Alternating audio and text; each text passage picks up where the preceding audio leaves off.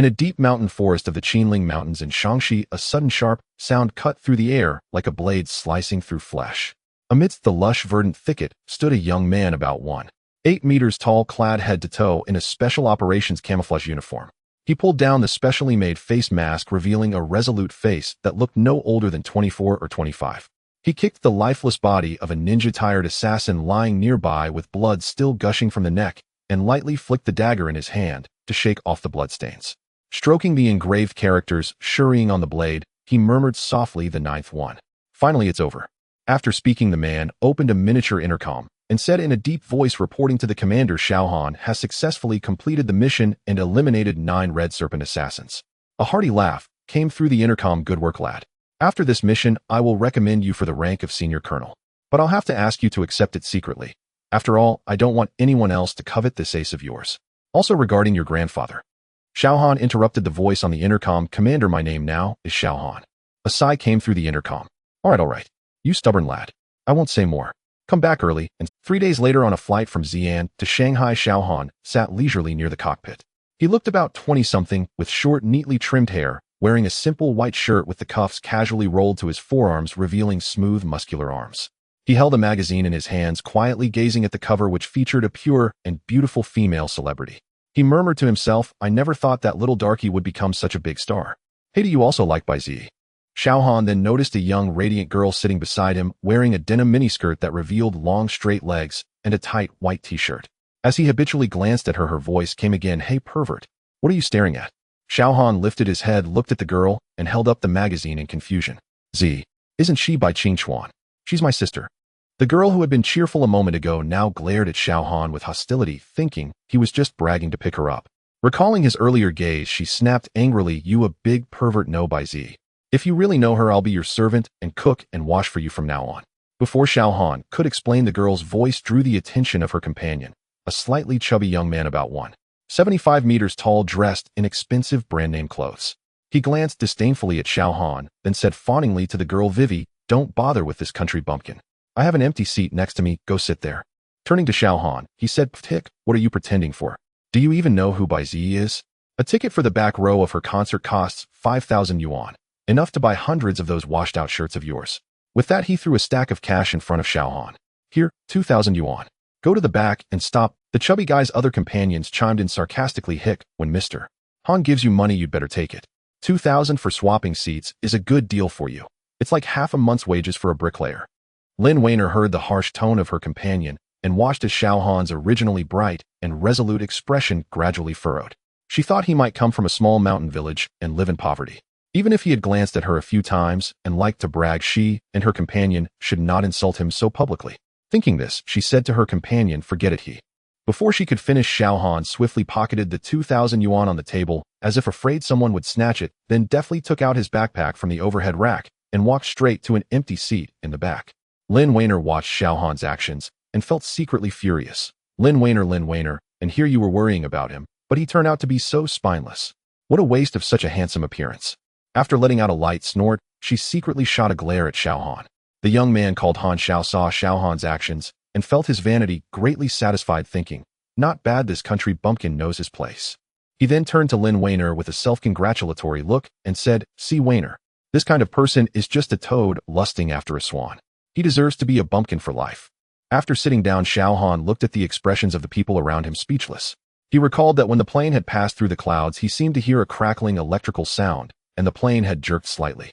Based on his experience flying fighter jets, it must have been struck by lightning while passing through the clouds. This could cause the plane to briefly lose control or even dive straight down.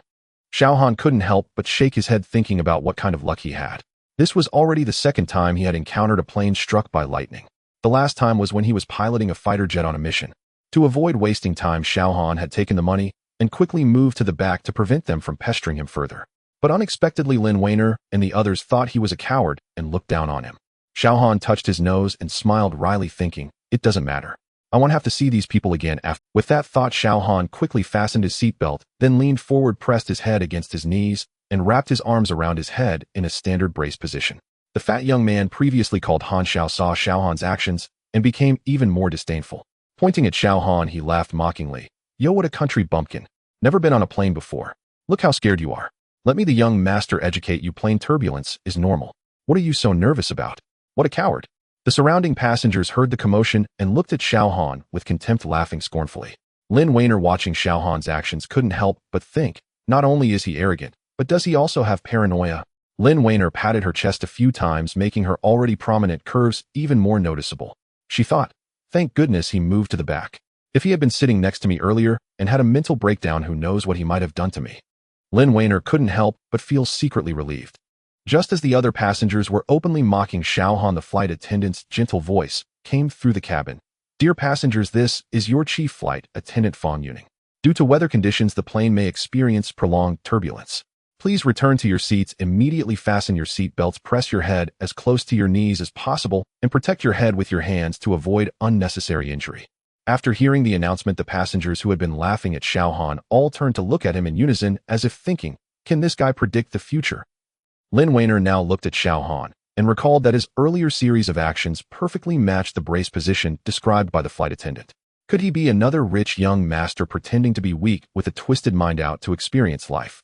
Just as everyone was starting to change their opinion of Xiao Han, a sarcastic voice sounded nearby. What bad luck. A bumpkin brings bad karma. Riding on the same plane as you is the worst luck possible.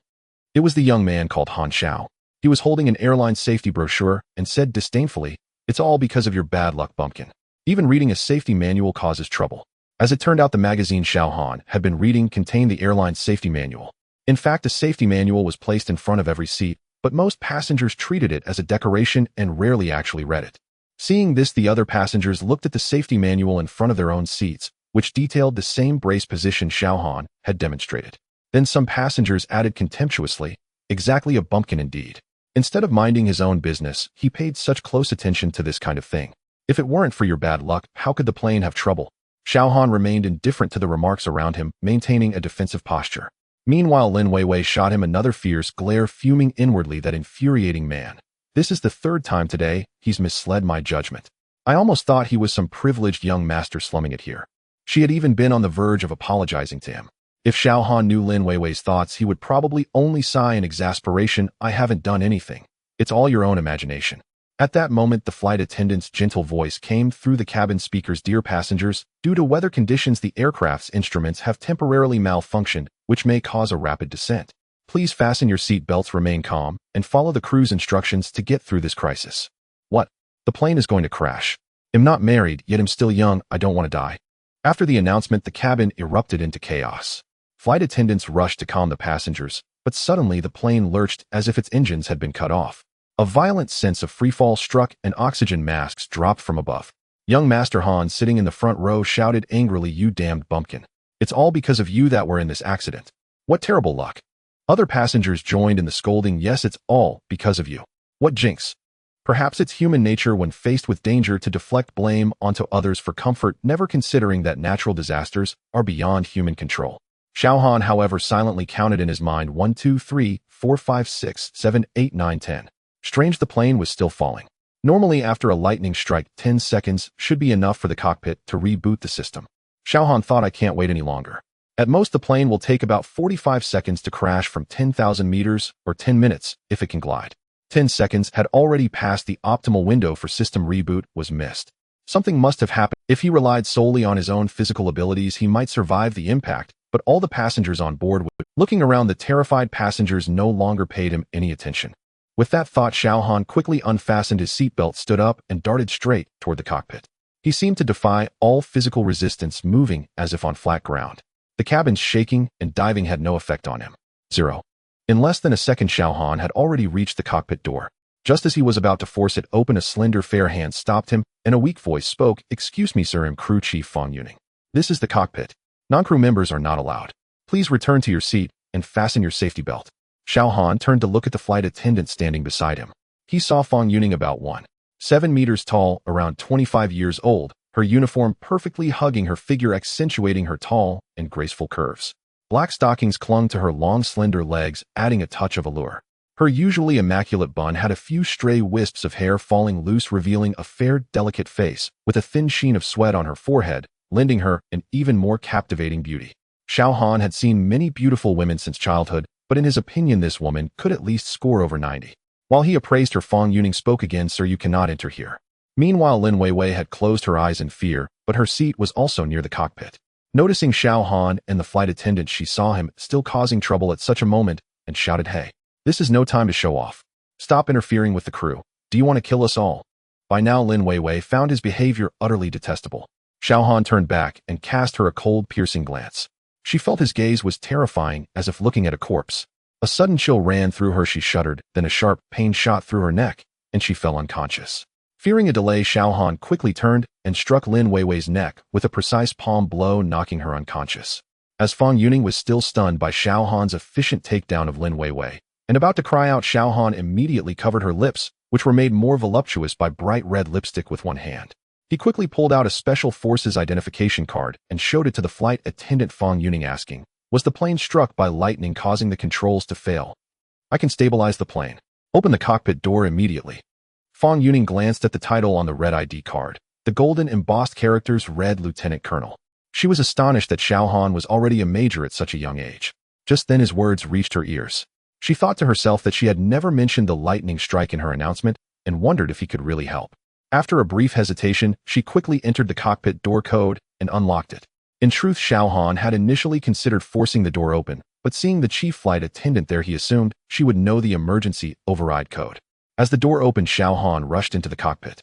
Inside, the piercing alarm sounded like the shriek of death itself, and the red master warning light flashed wildly, casting the entire space in an ominous bloody hue. The plane was diving at a terrifying angle, with clouds rushing past the windshield like torn cotton. The captain, knocked unconscious by the violent descent, slumped in his seat, his face pale. With the captain incapacitated, the co-pilot was left to handle the crisis alone, which explained why the optimal recovery window had been missed. The co-pilot was struggling desperately, sweat pouring down his face, his voice filled with despair. "Pull up. Damn it. Can't pull up. We've stalled." At that critical moment, the cockpit door slammed open. Xiao Han's eyes were sharp as an eagle's, instantly scanning the chaotic instrument panel and the deadly nose-down attitude outside. His Special Forces training allowed him to make an instant assessment. The stall must be corrected first. He did the exact opposite of the average person's instinct to pull back on the yoke. He decisively pushed the control column forward to gain airspeed, simultaneously ramming the throttles to full power for maximum thrust. The plane's dive angle became even more alarming. The co-pilot let out a cry of shock, but Xiao Han remained. The altimeter numbers spun crazily: 5,000 meters, 4,000 meters, 3,000 meters, 2,000 meters. But on the airspeed indicator, the speed began to recover rapidly. When the airspeed reached a safe value, Xiao Han pulled back on the yoke with steady, immense force, gradually leveling the aircraft from its dive. The intense force pressed down on everyone, but the plane finally stopped its fatal descent and regained control. He immediately contacted the tower via radio, using the briefest aviation terminology. "Tower, Boeing 740, pilot incapacitated, qualified person assuming control. Requesting instrument landing guidance, top priority, clear the runway." At the same time, his eyes scanned the navigation display and fortunately found the airport not far ahead. Without hesitation, he manually turned the plane to align with the runway. Meanwhile, earlier when the plane was in distress, the captain had reported the situation to the tower. But somehow news leaked and multiple media outlets in Shanghai interrupted their broadcasts to report the impending crash. In a riverside villa in Shanghai, a young woman in her 20s leaned against the bar in the living room, wearing a dark green silk slip dress that clung softly to every curve of her body. Her figure was not skinny but voluptuous and well-proportioned, every line dramatically accentuated by the dress. Looking closely at the woman's face, she bore a slight resemblance to Lin Weiwei on the plane. At that moment, the woman showed a hint of nervousness, her hands clasped together tightly as she stared at the breaking news broadcast. High above in the sky, Xiao Han overlooked the complex checklist for landing procedures, performing all actions manually. 2 minutes later, the plane roared as it charged onto the runway in a slightly stiff but absolutely safe manner. The rear wheels touched down, kicking up a cloud of blue smoke. Without hesitation, Xiao Han pulled the reverse thrust lever. The engine's roar instantly transformed into a massive roar of reverse thrust, pinning him firmly against his seatbelt. The airplane decelerated violently on the runway, finally coming to a steady stop just before the end amidst the screeching of tires and the roar of reverse thrust. After a moment of silence in the cabin, the passengers erupted into a huge cheer and applause, celebrating their narrow escape. In the cockpit, Xiao Han let out a long sigh, releasing the sweat-soaked control stick. He glanced at the captain, who had just regained consciousness, and the astonished co-pilot, and simply said, "Contact the rescue team. We are safe." 5 minutes later, the media, already aware of the plane's accident, was waiting at the cabin door ready to interview the captain and passengers for first-hand accounts. Meanwhile, Xiao Han took advantage of the chaos during the rescue team's treatment of the injured to slip away, swiftly heading towards the airport exit. At this moment, the captain and co-captain had just exited the cabin. Facing the throng of media, they expressed their shame, stating that the plane had not been safely landed under their control, but by an unknown passenger who intervened and brought the plane down safely from miles high. The co-pilot glanced around, his eyes suddenly widening as he spotted Xiao Han, who was about to turn the corner and exit. He shouted, "That's him, that's the one." At the moment the co-pilot shouted, the media reporters frantically pressed their camera shutters as Xiao Han was about to disappear at the exit, capturing only the image of his upright silhouette. After leaving the airport, Xiao Han hailed a taxi and returned to his temporarily rented room in Donghai. It was an old residential building, but the #1 villa in the most expensive area of Donghai, Yunting Lanwen, was in Xiao Han's name. This was a gift from Lu Huanyu, the chairman of Hanhai Group, whom Xiao Han had rescued from a kidnapping while he was conducting oil business in the Middle East. Of course, Lu Huanyu was one of the few who knew Xiao Han's true identity. Even if he hadn't gifted the villa, given Xiao Han's capabilities, acquiring a villa would have been a breeze. Having spent years on missions and traveling all over the world, Xiao Han preferred to keep a low profile due to the secrecy of his profession. He believed in the principle of staying cautious to avoid drawing attention, which is why the Yunting #1 villa had remained empty until now, leaving the outside world to speculate on the identity of its powerful and wealthy owner. Sitting in his utterly minimalist rental room with nothing but the bed beneath him, Xiao Han's gaze fell upon a space devoid of any furniture, everything appearing extremely clean. Recalling the 9 red snake assassins he had killed 3 days ago in the Qinling jungle, he felt that he had seemingly crossed the threshold into the early stage of transformation. A surge of joy filled him. Soon he would no longer face obstacles in pursuing that future endeavor.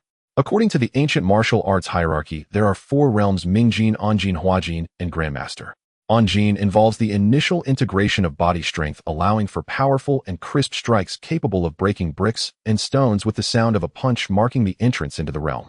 Reaching Onjin allows one to penetrate muscles and bones, striking at internal organs and marrow. The attacks may appear gentle but contain the destructive force of a natural disaster. Upon reaching Huajin, it further divides into 3 stages: early, mid, and late, aiming to optimize the body system and organs to the utmost. One can exert power from anywhere and possess an acute sensitivity akin to feeling the slightest movements around them, allowing for both hard and soft strikes. In the Grandmaster realm, it is said one can cultivate the qi of the heavens, capable of splitting mountains and severing seas, achieving the pinnacle of human control. Even among today's ancient martial families, true Grandmasters are rare. Thinking of this, Xiao Han chuckled to himself. The Grandmaster realm felt a bit too distant for him. Xiao Han sat cross-legged, clenched his fist, feeling the abundant power within him.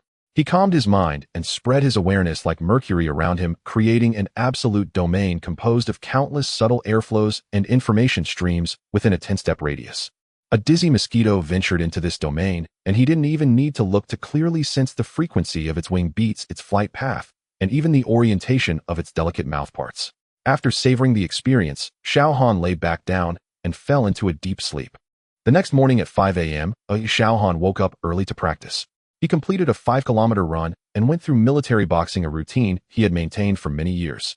After finishing his morning exercises, he returned to his dormitory and remembered that he hadn't turned on his phone since getting off the plane yesterday. Upon opening it, he saw over 20 missed calls and several unanswered video calls, some of which were international. Just as he was about to return a call, an international video call came in. Startled, Xiao Han quickly tidied himself before the mirror. When the call connected, a stunningly beautiful woman appeared on the screen. It was his only sister, Xiao Lingyu. Xiao Han immediately grinned, saying, "My dear sister, who is far across the ocean, what brings you to call your little brother today?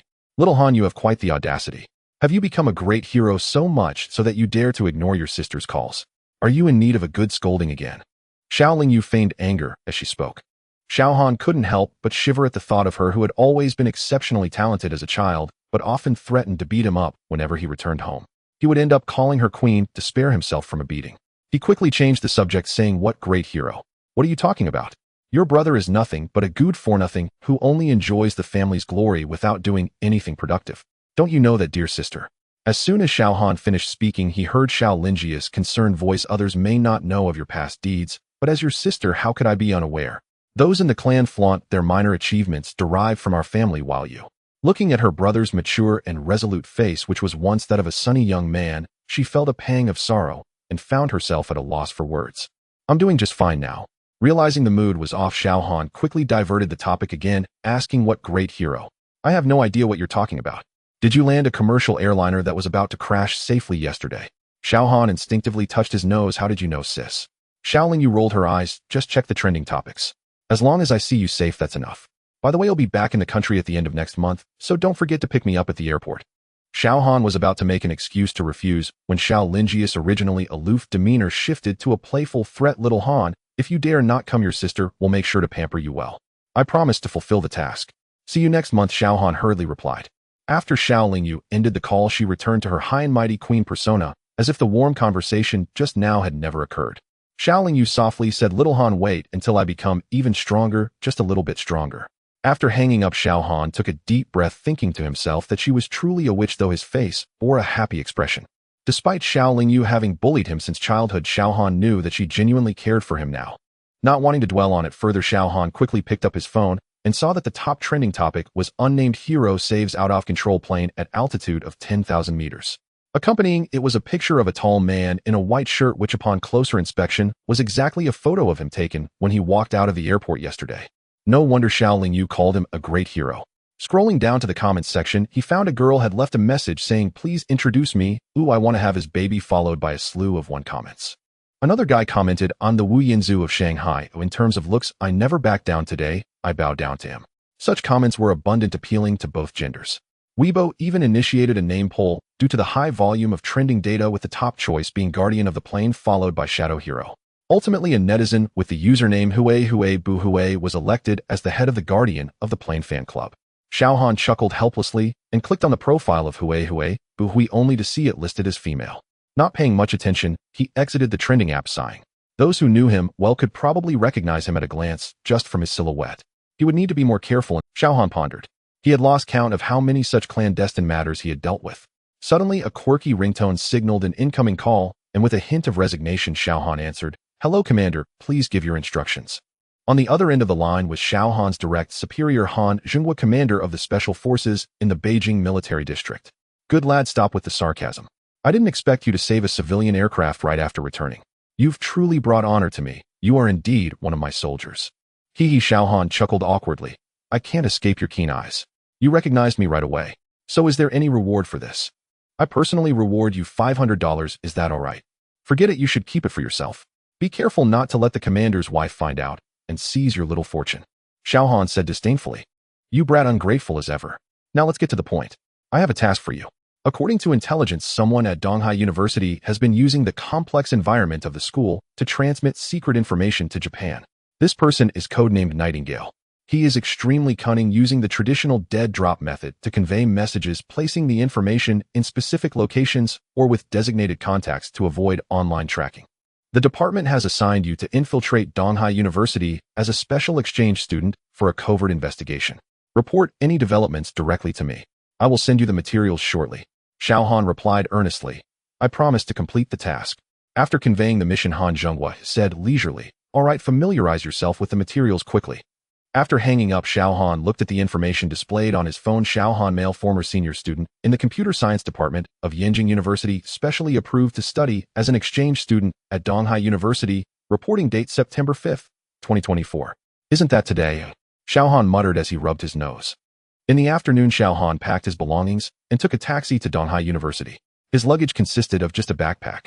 It happened to be the day when new students were starting their school year, and standing under the golden gate of Donghai University, Xiaohan, at 1.8 meters tall, with a healthy wheat-colored complexion forged by years of exposure to sun and wind, exuded a sharp and handsome aura with his neatly cropped hair.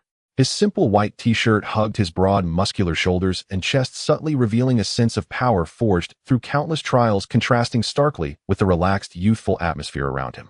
Several passing girls instinctively slowed their pace, whispering to each other, their faces flushed with curiosity. Xiaohan seemed oblivious to the gazes directed at him. He merely squinted slightly at the September sun, gazing towards the campus. Classmate, are you a new student too?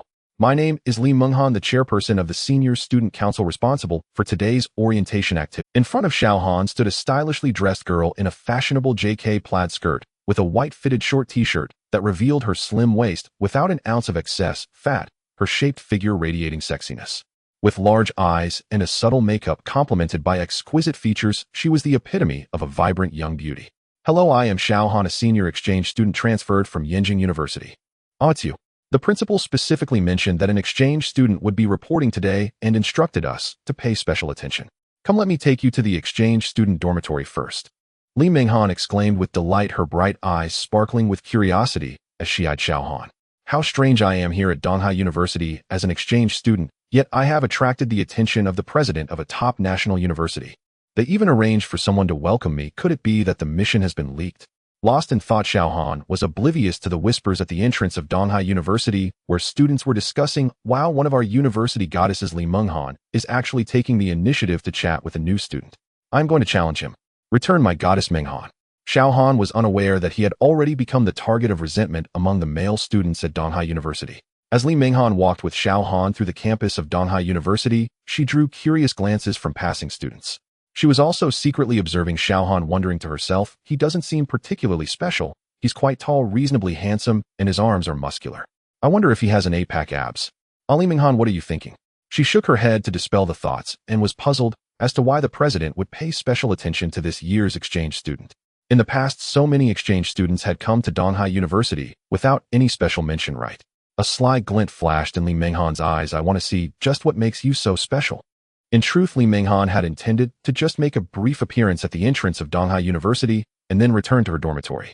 She hadn't planned to personally welcome the new student, especially since the student council's welcoming staff was already more than sufficient.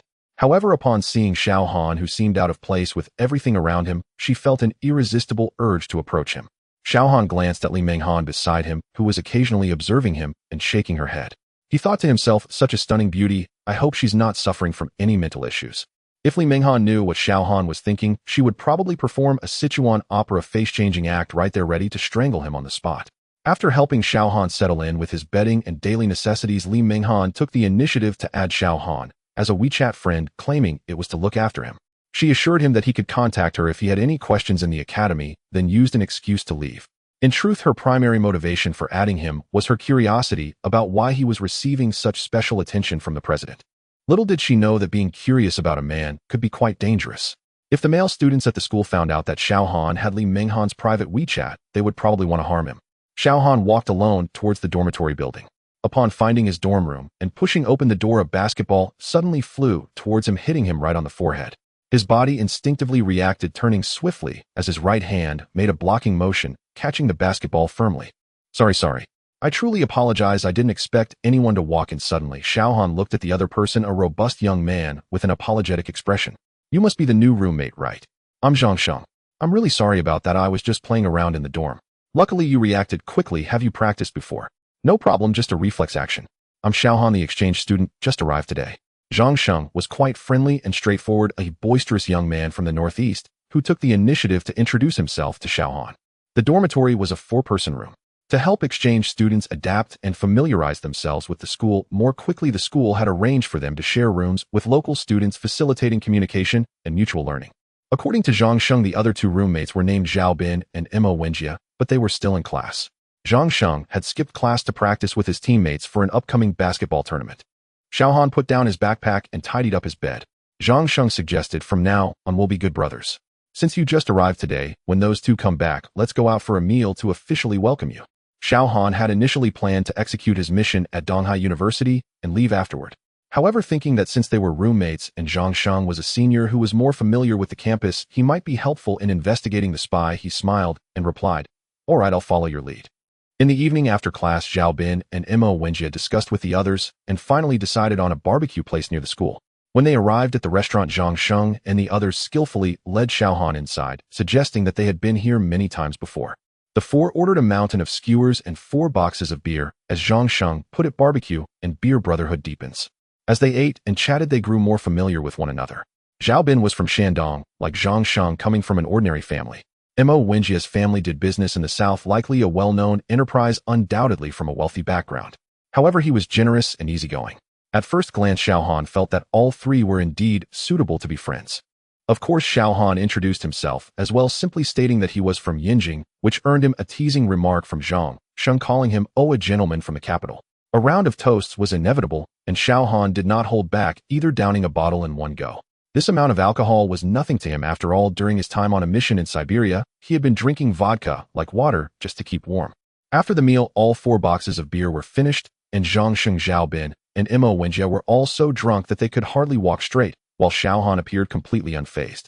Imo Wenjie, excited, insisted on going for a second round, suggesting they go karaoke. Zhang Sheng and Xiaobin were also in high spirits, knowing that the school wouldn't check on seniors at night, as some students might have already gone out for internships. Unable to withstand the trio's relentless persuasion, Xiao Han had no choice but to follow along. Huangqing Entertainment is a mid to high-end nightclub in Shanghai consisting of 6 floors. The first floor is a regular bar, the middle 3 floors have singing rooms, and the top 2 floors are VIP rooms typically accessible only to the prominent figures of Shanghai. Imo Wenjie booked a medium room on the 4th floor, which cost around 8,000 yuan for the night in service fees.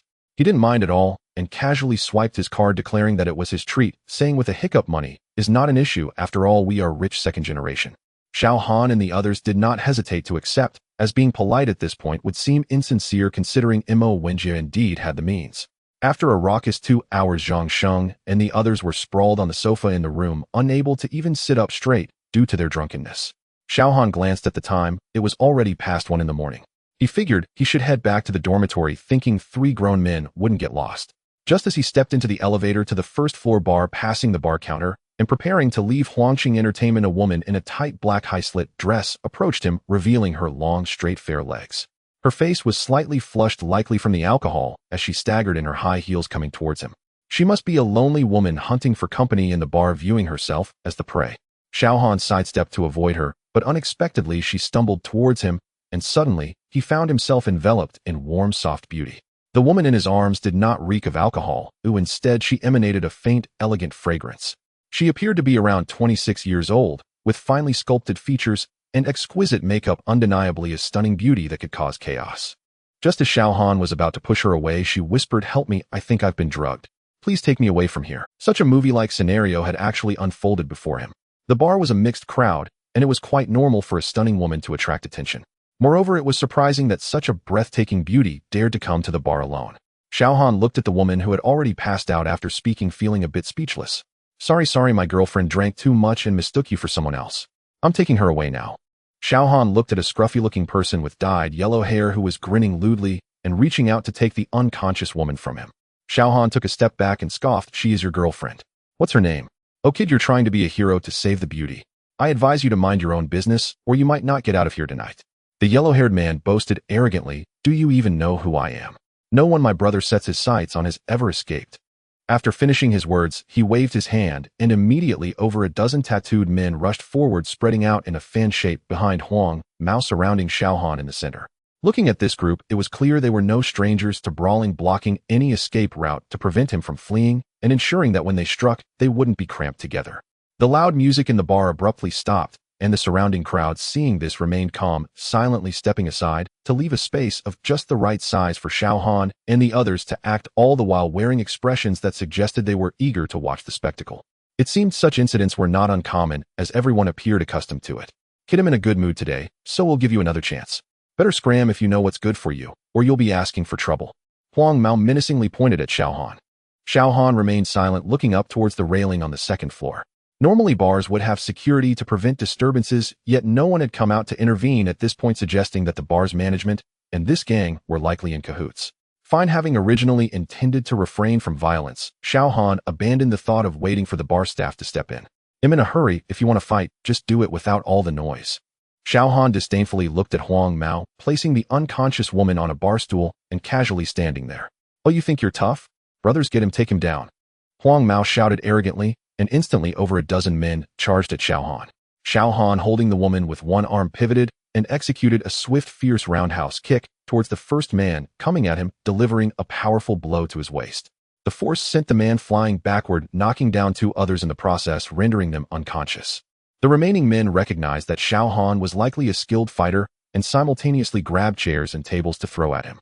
However, Xiao Han made no attempt to block. Instead, he swiftly kicked towards one man's knee, producing a sickening crack that echoed in the bar. It was likely that this man would spend the rest of his life in a wheelchair.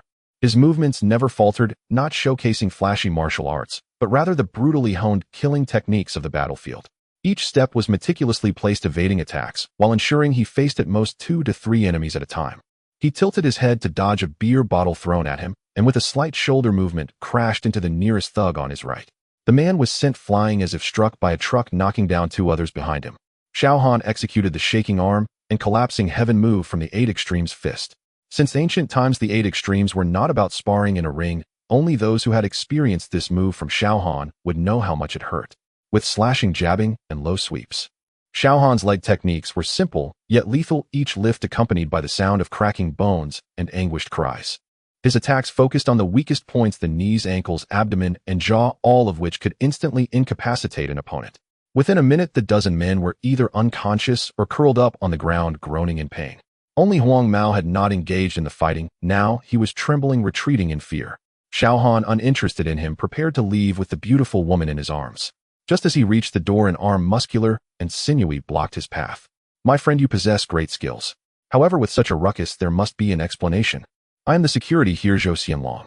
You see, you've injured so many of my customers. I can't just let you walk away without reporting this to the boss." With a light laugh, Xiao Han looked at the middle-aged man in his 30s before him, broad-shouldered and with a solid back, a testament to years of training against strikes, clearly someone who has practiced martial arts. Thinking back to how that group of thugs had provoked him earlier, no one from the Royal City entertainment scene intervened, but now they had come out, obviously all in cahoots. "What do you want to do?" Xiao Han said disdainfully. Zhou Xianlong, unfazed by Xiao Han's mocking tone, replied, "Brother, don't take it to heart. We are all just trying to make a living. How about this? I see you're skilled. Let's exchange a few moves. If you win, it just proves my lack of skill, and I can explain it to the boss. What do you say?" Zhou Xianlong was quite confident in his abilities. During his time at Royal City Entertainment, he had encountered tough opponents like Xiao Han before, but he had always managed to deal with them. Although he looked down on the despicable tactics of the blonde-haired thugs, he had no choice. The people behind them were not ones he could afford to provoke. "All right," Xiao Han agreed, placing the woman in his arms onto the sofa in the bar booth. Zhou Xianlong was not one of those thugs, and Xiao Han never underestimated someone who had trained in martial arts. Even when fighting a rabbit, one must use full strength. The patrons in the bar grew more excited as they watched the 2 men take their stances. Zhou Xianlong lunged at Xiao Han with a swift move, attacking the most vulnerable parts of the human body with fierce and ruthless techniques. Standard military combat skills likely learned either as a trained soldier or as a mercenary abroad. Facing Zhou Xianlong's assaults, Xiao Han maintained steady breathing, always able to predict and defuse the attacks before they landed, as if he were not engaged in an intense fight, but rather executing a task he had practiced thousands of times, cold and skilled. 1 minute later, the battle concluded with a textbook-perfect military takedown by Xiao Han, resulting in Zhou Xianlong's right shoulder dislocating. The entire process was devoid of flashy movements. Only the sound of fists hitting flesh filled the air, simple, direct, and decisive, with no unnecessary delays. At that moment, one of the onlookers shouted in approval, as if they had witnessed a visual feast. Some even lamented not having recorded the moment with their phones. "Have you served in the military?" Xiao Han asked coldly as Zhou Xianlong clutched his dislocated shoulder with his left hand, panting and astonished that he had been defeated by a young man around 25. Throughout their exchange, all of his attacks seemed ineffective against Xiao Han, who had easily neutralized them. For the first time, Zhou Xianlong doubted his own strength. Hearing Xiao Han's question, Zhou Xianlong proudly replied, "I served for 10 years on the Yunnan border. As the saying goes, a good man should have the courage to be brave and bold. Regretting serving in the military for a year is nothing compared to regretting not serving for a lifetime. The Yunnan border is adjacent to Myanmar, where smuggling and drug trafficking are common. While I respect Zhou Xianlong for serving 10 years at the border, I still coldly remarked, since you have served as a soldier, you should protect your homeland. Once you remove your military uniform, you should still uphold your integrity. How did you become a thug for these people?" Upon hearing this, Zhou Xianlong felt a twinge of shame, clenching his fists tightly before letting go, as if struggling with unspoken burdens, yet he remained silent. Noticing Zhou Xianlong's apparent difficulty, Xiao Han chose not to press further, saying, "All right, take care of yourself." Walking over to the nearby sofa booth, Xiao Han found Lin Ruoshi still unconscious, so he could only carry her towards the bar exit. Xiao Han looked at the unconscious Lin Ruoshi, took a taxi to find a hotel, and booked a room with a king-sized bed under the strange gaze of the front desk clerk. After placing Lin Ruoshi on the bed, Xiao Han sighed as he gazed at her alluring curves, wondering how this woman could be so fearless, choosing to throw herself at him in the bar. "I guess I am somewhat of a loose yahui myself. Thankfully you encountered me," Xiao Han murmured to himself. "It's so hot, unbearably hot." Suddenly, Lin Ruhan on the bed called out with a dazed expression, her hands unconsciously tearing at the neckline of her tight dress, her chest rising and falling with each intense breath, revealing the promise of her voluptuous figure. As her delicate body twisted on the bed, the hem of her dress had somehow been pushed up to her thighs, exposing her long, slender legs. No way is this how they test the officials. This can't be the effect of aphrodisiacs, right? Xiaohan initially thought it was just a common drug planning to leave Lin Ruoxi in the hotel room. At this moment, Lin Ruoxi felt an unbearable heat coursing through her body, as if something deep within her was about to explode. Suddenly, a pair of strong arms enveloped her. It was Xiaohan, who was about to carry Lin Ruoxi to the bathroom, intending to cool her down with cold water. Little did Xiaohan know that Lin Ruoxi was already consumed by the flames of desire ignited by the drug. Grasping at what seemed like a lifeline, her lips lunged at Xiaohan, her hands tearing at both their clothes. Crack! Xiaohan struck Lin Ruoxi's fair swan-like neck with a swift hand strike devoid of any. Xiaohan lifted Lin Ruhan and placed her in the bathtub, pouring cold water over her perfect body, causing the fabric of her dress to cling tightly, revealing an abundance of spring scenery. An hour later, as the cold water gradually diminished the effects of the drug, Xiaohan looked at the drenched Lin Ruhan, who had once again fallen unconscious. He had no choice but to call the front desk clerk for help to remove Lin Ruoxi's clothes, dry her body, and lay her back on the bed, enduring the clerk's teasing comments about his wild escapades. Xiaohan stood by the bed, panting, feeling more exhausted than if he had been in a fight. The next morning, Lin Ruhan groggily opened her eyes, feeling a slight headache. She gently rubbed her temples and slowly sat up, confusedly looking around, only to realize she was in a hotel room. Suddenly, Lin Ruoxi tossed aside the blanket, revealing that she was nearly naked, wrapped only in a bath towel. What happened? Lin Ruoxi shook her head vigorously, remembering only that she had been feeling down the previous day, had driven past a bar, and inexplicably decided to drink a bit to ease her troubles. Before long, she felt dizzy and realized she had been drugged. Before losing consciousness, she had caught a glimpse of the composed and reserved Xiaohan, who resembled a sword sheathed in its scabbard, offering her an inexplicable sense of safety. She had taken a gamble approaching him for help, but couldn't recall what happened afterward. Lin Ruoxi furrowed her brows, tightly lamenting whether she had misjudged him. You finally woke up. Lin Ruoxi glanced toward the bathroom door, her expression reverting to her usual aloof demeanor, coldly scrutinizing Xiaohan, who was wrapped only in a towel still damp, and displaying various scars across his bare chest, enhancing his raw, rugged beauty. Most striking was the horrific gunshot wound marring his eight-pack abs. What kind of person was he? What did you do to me? Lin Ruoxi looked at Xiaohan with a cold expression. Don't you remember? Last night you were drugged and called for my help, he replied. Is this how you save me? How are you any different from those thugs? Lin Ruoxi coldly scolded, followed by a look of despair. It's all my own fault. Why did I have to go to such a place? Just consider it as being bitten by a dog. Hey, I haven't done anything to you. You were drugged, and I was the one who used cold water to detoxify you. It was the receptionist who helped you take off your clothes. Xiaohan explained urgently. What? We didn't sleep together. Do that thing, did we? Li Ruoxi's face turned crimson. For her, who was untouched, such words were still somewhat embarrassing to utter. Xiaohan watched as Lin Ruoxi twisted her body a few times, seemingly checking for any abnormalities. He teased, not bad, I'd give you a 99 out of 100. Unbeknownst to her, as Lin Ruoxi twisted her body, the towel that barely wrapped her body slowly slipped down, revealing a large expanse of snow-white skin. Pervert! Lin Ruoxi exclaimed playfully. After the misunderstanding was cleared, and with her original clothes soaked, an unwearable Lin Ruoxi could only call her secretary to bring her a set of clothes. Half an hour later, there was a knock on the door. President Lin, I've brought the clothes you requested. Xiaohan opened the door to see a woman dressed in professional OL attire. Lin Ruoxi's secretary Gu Xiaomei. He felt that indeed beautiful women always surrounded beautiful women. May I ask who you are? Gu Xiaomei, who was puzzled after receiving Lin Ruoxi's call to deliver a set of clothes to the hotel, found it strange, since Lin Ruoxi rarely stayed overnight in hotels. Even when on business trips, she would bring her own bedding and other supplies. Seeing a man opening the door, she wondered if he was President Lin's boyfriend. But wasn't President Lin supposed to be engaged to the heir of the Tang Group? Come in. A cold shout interrupted Gu Xiaomei's thoughts. She sidestepped past Xiaohan, saying, President Lin, here are the clothes you wanted. The secretary looked at Lin Ruoxi, sitting on the bed wrapped only in a towel. Although Gu Xiaomei was curious about what had happened, she understood that as a secretary it was best to avoid gossiping about her boss' private life. She put down the clothes and exited the room, waiting outside.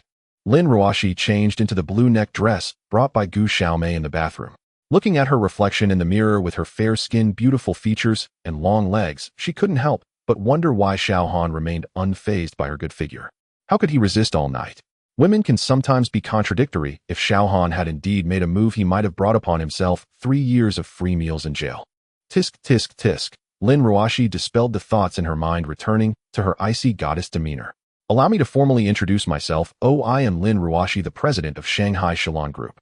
Facing Xiaohan, Lin Ruoxi extended her right hand. Xiaohan, a student at Donghai University. He replied, gently shaking her hand, which was delicate and soft. Lin Ruoxi exclaimed in surprise, "You're still a student? How did you get all these injuries?" "My family is poor. I got into trouble mixing with the wrong crowd in the past," Xiaohan replied. Lin Ruoxi observed Xiaohan's inexpensive clothes, and although somewhat skeptical of his explanation, did not pursue the matter further, as she believed they would not meet again after leaving the hotel room. "This card has 1 million. The password is 6 zeros. Consider it a reward for saving me. From now on we owe each other nothing, and I don't want a third person to know about this incident. Otherwise I will not let you go," Lin Ruoxi said coldly, not giving Xiaohan a chance to refuse, as she forcibly handed him the card before leaving the hotel with her secretary. Decisive and efficient. That has always been Lin Ruoxi's style. Only Xiaohan had the fortune to witness her passionate and shy side from last night. Xiaohan looked at the bank card in his hand, wondering if he had just been treated like a duck. Is saving someone worth 1 million? When Xiaohan returned to school after leaving his room, it was already noon. Having been busy for so long without breakfast, he made his way alone to the cafeteria. The school cafeteria had 3 floors in total. Xiaohan casually wandered around and bought a bowl of noodles for 6 yuan, then found an empty seat to sit down. Completely engrossed in his meal, Xiaohan didn't notice that the cafeteria was nearly full with only a few empty seats remaining beside him. Looking up, Xiaohan found himself face to face with Li Menghan, the girl who had accompanied him on the first day of school, along with another girl who was heavily made up and dressed quite daringly. Alone, the girl was quite attractive, but when compared to Li Menghan, she paled in comparison. Li Menghan wore an off-shoulder short-sleeve t-shirt paired with tight blue jeans, and her already long and straight legs were particularly alluring. "Menghan, why are you wasting your breath on this poor guy? He must be thrilled to have us sit here. He's probably overjoyed just to be in our presence." As the heavily made-up girl spoke, she tugged at Li Menghan to sit down. "Feifei, don't say that." "Sorry, Xiaohan, this is my roommate Lu Feifei. She means no harm," Li Menghan said apologetically. "It's fine, you can sit wherever you like. I'm almost done eating," Xiaohan replied nonchalantly. After sitting down, Li Menghan introduced the two to each other, and they gradually became more familiar. Meanwhile, Lu Feifei looked at Xiaohan, who was finishing his noodles without a care for his image, and arrogantly shouted, "Hey, you're still not done. Look at you, so poor and pitiful. It's like a toad dreaming of eating swan meat, trying to cling on." Xiaohan shot Lu Feifei a glance and said, "What does it have to do with you? Who forced you to do this?" After that, he ignored Lu Feifei's reaction and continued chatting with Li Menghan. Lu Feifei actually came from an ordinary rural family and worked hard to get into university. After experiencing the glamorous life of a big city like Shanghai, she was determined to become wealthy. After becoming Li Menghan's roommate, she enjoyed various gifts and attention from boys every day because of Li Menghan, leading her vanity to swell and her behavior to become more arrogant. Lu Feifei, who hadn't been confronted like this in a long time, was left speechless with anger. Li Menghan felt helpless about this and didn't understand why her roommate was so hostile toward Xiaohan today. "Fine, just wait." Lu Feifei glared at Xiaohan, who appeared indifferent, and resentfully took out her phone, seemingly texting someone. Not long after, a well-dressed, handsome young man appeared at the entrance of the cafeteria, looking quite furious, accompanied by a few followers. The young man was named Li Weijie, who, relying on his father's position as a school board member, had used dirty tactics to harm female students. Rumors had circulated that he had previously raped a freshman girl who then reported him for assault. However, with his father's influence, the case was turned on its head, accusing the girl of seducing his son and later attempting to extort Li Weijie under the guise of a rape charge. The girl's family was merely ordinary farmers, and with no recourse for justice, they were driven to the point where the girl ultimately committed suicide by jumping off a building.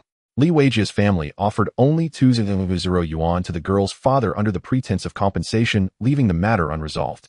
Although Li Weijie had been pestering Li Menghan persistently, she was the student council president and held significant prestige at Donghai University, which made him reluctant to use force against her. He merely made it known that no one was allowed to pursue Li Menghan.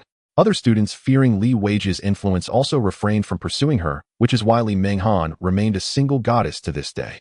"Hey, Li Menghan, Li Xiao, look over there at Li Menghan," said a youth beside Li Weijie, pointing in her direction. Li Weijie followed his gaze and saw Li Menghan sitting opposite Xiaohan, both engaged in a lively conversation, with Li Menghan occasionally covering her mouth and laughing. "Damn it, who is that kid? Who dares to disrespect me at Donghai University? How dare he compete for a woman with me?" Li Weijie's face darkened as he walked towards Xiaohan and the others. "Look, Li Weijie is coming. This is going to be fun. That kid is in trouble now. Serves him right. Who told him to get so close to my goddess?" The students in the cafeteria with the mindset of not letting others have what they cannot attain watched with anticipation. At that moment, Xiao Han was completely oblivious to the fact that he had become a thorn in the eyes of many male students in the cafeteria, happily chatting with Li Minghan. Lu Feifei watched Xiao Han with glee, thinking about how she would make him pay later. Li Weijia was called by Lu Feifei, and at this moment Li Minghan was unaware that her good roommate had been bribed by Li Weijia with a promise of a job, with a salary of 200,000 after graduation in exchange for some information about her. After receiving the message from Lu Feifei, Li Weijia rushed into the cafeteria with a group of followers. He swaggered up to Xiao Han saying, "Kid, don't you know that Li Minghan is my woman?" Xiao Han frowned at Li Weijia, then turned to Li Minghan as if to ask, "Is this your boyfriend?" "Li Weijia, when did I become your girlfriend? We aren't even friends," Li Minghan said with evident disdain as she looked at Li Weijia. Being publicly rebuked by Li Minghan made Li Weijia feel humiliated, his expression growing even darker. "Kid'll give you a chance. Get lost right now, or you'll regret it." Before Xiao Han could respond, Li Minghan, fearing that Xiao Han might offend Li Weijia because of her, quickly stepped in front of him and said, "Li Weijia, don't push your luck. Xiao Han is my friend, don't mess around, or you'll face the consequences." After saying this, she grabbed Xiao Han's hand and tried to leave. Xiao Han looked at Li Minghan's action, touched his nose, and thought that this woman really saw him as just an ordinary poor student. At that moment, Lu Feifei, who was nearby, looked at Xiao Han, who had not said a word until now, and seemed stunned, feeling pleased as she thought, "As expected, he's useless. Wasn't he quite tough when he confronted me earlier? A toad wishing to eat swan meat." Seeing Li Minghan trying to take Xiao Han away, Lu Feifei quickly blocked her and said, "Minghan, what makes Li Xiao less than this poor loser? Why offend Li Xiao for him? You're making Li's face look bad." Lu Feifei with a smirk said while pointing at Xiao Han, "Xiao Han, you coward, weren't you just tough a moment ago? Now you want to run? A big man hiding behind a woman, how embarrassing." The surrounding students whispered, "Exactly, this Xiao Han is really a coward, yet he dares to hold my goddess hand. Li Weijia is just bragging. He keeps saying he's Li Minghan's boyfriend, and now he's publicly rejected. This is a huge loss of face. That's how the onlookers are. They fear the event won't be big enough." Li Weijia watched as Li Minghan publicly challenged his authority and now defended Xiao Han, even taking his hand in hers, causing his face to darken further. "Damn bitch, I've pursued you for so long, without even touching you, and now you're pretending to be a pure and virtuous maiden. Sooner or later it'll get you into bed. Just look at your seductive appearance." Li Weijia shot a glance, and his lackey immediately rushed toward Xiao Han and Li Minghan. "Li Weijia, what do you think you're doing in public? If this continues, I'm calling the police." Li Minghan anxiously took out her phone, preparing to call the police, and turned to Xiao Han saying, "Xiao Han, his father, is a school board member. You can't afford to provoke him. You leave first, they won't dare to do anything to me. Call the police. Go ahead, and let's see if the police come to arrest him or me. Minghan, am only acting in self-defense to save you." Everyone saw it. After saying this, Li Weijia cast a threatening glare at the surrounding students, who all took a step back, fearing Li Weijia's wrath. Although Li Minghan was a goddess, she was not someone ordinary students like them could aspire to. Offending the son of a board member for something unattainable like her might jeopardize their graduation. "Xiao Han, you caused trouble and now have dragged our goddess Minghan into this," quickly apologized to young master. I don't know who shouted it, but suddenly everyone around started blaming Xiao Han, saying exactly what a coward, hurry, and the onlookers loved gossiping, but once it involved them, they became accomplices. Li Minghan trembled with anger at the twisted accusations from the surrounding students, tears welling in her eyes as she looked at Xiao Han, saying, "I'm sorry I dragged you into this." Xiao Han had no interest in such lowly tactics and had wanted to leave earlier. He could care less about a board member. Even the wealthy heirs in Beijing had been crushed under his feet. Unexpectedly, his actions were misunderstood as cowardice. Seeing the enraged crowd condemning him, he boldly wrapped one arm around Li Minghan's slender waist, feeling her smooth skin without an ounce of excess flesh. Startled by the sudden embrace, Li Minghan gasped, feeling a strong hand grip her waist. She struggled, her body stiffened, yet she remained unmoved, feeling a warmth from his arm that brought her an inexplicable sense of security. Never having had physical contact with the opposite sex before, Li Minghan blushed as she looked at Xiao Han angrily, saying, "Xiao Han, let me go. What are you doing? You can't provoke Li Weijia." Li Minghan's first reaction was not to question Xiao Han, but rather to worry about his retaliation from Li Weijia, while also feeling a hint of blame towards Xiao Han for showing off at such a critical moment. Xiao Han replied nonchalantly, "Don't worry, it's nothing, he's just a clown." Seeing Xiao Han's calm demeanor, she remembered that the principal personally instructed her to welcome him on the first day of school. Could he be someone of significance? Yet looking at Xiao Han, who wore ordinary clothes, he didn't seem like any big shot. Well, now she could only trust him. Xiao Han had no idea that in just a few seconds Li Minghan had thought so much. "Damn it, let her go, you really don't know when to stop." Li Weijia, already furious at the two's intimacy, picked up a bench and hurled it at Xiao Han's head. Li Minghan watched Xiao Han stand there, as if frozen, realizing she had misplaced her trust. Sighing, she thought, well, it's too late now. He was dragged into this because of her, so she had to accept her fate. Damn it, Xiao Han, you coward. Menghan, get out of the way. Some students in the crowd cursed Xiao Han for being useless, while some timid ones shut their eyes in fear, as if they had already foreseen the scene of Xiao Han getting his head smashed. With a loud bang, the dust settled. The girls who had closed their eyes couldn't help but look, and everyone stared at the scene before them, as if petrified. Just as the bench was about to hit his head, Xiao Han swung his fist with one hand, striking the bench with tremendous force, causing it to splinter into pieces. 10 seconds later, someone shouted, "Holy crap, is he even human?" Some girls, looking starry-eyed, exclaimed, "So handsome. Which department is this guy from? From now on, he's my idol." Li Weijia kept his hands raised, still holding the bench, his face pale, as he swallowed hard. The group of lackeys beside him were too scared to act. After all, if that punch had landed on his head, would there be any hope left? Xiao Han, holding Li Menghan, casually shook off the debris from his fist, looking provocatively at the stunned Li Weijia. "Young Master Li, is there anything else?" Li Weijia trembled as he shook his head, saying, "No, it's nothing." Xiao Han then embraced the still shocked Li Menghan and left the cafeteria as if nothing had happened. In the cafeteria, one of the lackeys asked Li Xiao, "Are you really just going to let him go?" Li Weijia was furious and slapped him hard, pointing at him and scolding, "Why didn't you stop him just now? A bunch of useless fools." He then glared maliciously in the direction where Xiao Han had left. Xiao Minghan, who was being carried out of the cafeteria by Xiao Han, was now blinking her eyes curiously at Xiao Han, completely forgetting that she was still in his arms. Ahem, Xiao Han coughed, and only then did Li Minghan suddenly wake up, hurriedly breaking free from his embrace, feigning anger, as she said, "Who told you to hold me?" Xiao Han awkwardly touched his nose, catching a whiff of the lingering fragrance of Li Minghan on his hand, unable to help but sniffle, and explain with a sheepish smile, "I was just trying to defuse the situation back there, heh?" Seeing Xiao Han's actions, Li Minghan couldn't help but blush slightly and playfully scold, "You dirty pervert." Thinking that it was indeed her fault for getting Xiao Han into trouble with Li Weijia, she decided not to pursue the matter further and changed the subject, saying, "Li Weijia is vengeful, relying on his father being a school director. He will surely retaliate against you. Let them come, I won't take him seriously." Xiao Han casually replied, while Li Minghan looked at him with disappointment, saying, "Even though you can fight, you have no idea how Li Weijia might deal with you.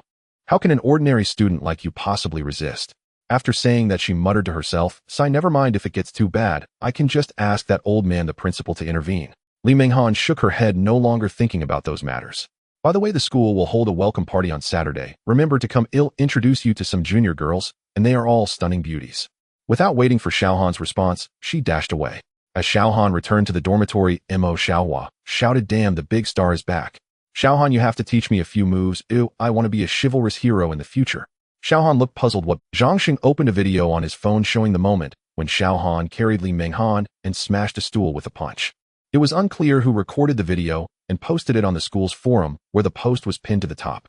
The comments were divided into two groups, one for girls and one for boys.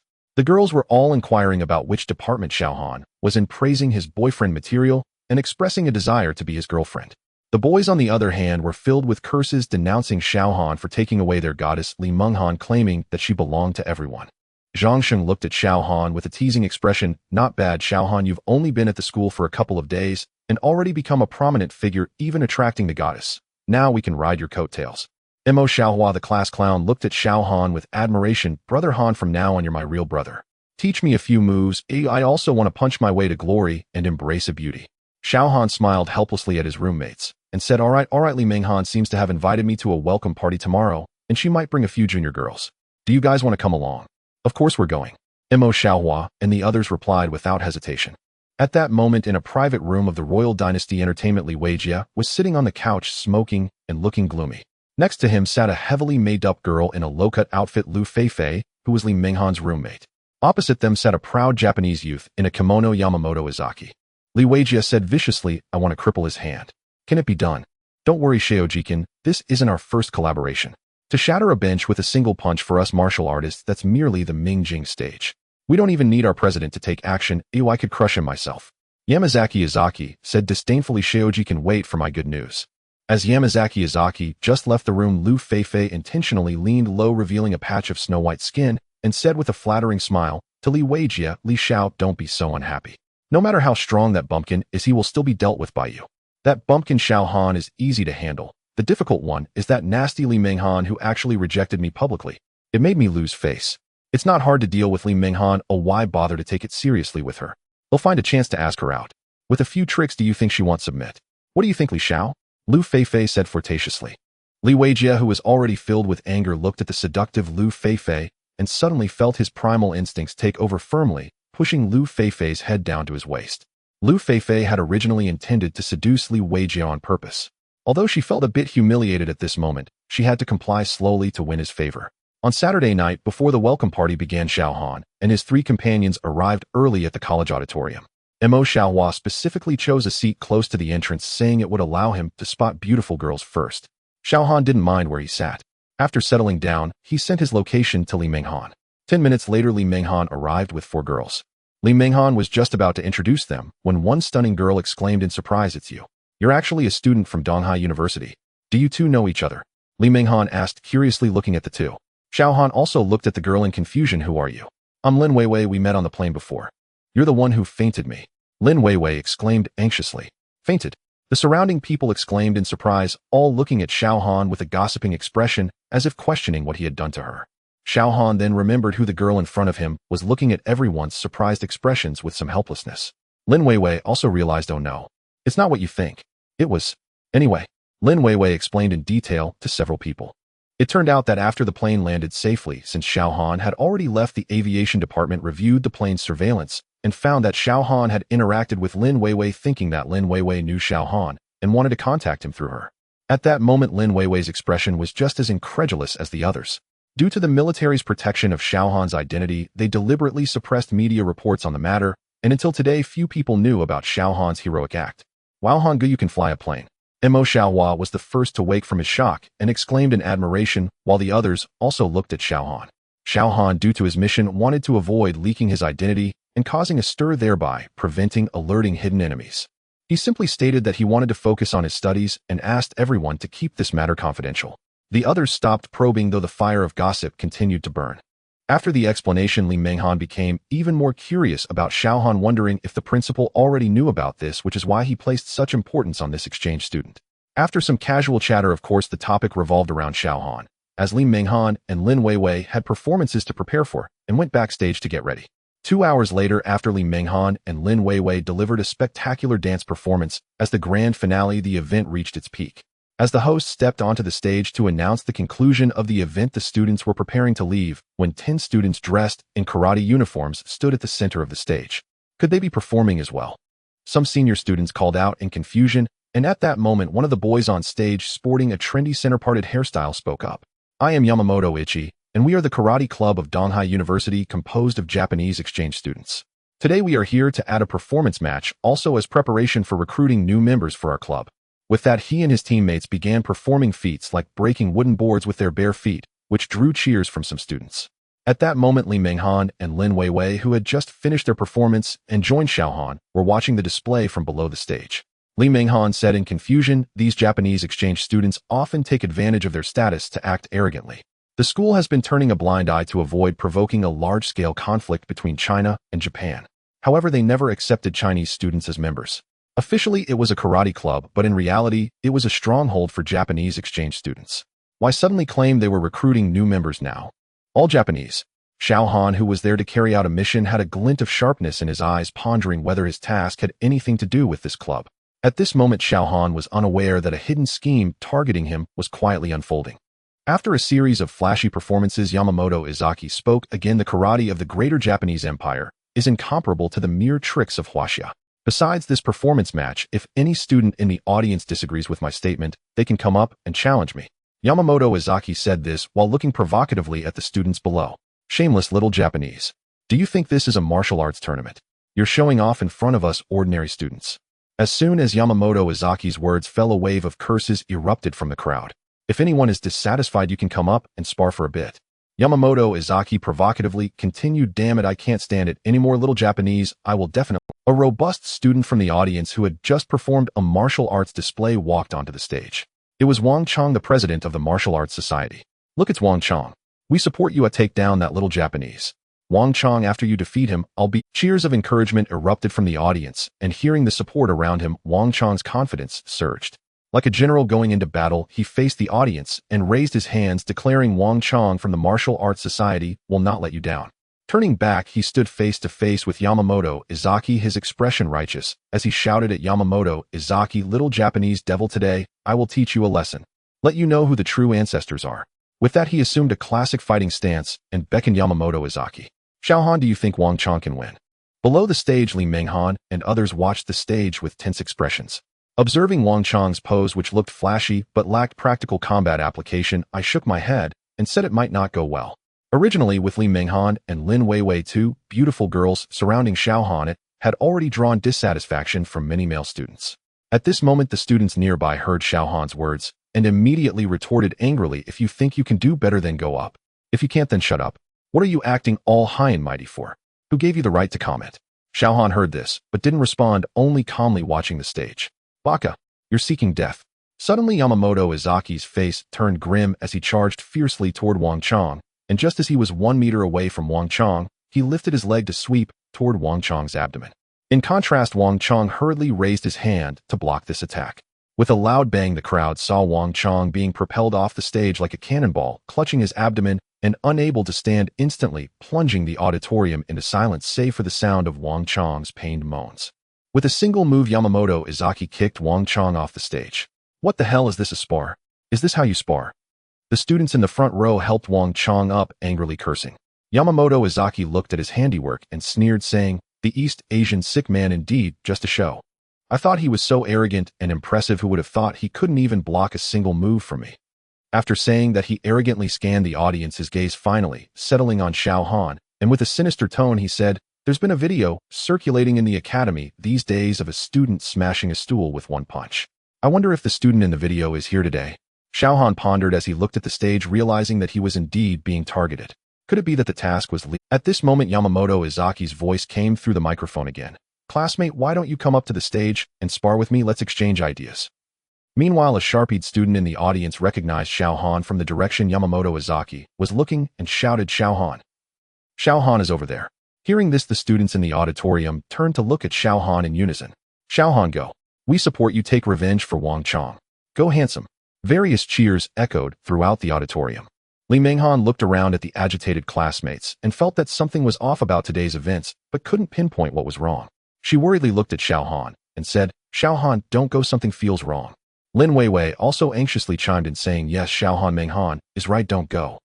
The surrounding students saw that Xiaohan was just staring at the stage without responding, and someone couldn't help but voice, could it be that Xiaohan is afraid? I told you the video wasn't real, but it's all edited. How could someone smash a stool with one punch? At that moment, a sinister gaze was fixed on Xiaohan, who was sitting near the door. It was Li Weijia, his expression slightly thrilled, as if he already knew what was about to happen. He muttered, Xiaohan, you embarrassed me in front of so many people today. It'll make you taste what that feels like. You want to challenge me? Let's see how good you really are. If you dare to go against me, I won't let you off easily. Originally, Xiaohan was not someone who could be swayed by others' words, and he saw this as an opportunity to investigate whether the task was related to these Japanese students. After contemplating for a moment, Xiaohan stood up calmly, looked at Li Menghan, Lin Weiwei, and the others, smiled, and said, it's fine, don't worry. Then he walked confidently towards the stage. On stage, Xiaohan stood with his hands in his pockets, looking at Yamamoto Izaki, and asked, are you looking for me? You are Xiaohan, the main character in the video. Xiaohan contemptuously looked at Yamamoto Izaki and didn't respond. Baka.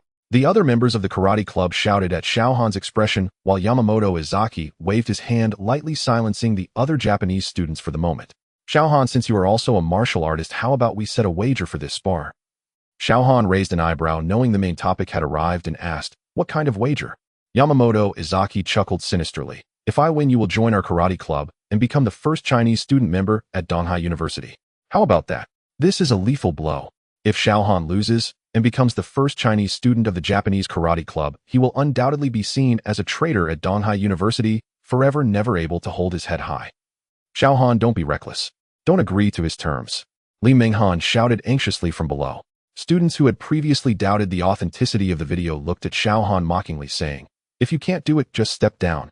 What are you pretending for? Li Weijia watched this scene unfold, feeling secretly pleased. So Xiaohan admitting defeat now is also an option. There's nothing wrong with recognizing that we karate practitioners are superior, ha. Yamamoto Izaki laughed with pride. Alright, if you lose you must stand on stage and shout 3 times that Japanese karate is inferior to Huaxia martial arts. Xiaohan said calmly.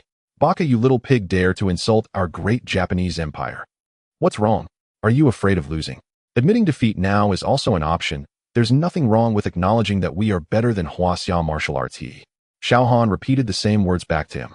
After speaking, he unleashed the same move he used against Wang Chong and charged fiercely at Xiaohan. The same technique, a different target. Would the outcome be the same as before? At this moment, the students below had stopped cursing and were watching the two on stage with bated breath. Just as Xiaohan was about to be hit by Yamamoto Izaki's sweeping kick aimed at his waist, he lifted his right leg to sweep at Yamamoto's calf. Yamamoto intended to kick Xiaohan off the stage in the same manner, but upon seeing Xiaohan's move, he thought to himself that Xiaohan was seeking death for daring to clash with his iron-like legs. A vicious glint flashed in his eyes as he channeled more force into his right leg. With a bang, another sound echoed, just like when Wang Chong was kicked off the stage. The difference was that Xiaohan remained completely unfazed while Yamamoto bent down, clutching his right leg, his face a mask of terror as his calf twisted in an unbelievable manner, clearly broken. No, impossible. Yamamoto Izaki stammered just as he saw Xiaohan launch another whip kick towards his waist, feeling his body uncontrollably propelled off the stage. The wails echoed throughout the auditorium. At this moment, Li Weijia, watching Yamamoto Izaki's cries, inwardly cursed, "Useless, can't even handle this." The karate exchange student, witnessing this familiar scene, angrily shouted, "Baka, how dare you strike so hard? Damn Chinese pig. Despicable." Xiaohan coldly clapped his hands, saying, "I see this little Japanese is so arrogant, thinking he is so formidable. Karate is indeed just show. Who knew he couldn't even block a single strike from me? That's right. Well done, Xiaohan." At this moment, the Chinese students below, who had just been dejected, were now elated, feeling vindicated. Great. Let's see how these Japanese can still act so arrogant. Deserved. Xiaohan, you did great. The students below cheered, exchanging insults with the Japanese exchange students, and it seemed a small-scale conflict between China and Japan was about to erupt. In the end, it was the school leaders who intervened to temporarily calm the situation, while a new video titled "Chinese Martial Arts Completely Defeats Japanese Karate" appeared on the school's forum, making Xiaohan a campus sensation, attracting the admiration of many female students. In a villa area of Donghai Yunting community, "Mom, what are you doing here?" Lin Ruashi, dressed in professional attire and ready to head to the office, looked surprised at the woman in luxurious attire brought in by the nanny. The woman was Lin Ruaxi's mother, Chu Jing, who at 40 maintained her looks as if she were in her 30s, her beauty perfectly inherited by Lin Ruashi. "How else could I come? You never come home all day. How long will it take to see you, this busy person?" "Mom, I'm just busy with work. There are countless things waiting for me at the company." Lin Ruashi, "Stop using these excuses to dodge me. You're not a child anymore. It's time to consider marriage. Look at your cousins, they all have 2 kids. What do you think of the Wang family's son I introduced to you a few days ago? Not suitable, not interested. What about the Li family's son? No feelings." Chu Jing looked at her daughter angrily and said, "This won't do, that won't do. I'm telling you, Lin Ruashi, next month is your grandfather's birthday. I don't care what method you use, you must bring back a son-in-law. Even if he is a beggar, my Lin family can support him." Lin Ruashi helplessly looked at Chu Jing, who had given her an ultimatum and could only reluctantly agree for now. "Mom, it's so early and you're already pressuring me to get married again. Can't I get a proper rest on the weekend?" A girl in a pink cartoon nightgown, rubbing her sleepy eyes, called out to Chu Jing. This was Lin Weiwei, who had come to stay with Lin Ruashi during the school's weekend break. "You little brat. Such a big incident happened, and you didn't even call me to let me know you were safe after getting off the plane. It was your sister who informed us. None of you sisters are reliable." "I was fine, right?" Lin Weiwei said, snuggling up to Chu Jing's arm playfully. All right, I have things to attend to, so I'm leaving now." As she walked away, Chu Jing said to Lin Ruashi, "Don't forget to bring back a son-in-law next month." Lin Ruashi shook her head in headache and sighed. "Sister, let me introduce you to someone from our school." Before Lin Weiwei could finish her sentence, she was interrupted by Lin Ruashi. "Don't complicate things. Your school is full of kids, or I have to go to work, so I want to accompany you." Lin Weiwei watched Lin Ruashi walk away and playfully stuck out her tongue, thinking of, "I will definitely try to get you two together." As Lin Ruashi arrived at the company office, still troubled by her mother's relentless matchmaking that morning, her secretary, Gu Xiaomei, entered with a pile of documents for Lin Ruashi to sign, instantly transforming into a powerful woman. "General Manager Lin, will you be personally leading the team to the autumn campus recruitment fair at Donghai University this year?" Upon hearing the name Donghai University again, Lin Ruaxi's eyes suddenly sparkled with realization as a person came to mind, plunging her into deep thought. Gu Xiaomei, noticing Lin Ruaxi's demeanor, did not dare to interrupt. After a moment, Lin Ruashi commanded Xiaomei, find out about a person. Oh, I remember him being called Xiao Han, a student from Donghai University. Also, I will attend the recruitment fair myself. In a private room on the 6th floor of the entertainment company, Li Weijie glared at Yamamoto Izaki, who was leaning on a cane with his lower leg encased in thick plaster. You worthless fool, didn't you say crushing him would be as easy as squashing an ant? How did you end up letting him show off instead? Yamamoto Izaki's expression darkened as he replied with displeasure, Waiji-can, we are partners. I hope you can show a bit more respect. Li Weijie scoffed at Yamamoto Izaki's words. Yamamoto Izaki continued, this time I underestimated him. But don't worry, our president will return in a few days, and then he will naturally face the consequences. Li Weijie asked doubtfully, is your president capable? Please don't worry, young Master Li. Our president has already broken through to the dark strength level. This time, he will definitely take him down. Yamamoto Izaki spoke proudly. He'll trust you once more. I hope to hear good news this time. Have you heard? The president of the karate club is challenging Xiao Han in 2 days. Who? The karate president. Is it Nakamura too, the one who has won the national karate championship for 2 consecutive years? Within the campus of Donghai University, news spread like wildfire about Nakamura too of the karate club challenging Xiao Han. At this moment, Xiao Han was leisurely reading in the library, relishing a rare moment of tranquility and comfort over the years. Suddenly, a series of tapping sounds broke the silence of the library. Xiao Han looked up to see Yamamoto Izaki limping toward him with a cane, his face filled with resentment, as he said, Xiao Han, our esteemed president wishes to challenge you. You won't be able to enjoy your triumph for long. Xiao Han teased, do you want to lose your other leg too? Remember, you still owe me a bet that hasn't been settled. A flicker of fear flashed in Yamamoto Izaki's eyes, but then he spoke with hatred, Xiao Han, don't get too cocky, or our president will definitely defeat you. Let's see if you can still be so arrogant then. Are you daring enough to accept our president's challenge? Xiao Han chuckled as he took the challenge letter, casually skimming through the content. 10 o'clock in the morning, 2 days later at the school auditorium, martial arts competition. Sai Nakamura too. Seeing that Xiao Han had accepted the challenge, Yamamoto Izaki left the library with a smug expression. Upon receiving the news of Xiao Han accepting the challenge, Zhang Sheng and his friends along with Li Minghan and Lin Weiwei rushed to the library surrounding Xiao Han. Xiao Han Nakamura too is a 2-time consecutive national karate champion. He is not someone of Yamamoto Izaki's caliber. Li Minghan anxiously said to Xiao Han, yes, Han, do you have confidence this time? Last time you broke Yamamoto Izaki's leg, they will surely go all out this time. Mo Xiaohua's face was also filled with worry. In contrast, Xiao Han, who was surrounded, joked lightly, when soldiers come I will block them, when water comes I will dam it. As a fine young man of Huaxia, how could I be intimidated by a small Japanese thief? Seeing Xiao Han's carefree demeanor, Lin Weiwei smirked and teased Xiao Han, don't be too careless, don't let us have to carry you if you get beaten up. Xiao Han just laughed heartily at this.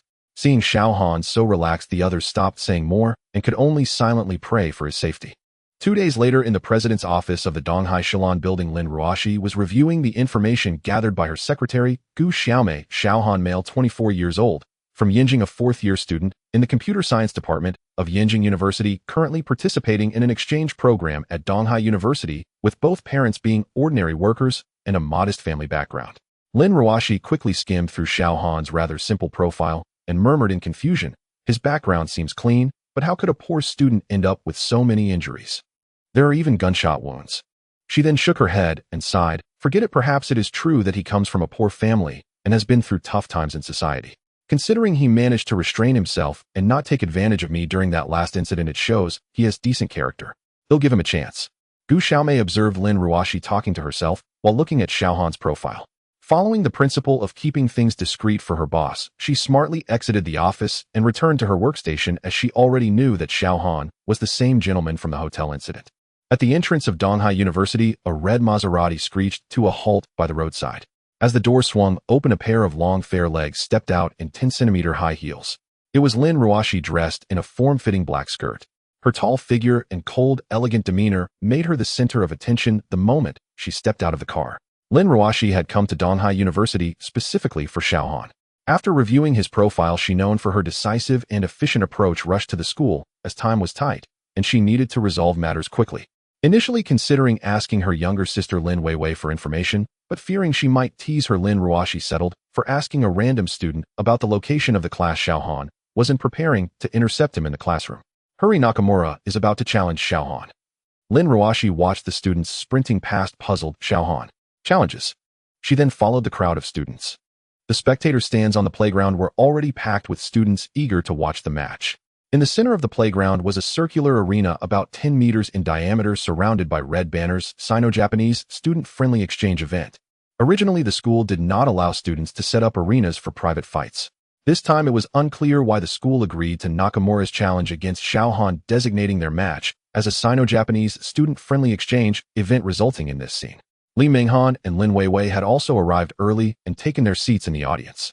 As the president of the student council, Li Minghan had privately inquired with the principal about the situation. It turned out that the school had been quite troubled by the arrogant behavior of these Japanese exchange students, but due to certain policy reasons, they couldn't take direct action. Now, with Nakamura challenging Xiaohan, the principal hoped to use Xiaohan to suppress the arrogance of the Japanese students. With the encouragement of a certain board member, this event came to be. Li Minghan had once questioned the principal about what would happen if Xiaohan lost. The principal, however, firmly assured her that Xiaohan would definitely not lose, and even now Li Minghan was still unclear why the principal was so confident that Xiaohan would win. In the center of the arena stood a Japanese man about 1.7 meters tall, dressed in a white karate uniform. It was Nakamura, standing with his arms crossed in a calm manner. At 9:50, the school officials hosting the event began to take the stage one by one. Where is Xiaohan? Why hasn't he arrived yet? Could it be that he is backing out at the last minute? Some Japanese exchange students in the stands shouted loudly. Yamamoto Izaki, with a smug grin, remarked, "Of course he is afraid of our president. This coward Xiaohan only resorts to despicable tricks to scheme against others. I was merely trying to spar and didn't use my full strength, but who knew Xiaohan would kick my leg when I was unprepared? Now that our president has returned, he certainly wouldn't dare to show up." Many students in the auditorium were well aware of what had transpired that day. Under the watchful eyes of all, Yamamoto Izaki could still shamelessly distort the truth with such audacity, much like certain Japanese politicians who openly twist history and alter textbooks to deny the war of aggression against China. Truly, the Japanese nature is inherently shameless and despicable. Bullshit, you little Japanese devil. Xiaohan could crush you with a single finger. Some impassioned students in the stands retaliated, trading insults with the Japanese exchange students. Lin Weiwei looked anxiously at the arena. "Minghan, why hasn't Xiaohan come yet?" "I don't know. I can't reach him either. His phone keeps going unanswered." Li Minghan also wore a worried expression. At exactly 10 o'clock, a student in the stands shouted excitedly, "Xiaohan is here." At the entrance to the sports field, Zhang Sheng, Mo Xiaohua, and Zhao Bin flanked Xiaohan, arriving precisely at the last second of 9:59. In truth, Xiaohan had wanted to come earlier, but it was the idea of Mo Xiaohua, the lively one in the dorm, who insisted that superheroes in movies always make their grand entrance at the very last moment, turning the tide and saving the world from crisis. He even confiscated Xiaohan's phone to prevent anyone from contacting him. So when Li Minghan called, Xiaohan actually saw it, but Mo Xiaohua wouldn't let him answer. The three of them even styled their hair and chose what they thought were the coolest outfits, insisting on entering alongside Xiaohan to have a story to tell later when bragging to girls. Xiaohan, who usually kept a low profile, didn't want to be so flashy, but he couldn't resist Mo Xiaohua's plea to help his brothers find love. Dressed casually in black leisure wear, Xiaohan stood on the platform, a stark contrast to Nakamura Fuji in white. Xiaohan sized up Nakamura Fuji, short in stature, but with a muscular, sturdy build. "Xiaohan Koen, I didn't expect you to have the courage to stand before me. My strength is not to be compared with Izaki-kun's," Nakamura Fuji said with an air of arrogance. Xiaohan let out a soft chuckle. "You seem quite confident." "Xiaohan Koen, as a martial artist, you must know what hidden strength represents. And I have already broken through to hidden strength years ago." Xiaohan looked at Nakamura Fuji with slight surprise. A hidden strength martial artist in his 20s was indeed impressive, even in the ancient martial arts world of China. No wonder Nakamura Fuji was so arrogant. "So Xiaohan Koen, it's not too late to surrender now. Surrendering is not shameful, but losing your life would be a pity. How would I know without trying? I'd like to see the power of a hidden strength martial artist for myself." Xiaohan responded nonchalantly. "You overestimate yourself.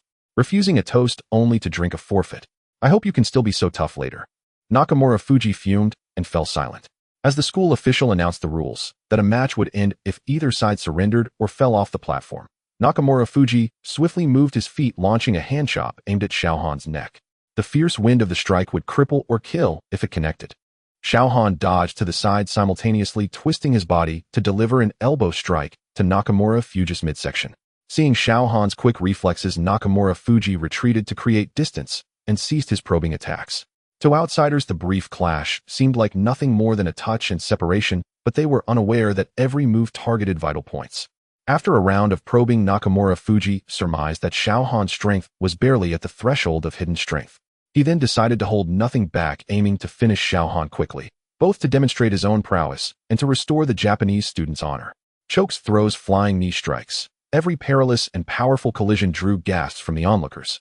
Coupled with Xiao Han's deliberate concealment of his true strength, he narrowly dodged Nakamura Fuji's attacks time, and again causing the crowd supporting him to break out in a cold sweat. Seeing Xiao Han evade his attacks at the last moment, each time Nakamura Fuji was greatly enraged and his strikes became increasingly ruthless. 10 minutes later, Xiao Han deliberately pretended to be out of breath, as if he had exhausted his strength, and his steps began to falter. The students supporting Xiao Han immediately grew concerned while Yamamoto Izaki and the other Japanese spectators laughed, triumphantly shouting, "Xiao Han is finished. I knew he wasn't a match for the president, haha." In the audience, Li Weijie couldn't help but glare at the stage, saying, "Xiao Han, let's see if you can survive this. If you lose to the Japanese in public, you will never be able to hold your head high at Donghai University again." Seeing this, Nakamura Fuji was delighted and shouted, "Xiao Han lasting this long against me is already quite an accomplishment. Now it's time to end this." With that, he channeled strength into his legs, surged forward, and delivered a powerful flying kick aimed at Xiao Han's temple, intending to defeat him with a single blow. Xiao Han looked at the incoming attack with a wicked smile. His body was filled with vitality, showing no signs of fatigue from before. Quickly closing the distance to Nakamura Fuji, Xiao Han seized his left shoulder with his left hand and grabbed his right ankle with his right hand. With a sudden burst of power from his shoulder, he struck Nakamura Fuji's shoulder, and with a loud crack, the sound of a bone snapping echoed through the air. Then, executing a sideways flying kick, Nakamura Fuji was sent crashing down from the stage. A pin drop could be heard in the venue. A few seconds later, Yamamoto Izaki shouted in disbelief, "Impossible. How could the president lose?" He couldn't comprehend how Xiao Han, who had just appeared to be finished, could turn the tables so quickly. No way. He must have taken drugs. Yes, he must have taken some kind of stimulant. Yamamoto Izaki yelled hoarsely. Li Weijie watched Xiao Han standing on the stage, reveling in the spotlight of victory, trembling with anger and cursing him as a waste. Fuming, he stormed out of the arena, feeling like he was worlds apart from the supporters of Xiao Han, who were ecstatic. It was unclear who started it, but suddenly the crowd erupted with deafening cheers of "Xiao Han! Xiao Han!" Some students were so moved they secretly wiped away tears, not for any other reason, but because the little devils had once again fallen at the feet of the Chinese. Following the school's announcement of Xiao Han's victory, the Sino-Japanese student exchange event concluded. Yamamoto Izaki and the others could only carry the unconscious Nakamura Fuji away in defeat. Meanwhile, the aloof female CEO Lin Ruashi let out a sigh of relief as the heart-stopping moments on stage had left her breathless. At this moment, Xiao Han was surrounded by Li Menghan and others as they left the arena. Lin Ruashi spotted her sister Lin Weiwei beside Xiao Han and decided to find another opportunity to meet him, quietly slipping away. On Xiao Han's side, Mo Xiaohua suggested they celebrate properly that evening, and no one objected. They eventually agreed on a restaurant before parting ways. In a room at a high-end apartment in Donghai, Li Weijie was shirtless, smoking and angrily cursing. "These useless fools can't even handle Xiao Han. What national karate champion? They're all worthless." Not only did they fail to embarrass Xiao Han, but they also helped him rise to fame. At that moment, a woman clad in seductive sleepwear, her cleavage partially exposed and her face flushed, sat alluringly on Li Weijie's lap. From the woman's expression, it was clear they had just engaged in a vigorous activity. "Li Xiao, don't be angry. Dealing with a muscular oaf like him should be easy," the woman cooed. Upon hearing this, Li Weijie quickly asked, "Feifei, do you have a way to handle him?" The woman was Lu Feifei, Li Menghan's roommate, who had already become entangled with Li Weijie. "Li Xiao, what about the promise you made to me?" "Feifei, as long as you can deal with Xiao Han, I want just offer you a job with an annual salary of hundreds of thousands. He'll even give you a company to run." Upon hearing this, Lu Feifei leaned closer to Li Weijie's ear, her breath fragrant, and teased, "Li Xiao, how about we?" After saying this, she deliberately pushed her already exposed curves against Li Weijie's body and provocatively swayed her hips, which were wrapped in sexy sleepwear.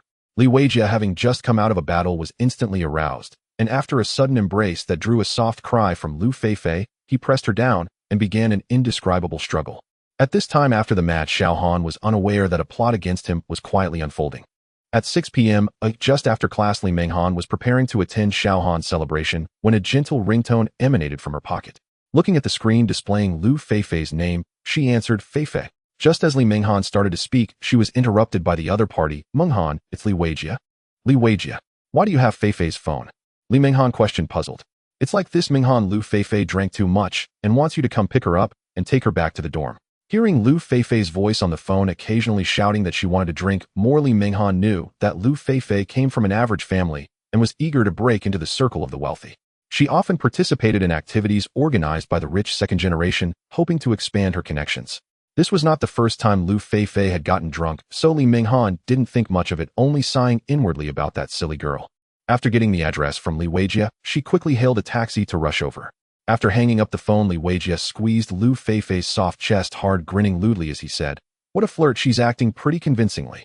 Li Xiao, I'm doing this for you, even selling out my good friend. Don't forget Feifei's kindness in the future. Don't worry, once this is done you won't regret it." Half an hour later, Li Minghan arrived at the address provided by Li Weijia. Just as she pressed the doorbell, the door swung open. "Feifei, you're not drunk." Li Minghan looked at Lu Feifei standing in front of her, puzzled. At this moment, Lu Feifei was fully dressed, though her hair was a bit disheveled. "Minghan, I'm sorry, I didn't mean to deceive you. Li Weijia insisted on apologizing to you in person and begged me to invite you here. I was afraid you wouldn't come, so I had no choice but to trick you into coming," Lu Feifei said apologetically, while pulling Li Minghan's hand, wanting to lead her into the house. Li Minghan hesitated and didn't move, gripping Lu Feifei instead. "Oh Minghan, how could I harm you?" Seeing that Li Minghan did not move, Lu Feifei pretended to be angry. Seeing this, Li Minghan stopped hesitating and followed Lu Feifei into the house. "Minghan, you're here." Li Weijia quickly stood up in the living room, feigning surprise as he shouted, "Li Weijia, let me remind you again to call me Li Minghan." Li Minghan questioned coldly, "What is so important that Feifei had to deceive me into coming here?" Li Weijia's expression turned cold upon hearing Li Minghan's words, a glint of malice flashing in his eyes. Lu Feifei, noticing the tension between them, quickly intervened in a soft tone. "Oh Minghan, Li Xiao means no harm. He just wants to apologize to you and Xiaohan in person." Li Weijia hurriedly added, Yes, I just want to apologize to you both in person." Li Minghan looked at Li Weijia with confusion. "Apologize? Then where is Xiaohan?" "Oh Minghan, we don't have Xiaohan's contact information. We thought we would invite you first to clear the misunderstanding between you and Li Xiao, and then call Xiaohan to resolve things together." "Yes Minghan, that's what I meant. I also got to know Xiaohan through not so pleasant means. Now that Xiaohan has even beaten that group of Japanese exchange students, it's a way for us students from Donghai University to vent our frustrations. I truly admire Xiaohan now." Li Weijia feigned sincerity as he walked over to the dining table and picked up 2 glasses of red wine that had been poured long ago, handing one to Li Minghan. "Minghan, I toast you with this glass as an apology for my previous disrespectful behavior." Li Minghan looked at Li Weijia, hesitating and not making a move. "Minghan, I'm genuinely here to apologize today. Do you really want to see me and Xiaohan continue to be at odds?" Li Weijia retorted, observing a flicker of hesitation in Li Minghan's expression, and continued, "Let's not talk about anything else. Just my father is a school director. If I truly wanted to make things difficult for Xiaohan, I could easily terminate his exchange student program, couldn't I?" Li Minghan pondered Li Weijia's slightly threatening words. Although Xiaohan was a key focus of the principal, it was not impossible for a director to obstruct him. Li Minghan quickly contemplated and took the wine glass, saying, "Li Weijia, I accept your apology. I hope everything you said is true. He'll contact Xiaohan right away." After saying that, she took a delicate sip of red wine. Seeing this, Li Weijia's lips curled into a slight smile, a glimmer of lust flashing in his eyes as he raised his glass and took a few gulps. Nearby, Lu Feifei observed Li Minghan's actions, feeling a twinge of regret for what was about to unfold. She thought, "I'm sorry Minghan, but I'm also considering my future. I hope you won't blame me." Then her expression turned cold as she consoled herself for her actions. "Besides, I'm doing this for your sake. Li Xiao is wealthy and influential, far superior to that Xiaohan. If you follow him, you will definitely thank me later." Meanwhile, in the private room of the restaurant established by Xiaohan and others, Xiaohan Zhangsheng and Zhao Bin had nothing to do. They arrived at 6 o'clock, and at 6:30 Mo Xiaohua and Lin Weiwei entered one after the other. Mo Xiaohua was holding a pure and beautiful girl who had been charmed by his flattery after watching the match between Xiaohan and Nakagawa Fujin, much to Zhangsheng's envy, who teased about the abduction of a good girl. In terms of physique and appearance, Mo Xiaohua could also be considered handsome, coupled with the benefits of being a rich second generation, making it easy for him to attract girls, unlike Zhangsheng, who was rather rough. Watching the playful crowd, Xiaohan turned to Lin Weiwei and asked, "Weiwei, didn't Minghan come with you?" "No, Minghan's phone is still unreachable. I have no idea where she went," Lin Weiwei replied. Mo Xiaohua interjected, "Could it be she had something urgent come up?" "That shouldn't be the case. If Minghan had something, she would definitely notify us. The fact that we can't reach her means something might have happened, right?" Lin Weiwei spoke anxiously. Xiaohan comforted her, saying, "Weiwei, why don't you ask Minghan's roommate if she's in the dormitory?" Lin Weiwei hurriedly called Li Minghan's roommate. A minute later, she hung up and anxiously told Xiaohan Li Minghan left class at 6 and told her roommate she was coming here for the gathering. Upon hearing Lin Weiwei's words, everyone began to worry. Xiaohan pondered for a moment, took out his phone, and made a call. The phone rang only once before an excited voice echoed, "Boss, where are you? I thought you were dead." Xiaohan chuckled slightly upon hearing the voice. "Monkey, we can catch up later. I need you to locate someone for me." "Boss, who's in such a hurry? It's not some sister-in-law, is it?" Xiaohan quickly retorted, "Stop joking. It's a friend of mine. I can't reach her, so find her for me." Upon hearing Xiaohan's serious tone, the monkey ceased his banter, rapidly typing on his computer. Xiaohan held the phone without hanging up, anticipating that the monkey would quickly find her location. Sure enough, in less than 10 seconds, the monkey exclaimed, "Han, go, I found her. I'll send you the location." Xiaohan thanked him and hung up after receiving the positioning message. On the other end, the monkey, about to call out "Boss," was greeted by a busy tone mumbling, "Boss is still so decisive." He mischievously smirked and muttered, "Boss, it's not that I want to betray you. That she-devil is unbearable. Oh, let her find you instead." After receiving the location, Xiaohan informed Lin Weiwei and the others about the situation and hurried alone to the designated spot. At this moment in Li Weijia's bedroom, Li Menghan lay unconscious on the bed, while Li Weijia stood beside the bed gazing at her, as if admiring a piece of art, his face filled with obsession. It turned out that the red wine Li Menghan had just drunk was laced with a potent drug by Li Weijia. After finishing the wine, as she attempted to call Xiaohan, she felt dizzy and realized she might have been set up. What was most infuriating was that her best friend Lu Feifei, whom she had always trusted, had colluded with Li Weijia against her. Li Menghan struggled to escape, but unfortunately her body was no longer under her control, and she fell into a deep sleep. Seeing Li Menghan completely unconscious, Li Weijia finally revealed his true nature, his face filled with lust and impatience, as he picked her up and headed towards the bedroom. Lu Feifei, seeing that her plan had succeeded, observed Li Weijia's eager demeanor and thought about returning to school. Little did she know that Li Weijia, driven by lust, intended to wait until he and Li Menghan had consummated their relationship, then have both Li Menghan and herself serve him in a perverse scenario of two women serving one man. Lu Feifei was indifferent to Li Weijia's request, as she and he had long been candid with each other. It all depended on whether Li Weijia could handle Li Menghan, so she simply sat in the living room waiting for him to finish. Thus the current scene in the bedroom unfolded. "Li Menghan, it's all your fault. You forced my hand. What do I lack compared to that poor kid Xiaohan?" Li Weijia said, his expression twisted as he looked at the unconscious Li Menghan, speaking to himself. To attend the celebration with Xiaohan and others that night, Li Menghan had deliberately worn a thin lace dress. Now lying on the bed with her long legs exposed to the thigh, everything about her was a temptation for Li Weijia. Unable to contain himself, Li Weijia pounced on Li Menghan, violently tearing at her clothes. Minutes later, only a bra and panties remained on her body. Gazing at her beautiful form, Li Weijia couldn't help but swallow hard, his excitement evident as he exclaimed, "Menghan, I finally got you." While speaking, he was trembling with excitement, trying to untie the last restraint on Li Menghan's chest. Suddenly, a scream of "Ah" came from the living room, followed by silence. Li Weijia, already tense, was startled and instantly lost his vigor. Li Weijia angrily opened the door and shouted, "Lu Feifei, you shameless girl, what are you going crazy for?" As soon as Li Weijia opened the door, he saw Lu Feifei lying on the ground. He was about to walk over to see what was going on when he felt a sharp pain in his neck and fainted. It was Xiaohan, who had just arrived and knocked him out.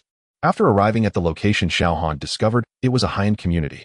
He was worried that Li Menghan might be here for some private matter and turned off her phone to avoid being discovered by others.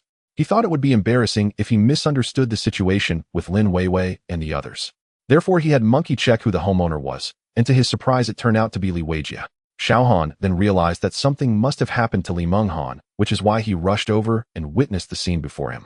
Lu Feifei's earlier scream was merely her surprise upon seeing Xiaohan sneak into the living room, and before she could notify Li Weijia, she was knocked out cleanly by Xiaohan. After knocking out Li Weijia, Xiaohan walked towards the bedroom and saw Li Menghan lying almost naked on the bed. Looking at her radiant body, Xiaohan felt his breath quicken and secretly sighed in relief that he arrived in time, preventing Li Weijia from succeeding. He shook his head, wondering why he kept encountering such scenarios lately.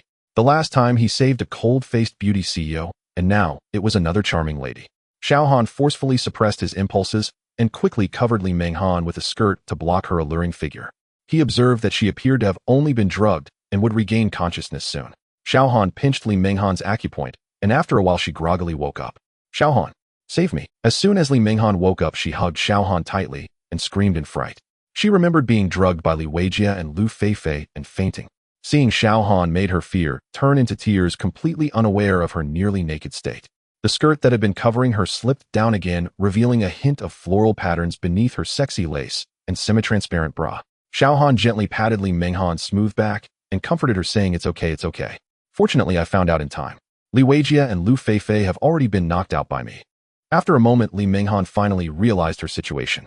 She gasped and quickly pushed Xiaohan away, holding the skirt in front of her chest, her face flushed with embarrassment.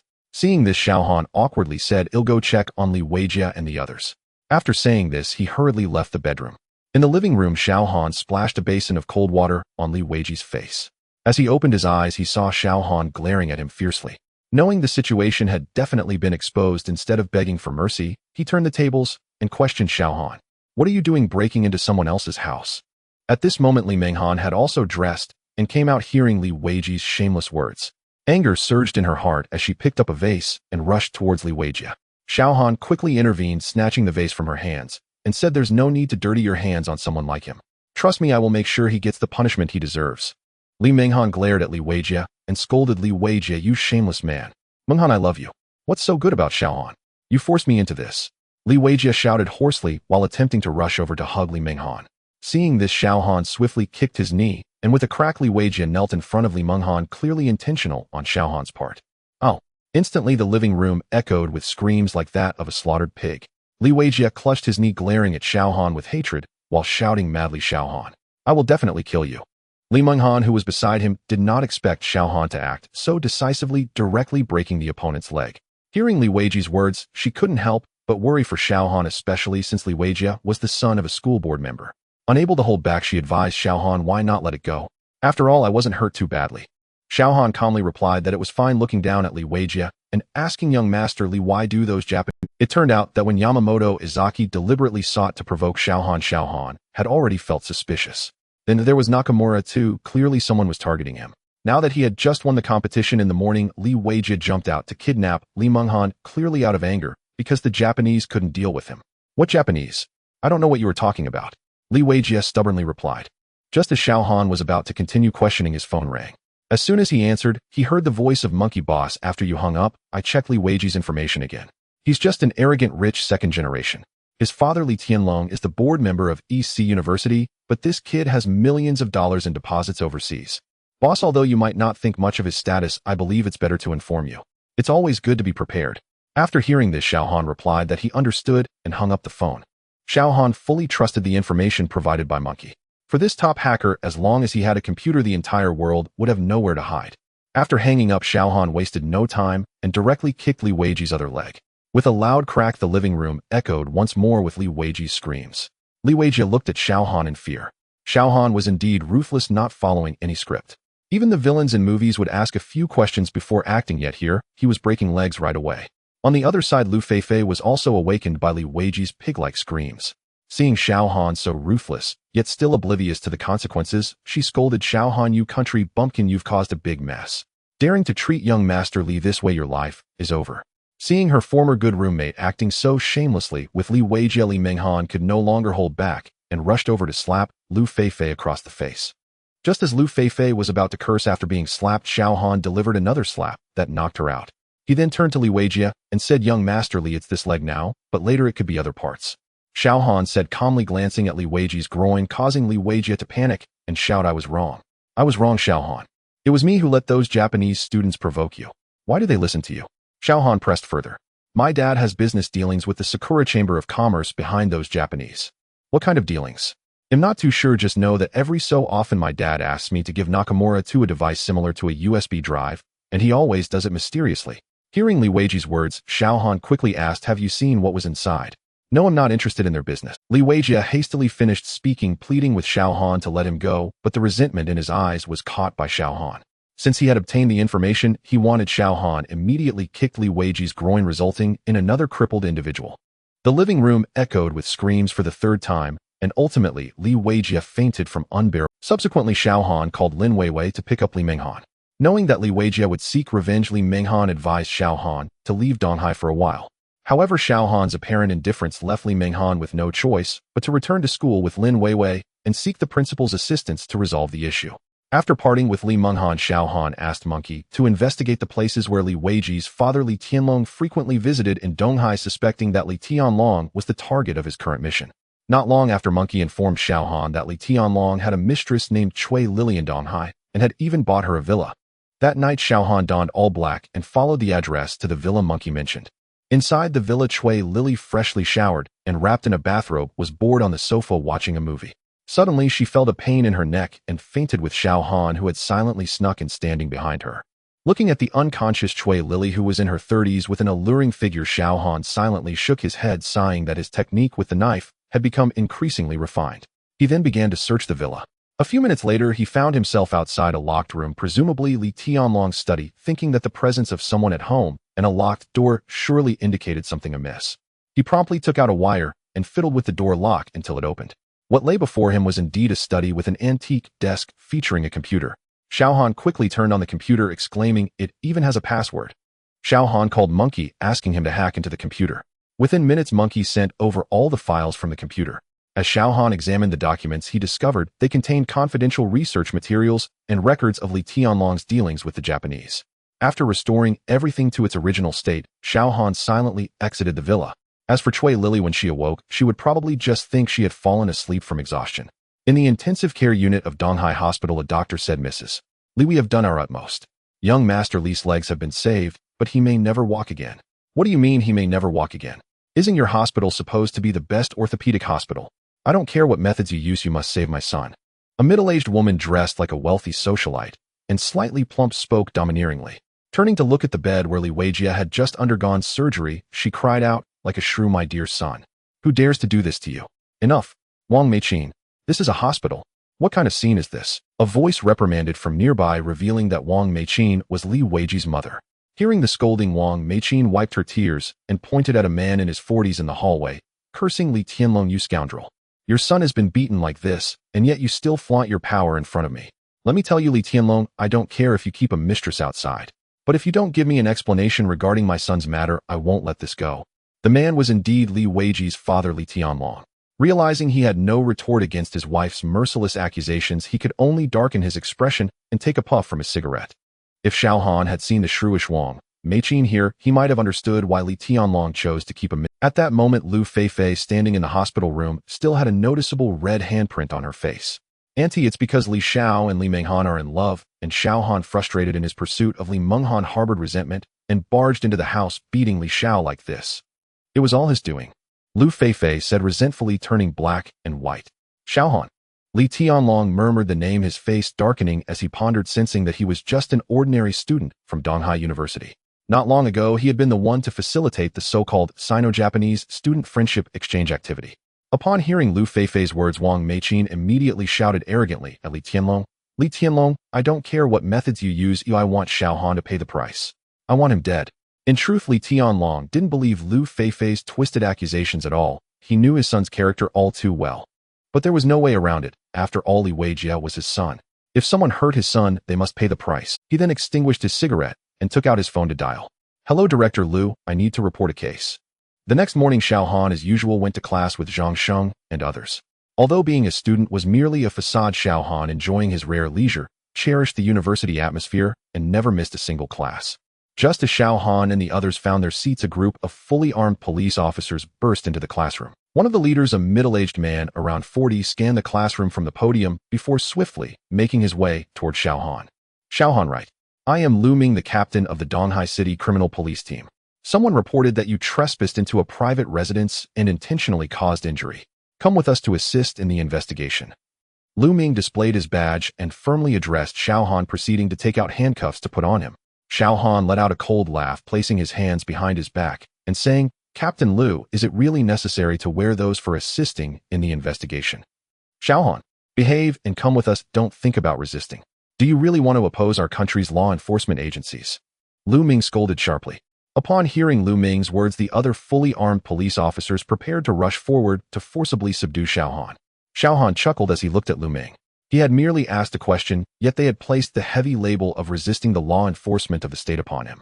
With a blank expression, Xiao Han said slowly, "Captain Lu, putting those on is easy, but taking them off is quite difficult." After saying this, he extended his hands in front of Lu Ming. Seeing Xiao Han's calm demeanor, Lu Ming hesitated for a moment. He had checked the kid's information. He was just an ordinary student. Was he just putting on an act? Regardless, he promptly snapped the handcuffs onto Xiao Han's wrists. Before long, news of Xiao Han being taken away by the police spread throughout the entirety of Donghai University. Upon learning that Xiao Han had been taken away, Li Menghan hurriedly ran toward the principal's office. At that moment in the principal's office, Li Tianlong, Wang Meiqin, and Lu Feifei were all present. Opposite them sat an elderly man around 60 years old, who was the principal of Donghai University, Ouyang Shan. At this moment, Ouyang Ming was questioning Li Tianlong with a face full of anger. Li Tianlong, you can really do it. You directly let the city's criminal police team storm into the school and take away one of our students. Do you know what kind of impact this will cause, eh? Before Li Tianlong could respond, Wang Meiqin shouted, Principal, we have no authority to command the police. We are the victims. It was that Xiao Han who acted violently and trespassed into a private residence, injuring my son. Yes, Principal, I saw with my own eyes Xiao Han barging into Li Weiji's home without reason and breaking his leg. Lu Feifei, who was standing nearby, chimed in to corroborate the accusation. Having just arrived outside the principal's office and overhearing Lu Feifei's twisted testimony, Li Minghan burst in without knocking and shouted in fury, Lu Feifei, you're lying. It was you and Li Weijia who conspired to drug me and attempted to rape me. Xiao Han broke into Li Weiji's home to save me. Lu Feifei hastily retorted. Li Minghan, don't be fooled by that poor loser Xiao Han. I'm doing this for your own good. Upon realizing that the person before her was Li Minghan, Wang Meiqin grew agitated and exclaimed, so you're Li Minghan. It's all your fault my Weijia ended up like this. Rape you? Look at you, you little slut. You were the one who seduced my son.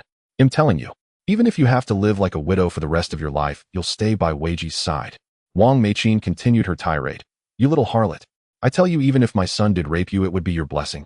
Being able to become a daughter-in-law of the Li family is you marrying up. Li Minghan, trembling with rage at Wang Meiqin's words, was about to retort when Ouyang Shan, standing nearby, pointed at Wang Meiqin and said angrily, Wang Meiqin, is it really her blessing to marry into your Li family? Of course, Principal Ouyang. Our Li family doesn't just let any woman marry in. If it weren't for her having some looks that caught my son's eye, a poor student like her wouldn't have a chance in 8 lifetimes. Wang Meiqin, completely oblivious to the principal's darkening expression, continued her venomous remarks. Fine, fine, fine. The principal laughed in bitter fury, repeating the word 3 times before turning to Li Minghan and asking, Minghan, is what you said true? Did he drug you? Yes, Principal. Thankfully Xiao Han saved me, or else. Li Minghan replied indignantly. Ouyang Shan then turned to Li Tianlong and pointed at him, saying angrily, Li Tianlong, you've raised quite a son. Sensing the escalating tension, Li Tianlong interjected, Principal, don't just take this girl's word for it. She says Li Weijia tried to rape her, but where's the evidence? My son's leg was broken by Xiao Han, and Lu Feifei witnessed it all. He's still lying in the ICU. We have both witnesses and evidence. Ouyang Shan fumed. Do you expect me to believe your one-sided story over my own granddaughter's words? Hearing the principal's words, Li Tianlong and the others were stunned. The previously arrogant Wang Meiqin asked weakly, granddaughter? Who? Li Minghan. Realizing she had just been cursing the principal's granddaughter, Wang Meiqin felt In contrast, Li Tianlong, though regretting not having discovered earlier that Li Minghan was the principal's granddaughter, remained defiant. Principal, even if she's your granddaughter, there's no evidence of drugging or attempted rape. But it's a fact that Xiao Han, that little wretch, broke my son's leg, and Lu Feifei was there to witness it. Xiao Han must pay. He then shot a threatening glance at Lu Feifei. At this moment, the most regretful person in the room was likely Lu Feifei. She never imagined her roommate was the principal's granddaughter. Now, after this debacle, she had probably thoroughly offended Li Minghan. And with Li Tianlong's threatening look, if she switched sides, now she would offend both parties. After mulling it over, she turned her resentment toward Li Minghan. Knowing how desperately she was trying to climb the social ladder, Li Minghan had never once revealed her own excellent family background or offered any help. Lu Feifei was the type to act as if the whole world owed her, that everyone should selflessly assist her without. Now that I know Li Minghan's background, I can only glare at her with even more resentment and say, Minghan, Li Xiao truly cares for you. How could he possibly drug you? Don't let Xiao Han deceive you any longer.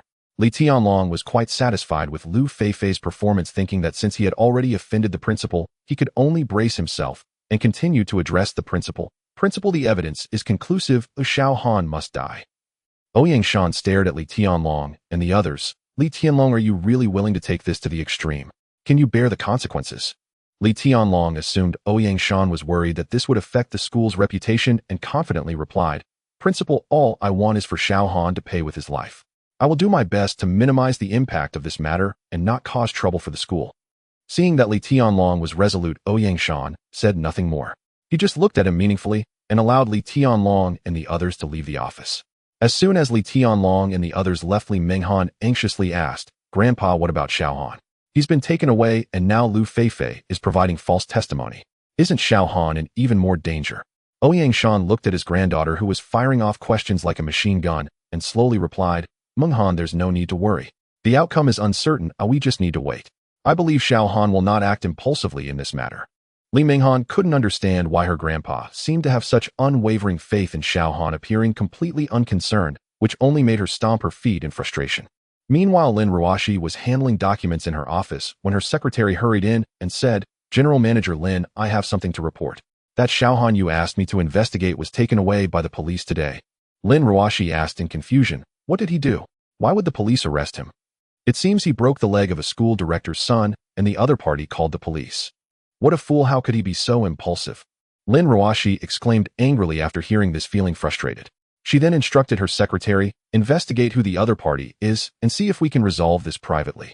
In the hospital room of Donghai Hospital, Li Weijia had already awakened. Upon learning that he might become a cripple for the rest of his life, he was furious and shouted that he wanted Xiao Han dead. My poor son, don't worry. Mom will definitely find you the best doctor. You'll be fine. Wang Meichin comforted Li Weijia while crying. Where's Xiao Han? I want to kill him. I want him to become a cripple too. Li Weijia shouted resentfully. You brought this upon yourself. You dare to drug and assault even the principal's granddaughter. You must really be tired of living. Li Tianlong angrily reproached Li Weijia for his disgraceful behavior. Principal's granddaughter. Who? Li Minghan.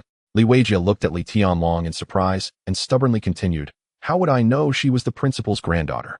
I truly liked her. You fool. How can I, Li Tianlong, have such a son as you? Enough, Li Tianlong, even at this time you're still trying to show off in front of your son. Have you dealt with that little scoundrel Xiao Han?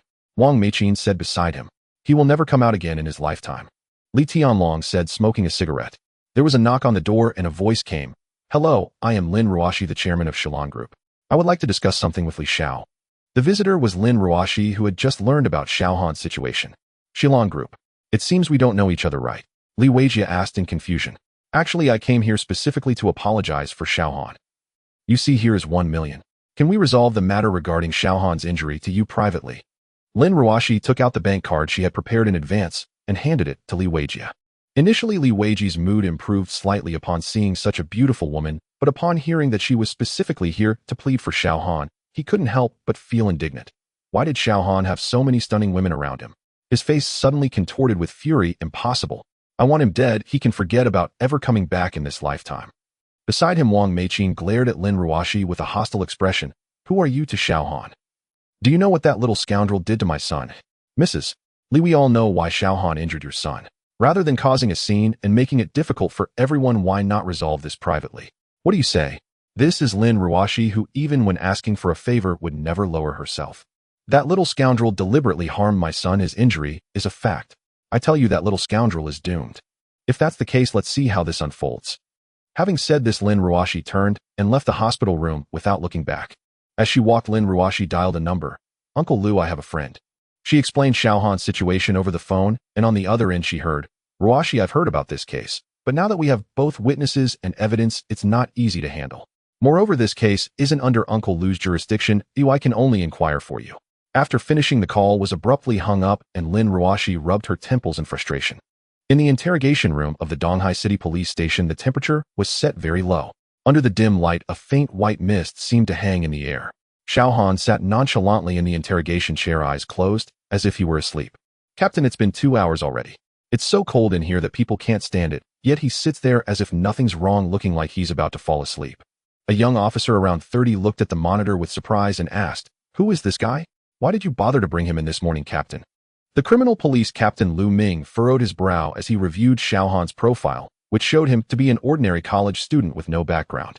Since receiving a call from Deputy Director Lu last night, as an experienced officer, he certainly knew there was more to this case, but there was nothing he could do. Over the years, this was not the first time he had handled such matters. He was already in the same boat as Li Tianlong and the others. Hearing the young officer's question, he rubbed his forehead and impatiently said, Xiao Zhang, don't ask what you shouldn't. He then entered the interrogation room. The young officer called Xiao Zhang quickly followed up saying, I just found this guy strange and was asking Cat. After speaking, he chuckled.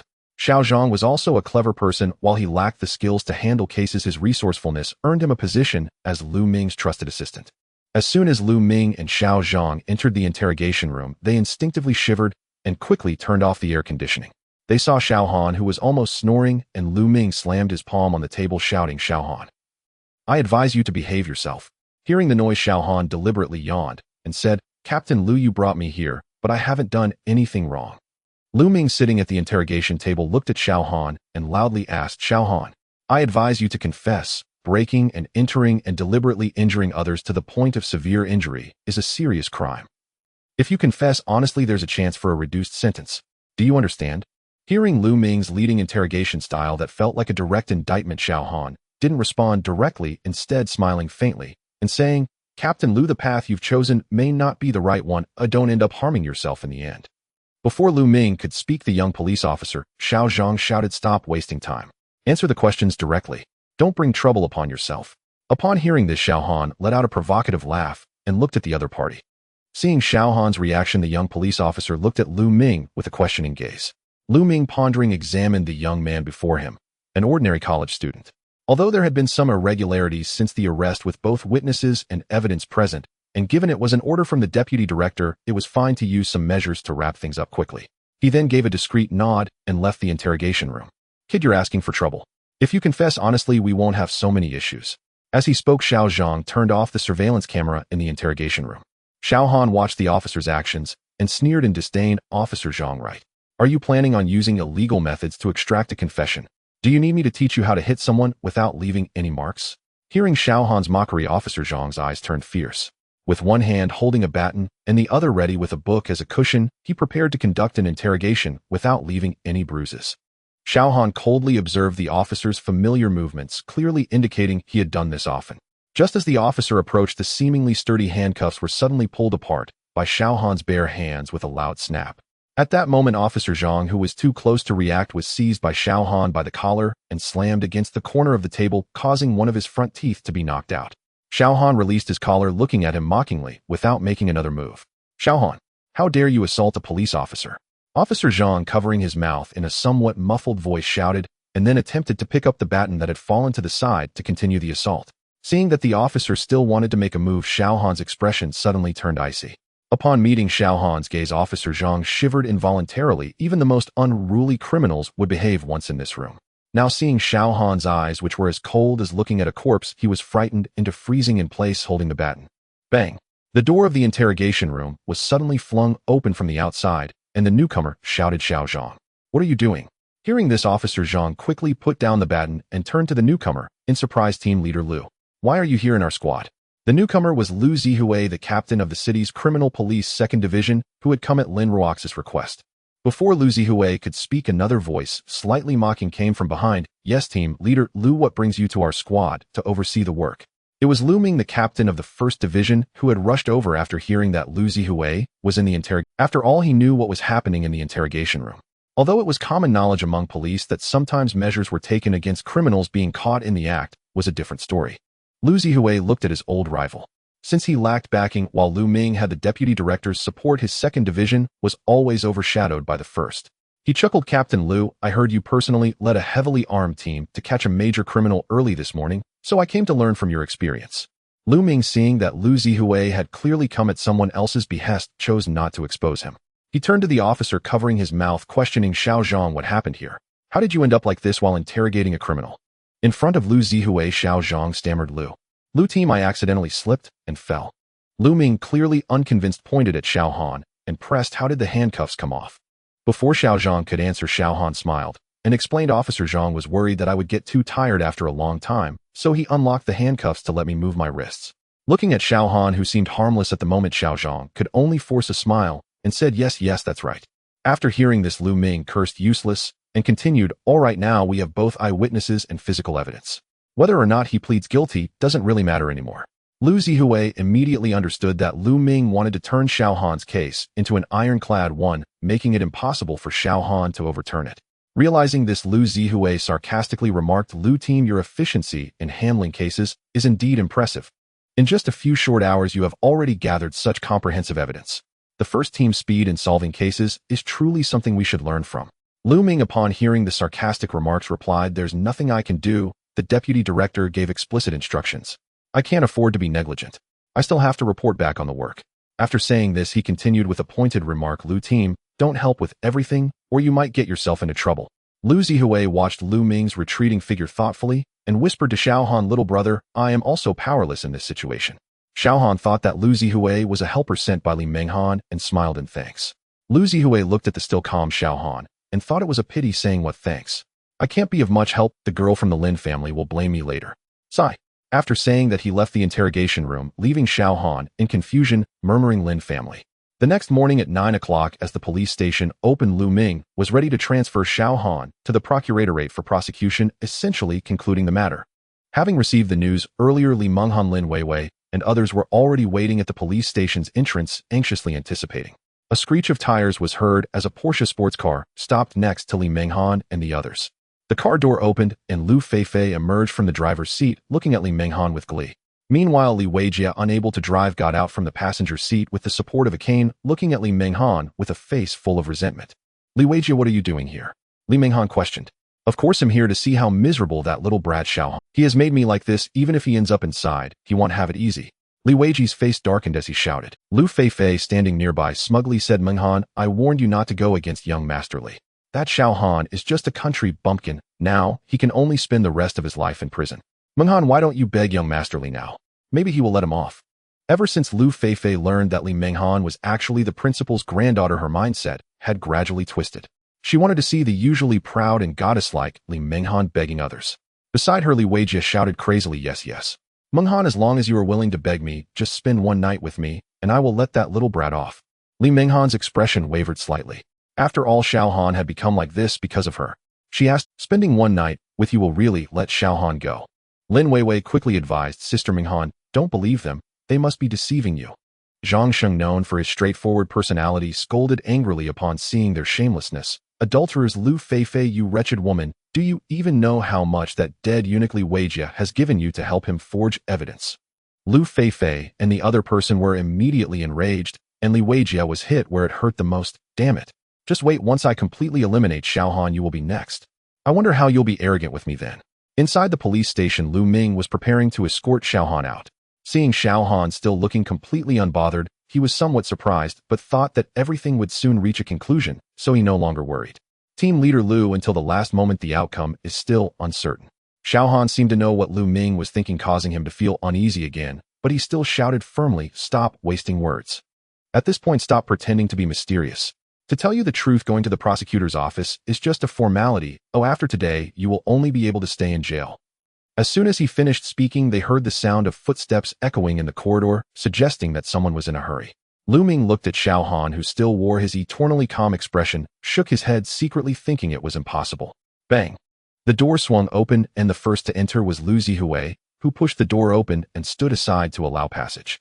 Following him was a middle-aged man, slightly overweight, in police uniform, with a clearly high rank, accompanied by two young individuals dressed in black police uniforms, a man and a woman, each wearing a badge that prominently displayed the words National Security.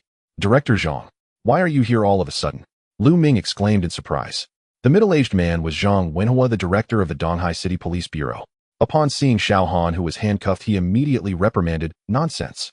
Who gave you the authority to do this?" Lu Ming hurriedly explained, "Director Zhang, he illegally entered a private residence and maliciously injured someone. Deputy Director Lu ordered the arrest, and he has already been convicted." "Convicted? Who made that decision? Who is the complainant? Has the case been reviewed?" Zhang Wenhua asked sternly. "No. Not yet. We are just preparing to transfer the materials to the prosecutor's office," Lu Ming stammered. "This is outrageous. Hurry and uncuff him," Zhang Wenhua shouted again in anger. "But Deputy Director Lu, he has been taken away for investigation due to violations of organizational discipline." After hearing this, Lu Ming trembled as he took out the key to unlock Xiao Han's handcuffs, but Xiao Han stepped back. "Team leader Lu, it's easy to put them on, but it's hard to take them off." Familiar words echoed in Lu Ming's ears. "Young brother, I. Lu Ming stuttered, unable to find words, looking helplessly at Xiao Han. Zhang Wenhua looked at Xiao Han and said, "Comrade, I apologize to you on behalf of the municipal police department. I assure you that those involved in this unlawful case will be dealt with severely." Upon hearing the director's words, Lu Ming felt a surge of regret, but he couldn't understand why the director took such an interest in Xiao Han, even personally apologizing. Lu Zihui, who was nearby, quickly snatched the handcuff key and stepped forward to unlock Xiao Han's cuffs.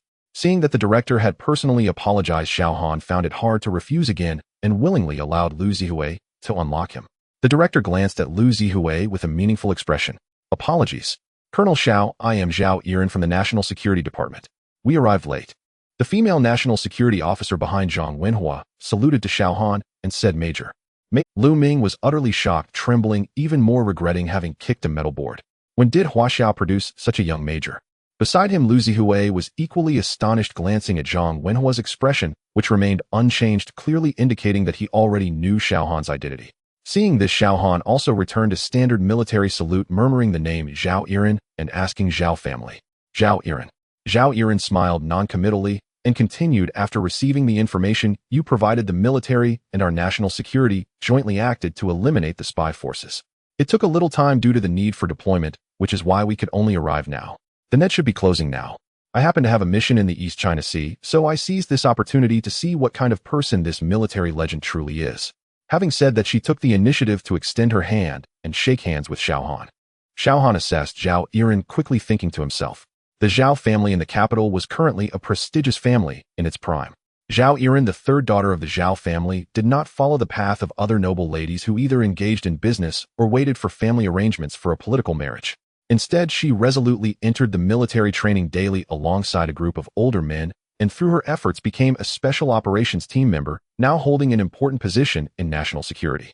Feeling the delicate fingers in his hand deliberately testing and gradually increasing strength, Xiao Han slightly increased his grip, as well, smiling effortlessly. Zhao Yiren also felt the strength in his grip, which was like a steel vise, rendering her unable to move. Soon a slight pain radiated from her hand. Although her expression remained calm, she was extremely surprised. Even some special operations team members in the military could not match Xiao Han's strength, which made it impossible for her to break free with mere grip strength.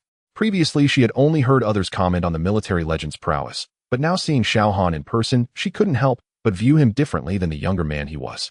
Seeing that it was enough, Xiao Han voluntarily released Zhao Yiren's hand and complimented Zhao Yiren of the Zhao family. Truly is a remarkable woman, not inferior to any man. Zhao Yiren, also sensing the moment was right, no longer tested him and discreetly squeezed her hand to relieve the pain, saying, the commander has specifically instructed that in order to avoid disclosing your identity during this operation, it should be publicly stated that you acted bravely to assist the police in capturing foreign spy forces. Therefore, we will not pursue the matter of injuring Li Weijie, and you will be released without charges. Xiao Han spread his hands helplessly and said, it's still the old routine, no new ideas and no rewards. Zhao Yiren, seeing this, suddenly revealed a rare playful side, teasing, how about I give you a reward? I am a few years older than you, so from now on I will call you Xiao Han, and you will call me sister. I will reluctantly acknowledge you as my younger brother. How does that sound? Xiao Han had not yet spoken when the male national security officer, who had been silent all along, looked at the typically aloof beauty of the national security and was surprised to see such a girlish side. He exclaimed, ah. Zhao Yiren, upon seeing her companion's reaction, couldn't help but blush, and when she noticed Xiao Han's silence, she asked, what's the matter? Unwilling. Xiao Han quickly replied, willing. Willing. From now on I hope Sister Yiren will take care of me. Hearing Xiao Han's response, Zhao Yiren smiled in satisfaction. After that, Xiao Han and the others left the place, leaving Lu Ming trembling in fear, waiting for the investigation. He estimated that his career would end here. Before leaving the police station, Zhang Wenhua also stated that if Xiao Han had any matters in the future, he could directly find him. Although Zhang Wenhua was not very clear about Xiao Han's background, the fact that he was so young, yet held the rank of major, was enough reason for him to seek a connection. At the entrance of the police station, Li Weijie and Lu Feifei were smugly waiting to see Xiao Han's embarrassment, while Li Menghan and her companions wore anxious expressions. Menghan, my proposal still stands. As long as you spend one night with me, I promise not to pursue Xiao Han. Li Weijie said venomously, secretly plotting that if Li Menghan agreed to his request, one night would be enough to do many things. By then he could obtain her nude photos and make sure Li Menghan obediently complied. I want to violate you in front of Xiao Han. With this thought, a twisted smile crept across Li Weijie's lips. At this moment, Li Menghan could no longer contain her anger and shouted, Li Weijie, you treacherous scoundrel. Now that you've become a eunuch, your mind is still filled with filthy thoughts. Huh? Li Weijie instantly grew furious and shouted, Li Menghan, you bitch, just wait and see how Xiao Han perishes. As Xiao Han stepped out of the police station with his confiscated belongings, he happened to hear Li Weijie's voice. At this moment, Li Weijie also saw Xiao Han coming out with Zhao Yiren, mistakenly assuming Zhao Yiren was a police officer escorting Xiao Han, completely oblivious to the fact that Xiao Han, now neatly dressed, bore no semblance of a criminal. Li Weijie smugly pointed at Xiao Han and mocked, aren't you quite impressive, Xiao Han? You bastard dared to break my leg. Now you've turned me into. Out of pride, Li Weijie ultimately refrained from saying the word eunuch. Yet Xiao Han seemingly unfazed retorted, "Oh young Master Li, what have you been turned into?" Xiao Han, take this chance and laugh a bit more. Once you're inside, I'll make sure to take good care of you. You will suffer 1,000 times more than I do now. After saying this, Li Weijie looked at Xiao Han with a deranged gaze and laughed maniacally. Hearing Li Weijie's words, Li Menghan and the others looked at Xiao Han with concern. Suddenly, the sound of police sirens blared as several police cars rushed towards the entrance of the police station, coming to a stop in the courtyard. Several fully armed officers swiftly exited their vehicles, and upon seeing them, Li Weijie and Lu Feifei turned to Xiao Han and the others with smug expressions, laughing heartily. "Xiao Han, good luck. I hope you reform yourself inside." However, the leading officer walked directly up to Li Weijie and Lu Feifei and said, "Li Weijie, right. Come with us for a moment." He pulled out handcuffs and was about to cuff Li Weijie. Li Weijie was taken aback and hurriedly shouted, "What are you arresting me for? Xiao Han is over there." Lu Feifei, seeing the scene unfold, quickly intervened. "You've got the wrong person. Xiao Han is over there." Unexpectedly, other officers stepped forward to restrain her, stating, "Lu Feifei, you are suspected of making false accusations and providing false testimony. You also need to come with us." Li Menghan and the others were puzzled by the fate of Li Weijie and Lu Feifei. Before Xiao Han could speak, Zhao Yiren loudly declared, "Xiao Han assisted the police in capturing foreign spies Li Tianlong and Li Weijie. Injuring Li Weijie was an act of righteousness and will not be pursued." Zhao Yiren's words struck Li Weijie like a dagger, causing him to faint from anger. Meanwhile, Lu Feifei muttered in a daze, "Foreign spies? How is that possible? You must be mistaken. The evidence is conclusive. We will not wrong any good person," the lead officer stated with righteous determination. Lu Feifei gazed at the unconscious Li Weijie in disbelief. Even if she didn't want to believe it, she couldn't anymore. She quickly turned to Li Menghan and shouted, "Menghan, I was wrong. Save me. Please, I beg you to save me. Your grandfather is the school principal. You can..." Seeing the fate of her former good friend, Li Menghan turned away, unable to bear it any longer, and chose not to respond. The others, hearing Lu Feifei's words, were surprised by the revelation that Li Menghan's grandfather was the principal, but they didn't ask further about it. Lu Feifei, seeing that Li Menghan ignored her, shouted toward Xiao Han, "Xiao Han, I won't provide false testimony anymore. I'll tell the truth. It was Li Weijie who tried to rape Li Menghan and drugged her to knock her out. Please save me. I don't want to go to jail." Amidst Lu Feifei's frantic screams, Li Weijie, who had been incapacitated, was ultimately forcibly dragged into the police car, bringing this dramatic scene to an end. At noon, Imo Xiaohua and others had reserved a restaurant to host a welcome banquet for Xiao Han's safe return. Originally, Xiao Han had invited Zhao Yiren, but she politely declined, citing other tasks at hand, promising to meet up next time. Xiao Han did not press further, simply agreeing to arrange another meeting before following Li Menghan and the others to the restaurant. During the meal, Lin Weiwei inquired about the relationship between Li Menghan and the principal, confirming that the principal was indeed Li Menghan's grandfather. Li Menghan seized the opportunity to ask Xiao Han if he knew her grandfather. Otherwise, why would her grandfather trust Xiao Han so much? After some communication, Xiao Han learned that the principal of their school was actually named Ouyang Shan. He murmured, "It can't really be that old man, can it?" He didn't say much more, merely giving Li Menghan a vague glance to deflect. Seeing that Xiao Han clearly did not wish to share, Li Menghan thought to herself that after the meal, she would pull him to find the principal, and then she would see how he would evade her. After a sumptuous meal, Li Menghan eagerly dragged Xiao Han towards the principal's office, not even realizing that such an intimate gesture seemed overly familiar, akin to playful banter between couples. In truth, after the incident with Li Weijie, Li Menghan had unconsciously developed feelings for Xiao Han, who remained oblivious to her thoughts, assuming it was merely a woman's curiosity, allowing Li Menghan to lead him to the principal's office. "Grandpa, look who I brought." Without knocking, Li Menghan barged into the principal's office. "Who is it? Who could make this girl so anxious as to not even knock?" Ouyang Shan then looked up to see who was behind Li Menghan. "It's really you, old Ouyang. How did you end up here as the principal?" Xiao Han exclaimed in surprise upon seeing the principal. "What? Can't I be a principal?" Ouyang Shan feigned anger, raising an eyebrow. Xiao Han chuckled, "Old Ouyang, why did you leave your position as a political commissar in the military to come here?" "Oh, I'm just giving the opportunity to you young people taking on this idle role as principal to enjoy some leisure." Li Menghan observed the familiarity between the two and asked, "Grandpa, you two already know each other?" Ouyang Shan laughed heartily. "This kid used to be a troublemaker in the military. He caused me no small amount of trouble." Hearing Ouyang Shan speak ill of him, Xiao Han couldn't help but reminisce about how he often led his teammates to challenge other companies with this very political commissar cleaning up after him. He feigned annoyance and retorted, "Come on, old Ouyang, I've helped you save face plenty of times too. I even got dragged into the police station, and you didn't come to my rescue." Ouyang Shan laughed, "I knew you were never the type to suffer losses. You never fight battles you aren't confident in." "Han kid, this mission was completed quite brilliantly. Ouyang Shan, recalling Xiao Han's somewhat complaining tone, appeared to remember something and continued with pride, Han kid, my granddaughter is indeed quite stunning, wasn't I right about that? Hearing her grandfather praise her, Li Minghan blushed and said, Grandpa, am not as good as you say. Afterwards, she stole a glance at Xiao Han's reaction.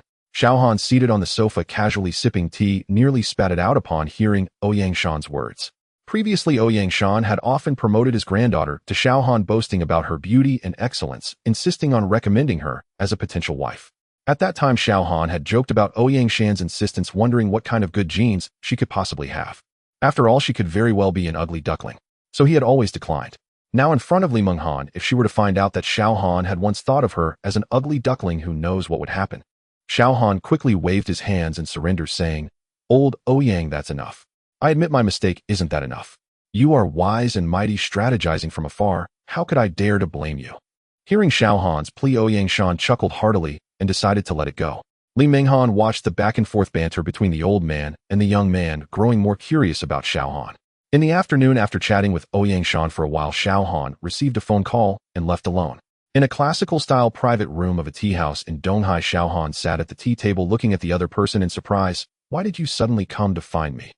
Sitting opposite Xiao Han was Lin Ruoshi, who today wore a form-fitting dress that accentuated her curves, complemented by black stockings and high heels, embodying a sexy and commanding presence.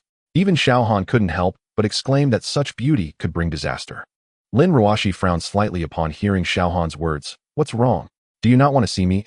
Xiao Han thought to himself that women's thoughts were indeed unfathomable, recalling that last time she had thrown him a bank card and indicated she didn't want to keep in touch anymore. Yet he said, how could that be? It is my honor to have tea with the beautiful Lin. After taking a sip of tea, he looked at Lin Ruoshi and said, by the way, I should thank you for this. Aluzi Hui was someone you arranged, right? Oh, how did you know? I didn't know at first, but now that I think about it, I don't really know any Lin family here in Donghai, and you happen to have the surname Lin. Lin Ruoshi casually brushed her bangs aside and said, no need to thank me. Uncle Lu didn't really help you much. It's all thanks to your good luck this time. The police classified your actions as heroic. Just don't be so impulsive next time. After Xiao Han was released, Lu Zihui had notified Lin Ruoshi. However, due to confidentiality regulations, he didn't disclose Xiao Han's identity, only informing her about Li Weijia and his son being foreign spies. Xiao Han injuring Li Weijia was considered assistance to the police in capturing foreign spies, thus leading to his release without charges. Xiao Han chose not to explain and simply smiled lightly. Lin Ruoshi adjusted her sitting posture, her chest appearing more prominent, and feigned casualness as she looked at Xiao Han, saying, I'm not asking you to thank me. I want you to be my boyfriend. Xiao Han was taken aback and suddenly shouted, what? Boyfriend? Are you joking? At that moment, he looked at Lin Ruoshi in shock, wondering if she had been drugged last time and had lost her mind. As Xiao Han was lost in thought, he heard Lin Ruoshi say, yes, be my boyfriend, more accurately, pretend to be my boyfriend. Lin Ruoshi had no choice but to resort to this strategy due to pressure from her mother Chu Jing. She needed someone to pretend to be her boyfriend. Since Xiao Han had not taken advantage of her in that situation last time, it proved he had good character and he looked decent enough, so she chose him. Xiao Han asked in confusion, pretend? Yes, pretend. Tentatively for 1 year, and I'm not making you work for nothing, 1 million a year. After a year, it will depend on the situation. For an ordinary college student, working a lifetime might not earn that much. Seeing Xiao Han silent, Lin Ruoshi frowned and continued, what's wrong? You don't want to. If you don't want to, that's fine. Oh, just remember, since you saw me naked last time, I could accuse you of rape. What? I did that to save you, okay? Hearing Lin Ruoxi's threatening words, Xiao Han exclaimed in a hurry, never expecting that this cold and elegant CEO would have such a domineering side. Indeed, a woman's heart is like a needle at the bottom of the sea. I don't care, but shouldn't you be responsible for me? If you're willing, just sign this contract. Don't worry, it's just pretending. We won't interfere with each other's private matters. After speaking, he took out a contract and placed it in front of Xiao Han. Xiao Han looked at the pre-prepared contract, realizing that he was already at a disadvantage. However, he thought to himself that he wouldn't suffer any loss, as he would gain a cold and aloof female CEO as his girlfriend. Although he could only admire her from a distance, it was still a pleasure for the eyes. With a wave of his hand, he signed his name.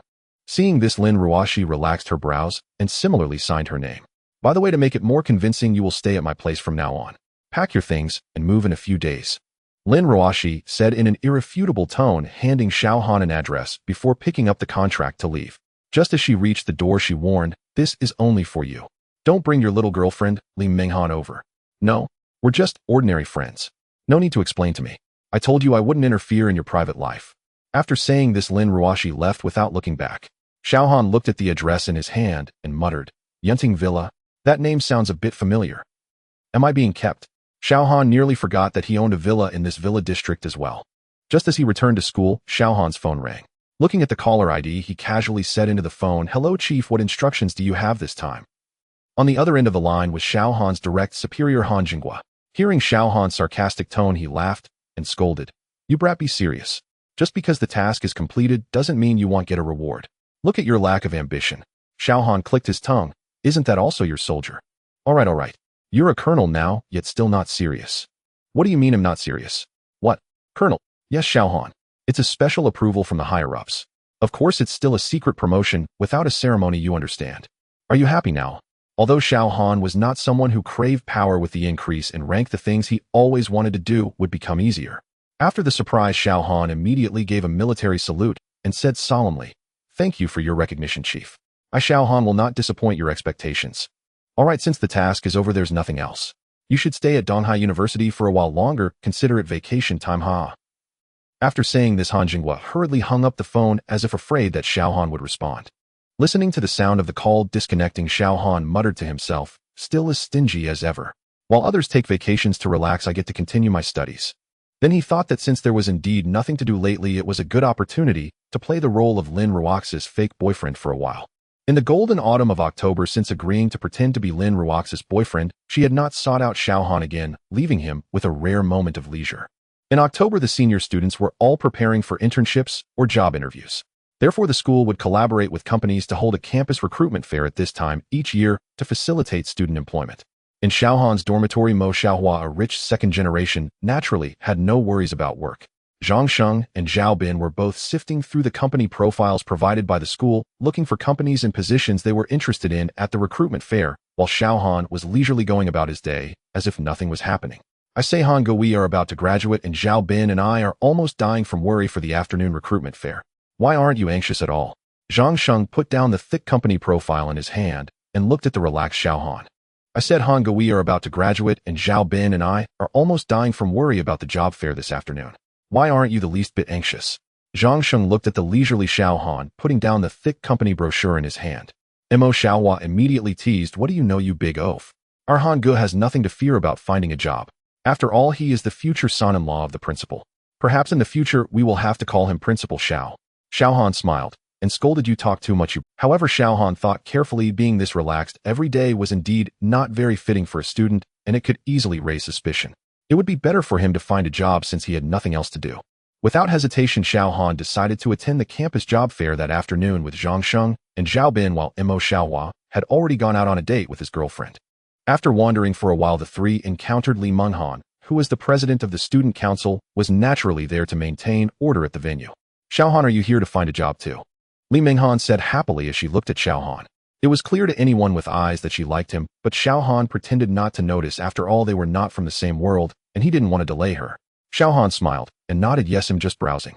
As soon as he finished speaking, a sarcastic voice sounded nearby. Oh, big talk. Just browsing, huh? Who do you think you are? This is a venue filled with prestigious companies. Do you think you can just waltz in? Xiaohan and the others turned to look in the direction of the voice. A young man in his 30s, dressed in a suit and wearing gold-rimmed glasses, looked disdainfully at Xiaohan and the others. Xiaohan glanced at the company promotion brochure in front of him, Donghai Shilong Group. He recalled hearing that name somewhere before, but couldn't quite remember where. He then scanned the young man's name tag, Human Resources Manager Zhu Tao. Zhu Tao noticed Xiaohan's gaze and deliberately straightened his name tag, looking at them with an air of arrogance.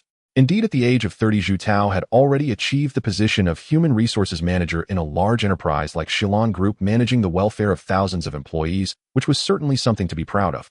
Ordinary college students seeking jobs would see someone who held the power of life and death over their entry into the company, and without a strong background would definitely respectfully address him as Manager Zhu and humbly present their resumes to leave a good first impression on the interviewer. Zhu Tao had always had a smooth career in the company and was long accustomed to the subservience of job seekers. After all, nowadays college students were everywhere, and whether one could get hired was simply a matter of his words. He could already envision Xiaohan and the others bowing and scraping, which made him even more arrogant. But Xiaohan was no ordinary college student. He calmly looked at Zhu Tao and said, I really am just browsing. Hearing Xiaohan's words, Zhu Tao was visibly taken aback, wondering why this was different from the usual scenario. Looking at Xiaohan's casual demeanor, could this kid possibly be someone with a background? Zhu Tao, being a seasoned veteran in the workplace, immediately changed his attitude and tentatively asked politely, what position does the young brother wish to interview for? Xiaohan, not understanding why the other party suddenly became polite, casually replied again, I'm not picky. I can even be a security guard. A security guard? Zhu Tao was initially puzzled, but soon concluded that the person before him was merely an ordinary university student, without any background, likely thinking of casually finding a job in a big company and later striving slowly, as many job seekers entertain such thoughts.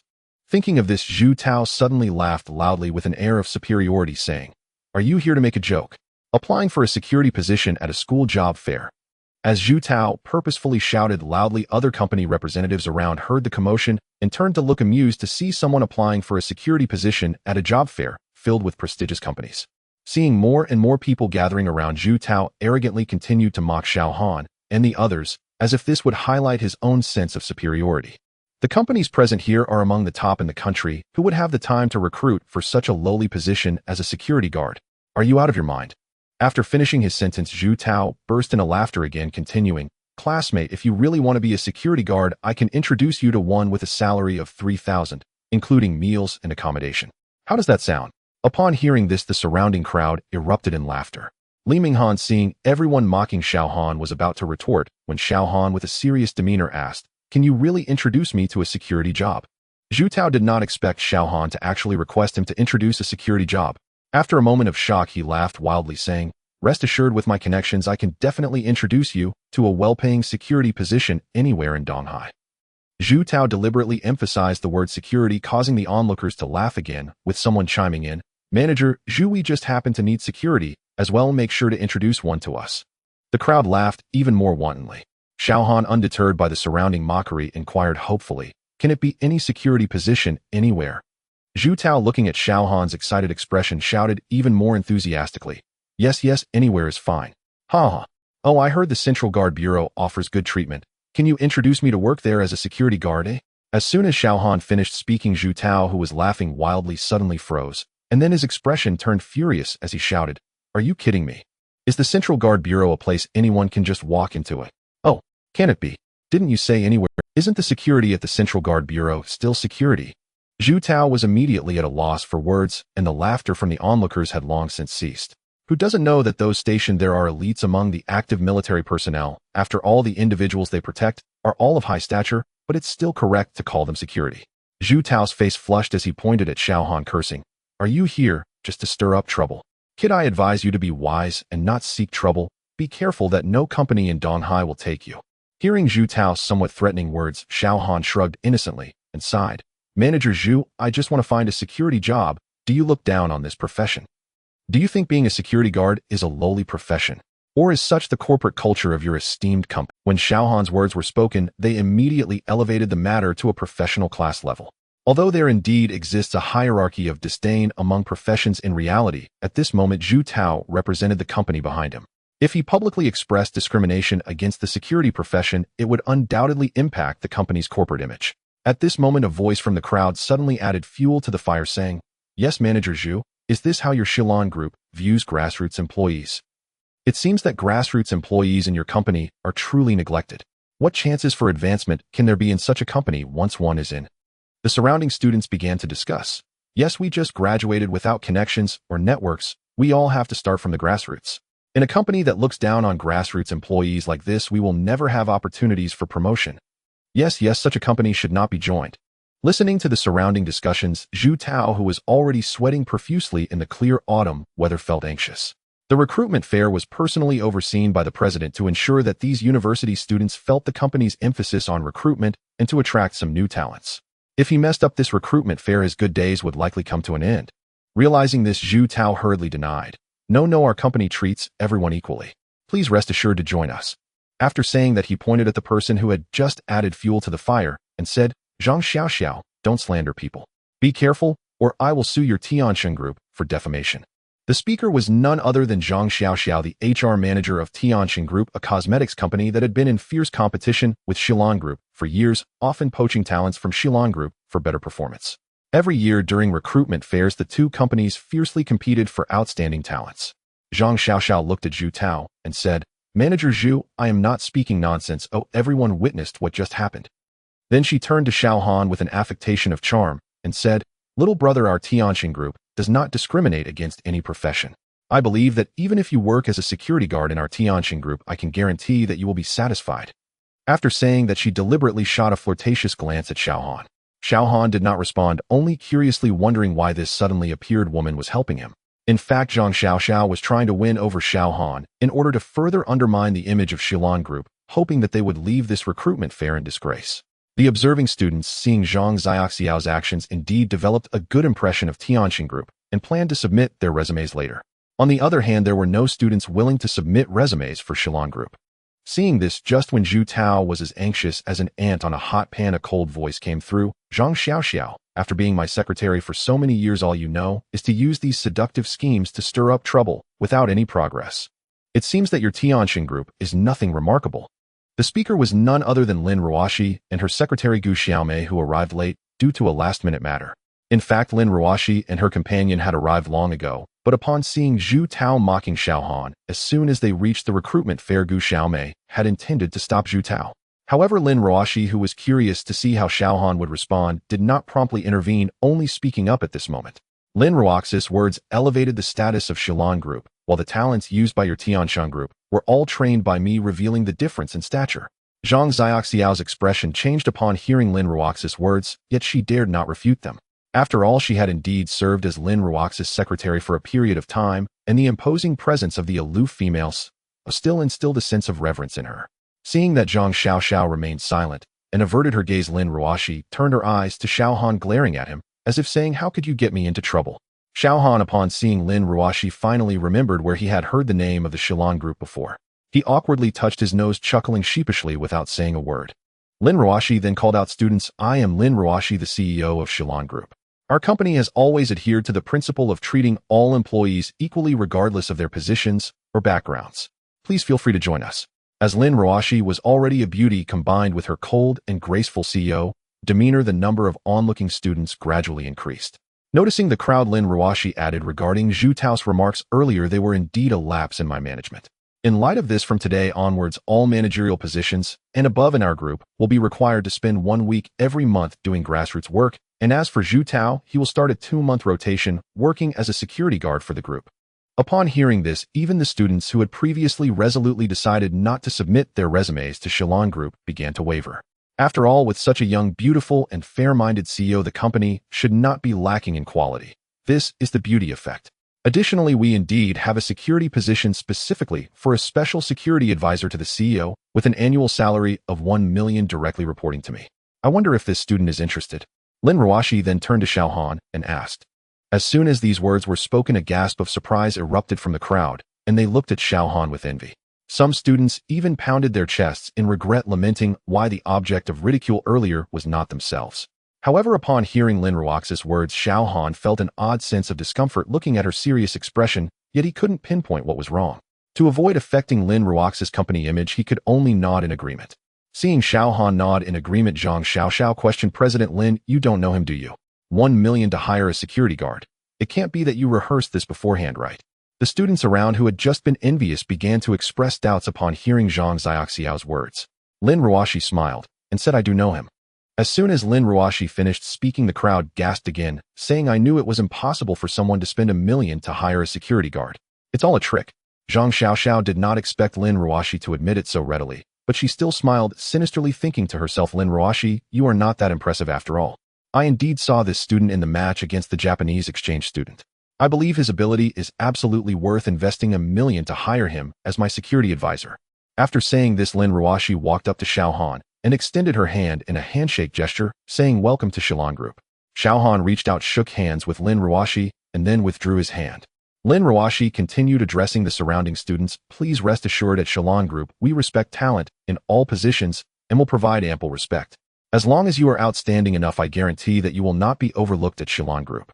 Some students around recognized Xiao Han, and upon hearing Lin Ruoxi's inspiring promise, they shouted, "President Lin, we support you. President Lin, I want to join the Shilon Group too." Lin Ruoshi looked at the recruitment booth that had been deserted just moments ago, now bustling with students eager to submit their resumes, and could not help but smile knowingly.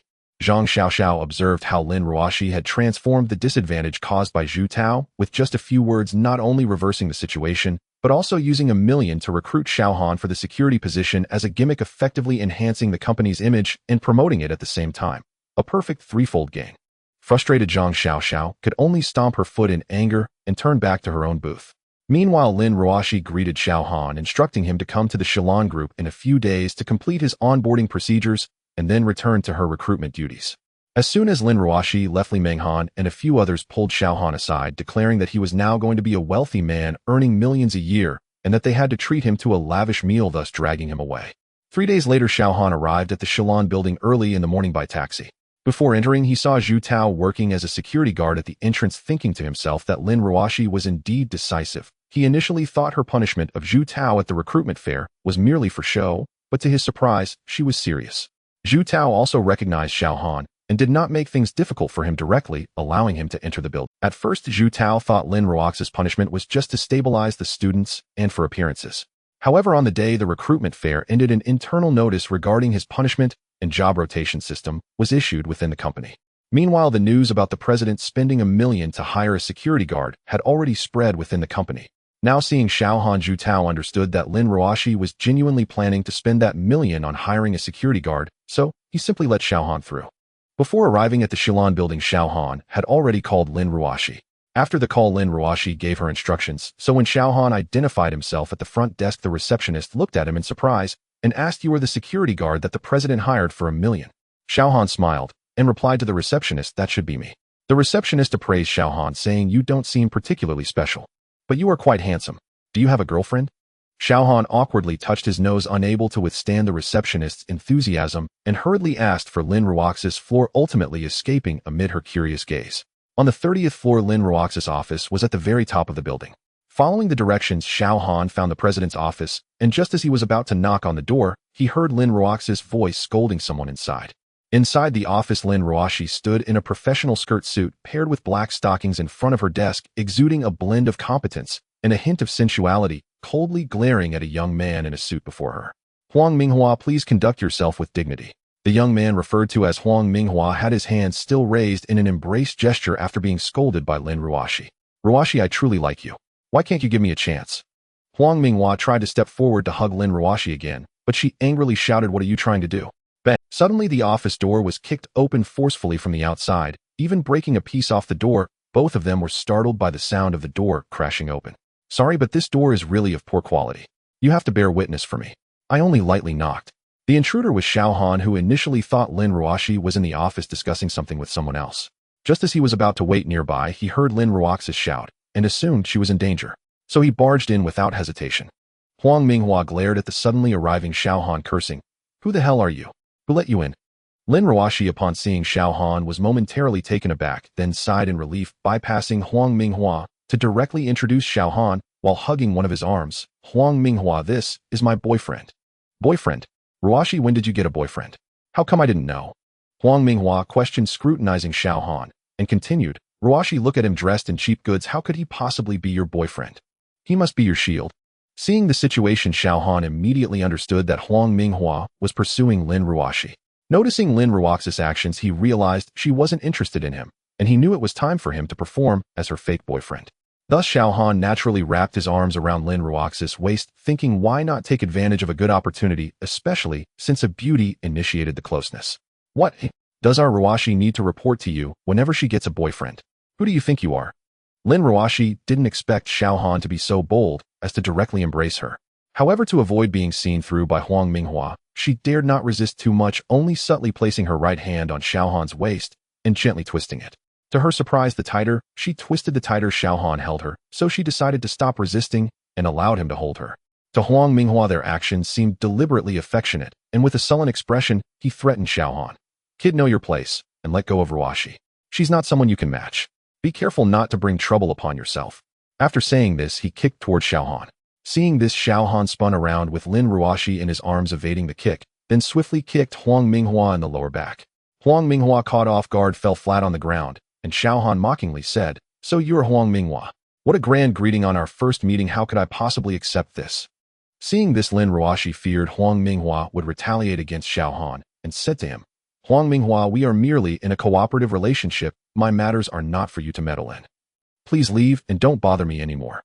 Huang Minghua, hearing Lin Ruoxi's words, remained silent, standing up and glaring at Xiao Han with malice. Do you dare to hit me? You a piece of trash, dare to lay a hand on me? After saying this, he turned and walked away. Watching Huang Minghua's retreating figure, Xiao Han was somewhat surprised, wondering how these villains could endure so much nowadays.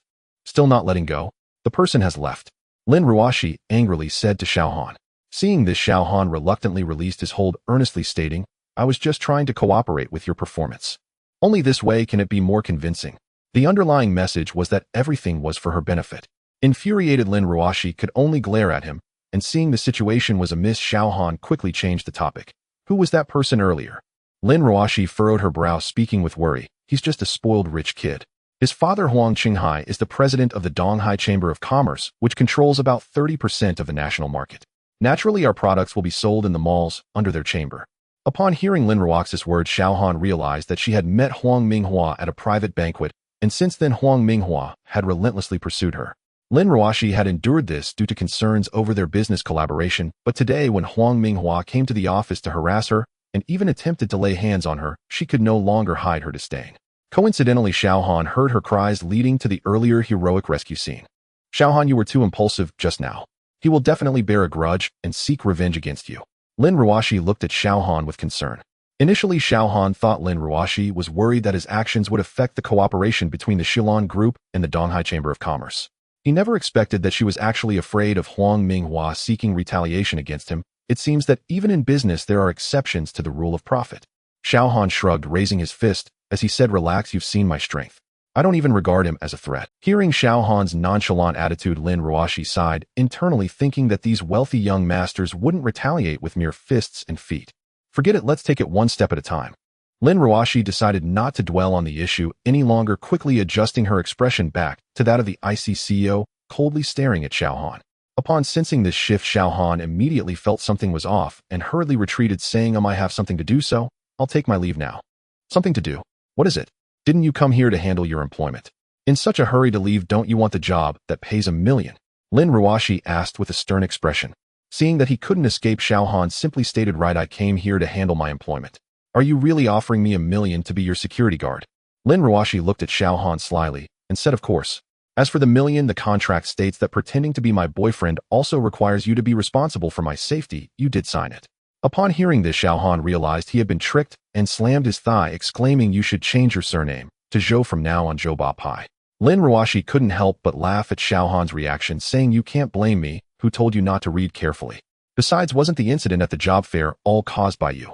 I didn't even pursue you for slandering my company's image.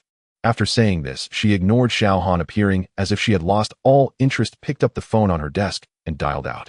Shortly after, her secretary, Gu Xiaomei, arrived at the office.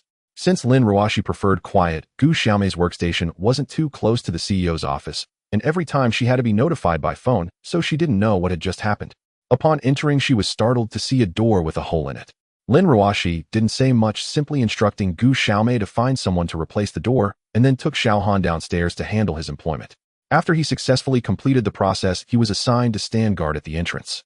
Xiao Han couldn't help but shout, Lin Ruoshi, you're going too far. Not only am I not getting paid, but now I also have to stand guard. Didn't you say I was only responsible for your safety?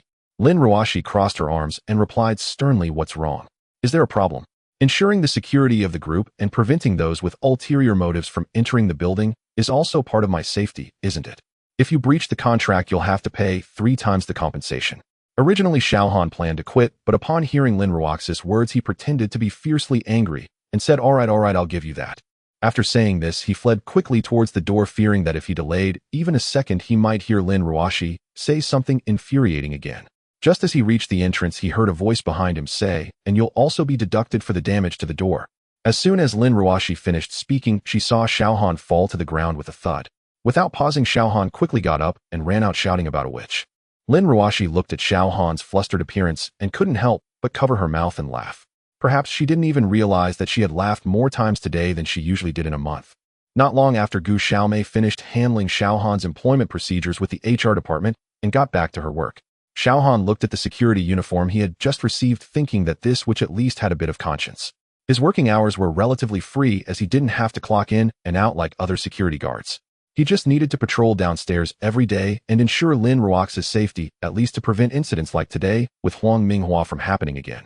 With nothing to do in the afternoon, Xiao Han completed the paperwork and donned his security uniform, wandering aimlessly in the building. Meanwhile, the news of Xiao Han, the CEO who personally spent $1 million in annual salary to hire security, had already spread throughout the entire building. As he strolled, he inevitably attracted attention, mostly from female colleagues, given that it was a cosmetics company with a predominance of women, and naturally the gossip was even more abundant. Xiao Han couldn't help but marvel at the beauty surrounding him. Indeed, people are often drawn to those similar to themselves, and with a handsome CEO, the hired staff were equally attractive. Xiao Han wandered around the entire afternoon. Drawing from his extensive experiences over the years combined with his decent looks, he elicited laughter from the female colleagues wherever he went. Some even offered to introduce him to potential partners, while others boldly expressed their desire to be his girlfriend. By the time 6 o'clock rolled around, and it was time to clock out, Xiao Han had already made his rounds through various departments, effectively breaking the record of a new employee being recognized by colleagues on their first day. Xiao Han initially intended to leave directly after work, but thought it best to inform Lin Ruoxi to avoid any potential grievances from the witch. Upon arriving at Lin Ruoxi's office, Xiao Han noticed the door had been replaced. He lightly knocked before entering, waiting for a response from within. Lin Ruoxi assessed Xiao Han in his security uniform and remarked, "I heard you're quite popular around the office. Have people been throwing themselves at you?" Xiao Han understood immediately, realizing someone had reported on his afternoon activities to Lin Ruoxi.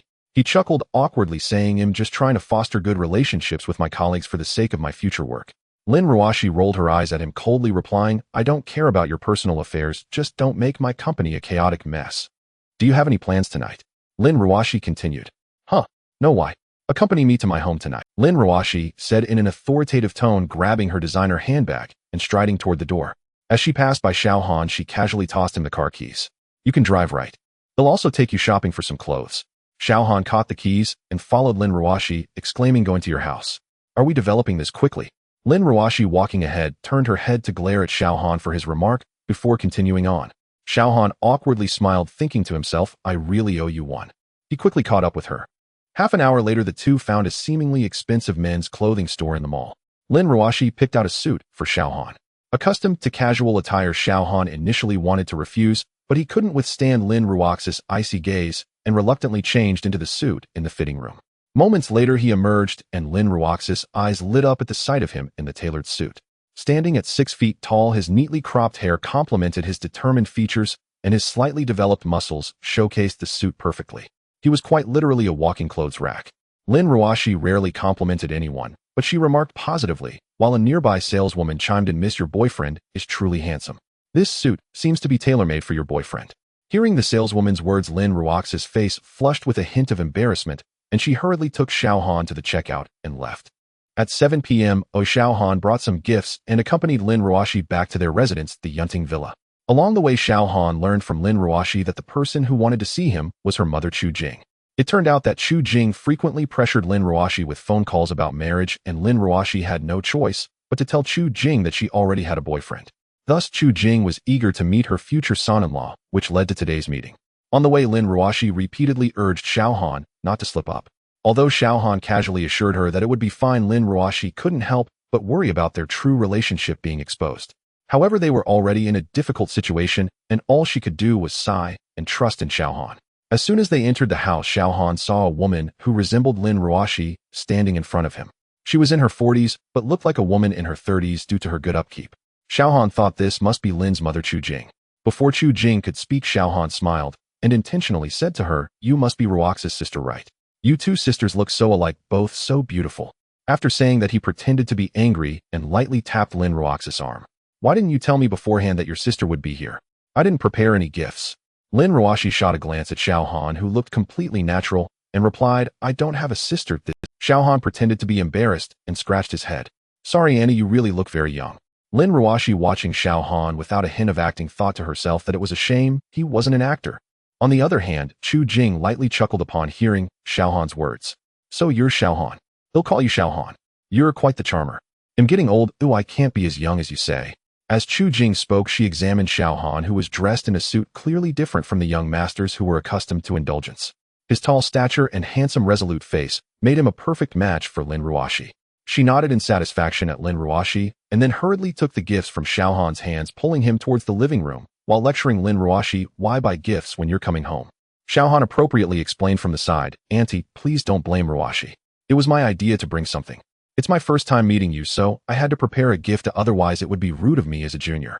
Chu Jing, pulling Xiaohan to sit on the sofa, said, with a joyful expression, "You really know how to make me happy." Then she turned to Lin Ruoxi and said coldly, "Unlike you who always has a cold look on your face making me worry every day. It's only because Xiaohan doesn't mind you, otherwise what man could stand you?" Hearing her mother constantly criticize her and seeing Xiaohan with a teasing expression behind Chu Jing, Lin Ruoxi felt exasperated, as if even the aloof CEO had to face pressure for marriage at home. Angrily speechless Lin Ruoxi. Xiaohan took the opportunity to say, "Annie Ruoxi is just too busy with work. I'm just lucky that she could notice me." Upon hearing Xiaohan's words, Chu Jing finally let Lin Ruoxi off the hook. "Xiaohan, you really are considerate. By the way, you two haven't eaten yet, right? I came in a hurry and haven't prepared dinner. Today I'll cook for you myself." Xiaohan quickly replied, "Annie, you can't cook. Today let me cook for you. You should try my culinary skills and give me your..." After asking where Lin Ruoxi's kitchen was, he went to take charge of the cooking. In the living room, the mother and daughter were chatting casually.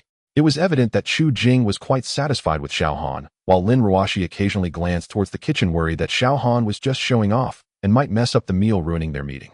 Before long, Xiaohan brought out 4 dishes and a soup. Lin Ruoxi looked at him with surprise, not expecting that he could cook.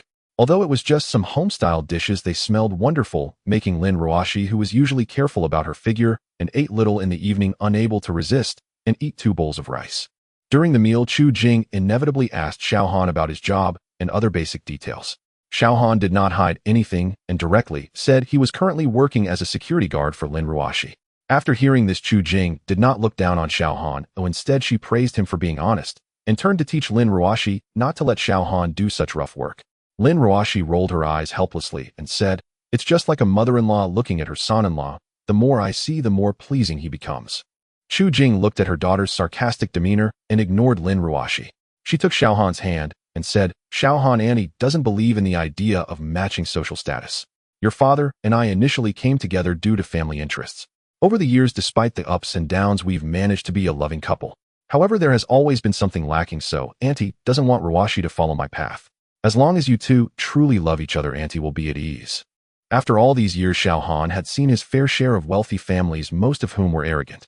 Seeing Chu Jing's approachable demeanor before him, he immediately replied, "Auntie, please rest assured, Ruoxi and I will take good care of each other." Hearing this, Chu Jing was very pleased and kept adding food to Xiaohan's plate. Lin Ruoxi observed the scene and thought that if it were true, it wouldn't be so bad, causing her face to slightly flush. After the meal, Chu Jing was very satisfied with her future son-in-law, who could both entertain guests and cook. After finishing dinner, she decided to leave, citing that she did not want to interrupt their time together.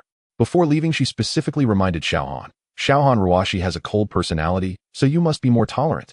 Also, this month is Ruoxi's grandfather's birthday, so you should come too." Xiaohan readily agreed, assuring Chu Jing that she need not worry, which made her leave with a happy heart. In the living room, after Chu Jing left, Xiaohan took on the role of a housekeeper, actively washing the dishes and pots. Watching Xiaohan's busy figure and the empty dining table, Lin Ruoxi couldn't help but sigh, as if everything that had just happened wasn't real. Once everything was tidied up, Xiaohan casually sat on the sofa side in relief and said to Lin Ruoxi, "So how was the meal I cooked? Was it acceptable? Was my performance disappointing to you?" "It was just passable. We were already discussing what to name our future child, and it was just passable." "Lin Zong, your standards are really high." Lin Ruoxi couldn't help but mutter to herself, "Mom is really something. It's the first meeting, and she's already discussing such distant topics." While Lin Ruoxi was murmuring, Xiaohan stretched and said, "Anyway, I passed. It's getting late, so Lin Ruoxi pointed to a room on the first floor and said, "You don't have to go. You can stay there from now on. I've already tidied it up for you."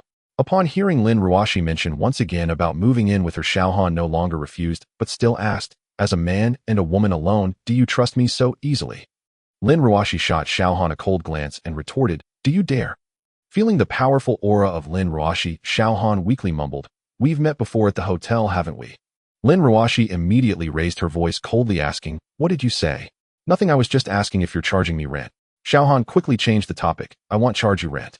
Upon hearing that there would be no rent, Xiaohan was about to feel happy, but then heard Lin Ruoxi say, "However, you will be responsible for 3 meals a day from now on."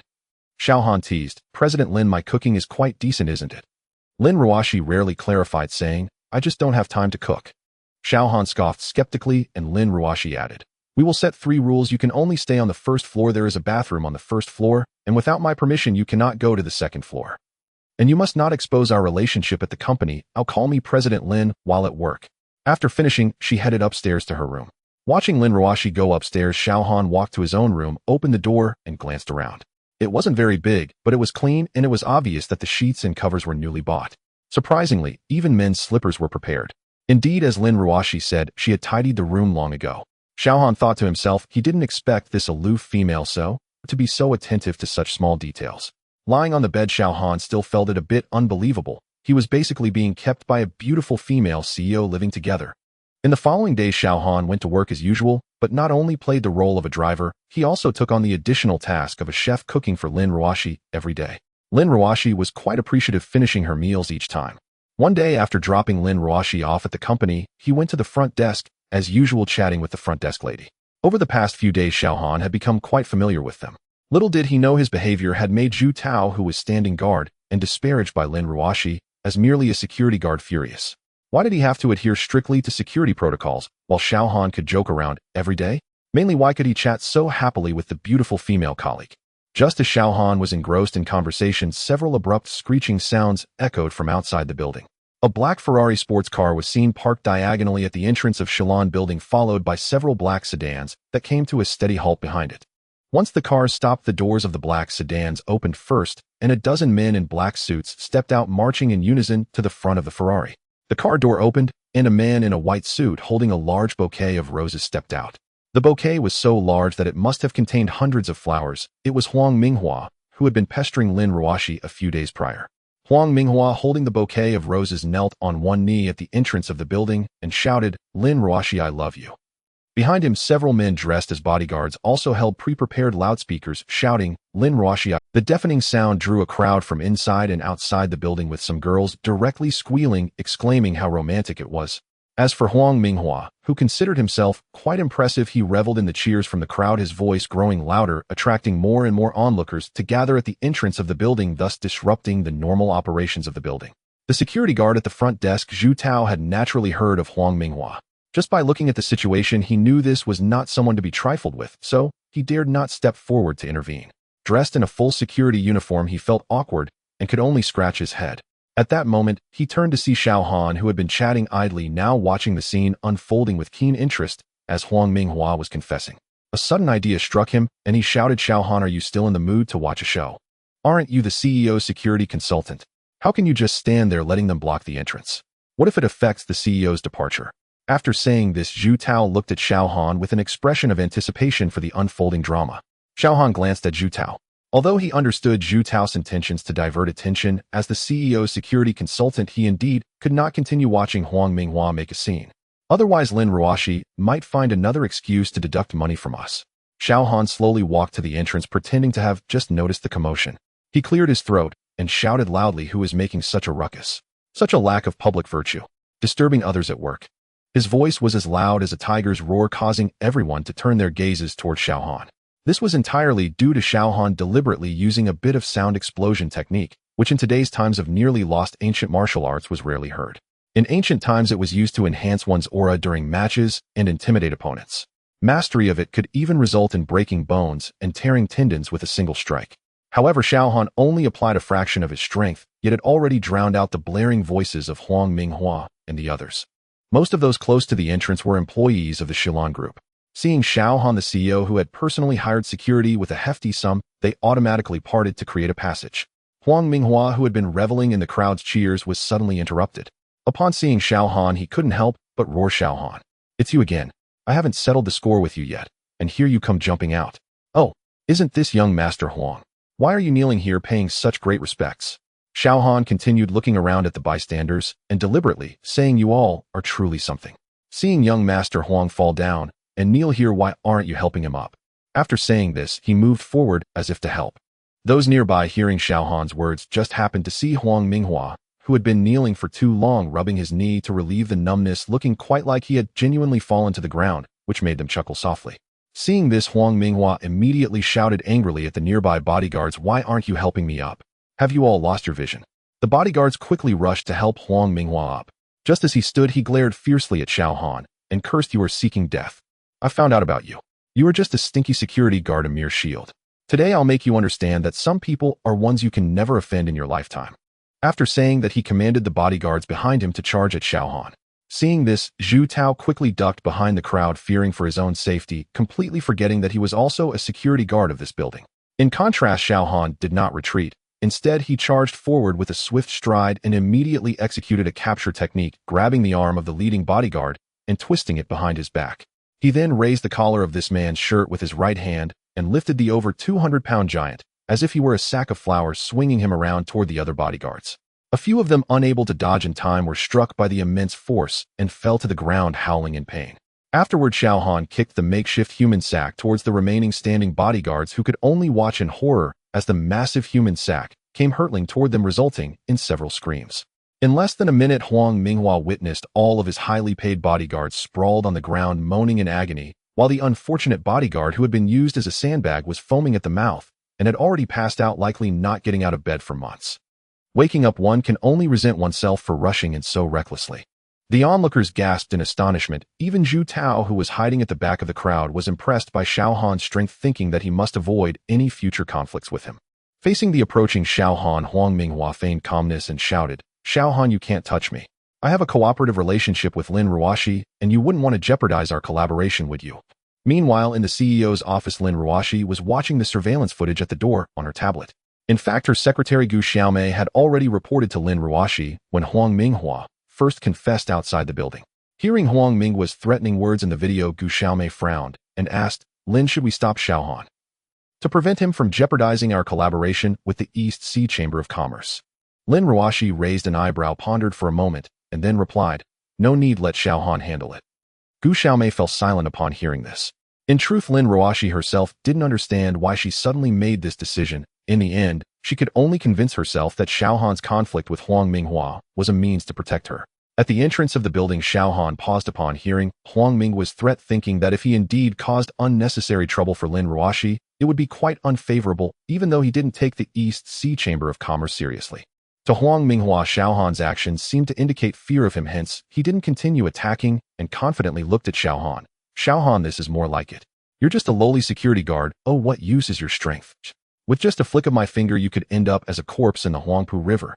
Xiao Han merely smiled and replied, "Before young Master Huang flicks his finger to deal with me, could you at least move your car out of the way? It's obstructing our work." Only then did Huang Minghua turn to look behind, realizing that his car was blocking the exit, causing the entrance of the building to be jammed with vehicles. To Huang Minghua, Xiao Han's words sounded like a sign of fear, believing he was trying to soften his tone. Little did he know Xiao Han was actually afraid of Lin Ruoxi and wanted Huang Minghua to move his car under the pretext of deducting his wages. The employees of Shilan Group, who had just witnessed Xiao Han's impressive display, were about to praise the CEO's keen eye, but upon seeing Xiao Han back down, they thought to themselves that even the CEO could misjudge at times, and they secretly concluded that Xiao Han was indeed not worth the million. Huang Minghua looked at Xiao Han mockingly and provocatively said, "I won't move it, and what can you do about it? If you have the ability, figure out a way to push it away yourself." Xiao Han ignored the gazes of his colleagues and pretended to play along, asking, "Young Master Huang, are you really asking me to move it myself? If I break it, I can't afford the cost of my meager salary." Huang Minghua burst into laughter, thinking that since the car keys were with him, he would love to see how Xiao Han would move this over a ton vehicle. He pretended to be considerate and said, "Xiao Han, I won't make it hard for you. As long as you can move the car yourself, I promise you won't have to pay for any damage." Xiao Han skeptically asked, "Are you sure, young Master Huang?" Huang Minghua was even more amused at this moment. "Rest assured, I, Huang Minghua, keep my word. Everyone present can testify to that." After saying this, he looked forward to watching Xiao Han make a fool of himself. Xiao Han then turned to the onlookers, clasping his fists, and said, "Everyone, please bear witness for me later. Young Master Huang said that as long as I move the car myself, I won't have to pay for any damages." Without waiting for a response from the crowd, Xiao Han rolled up his sleeves and ran towards the black Ferrari. Huang Minghua looked at Xiao Han with concern and shouted, "You can't use a tow truck. You must rely on yourself." To his surprise, Xiao Han replied with a simple okay. Around them, colleagues shook their heads, feeling that Lin Ruoxi had misjudged the situation.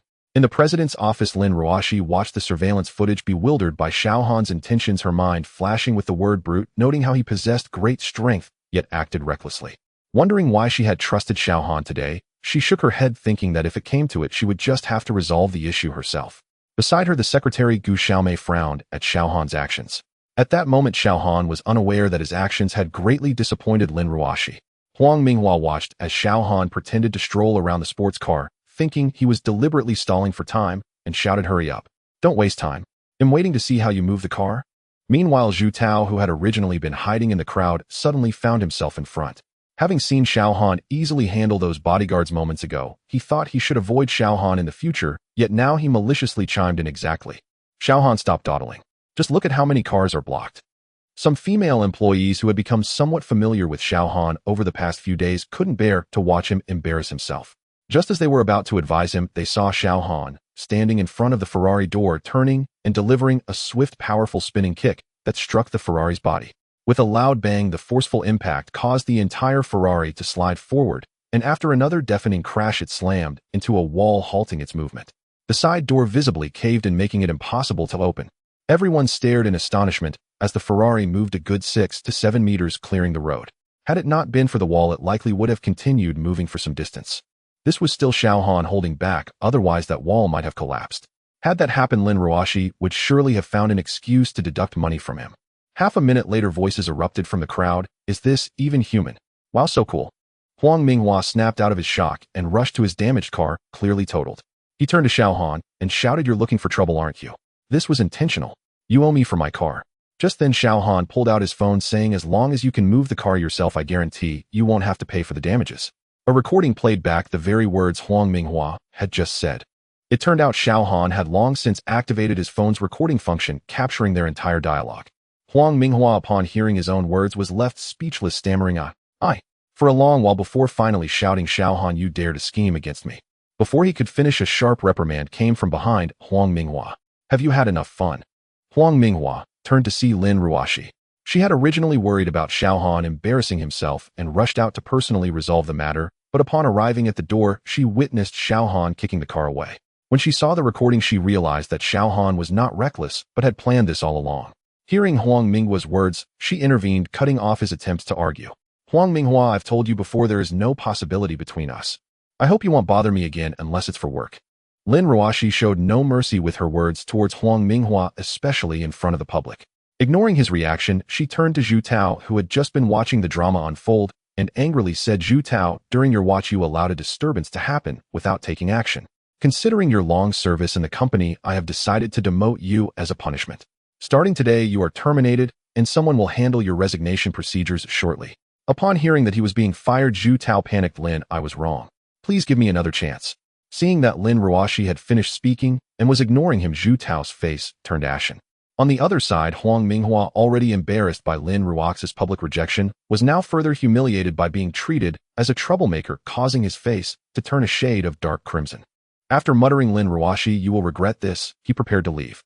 Just a few steps away, he heard Xiao Han calling from behind, "Young Master Huang, remember to move your car." Fuming, Huang Minghua got into a random black sedan and drove away.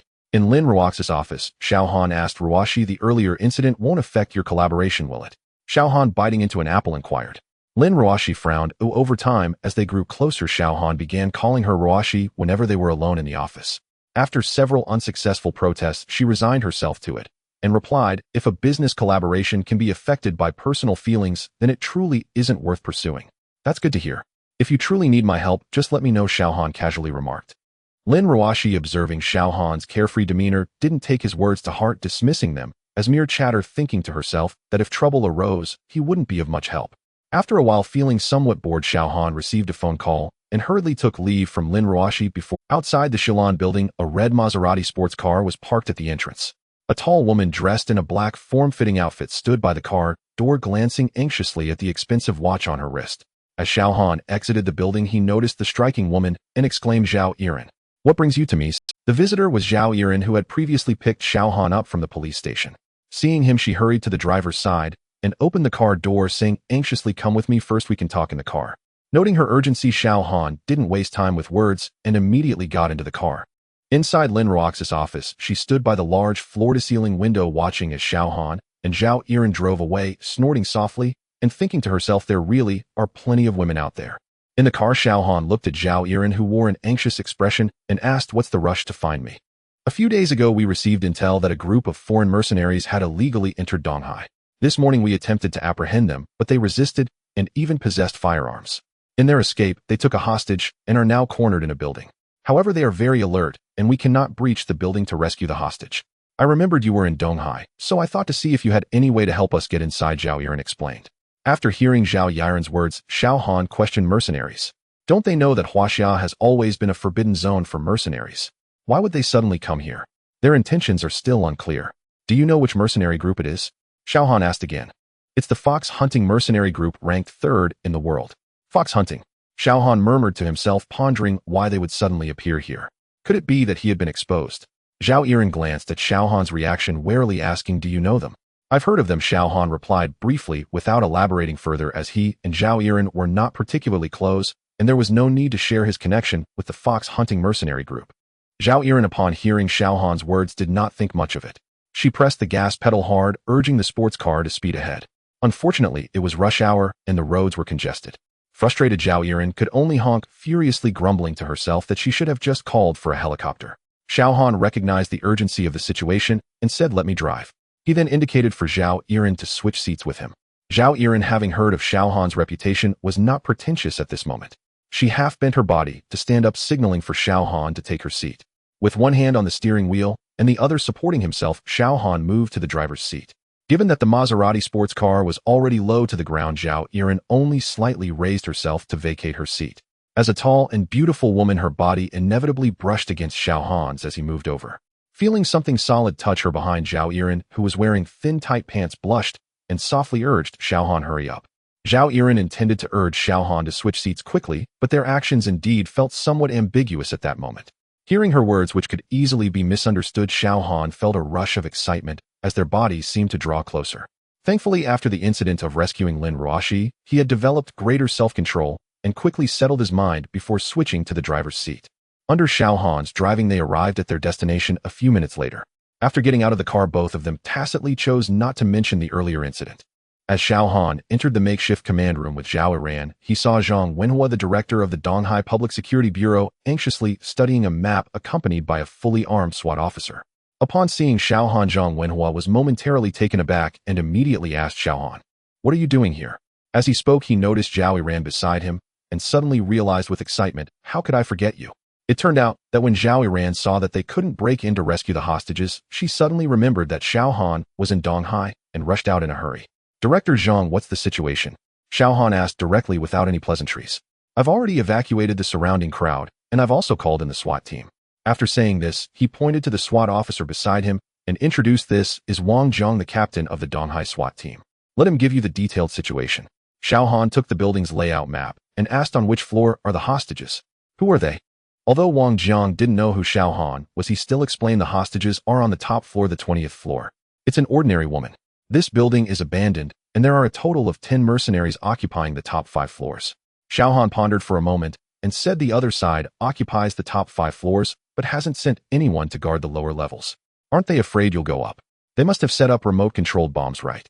Before Wang Zhang could respond, Zhao Yiren exclaimed in surprise, "How did you know?" "We sent people to attempt an assault once, but unexpectedly the other side had installed surveillance cameras and remote-controlled bombs at the stairs on the 3rd floor. Our people were injured as soon as they entered. The other side has made such arrangements to prevent you from breaking in through the windows from the roof. Since there are no elevators, you can only climb up 1 floor at a time. If it were me, I would definitely set up bombs." After Xiao Han explained, he asked again, "Did the other side demand that you bring in a helicopter?" Wang Zhang nodded and said yes. They only requested 1 helicopter, and there are no other demands. Hearing Wang Zhang's words, Xiao Han walked out of the command room, looked at the building before him, and asked Zhao Yiren, who had followed him out, "You mentioned earlier that they infiltrated Donghai and did nothing until you attempted to capture them today. Is that correct?" "It's indeed quite strange. Until we attempted the capture today, the other side seemed to only offer symbolic resistance. They randomly took a hostage while fleeing, as if this group of mercenaries had no real targets at all. The other side is here to make a statement." "A statement? Who are they making a statement to?" Without answering, Xiao Han walked into the command room and said to everyone, "I will infiltrate myself later. You all wait for my signal." SWAT Captain Wang Jiang directly refuted Xiaohan's words, saying, "No, that's too dangerous. These people are desperate. If you go in alone, we cannot guarantee your safety. Moreover, the building is filled with bombs, and it's so high. How are you going to get up there?" Although Xiaohan had guessed the arrangement and demands of these mercenaries, causing Wang Jiang to feel that this person might be extraordinary, he still rejected Xiaohan's plan. After all, lives were at stake. "Xiaohan, do you have confidence?" Zhao Yiran looked at Xiaohan and asked. "Don't worry, I will do everything possible to ensure the hostage's safety." Xiaohan replied firmly. "All right, I believe in you." In the end, Zhao Yiran chose to trust Xiaohan as she had heard of his deeds, though otherwise she wouldn't have rushed to ask him to come. Wang Jiang was about to persuade Zhao Yiran after hearing her words, but was stopped by Zhang Wenhua, who said, "Xiaohan, we're counting on you. If the situation becomes critical, do not engage, make sure to retreat in time." Zhang Wenhua's choice to trust Xiaohan wasn't based on knowing his past. He just felt that Xiaohan was already a lieutenant at such a young age, and he believed Xiaohan wouldn't act recklessly. Wang Jiang observed that both leaders present supported Xiaohan's plan, so he refrained from saying more, simply stating, "I will arrange for the sniper to be on standby for support. If the situation becomes unfavorable, we will launch a strong attack." After saying this, he handed Xiaohan a walkie-talkie and added, "Though I do not agree with your plan, I still wish you." Xiaohan did not mind the apparent disbelief from the other party. Instead, he felt that Wang Jiang's straightforward personality was refreshing, as both were ultimately aiming to rescue the hostages. Xiaohan put on the walkie-talkie and covered half of his face with a scarf, as there were still a few reporters outside, and he did not want to expose himself to the public eye. Once prepared, Xiaohan quietly made his way to the northeast corner of the building, a position he had long observed to be the most suitable for infiltration. Xiaohan adjusted his breathing. If one were to use a stethoscope at that moment, they would find that he had almost no heartbeat. This was a breathing technique similar to the tortoise breath technique learned from an ancient martial arts master, which allowed him to blend into the surrounding environment by regulating his breath. Xiaohan had painstakingly learned this peculiar skill for its stealth benefits. After reaching an optimal state, Xiaohan crouched down and leaped upward, directly grabbing the edge of the second-floor window ledge. Without pausing, he pushed off the wall with his feet and securely grasped the third-floor window ledge. After a series of swift movements, he had already climbed to the 10th floor. In the command room, Zhao Yirong and others watched Xiaohan's actions, their hearts racing. Initially, they were wondering how Xiaohan would stealthily infiltrate, but now they saw him nimbly bouncing and climbing the walls like a monkey, making for a dangerously thrilling scene. Yet seeing Xiaohan seemingly at ease, everyone watched in astonishment, their mouths agape, as he quickly approached the target in under half a minute. "Huh, strange, where did he go?" A special police officer responsible for monitoring the mercenaries' movements with infrared life detection equipment exclaimed in surprise. Hearing the shout, the others in the command room quickly turned to look. What happened? Xiaohan suddenly vanished. Zhao Yirong asked urgently. "Vanished? It means the equipment can no longer detect Xiaohan's life signs. The signal has disappeared." After hearing the special police officer's words, Zhao Yirong hurriedly looked outside at Xiaohan, who was climbing the building, and noticed he had already reached the 15th floor window ledge in the blink of an eye, observing the situation inside and preparing to breach. She saw that the equipment indeed failed to capture any life signals from Xiaohan, while the signatures of the 10 foreign mercenaries clearly indicated that the machine was not malfunctioning. If she hadn't witnessed it herself, Zhao Yirong and the others would have never believed such a situation. As the captain of the special police team, Wang Jiang had already been thoroughly impressed with Xiaohan when he saw him scale several floors barehanded. Just as everyone was astonished, a voice came over the walkie-talkie saying, "I am preparing to enter the building." Zhao Yirong picked up the walkie-talkie, as if waking from a dream, and said, Okay, be careful." Upon hearing the response, Xiaohan flipped himself into the 15th floor. Unbeknownst to him, his daring barehanded climb had already been recorded by a camera. After entering the building, Xiaohan stealthily approached the stairwell, silently eliminating the mercenary guarding it and disarming the remote-controlled bomb he was guarding. Later, while another mercenary was patrolling, Xiaohan quietly crept up behind him and ended his life. 5 minutes later, Xiaohan stood inside the 18th floor, looking at the two lifeless bodies before him, softly murmuring, "The sixth one." Yes, in just a few minutes, Xiaohan had already taken down 6 mercenaries. Meanwhile, the people in the command room watched as the red dots representing the mercenaries' life signs disappeared one by one on the screen, realizing that Xiaohan's actions were approaching a critical moment. Inside the building, Xiaohan was preparing to move upward when a voice came from the walkie-talkie of the dead mercenary. "Jack, what happened? Please respond." "Jack." It seems this deceased mercenary was named Jack. Xiaohan, who was originally ready to ascend, halted and hid in the corner. Sure enough, moments later, 2 mercenaries rushed down from upstairs. One spotted the body of the mercenary named Jack and hurried over to check, while the other quickly grabbed the walkie-talkie and shouted, "Boss, there's Before he could finish, a dagger was already plunged into his neck, blood gushing out as he collapsed to the ground. The other mercenary examining the body heard the noise and was about to open fire when a shadow flashed past him, a thin line appearing around his neck as he clutched his throat and fell. After swiftly dealing with these two mercenaries, Xiao Han flicked the dragon-scale dagger he had seemingly pulled from nowhere. He thought that the two mercenaries upstairs should know someone had entered, so he did not linger and directly climbed over the 19th floor window to reach the 20th floor. Peering through the window, he observed the situation inside the room. One mercenary was standing in front of the hostage, aiming a gun at the door, while another held a dagger to the hostage's neck, crouching behind the hostage and shouting in English, "Come out. I know you're here. If you don't come out, I'll kill her." A few seconds later, Xiao Han remained unperturbed. He understood that the mercenaries would not recklessly harm the hostage at that moment. If he exposed himself, he would not only fail to rescue the hostage, but also place himself in grave danger. On the other side, the mercenary guarding the hostage, sensing the stillness, nervously turned to ask his boss what to do. Suddenly, he felt a flash of cold light in front of him, a sharp pain in his neck, and his body went numb, maintaining a standing position without moving. The one who struck was Xiao Han, who, taking advantage of the mercenary's moment of distraction, threw the dragon-scale dagger. Upon closer inspection, it was evident that Xiao Han was holding an almost transparent thread connecting to the dagger, allowing him to execute these actions silently. Xiao Han intended to swiftly eliminate the mercenary holding the hostage. Just as he blocked the view of the person inside with the still-standing mercenary, the leader of the mercenaries reacted quickly. Noticing something was off with the mercenary standing in a strange posture, he drew his gun and fired several shots into the body of the mercenary in front of him. Bullets tore through the mercenary's body, exploding into a mist of blood as the corpse fell. At the moment the other side fired, Xiao Han had already dodged to the corner. He then heard the mercenary inside shout, "Shadow Emperor. I know it's you. Let's talk about Hao." Shadow Emperor. Upon hearing this name, Xiao Han thought to himself, so he really came for me. Without further concealment, he boldly stood in front of the mercenary and asked, "Who are you?" Facing Xiao Han, the remaining mercenary fixed his gaze on Xiao Han and said, "My name is Charles, formerly of the Hyena Mercenary Group, Shadow Emperor." "I finally found you." "Hyena Mercenary Group?" Xiao Han asked in confusion. Charles, seeing Xiao Han's puzzled expression, instantly became furious and shouted, "2 years ago, it was you who led the team to annihilate our Hyena Mercenary Group, which made your Shadow Mercenary Group famous. If it weren't for you, how would we have ended up like a pack of lost dogs? Today I finally found you." Xiao Han then recalled the Hyena Mercenary Group that Charles mentioned. During a previous mission abroad, he had formed the Shadow Mercenary Group for convenience, and Monkey was one of its members. 2 years ago, I encountered the Hyena Mercenary Group, which robbed a wealthy businessman from Huaxia and violated his 18-year-old daughter to death. In a fit of rage, Xiao Han led his Shadow Mercenary Group to annihilate most of the Hyena Mercenary Group, leaving only a small number of the weak and elderly who surrendered in despair. Xiao Han paid them no mind and let them go. Thinking of this, Xiao Han's gaze gradually turned cold as he said, "For committing such inhumane acts, you deserve to die. And do you not know that Huaxia has always been a forbidden land for foreign mercenaries? Before you die, let me ask you one more question. How did you know I am the Shadow Emperor?" Upon hearing Xiao Han's words, Charles tightened the dagger he held against the hostage's neck and replied, "Shadow Emperor, since we have come here, we have no intention of returning alive. I have searched for you for so many years just for revenge. Today I will ensure you understand your fate. We only knew that the Shadow Emperor was a Huaxia national. A month ago, a civil airliner from Huaxia nearly crashed. We watched the video and guessed through data analysis that it might be you.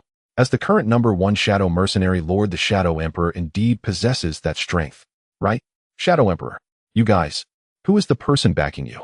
Xiao Han keenly seized on the flaw in Charles' words.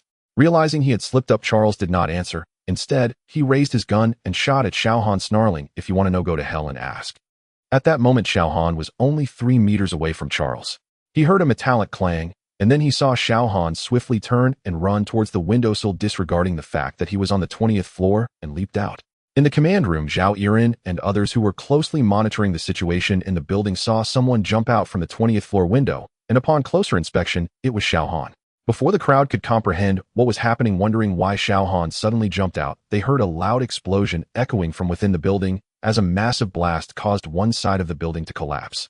Meanwhile, reporters outside the cordon quickly aimed their cameras at the building, eager to capture breaking news. Zhao Yiren and others could only watch anxiously as Xiao Han's body accelerated downwards at the moment of the explosion. It's over. He's doomed.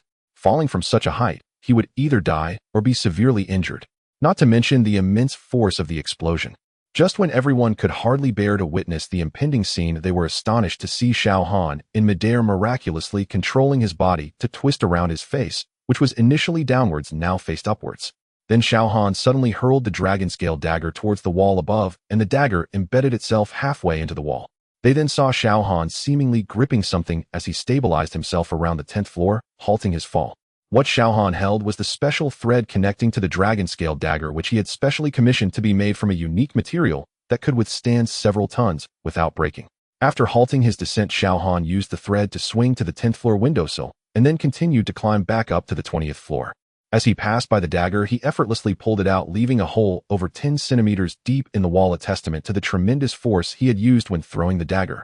Those in the command room watched Xiao Han's series of actions, rendered speechless in astonishment. Furthermore, Xiao Han's leap from the windowsill was a desperate move. When he saw Charles pull the trigger, he had no choice but to draw the dragon scale dagger in an instant, miraculously blocking the bullet, and upon closer inspection the dagger bore not a single mark. Otherwise, at such close range, he would surely die from the explosion, even if he was now in the transformation.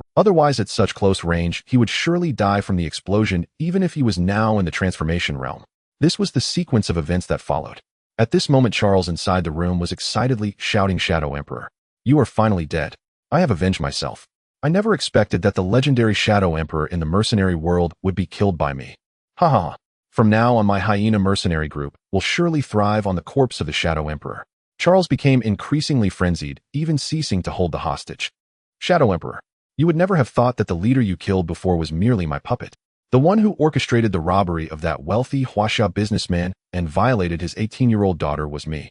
Ha ha ha. Rest assured, our hyena mercenary group will continue to violate more Huaxia women in the future. Ha ha ha." Charles was screaming madly when he suddenly heard a cold voice beside him. "You really deserve to die."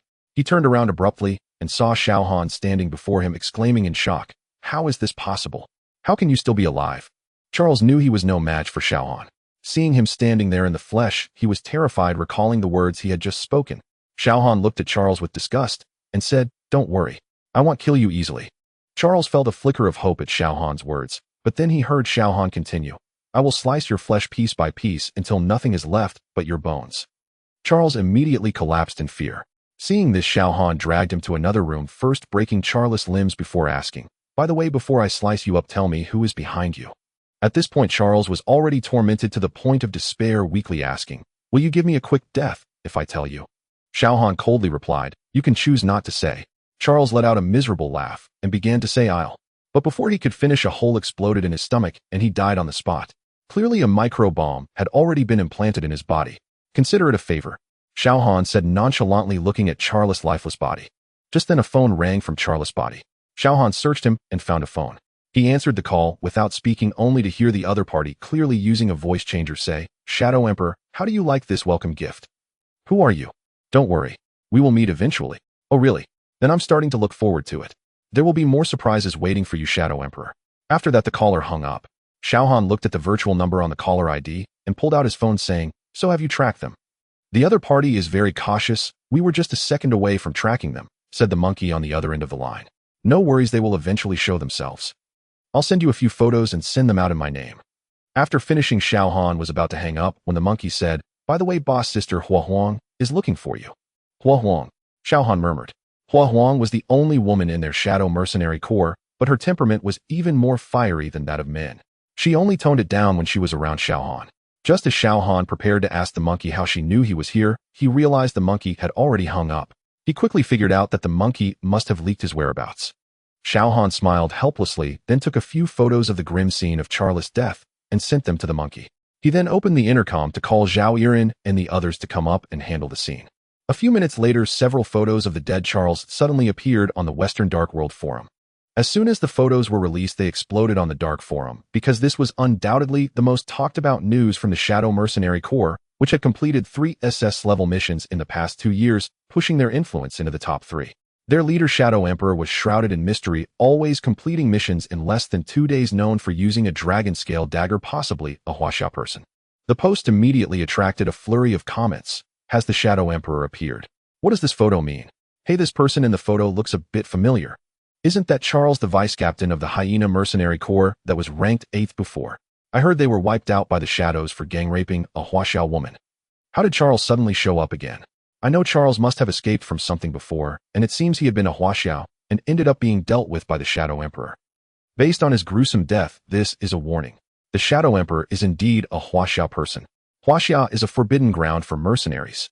It's better to avoid it. The Shadow Emperor is indeed man enough. Such scum deserves to be torn apart. Well done.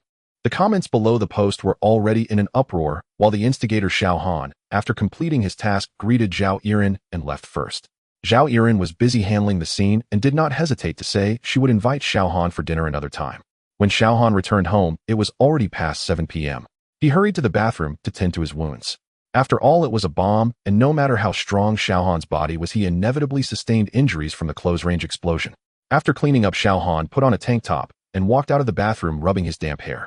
As soon as he stepped out, he noticed Lin Ruoxi sitting on the sofa, seemingly bored watching television. Xiao Han casually asked, "Why are you back so early today?" "I was planning to pick you up from the office." "Forget it, I won't disrupt your date with other women." Lin Ruoxi coldly replied.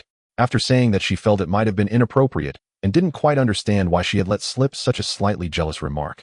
After seeing Xiao Han get into Zhao Yiren's car in the afternoon, Lin Ruoxi became somewhat agitated and lost her focus on work, so she decided to drive home early. Xiao Han, hearing Lin Ruoxi's words, didn't think much of it and assumed she was just cold-natured, remaining silent. Lin Ruoxi, seeing that Xiao Han didn't even bother to explain, felt even angrier and stopped talking, merely staring at the television. At that moment, a news segment played on the television titled "Special Forces Fearless Eliminate Foreign Terrorists and Rescue Hostages." Clips flashed by showing Xiao Han climbing a building with bare hands.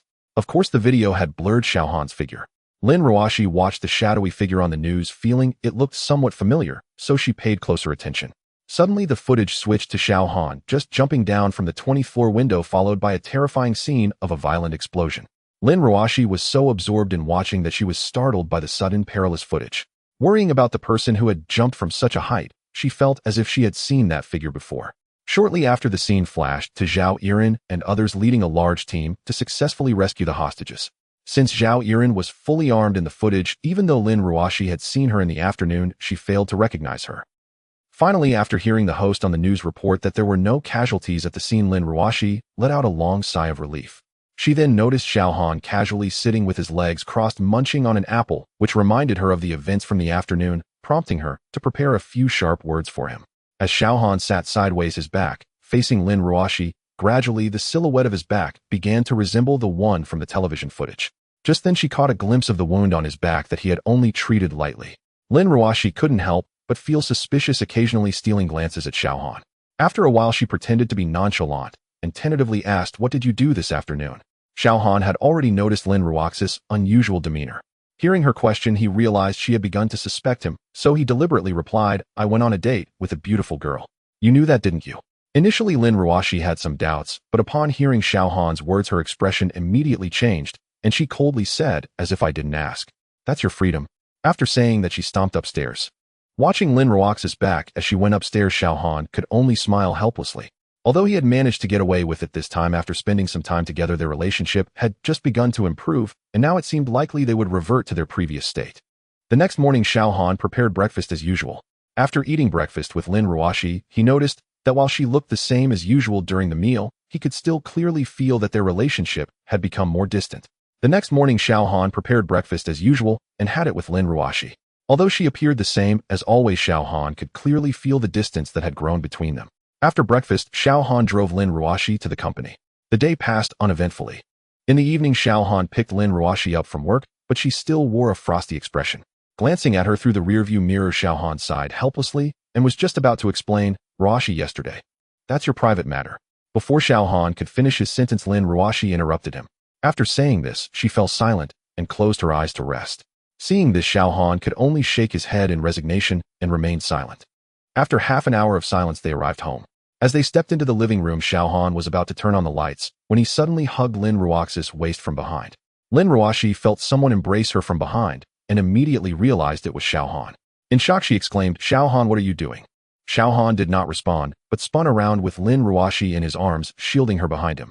Once she steadied herself, she was about to ask him what was happening when she felt Xiao Han push her back, and it seemed there was a hazy figure in front of him, followed by the sounds of a struggle. Meanwhile, as Xiao Han entered the living room, he saw a shadow rushing toward them. With no time to warn Lin Ruoxi to dodge, he immediately pulled her behind him and swiftly blocked the shadow's attack. At that moment, Xiao Han's right hand intercepted a kick aimed at his face. Having already broken through to the transformation stage, his muscles were as hard as iron. The shadow felt a sharp pain in the leg and tried to retract it, only to find Xiao Han had grabbed it. With a powerful pull, Xiao Han yanked the shadow toward him and struck at its chest. As his fist made contact, the shadow let out a surprised cry, and Xiao Han realized the figure was a woman. He quickly changed his punch into a palm strike, pushing the shadow away. Suddenly, the chandelier in the living room lit up. It turned out that Lin Ruoxi had quietly approached the switch while Xiao Han was fighting with the shadow. As the light illuminated the room, Xiao Han shouted toward the figure rubbing her chest, "Hua Huang, what are you doing here?" Indeed, the shadow was Hua Huang, whom the monkey had mentioned. Although the monkey had warned Xiao Han, he had not expected Hua Huang to arrive so quickly and in such a manner. Hua Huang, rubbing her chest with a feigned angry expression, said, "You still don't know how to cherish the delicate. I almost got smashed here." After saying this, she deliberately puffed out her already ample chest. Xiao Han looked at Hua Huang, who was pretending to be weak while rubbing her chest, and recalled how she had feigned this same vulnerable demeanor when he first met her, almost fooling him. Hua Huang was indeed a stunning beauty with a tall figure that accentuated her curves. However, her fiery personality only showed a shy side when facing Xiao Han. Xiao Han helplessly remarked, "Enough of that, I know you too well." Seeing Xiao Han's lack of romantic interest, Hua Huang, who was already used to it, felt irritated. No matter how she tried to seduce him, he always remained unresponsive, causing her to vent her frustrations on the monkey and his friends after each failed attempt. At that moment, the monkey and the others were not present to distract Hua Huang, so she could only glare at Xiao Han. On the other side, Lin Ruoxi noticed that the two seemed to know each other, and there was an underlying tension. Already upset, she became even angrier, directing her fury at Xiao Han. "Xiao Han, I won't interfere with your private matters, but this is my home. Please don't bring random women here." After throwing a glance at Hua Huang, Xiao Han understood that she had misunderstood again and hurriedly explained, "Ruoxi, it's not what you think I..."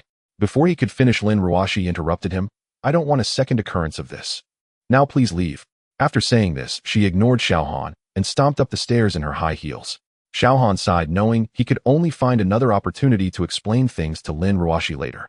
On the other side, the fiery-tempered Hua Huang, who initially intended to retort after hearing Lin Ruoxi's words, was suddenly intrigued by Xiao Han's reaction, as if she had discovered a new world, and gazed curiously towards the second floor. As the lights began to glow at a night market stall by the roadside, Xiao Han watched Hua Huang, who was 2 years older than him, carefreely munching on a skewer of lamb. Having just been chased out by Lin Ruoxi, the two had nowhere to go, and since they hadn't eaten, they decided to stop at a roadside stall. Xiao Han said irritably, "Sister, you didn't come all this way just to have barbecue, did you? Speak up, what's the matter with sneaking into Lin Ruoxi's place?" Hua Huang tossed her hair, threw a flirtatious glance at Xiao Han, and with a playful pout exclaimed, "Isn't it because of you, the heartless man? Abandoning us for so long without contact, I thought you were on some important mission, but it turns out you willingly became a mere security guard for someone else. How could that not break my heart?" After saying this, she even pretended to wipe away tears. Hua Huang was already a stunning beauty, and now in the night market surrounded by older men, seeing that Xiao Han had such a beautiful companion, yet still flirted with other women, coupled with her seemingly tearful demeanor, made several nearby patrons regard Xiao Han as a scoundrel, casting him unfriendly glances. Noticing the change in the attitudes of those around them, Xiao Han quickly turned to Hua Huang and said, "My dear sister, please don't torment me anymore." Seeing Xiao Han plead, Hua Huang finally dropped her pitiful expression and replied, "Isn't it because you haven't contacted us? It was the monkey who told me about you. I never imagined our famous Shadow Emperor would stoop to being a security guard. I just wanted to see if your skills had deteriorated over this time, so I snuck into your boss house.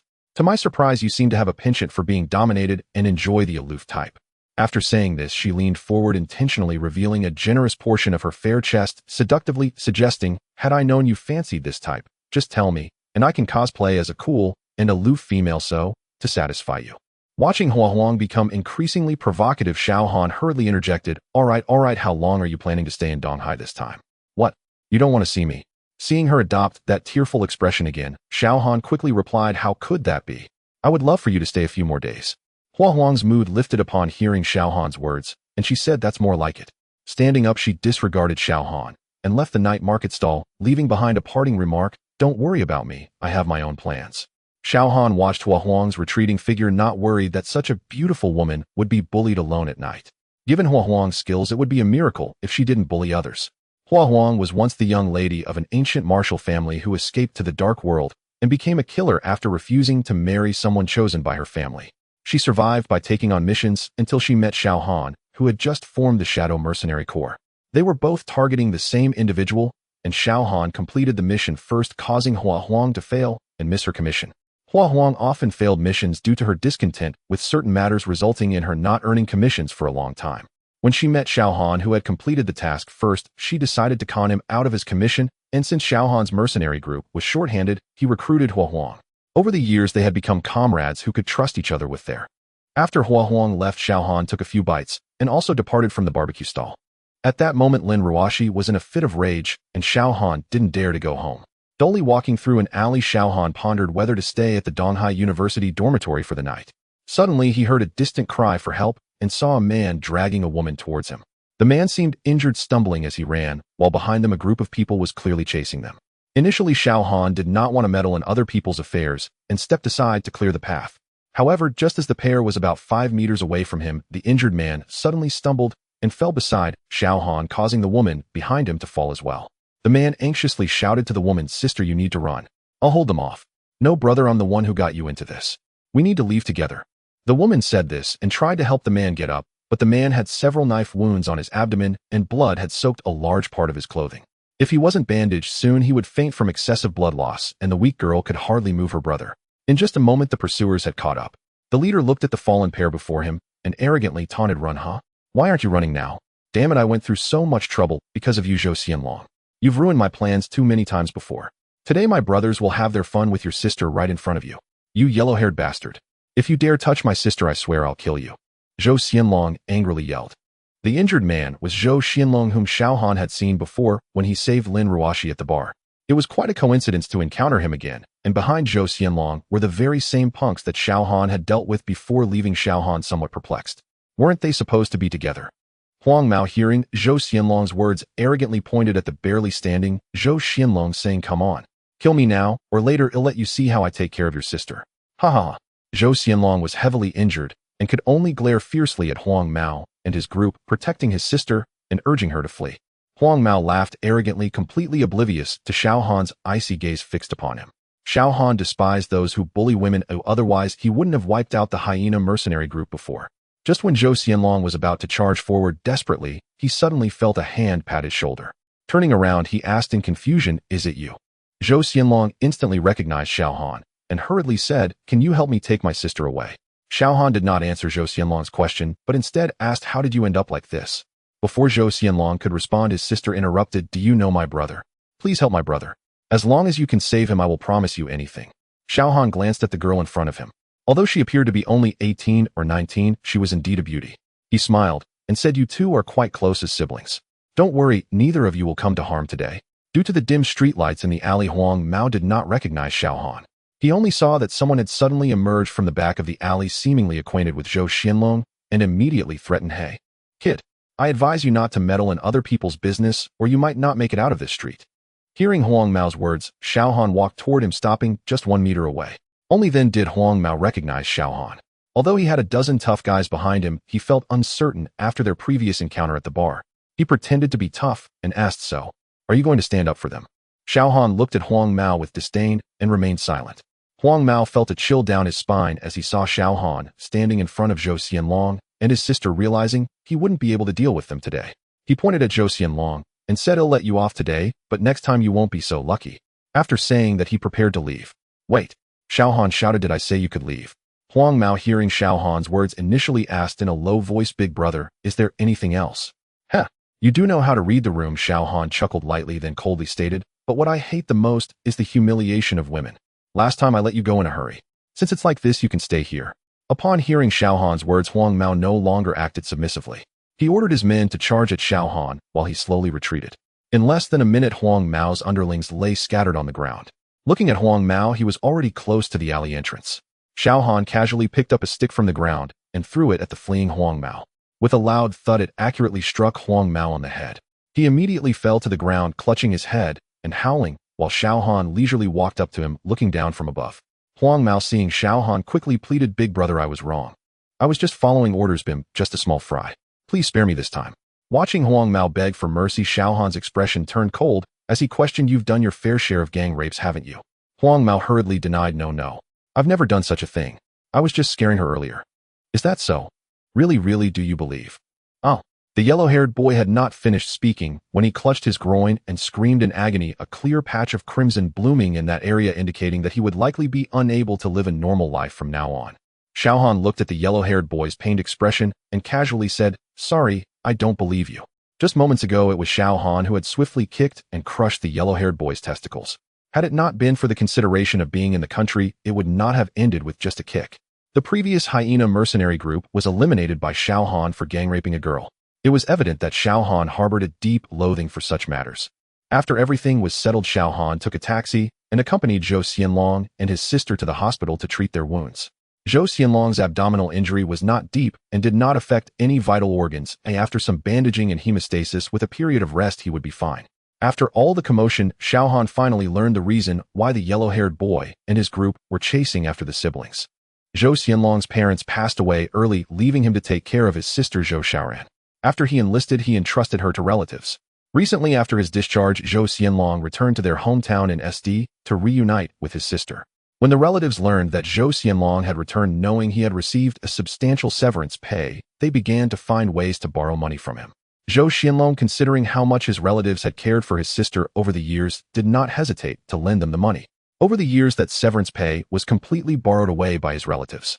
In June of this year, his sister Zhou Xiaoran scored first in the provincial college entrance examination and was admitted to Donghai University. To cover her tuition, Zhou Xianlong went to those relatives who had borrowed money from him only to find that they all claimed they were broke. It was then that he realized he would not be able to get that money back. The siblings discussed it and decided to come to Donghai to work and earn money for her college. Relying on his own abilities, Zhou Xianlong became a bouncer at the Empress Bar. Initially, he merely watched over the place with the yellow-haired boy and others to prevent minor disturbances, but later he discovered that they frequently engaged in drugging and raping women, and when girls woke up and caused a fuss, they were threatened and bribed into silence by the yellow-haired boy. Zhou Xianlong, unable to tolerate the yellow-haired boy's actions on several occasions, intervened, leading to a grudge between them. The yellow-haired b. Until a few days ago, Zhou Xiaoran, not wanting her brother to struggle, so much expressed a desire to work part-time as a waitress at the bar where Zhou Xianlong worked. Although Zhou Xiaoran was only 18, she had already grown into a tall girl of about 1.65 meters. Zhou Xianlong knew that she had already been crowned the freshman campus beauty at her school, so he initially did not want her to work in such a place. However, unable to resist her persistence, he thought that since they would be in the same location, something bad shouldn't happen, and agreed. Sure enough, as soon as Zhou Xiaoran arrived at the bar, she caught the attention of the yellow-haired boy and his friends, but they dared not act due to Zhou Xianlong's presence. Until this afternoon, the yellow-haired boy attempted to drug Zhou Xiaoran while Zhou Xianlong was out running errands. Fortunately, Zhou Xianlong returned early. Upon discovering this, he immediately confronted the yellow-haired boy and his gang. The yellow-haired boy, relying on his numbers, managed to injure Zhou Xianlong in his attempt to protect his sister, forcing him to flee with her, leading to the scene that Xiaohan witnessed that evening. After listening to Zhou Xianlong's explanation, Xiaohan understood that Zhou Xianlong could no longer work at the bar. Out of respect for Zhou Xianlong's 10 years of service in the border military, and given Zhou Xianlong's straightforward character, he immediately agreed to help him find a job. Additionally, he handed Zhou Xianlong a bank card with 1 million that Lin Ruoxi had given him. Zhou Xianlong initially wanted to refuse, but upon hearing Xiaohan's remark, "Do you really want your sister to work in such a place?" he hesitated and ultimately accepted it, promising to pay Xiaohan back in the future. In truth, Xiaohan also had his own ulterior motives. After all, his hidden strength could also be considered a master in the secular world, and he could not always remain by Lin Ruoxi's side. After dealing with Zhou Xianlong's matters, Xiaohan left his contact information for Zhou Xianlong and told him to wait for his notification before leaving alone. At that moment, on the windowsill of Zhou Xianlong's rented room, Zhou Xiaoran watched Xiaohan's departing figure. Her somewhat youthful face revealed a look of determination. At this time, Xiaohan was still unaware that this unintentional act would lead to the emergence of a future business queen. Of course, that is a story for another time. As for Xiaohan, after spending a night in the school dormitory, he took a taxi to Lin Ruoxi's villa early the next morning. Xiaohan prepared breakfast as usual, and before long Lin Ruoxi came downstairs to see the breakfast on the table. The coldness in her demeanor softened slightly. Xiaohan understood that Lin Ruoxi was still angry about last night, and helplessly chuckled, "Ruoxi the Phoenix. That girl from yesterday, she is my friend, and we don't have that kind of relationship." Upon hearing Xiaohan's words, Lin Ruoxi continued to sip the porridge he made. Although she did not speak, it was evident that her expression was no longer as frigid. Xiaohan knew he had passed the first hurdle and changed the subject, saying, "By the way, I hired a security guard for you last night, absolutely worth the money. Is it that Phoenix you mentioned?" Lin Ruo, she finally spoke, her tone icy. Xiaohan hurriedly explained, No, it's a guy I met when I saved you last time. His strength is definitely reliable. Realizing she had misunderstood Xiaohan Lin Ruo, she had felt secretly angry after he left last night, thinking he was really out partying with that girl. Now hearing that Xiaohan had hired a security guard for her, she immediately understood that he and that phoenix probably were not together. Her tone softened as she said, You can arrange it. How about a monthly salary of 30,000? Xiaohan was also surprised that Lin Ruo, she immediately agreed, offering a salary of 30,000 without even meeting the person, which was higher than the average salary for white-collar workers. You trust me that much? Xiaohan asked. Are you going to deceive me? Lin Ruo, she retorted. Of course not. Xiaohan replied without hesitation. Seeing Xiaohan's resolute expression, a warm feeling flashed through Lin Ruoxi's heart, and she unconsciously smiled before lowering her head to continue drinking her porridge. After they finished breakfast, as Xiaohan was about to go to the garage to get the car to take Lin Ruoxi to the company, she called out to him, I'm not going to the company today. Accompany me to the Lin family at noon. Grandfather is celebrating his birthday today. Xiaohan was taken aback and asked today. He had previously been invited by Lin Ruoxi's mother to attend her grandfather's birthday celebration at the middle of the month, not expecting it to come so soon. Upon hearing Xiaohan's question, Lin Ruo, she looked at him coldly and said, If you don't have time, then forget it. No, I just didn't expect it to be so soon. That's good. We need to pick someone up first before going to the Lin family. Who are we picking up? Xiaohan asked. My younger sister. Your sister? You have a sister? Xiaohan was genuinely surprised because Lin Ruo, she had never mentioned having a sister. Lin Ruo, she shot him a glance. Half an hour later, the two drove to the entrance of Donghai University, and Xiaohan was surprised to find that Lin Ruoxi's sister also attended Donghai University. Before long, a beautiful girl dressed in a JK uniform bounced out of the school gate, looking around as if searching for something. Xiaohan looked in surprise at the girl outside the car window, silently thinking, could it be such a coincidence? At this moment, Lin Ruo, she had already rolled down the window and waved to the girl, Wei Wei. Over here. Indeed, the girl was Lin Wei Wei. She happily ran to the car and opened the back door, surprised as she exclaimed, Xiaohan, what are you doing here? Before Xiaohan could respond, Lin Ruo, she looked at the two of them with confusion, asking, Do you know each other? Of course, Xiaohan is quite the figure at our school. Also, sis, he was the one who controlled the plane during the incident last time. He's my lifesaver. Lin Wei Wei exclaimed excitedly. Lin Ruoxi turned her head, looking at Xiaohan with a mix of belief and skepticism, feeling that Xiaohan had more secrets than ever. Previously, when she heard on the news that the plane Lin Wei Wei was on had encountered an accident, Lin Ruoxi was quite frightened, not expecting that it was Xiaohan who saved the entire aircraft. Before Lin Ruoxi could ask further, Lin Wei Wei looked at the two people in front and asked, How do you know each other? Fearing that Xiaohan would say something wrong, Lin Ruoxi quickly interjected, From now on, he is your brother-in-law. Brother-in-law? Lin Wei Wei exclaimed in surprise, and then excitedly fired off questions like a rapid-fire cannon. Are you two dating? How long has it been? How did you meet? Lin Ruoxi, also afraid of revealing too much, replied, It's an adult matter. Children shouldn't pry too much. Anyway, just call him brother-in-law from now on. Lin Wei Wei pouted and said, You always treat me like a child. I didn't know who said our school was filled with little kids. While driving, Xiaohan occasionally glanced at the two sisters, silently thinking, I never expected the usually cold Lin Ruoxi to have such a lively and beautiful younger sister. The two sisters truly have their own unique charm. The Lin family old residence is located 3 kilometers from the bustling area of Donghai. The fact that there is such a large residence in the precious land of Donghai indicates that the Lin family is quite powerful. At 10 o'clock in the morning, the three of them arrived at the Lin family's old residence. As soon as they got out of the car, Xiaohan naturally took Lin Ruoxi's hand, seizing such a good opportunity. Lin Ruoxi symbolically struggled a bit, seeing it had no effect, and could only let Xiaohan pull her along. As soon as they entered the gate, they saw that quite a few people had already gathered in the courtyard, mostly young people. Xiaohan estimated that these should be the younger generation of the Lin family. Lin Ruoxi hadn't seen so many people in the old residence for a long time, as most of them lived outside. Usually only the families of the 3 brothers of the Lin family resided there, while other relatives would only come during festivals. Lin Ruoxi was also known as a talented woman in the Lin family, and now she was the president of the Shilan Group, one of the Lin family's important enterprises. Thus, as soon as she entered, she attracted everyone's attention. When they saw Lin Ruoxi's hand being held by a stranger, everyone curiously looked at Xiaohan, especially since Lin Ruoxi was famously cold and had never had any male friends around her over the years, let alone bringing a man home. This made the Lin family members even more curious about Xiaohan's identity, wondering who this person was that could capture the heart of their goddess. The younger generation of the Lin family, seeing this, curiously gathered around. A girl around 20 years old grabbed Lin Ruoxi's hand and pointed at Xiaohan, asking Ruoxi Jie, Who is he? The girl is Lin Fei, the child of Lin Ruox's third uncle who has had a good relationship with Lin Weiwei since childhood, so she is also familiar with Lin Ruoxi. Fei, this is Xiaohan, my sister's boyfriend. Before Lin Ruoxi could respond, Lin Weiwei excitedly shouted from the side. Hearing Lin Weiwei's affirmative answer, although the Lin family members had already guessed, they couldn't help but gasp in surprise. Just as they were about to continue probing into Xiaohan's identity while the iron was hot, Lin Ruoxi merely greeted everyone lightly and led Xiaohan skillfully into a room. As soon as they entered, Xiaohan saw Lin Ruox's mother Chu Jing sitting and talking with a middle-aged man who looked to be in his 40s and bore some resemblance to Lin Ruoxi.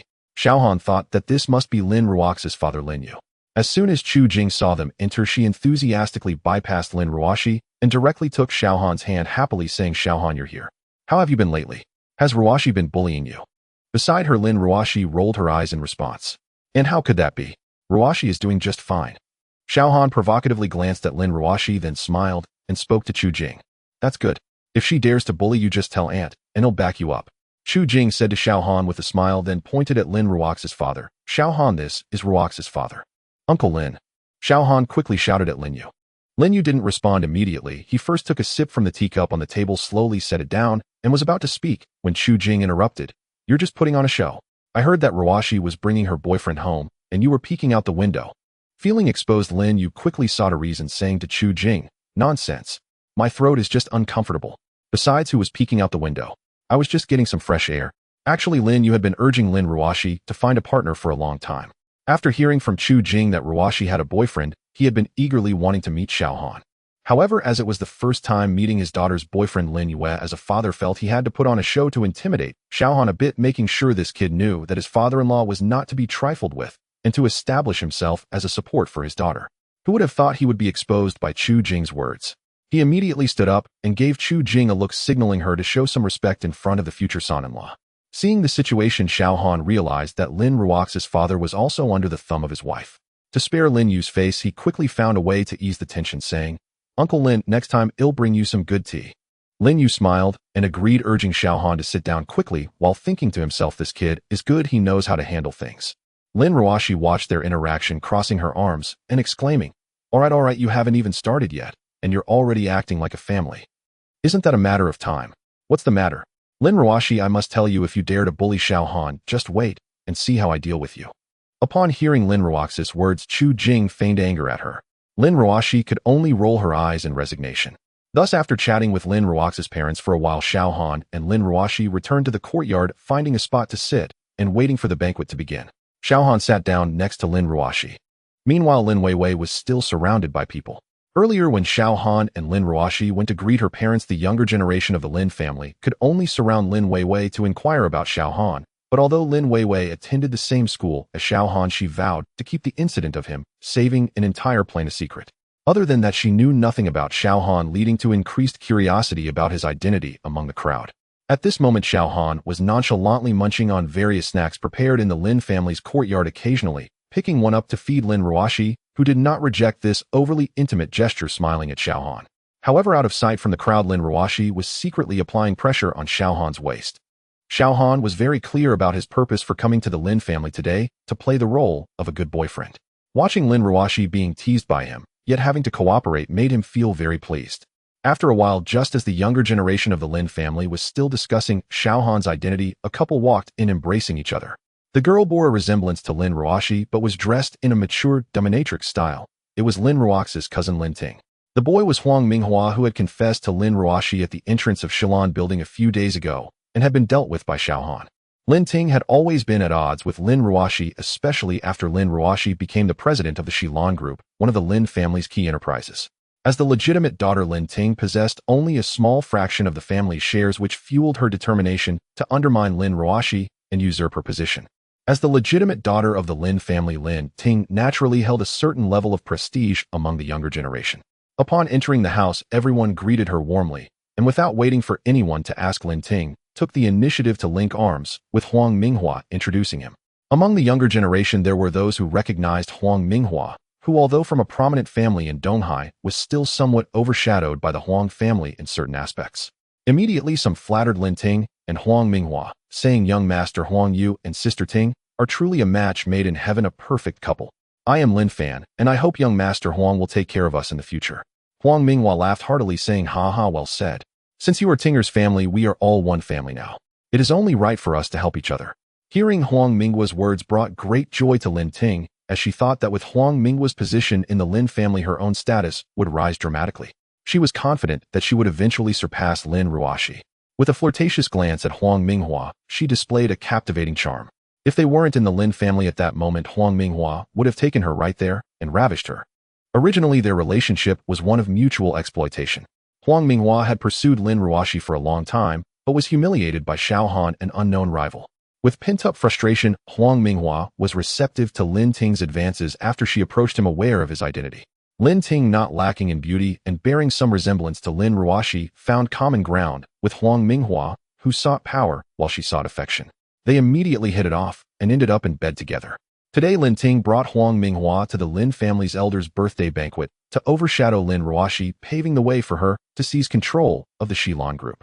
After exchanging pleasantries with the Lin family members, Lin Ting took Huang Minghua's arm and approached the direction where Lin Ruoxi was pretending to have just spotted her. "Ruoxi, you arrived so early. I was so busy introducing Minghua that I didn't see you at first." Looking at Lin Ting, Lin Ruoxi, though aware of her ill intentions, responded politely in front of Huang Minghua, not wishing to embarrass the Lin family. "I just arrived as well. It's been a while, cousin. Do you have any advice for me?" Lin Ting chuckled lightly. "How could I dare to offer advice? You are the president of the Shilan group, the face of our Lin family." After pretending to be flustered, Lin Ting feigned surprise, as if she had just noticed Xiao Han sitting behind them. "Ruoxi, is this your boyfriend? Aren't you going to introduce us?" "Xiao Han, my boyfriend." Lin Ruoxi introduced Xiao Han to Lin Ting, then turned to Xiao Han, saying, "Xiao Han, this is my cousin Lin Ting." Xiao Han extended his right hand for a handshake and said, "Hello, cousin." However, Lin Ting showed no intention of shaking hands with Xiao Han. Xiao Han, feeling no awkwardness, withdrew his hand. At that moment, Lin Ting turned to Lin Ruoxi with a concerned expression, saying, "Ruoxi, I do have a few words of caution for you. I heard you recently started dating someone. This man has a way with words, and since you've never been in a relationship before, I'm worried you might be deceived. So I did a little investigation and found out he's just a security guard. Ruoxi, you won't blame your cousin, will you?" Lin Fan, who had just praised Huang Minghua, exclaimed in surprise, "A security guard? No way. How could Jie Ruoxi possibly choose a security guard?" "Ting Jie, you must be mistaken." The younger generation of the Lin family, who had been paying attention to the situation with Lin Ruoxi, looked at Lin Ting in astonishment. "Isn't he just a lowly security guard? I saw him standing guard at the entrance of the Shilan building a few days ago." Huang Minghua deliberately replied loudly, "What? He is still working as a security guard at our family's enterprise. This is trying to be a phoenix man. A toad wanting to eat swan meat." The surrounding people looked at Lin Ruoxi and then at Xiao Han, each with an expression of disbelief, having previously speculated on which wealthy heir could have won over a goddess, only to find out he was just a lowly security guard. Having Lin Ting publicly expose Xiao Han's identity, Lin Ruoxi had indeed not anticipated anyone would reveal Xiao Han's profession before her arrival. She couldn't care less about explaining now, but instead was worried that the crowd's words might hurt Xiao Han's pride, glancing anxiously at him and tightening her grip on his arm unconsciously. Seeing Lin Ruoxi's reaction, Xiao Han smiled gently at her, signaling that he was fine and telling her to relax. Then, just as before, he said, "I am indeed a security guard, helping Ruoxi protect the company and preventing certain stray cats and dogs from entering." He mimicked Lin Ting's manner, pretending to just notice Huang Minghua. "Oh, isn't this young Master Huang? Please don't misunderstand. I never said you were a stray cat or dog. By the way, is your car fixed? Do you need my help?"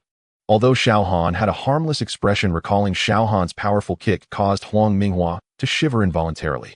Yet in front of so many members of the Lin family, he still forced himself to remain calm, saying, "Xiao Han, this is the Lin family. Do you dare to act against me here?" Xiao Han took a gentle step towards Huang Minghua, who quickly stepped back in response, and Xiao Han chuckled, "How could that be? I am a civilized person. Young Master Huang, do you have some misunderstanding about me?" Huang Minghua indeed felt a bit of fear towards Xiao Han's abnormal combat prowess. Although he knew Xiao Han wouldn't act against him in the Lin family, he could only curse silently in his heart. "I misunderstand your grandfather." Outwardly, he still said, "Yes, yes, yes, we are all civilized people."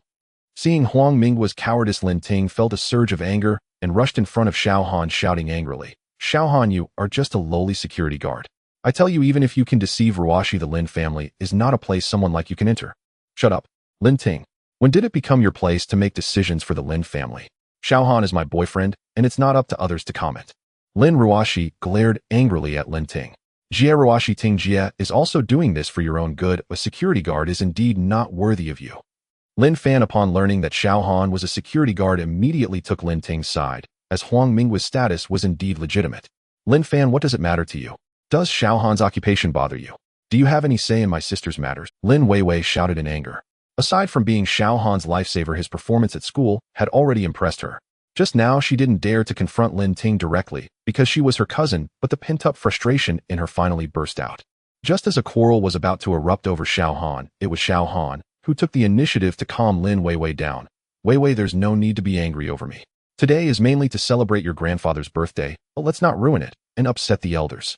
Hearing Xiao Han's words, Lin Weiwei finally stopped cursing, but shot a glare at her opponent, then ignored them. Lin Ting, although trying to use Xiao Han to bring Lin Ruoxi down a notch, also knew it was not the right time, and thus walked towards the other side of the courtyard. Before long, the birthday banquet for the elder of the Lin family commenced. Xiao Han, led by Lin Ruoxi, took a seat at the second table. Naturally, Lin Ting, as the eldest daughter of the Lin family, was accompanied by Huang Minghua at the same table. Aside from Lin Fei and Lin Weiwei, several young men also joined them, presumably the descendants of the Lin family's brothers. At the first table sat the three brothers of the Lin family, along with their wives. Lin Ruoxi's father Lin Yue and mother Chu Jing were already seated at the first table. After greeting them, Xiao Han glanced around, noting that there were about 20 tables set up in the courtyard, realizing that the Lin family must be quite numerous. Just as Xiao Han was surveying the surroundings, an old man in his 70s, showing no signs of aging, slowly emerged from the central courtyard with the assistance of a servant. Upon seeing the elder, the members of the Lin family immediately stood up. Xiao Han, following Lin Ruoxi's lead, also rose. Once the elder took his seat at the center of the first table, everyone else sat back down. Xiao Han observed the elder, deducing that this must be Lin Ruoxi's grandfather Lin Beiwang. After settling in, the elder looked around the courtyard, and upon spotting Xiao Han and Huang Minghua, he laughed heartily. It seems the Lin family is about to have some joyful news. Hearing the elder's words, Lin Ting was about to introduce Huang Minghua, but the elder directly overlooked her and turned to Lin Ruoxi, saying, Ruoxi, aren't you going to introduce the person beside you to your grandfather?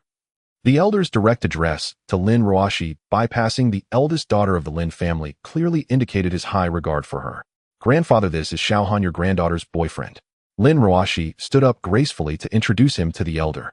At the same time, Xiao Han stood up as well, respectfully cupping his hands and saying, I am Xiao Han, greetings to you, Lin Grandpa.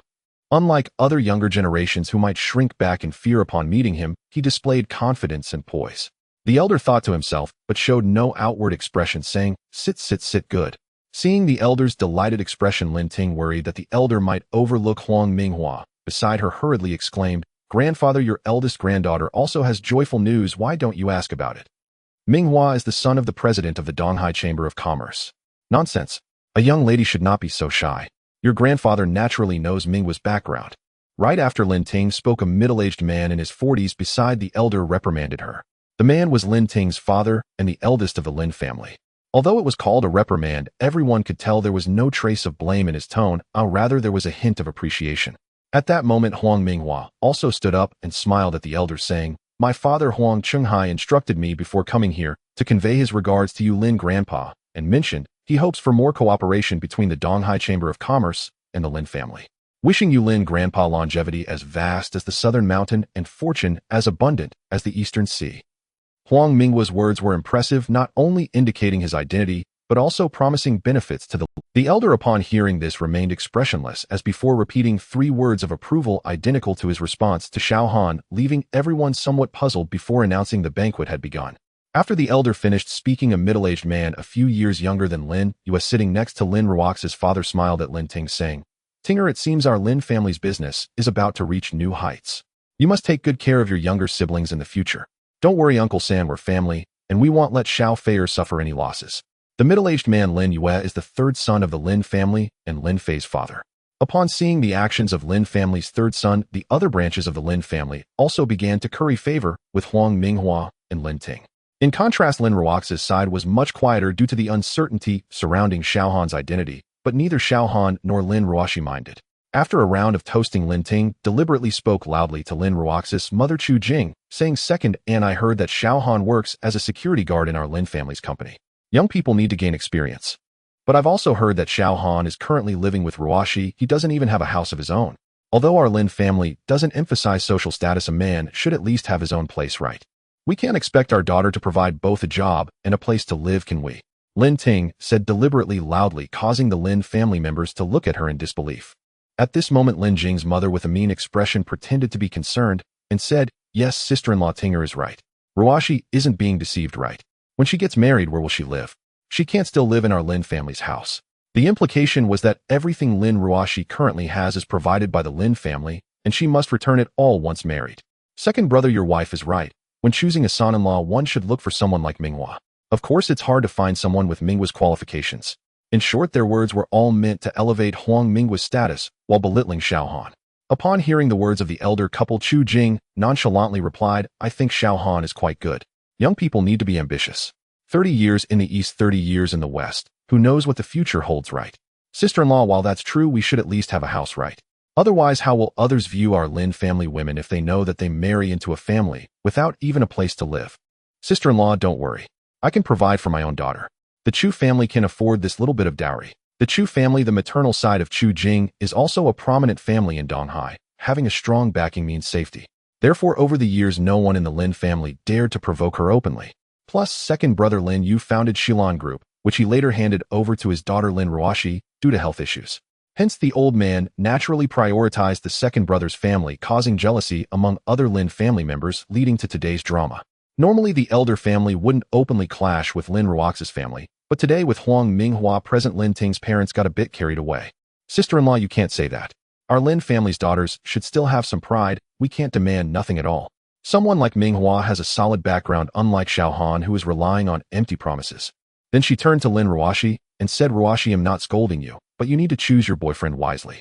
Don't associate with dubious characters. Sister-in-law, that's too much. My own daughter shouldn't be subject to others' judgment." Chu Jing said angrily. Lin Ruashi was not the type to be bullied. "Aunt, you should take care of your own daughter. How many boyfriends has she had? Is there a cousin in Donghai who hasn't dated?" "Lin Ruashi, what do you mean? What nonsense are you spouting?" Lin Ting immediately lost her composure upon hearing Lin Ruax's words. Afraid Huang Minghua might misunderstand, she quickly explained to him. Seeing Huang Minghua giving a reassuring look, she turned back to Xiao Han. "Xiao Han, do you just hide behind women? This incident all started because of you. As a man, don't you have any sense of responsibility? Isn't this exactly what your family has deliberately instigated? Now you are shifting the blame onto me." Xiao Han thought to himself, yet at that moment, looking at Lin Ruax's family, he felt deeply moved, especially by Chu Jing, who usually treated him like a kind elder, but was now willing to confront the Lin family for his sake. Xiao Han knew it was time for him to step forward. Indeed, Xiao Han, a man must take responsibility. Hiding away is not an option. Huang Minghua said with a teasing look at Xiao Han, as if waiting for a good show. Xiao Han stood up, gently patted Lin Ruax's hand, signaling her not to worry, and then slowly rose to his feet. His movements were neither hurried nor slow, and he still wore that harmless smile. Lin Ting looked at Xiao Han with increasing disdain, thinking to herself, "Let's see how you can still smile after this." "My cousin is right, a man should indeed have some responsibility." Xiao Han continued, smiling. "I do have a house. I think it's called a villa, but I haven't been there in so long that I can't quite remember." Huang Minghua, hearing Xiao Han's words, assumed he was just putting on a brave face and immediately mocked. "Xiao Han, you must be talking about the Yunting Villa, right?" Yes, that's what it's called." "Ha ha ha." As soon as Xiao Han finished speaking, a wave of mocking laughter erupted around him. "You are killing me, Xiao Han. The house you mentioned is actually Ruax's house, right?" Lin Ting sneered sarcastically. At this moment, Lin Ruashi felt a bit disappointed in Xiao Han. She wanted to persuade him to stop talking, but Xiao Han calmly replied, "Yes, but it's not Ruax's apartment. I seem to remember it's Villa No. 1. As soon as Xiao Han finished speaking, the room fell silent for a few seconds before an even stronger wave of laughter broke out. "Xiao Han, you are really killing me. Oh, I never expected you to have a talent for comedy." Huang Minghua laughed loudly and continued, "Who doesn't know about the Yunting Villa district? Just the price alone makes it the most upscale villa district in Donghai City, with even the cheapest houses costing several hundred million, let alone building No. 1. One of the best locations in the entire villa district, surrounded by mountains and water with the largest area. The price is not the main concern. The most important thing is that those who can live there represent power and status. Only the wealthy and noble can afford it. Xiao Han, do you know that in our Donghai only a few privileged individuals have the qualification? It's a pity that reportedly it was bought out by a mysterious buyer when it was first released, leaving those few individuals resentful for a long time. Unfortunately, no one has seen the owner in years, and they can only lament from afar. He was quite familiar with the Yunting Villa district. His father Huang Chenghai also owned a house there in building No. 7. To buy that house, he had to rely on numerous connections. As for the owner of building No. One, his father had tried various means to find out who it was, but could not uncover the identity, only knowing that the background was extraordinarily deep and not to be provoked. At this point, Huang Minghua shifted his tone and continued to mock Xiao Han, saying, "Do you think you resemble that mysterious buyer?" Uh-huh. After Huang Minghua finished, he clutched his stomach and leaned against Lin Ting, laughing uncontrollably, while the other members of the Lin family also looked at Xiao Han with renewed disdain. At this moment, Xiao Han appeared to everyone as a pretentious fool. Xiao Han's actions had increasingly disappointed Lin Ruoxi, but then she thought that he was only trying to save face and bravely stood in front of Xiao Han, glaring at the Lin family members. "Xiao Han, I admit you're quite interesting. You've truly made my day today. Later on, I must have a good drink with you." Young Master Huang, how could he still have the face to stay here? He dares to say anything without a shred of shame. "Brother-in-law, let me keep you company instead." Lin Fan, acting like a lackey, flattered Huang Minghua with a sycophantic smile. Lin Ruoxi truly wanted to leave at this point and was about to pull Xiao Han away, but he spoke again. "There really is a house there that belongs to me." Huang Minghua and Lin Ting had already achieved their goal of humiliating Lin Ruoxi and were ready to see the two leave. Yet unexpectedly, Xiao Han willingly handed them another opportunity to mock him. Before Huang Minghua could speak, Lin Fan pulled him aside and whispered a few words. Then Huang Minghua feigned concern and said to Xiao Han, "Xiao Han, don't say I didn't warn you. I know the property manager there. If you insist it's your house, I can have him come over to confirm. That way no one will think you're lying." Huang Minghua put on a look of concern. Xiao Han replied casually, "Sure." Hearing him agree so readily, Lin Ruoxi felt a surge of frustration as if he was beyond help. When Huang Minghua heard Xiao Han's agreement, he immediately took out his phone, made a call, and hung up after a few words. Pretending to care, he said to Xiao Han, "The property manager will be here soon. If you want to back out, now's your chance." "All right, I'll wait right here," Xiao Han said calmly as he sat down, seemingly unbothered by the tension his words had stirred within the Lin family. With things having come this far, Lin Ruoxi's family had no choice but to brace themselves for whatever came next. A few minutes later, a middle-aged man in his 40s dressed in a suit was led in by the butler. Before the man could even approach, Huang Minghua impatiently pointed at Xiao Han and shouted, "Manager Wang, this man claims to be the owner of Villa No. 1 in Yunting. Come take a look so we don't mistake him for some stray cat or dog pulling a scam in the future." The man called Manager Wang hurried over, as ingratiating himself with someone of Huang Minghua's status was a priority for him. Upon seeing Xiao Han, however, he felt a bit troubled. After all, he had never actually met the owner of Villa No. 1, who was far too reclusive. He could only say he doesn't quite look like it. "Doesn't look like it? Don't you know who the owner is?" "Huang Minghua, young Master Huang, the truth is the owner of Villa No. 1 is extremely mysterious. I've never seen him in all these years, and even the records are confidential." "Useless." Lin Ting cursed, then turned to Xiao Han with a sarcastic smile. "I underestimated you. No wonder you're so calm. You figured the property manager wouldn't know who owns Villa No. 1 either. Looks like you came prepared. No wonder Ruoxi was fooled by you. You really do have some tricks." She then turned to Chu Jing and said, "Aunt, you'd better be careful from now on. Don't let the Chu family's assets be swindled away too." "Tinger, is that how you speak to your aunt? Your aunt's family is wealthy and powerful. Why would she fear something like this?" Lin Ting's mother pretended to scold her daughter, but in truth, she was playing along to belittle Chu Jing, getting back at her for the earlier sarcasm. Lin Ting's mother continued to chime in, "Ruoxi, your boyfriend, has serious character issues. You need to be careful. Whether I have a problem or not is none of your concern. I suggest you pray that your daughter and young Master Huang enjoy a blissful union. After all, she only got what Ruoxi rejected." "Xiao Han, you." Xiao Han's words pierced Lin Ting's heart like steel needles, leaving her so enraged that she could not utter a word. Without waiting for Lin Ting's reaction, Xiao Han turned to Manager Wang and asked, "Doesn't your property management have a verification method?" At this moment, Manager Wang was also puzzled. Could this young man actually be someone significant? There is indeed a method. To protect client privacy, the homeowner's information can only be accessed with the owner's permission, but it requires the owner's fingerprint for decryption. He replied, though the young man seemed far too youthful to be the legendary owner of Villa No. 1. Just as Xiao Han was about to speak, his lackey Lin Fan quickly interjected, "Then let Xiao Han verify it. That will reveal the truth." "Why didn't you mention this method earlier?" Huang Minghua scolded, then turned to Xiao Han and sneered, "Xiao Han, your bluff is about to fail now, isn't it? Didn't expect them to have a verification method, did you? It's too late to regret now. You almost fooled us, but you've dug your own grave." Huang Minghua laughed arrogantly, thinking how foolish this man was. He had practically set a trap for himself. A few minutes later, Manager Wang retrieved a tablet from his car and accessed the community system in front of everyone. An owner verification page appeared, and he gestured for Xiao Han to proceed. Huang Minghua, Lin Ting, and the others wore expressions of eager anticipation, urging, "Go on, Xiao Han. Let us witness the grandeur of the legendary owner of Villa No. 1. Without hesitation, Xiao Han placed his right thumb on the scanner. A series of beeps sounded, and the system flashed an error alert. Ha ha, I knew he was just putting up a front, stubborn as a mule. Huang Minghua taunted loudly. Ruoshi, your boyfriend, is truly one of a kind. Lin Ting seized every opportunity to mock Lin Ruoshi, leaving her fuming but helpless. Just as the Lin family was reveling in their mockery, Xiao Han, looking puzzled, extended his left thumb to the fingerprint scanner. Lin Ting sneered sarcastically. Oh, so persistent. Do you really think pressing it a few more times will? Before Lin Ting could finish, a crisp ding sounded, followed by 4 words, verification successful. The scene fell into stunned silence for a few seconds. Lin Ting, Huang Minghua, and the others stared in disbelief, while Lin Ruoshi herself looked at Xiao Han in astonishment. As an owner in the same community, she knew all too well the value of Villa No. 1, having paid a considerable price for a far less prestigious unit. Is your system broken? After a moment of silence, Lin Ting shouted. She pushed past Huang Minghua, snatched the tablet from Manager Wang, and stared at the clear words on the screen. Welcome home, Xiao Han, owner of Villa No. 1. A prompt then appeared on the tablet asking whether to authorize the property staff to view the owner's information. Lin Ting eagerly tapped yes, and a photo appeared. Slightly younger than the Xiao Han before them, but unmistakably him. Lin Ting and the others were dumbfounded. The arrogance they had displayed moments ago vanished entirely as they looked at Xiao Han. No one noticed Xiao Han exhaling softly, thinking to himself that he had almost embarrassed himself. Lu Huanyu, chairman of the Haian Group, had insisted on gifting him this villa to thank him for saving his life. Xiao Han had initially refused, but Lu Huanyu threatened to marry his daughter to him if he didn't accept. Only Xiao Han considered this a threat. Anyone else would have been overjoyed. After all, Lu Huanyu was a tycoon with countless oil fields and mines, a man of immense wealth.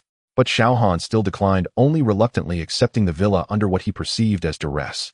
At the time, his right hand had been injured, so when Lu Huanyu's secretary handled the paperwork and recorded the fingerprint, Xiao Han had used his left hand. Now the truth is laid bare, and no one expected that a poor little security guard would actually own a villa in the EC, a villa that only the most affluent and powerful people could possess. Brother Han, I knew you were a big shot. I always said that Sister Ruoxi's judgment could never be wrong. The sycophant Lin Fan flattered Xiao Han as if he hadn't just joined Huang Minghua and Lin Ting in mocking Xiao Han.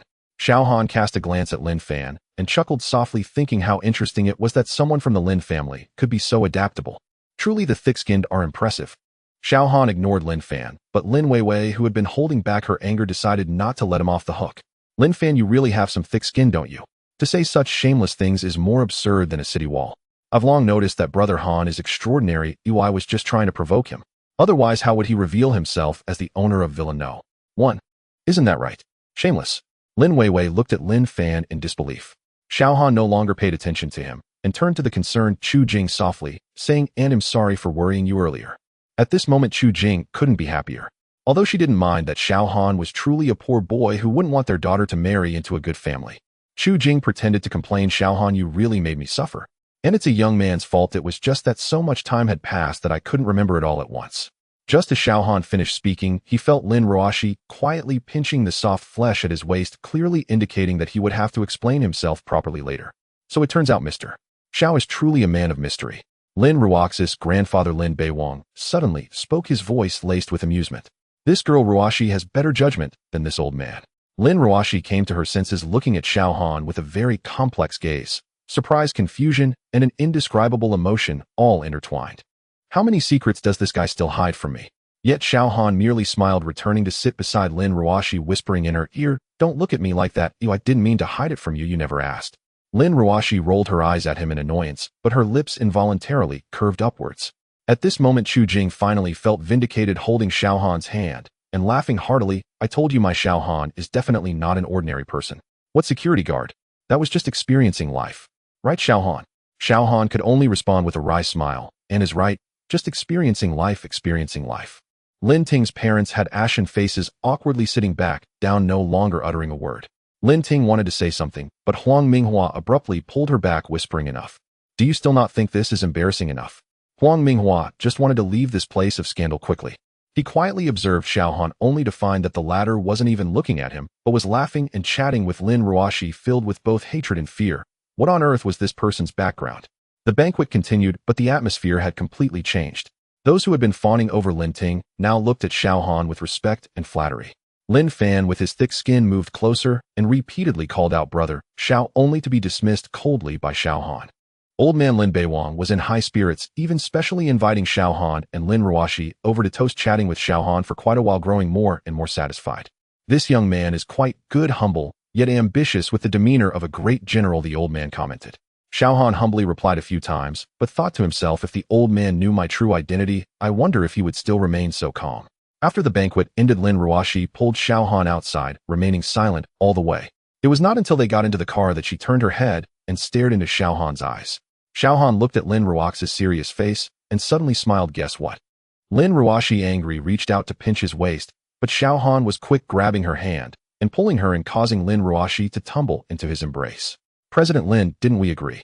I'm your boyfriend. Oh, just take your time to get to know me, Xiao Han whispered in her ear, his warm breath instantly reddening Lin Ruoxi's ears. Let go of me. Lin Ruoxi struggled a few times, but couldn't break free, ultimately giving up and leaning against Xiao Han's chest, muttering softly, bastard. After the birthday banquet, life returned to tranquility. Huang Minghua had calmed down, and Lin Ting also became much more subdued. Although she still held the title of shareholder at the company, she no longer dared to act arrogantly in front of Lin Ruoxi. Xiao Han still maintained his usual nonchalant demeanor, donning a security uniform as he stood guard at the entrance of Shalon Group. Occasionally called by Lin Ruoxi for a cup of coffee, he was privately teased by the employees as the greatest security guard in history. One noon, Xiao Han was dozing off in the security room when his phone suddenly rang. It was an unfamiliar number. He lazily answered hello. There was a silence on the other end for 2 seconds before a clear female voice, tinged with uncertainty, asked, "Is this Brother Xiao Han?" Xiao Han was taken aback.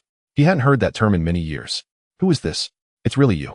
The female voice suddenly became excited. "Brother Xiao Han, it's Qing Chuan." By Qing Chuan. By Qing Chuan.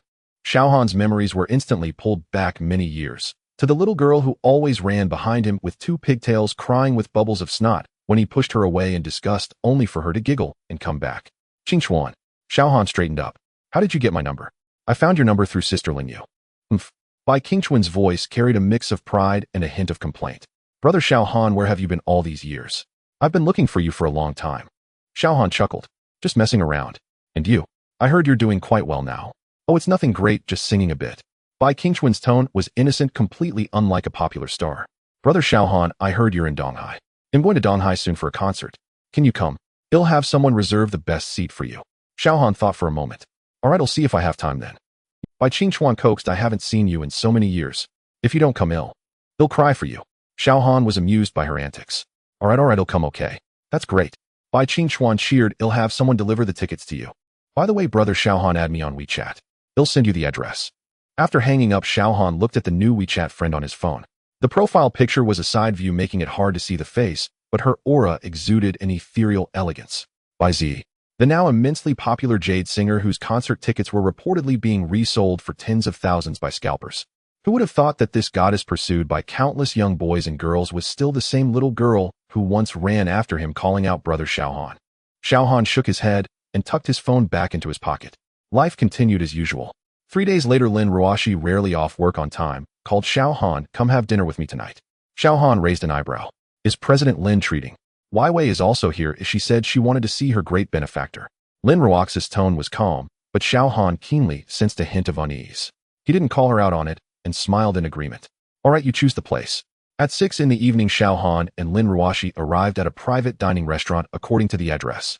In the private room, Lin Weiwei was already there, sitting next to a sexy beauty who was none other than Li Menghan. "Brother Xiao Han." Lin Weiwei's eyes lit up when she saw him. "Come here quickly, we've been waiting for you." After Xiao Han sat down, he greeted Lin Weiwei first, then glanced at Li Menghan, who seemed a bit different today. Before Xiao Han could speak, Li Menghan asked first, "What? You're not welcoming me? How could that be?" Xiao Han hurriedly replied, then introduced Lin Ruoxi to Li Menghan. "Menghan, this is Weiwei's sister and also Xiao Han's girlfriend." Xiao Han looked at Lin Ruoxi with a hint of confusion, pondering how unusual she seemed today, completely unaware of the undercurrents between the two women. Lin Weiwei finished ordering and suddenly remembered something. "By the way, sis, Xiao Han, how have you two been recently?" Lin Ruoxi put down her teacup, glanced at Xiao Han, and naturally linked her arm with his saying, "Pretty good." Xiao Han was taken aback and turned to look at her. Lin Ruoxi smiled at him, and there was a hint of possessiveness in her smile. Xiao Han instantly understood, feeling amused in his heart, yet he played along by wrapping his arm around her shoulder, saying, "Yeah, pretty good." Li Menghan's expression changed slightly, but she quickly returned to normal. She lowered her head to take a sip of water, her fingers tightening around the cup. Lin Weiwei didn't notice this and continued chattering about interesting stories from school. After the meal, the atmosphere was quite harmonious. Once they finished eating, the four of them walked out of the restaurant. Lin Weiwei pulled Li Menghan, wanting to go shopping, but Li Menghan seemed a bit distracted. Menghan, let's go, Lin Weiwei urged her. Li Menghan came back to her senses, glanced at Xiao Han, and forced a smile, saying coming. After the two left, Xiao Han and Lin Ruoxi stood at the entrance of the restaurant. Xiao Han looked at her with a smirk. President Lin, what was that all about just now? Lin Ruoxi remained unfazed. What do you think? Xiao Han leaned closer to her, declaring your territory in front of the young lady. Lin Ruoxi was caught out, her ears slightly reddening, but she still retorted, you're overthinking it. I'm just speaking the truth. Xiao Han laughed and didn't press further. The two walked side by side towards the parking lot. Lin Ruoxi suddenly said that Li Menghan, she likes you. Oh really? Xiao Han raised an eyebrow. How come I didn't notice? Do you truly not see it, or are you pretending not to? After thinking for a moment, Xiao Han replied, I genuinely didn't notice. Then Xiao Han laughed and changed the subject, earning a roll of the eyes from Lin Ruoxi. In truth, Xiao Han had sensed Li Menghan's feelings for him long ago, but he only viewed her as a friend, at least for now.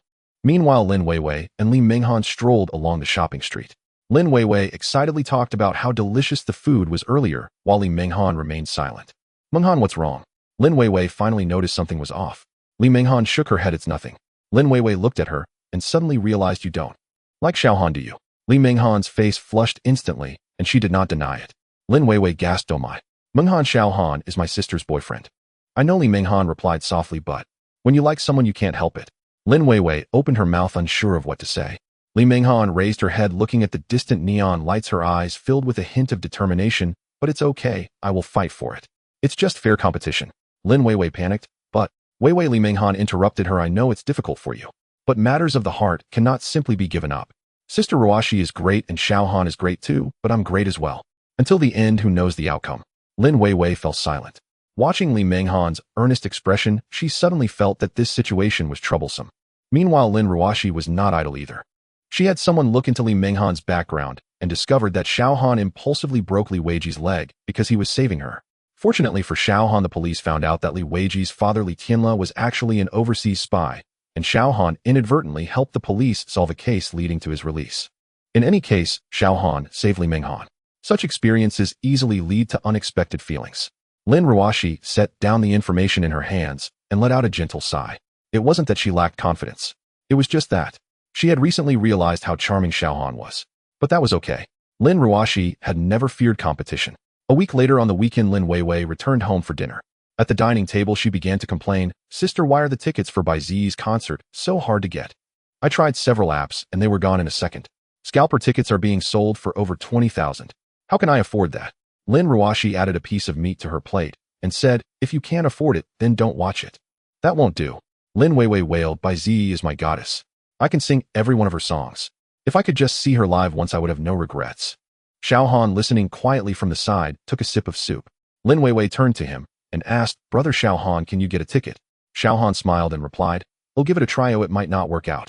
Then I'm counting on you. Brother Xiao Han. Lin Weiwei put on a pitiful expression. 2 days later, while on duty in the security room, Xiao Han received a phone call.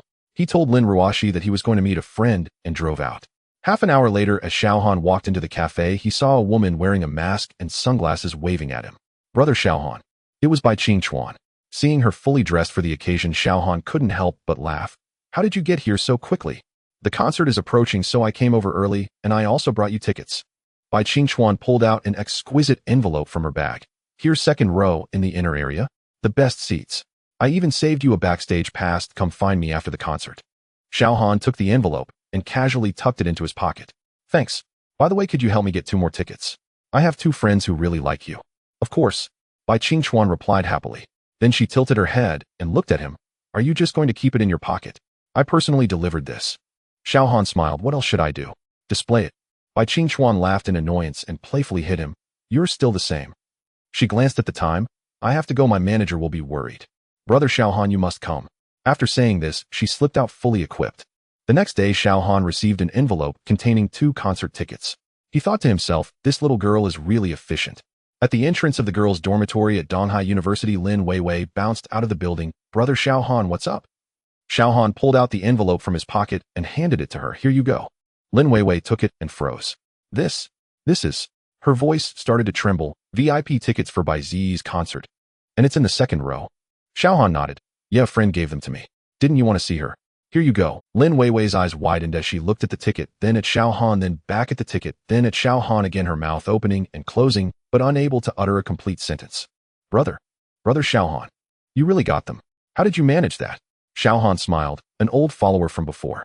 Follower? Lin Weiwei was confused. Xiaohan didn't explain any further and turned to walk out of the school. All right, hurry back. Enjoy the concert. Lin Weiwei stood there watching Xiaohan's retreating figure, her eyes filled with big question marks. Just what kind of person is this brother Xiaohan? Soon the day of the concert arrived, and the Donghai Gymnasium was packed to capacity. Lin Weiwei and Li Minghan sat in the second row of the inner area, their hands trembling with excitement. Beside them was an empty seat, Xiaohan's spot, but he had not yet arrived. Why hasn't brother Xiaohan come yet? Lin Weiwei looked around anxiously. The show is about to start. Li Minghan also glanced towards the entrance, not seeing that familiar figure, feeling a bit disappointed. She had specially dressed up today, wearing light makeup and a new dress. Though she knew Xiaohan was Lin Ruox's boyfriend, what if he looked at her for just a moment? Suddenly the lights dimmed, and the crowd erupted in a frenzy of screams. In the center of the stage, a spotlight slowly illuminated. Bai Zi descended from above, dressed in a flowing white gown like a celestial fairy. Ah! Lin Weiwei grabbed Li Minghan's arm, screaming madly, Minghan, look! It's the real person. It's really her. Li Minghan was also overwhelmed with excitement, temporarily forgetting her earlier thoughts, and joined in the screams. As soon as Bai Zi opened her mouth, the audience erupted. Her voice was ethereal and clear, each word seeming to sing directly into the hearts of the listeners. The stage effects were dreamlike. In the shifting lights and shadows, she appeared as if she stood on the clouds. After finishing the third song, Bai Zi paused to interact with the audience. I'm very happy to see so many friends who like me today. She smiled, her gaze sweeping over the audience.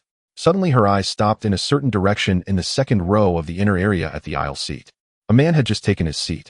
Bai Zi's gaze lingered there for several seconds, her eyes filled with an indescribable emotion, gentleness, nostalgia, and a hint of playfulness. Then she smiled, a sweet smile like a little girl who had just received candy. The next song is for someone very important. It had been many years since they last met. Today, he finally came to see me. The audience erupted in another wave of screams. Several male audience members in that direction were suddenly excited.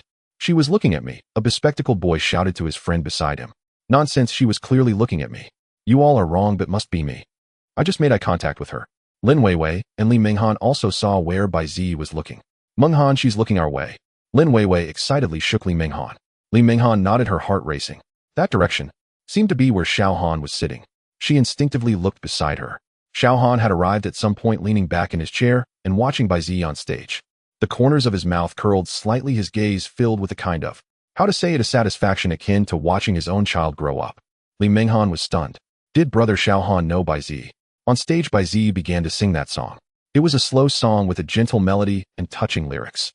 She sang with great immersion, her gaze occasionally drifting towards that direction, each time lingering for a few seconds.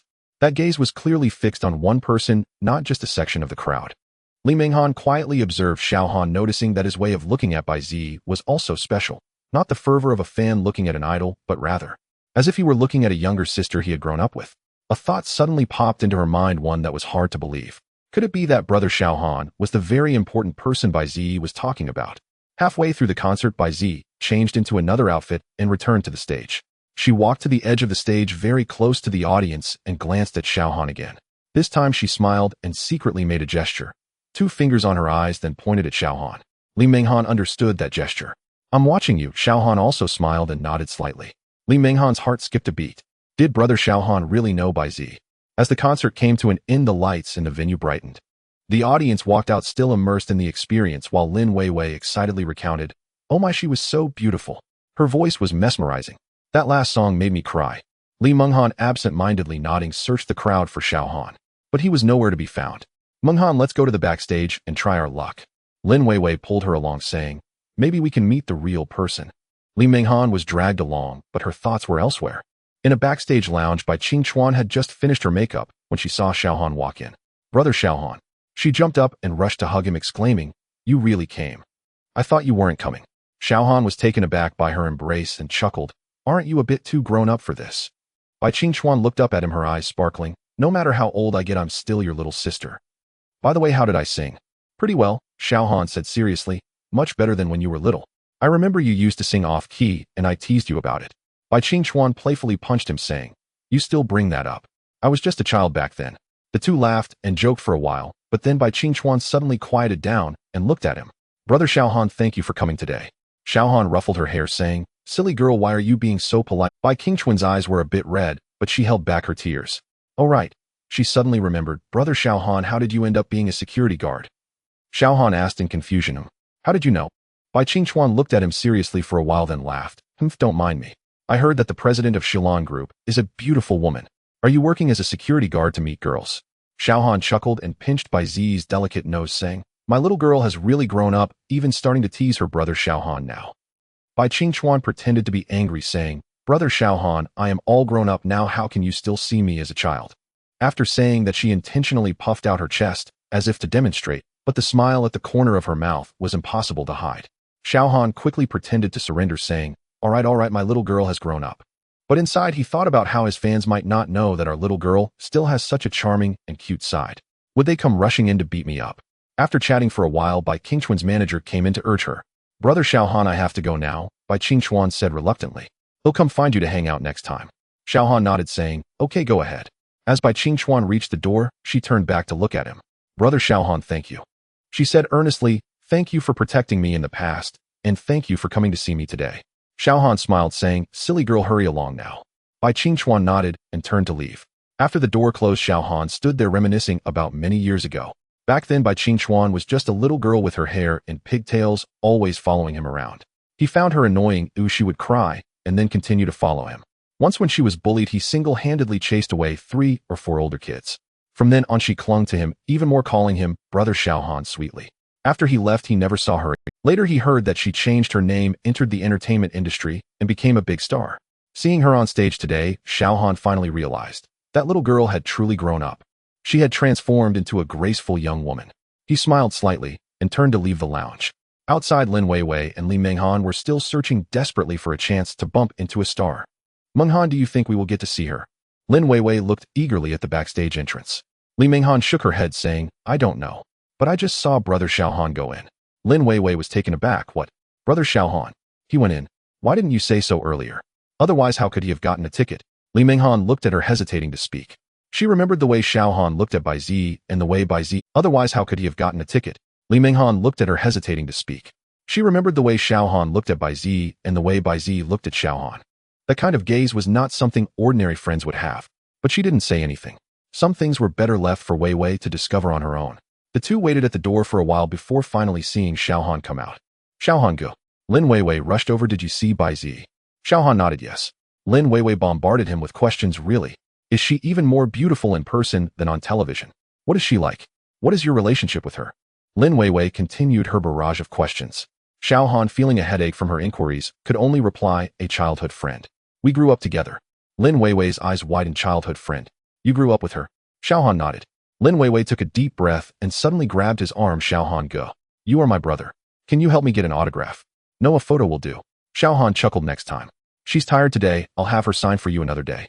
Another day? Lin Weiwei's eyes widened in disbelief. It can really be another day? Xiaohan didn't elaborate further, just smiled. All right, let's go. I'll take you back. Still immersed in tremendous shock, Lin Weiwei mechanically followed him outside. Li Menghan trailed behind, watching Xiaohan's back, her heart filled with mixed emotions. How many secrets does this person she secretly likes still have? He knows Bai Zi saved her life, treats Lin Ruoxi so well. And what about her? What qualifications does she have to stand by his side? She lowered her head and sighed softly. Perhaps some affections are destined to be buried in the heart. The three walked out of the gymnasium, the night breeze blowing in with the chill of early autumn. Xiaohan helped them into the car, but did not get in himself. You go ahead, I have some matters to attend to. Lin Weiwei wanted to say something, but Li Menghan tugged at her. Let's go, let Xiaohan go handle his business. The car started and drove into the night. A week later at Shilon Group, Lin Ruoxi sat in her office facing the marketing director Zhou Min. President Lin, there's a problem with the spokesperson. Zhou Min's expression was serious. Lin Ruoxi's heart. Lu Jingchen's manager just informed us that he has objections to the contract terms and demands to renegotiate. Zhou Min gritted her teeth, but from what I know, it's not even about the contract. They are deliberately stalling us, wanting to set conditions. Lu Jingchen, a popular male star with over 30 million fans, he was the spokesperson that Shilon Group had worked hard to sign. With the product launch approaching and the advertisement already half-shot, how could they suddenly say they want to renegotiate? Lin Ruoshi took a deep breath. What conditions are they proposing? Zhou Min hesitated before saying they didn't specify, but Lu Jingchen's manager hinted that you need to negotiate in person. Lin Ruoxi's expression changed. Negotiate in person? She recalled the way Lu Jingchen had looked at her during their previous encounters, feeling a wave of nausea. President Lin, I heard Lu Jingchen has been getting close to Huang Minghua lately. Zhou Min lowered her voice. Lin Ruoshi waved her hand. I understand, you can leave now. Zhou Min nodded. Lin Ruoshi leaned back in her chair, closing her eyes. Huang Minghua. Again, it's him. At 3 in the afternoon, Lin Ruoshi still went to the shooting set. Not to negotiate terms, but to check the shooting progress and have a clear understanding. In the studio, Lu Jingchen was having his makeup retouched. Upon seeing Lin Ruoshi enter, his eyes lit up as he waved to the makeup artist and walked straight over. President Lin, you're here, he said with a smile, his gaze lingering on Lin Ruoshi. I was just hoping to talk to you.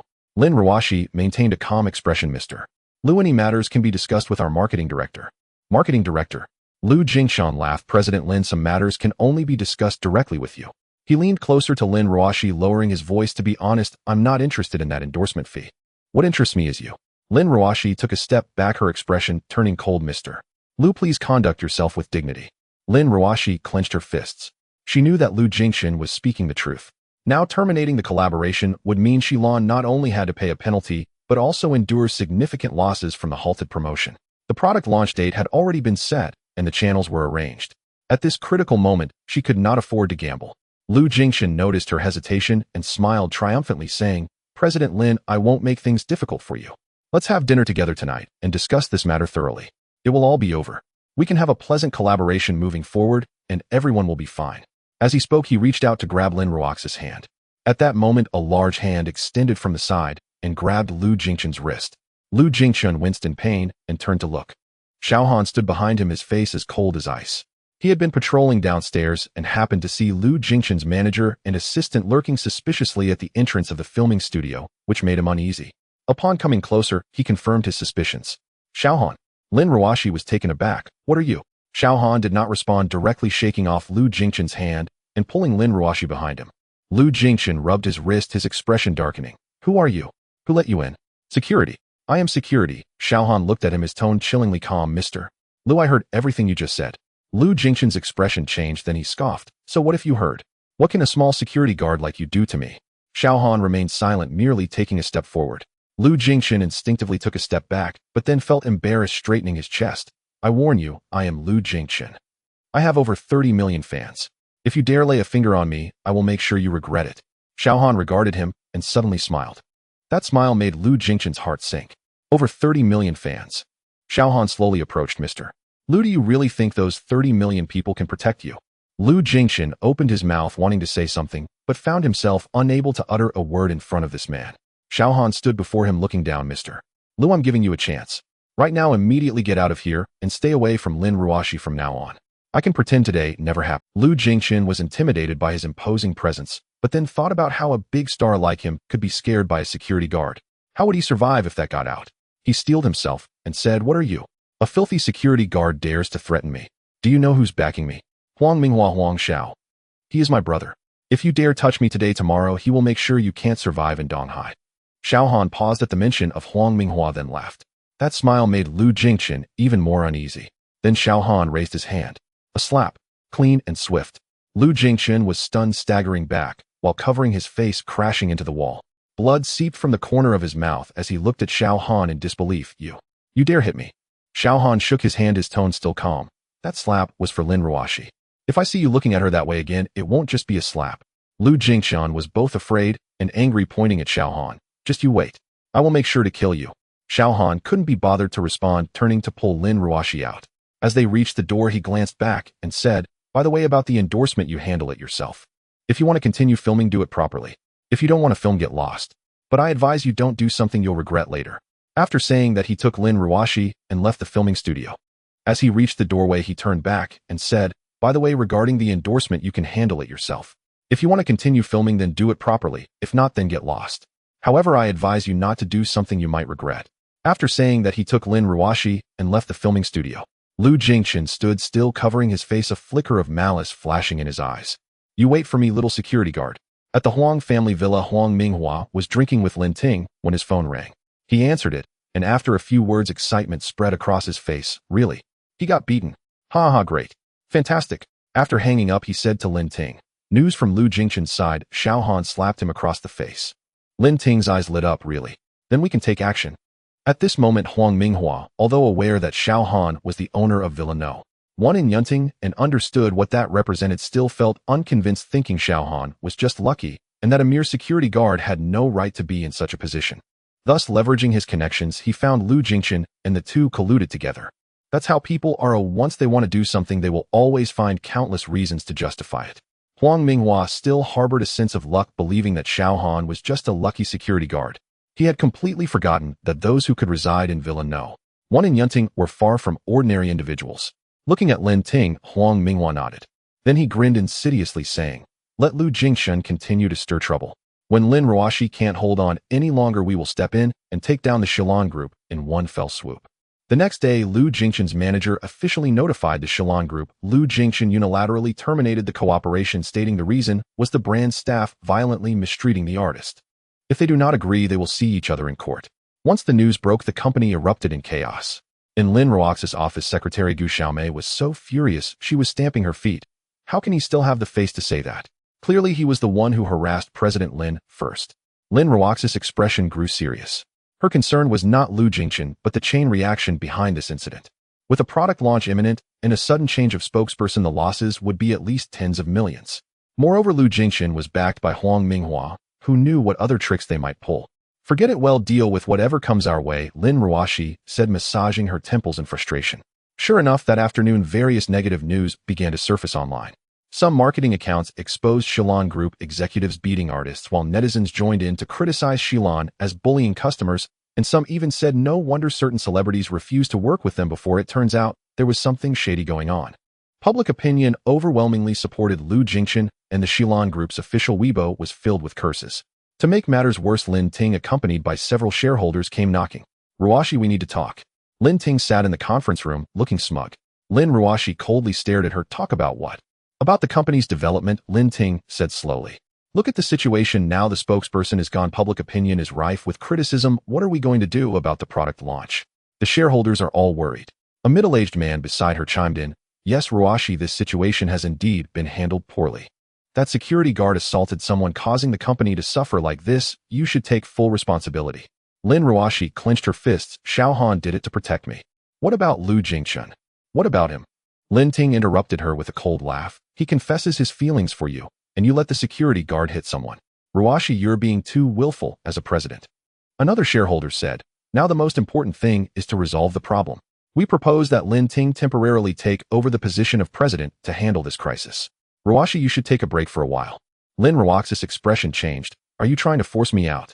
"We're not forcing you, but it's for the good of the company," Lin Ting said with a smile. "Ruoxi, don't blame us. Who told you to date a security guard and cause such a huge mess? If you had listened to me earlier and built a good relationship with young Master Huang, would we be in this situation today?" Lin Ruoxi took a deep breath, trying to calm herself down. "Give me 3 days. Within 3 days, if I still cannot solve the problem, I will resign voluntarily." Lin Ting raised an eyebrow. 3 days. "Fine, then I will give you 3 days. After 3 days, we will hold a board meeting, and if you cannot present a solution by then, don't blame us for being rude." With that, she left with several shareholders. The conference room was left with only Lin Ruoxi. She leaned back in her chair, closed her eyes, and felt a wave of fatigue wash over her. 3 days.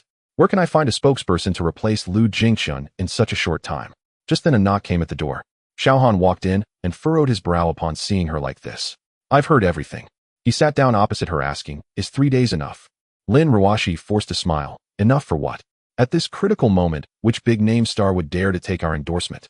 Taking it would mean going against Lu Jingchen and his backer Huang Minghua." Xiao Han looked at her and suddenly smiled. "Ruoxi, do you remember what happened at the last concert?" Lin Ruoxi was taken aback. "What?" "Bai Zi," Xiao Han said. "Do you remember her?" Lin Ruoxi certainly remembered.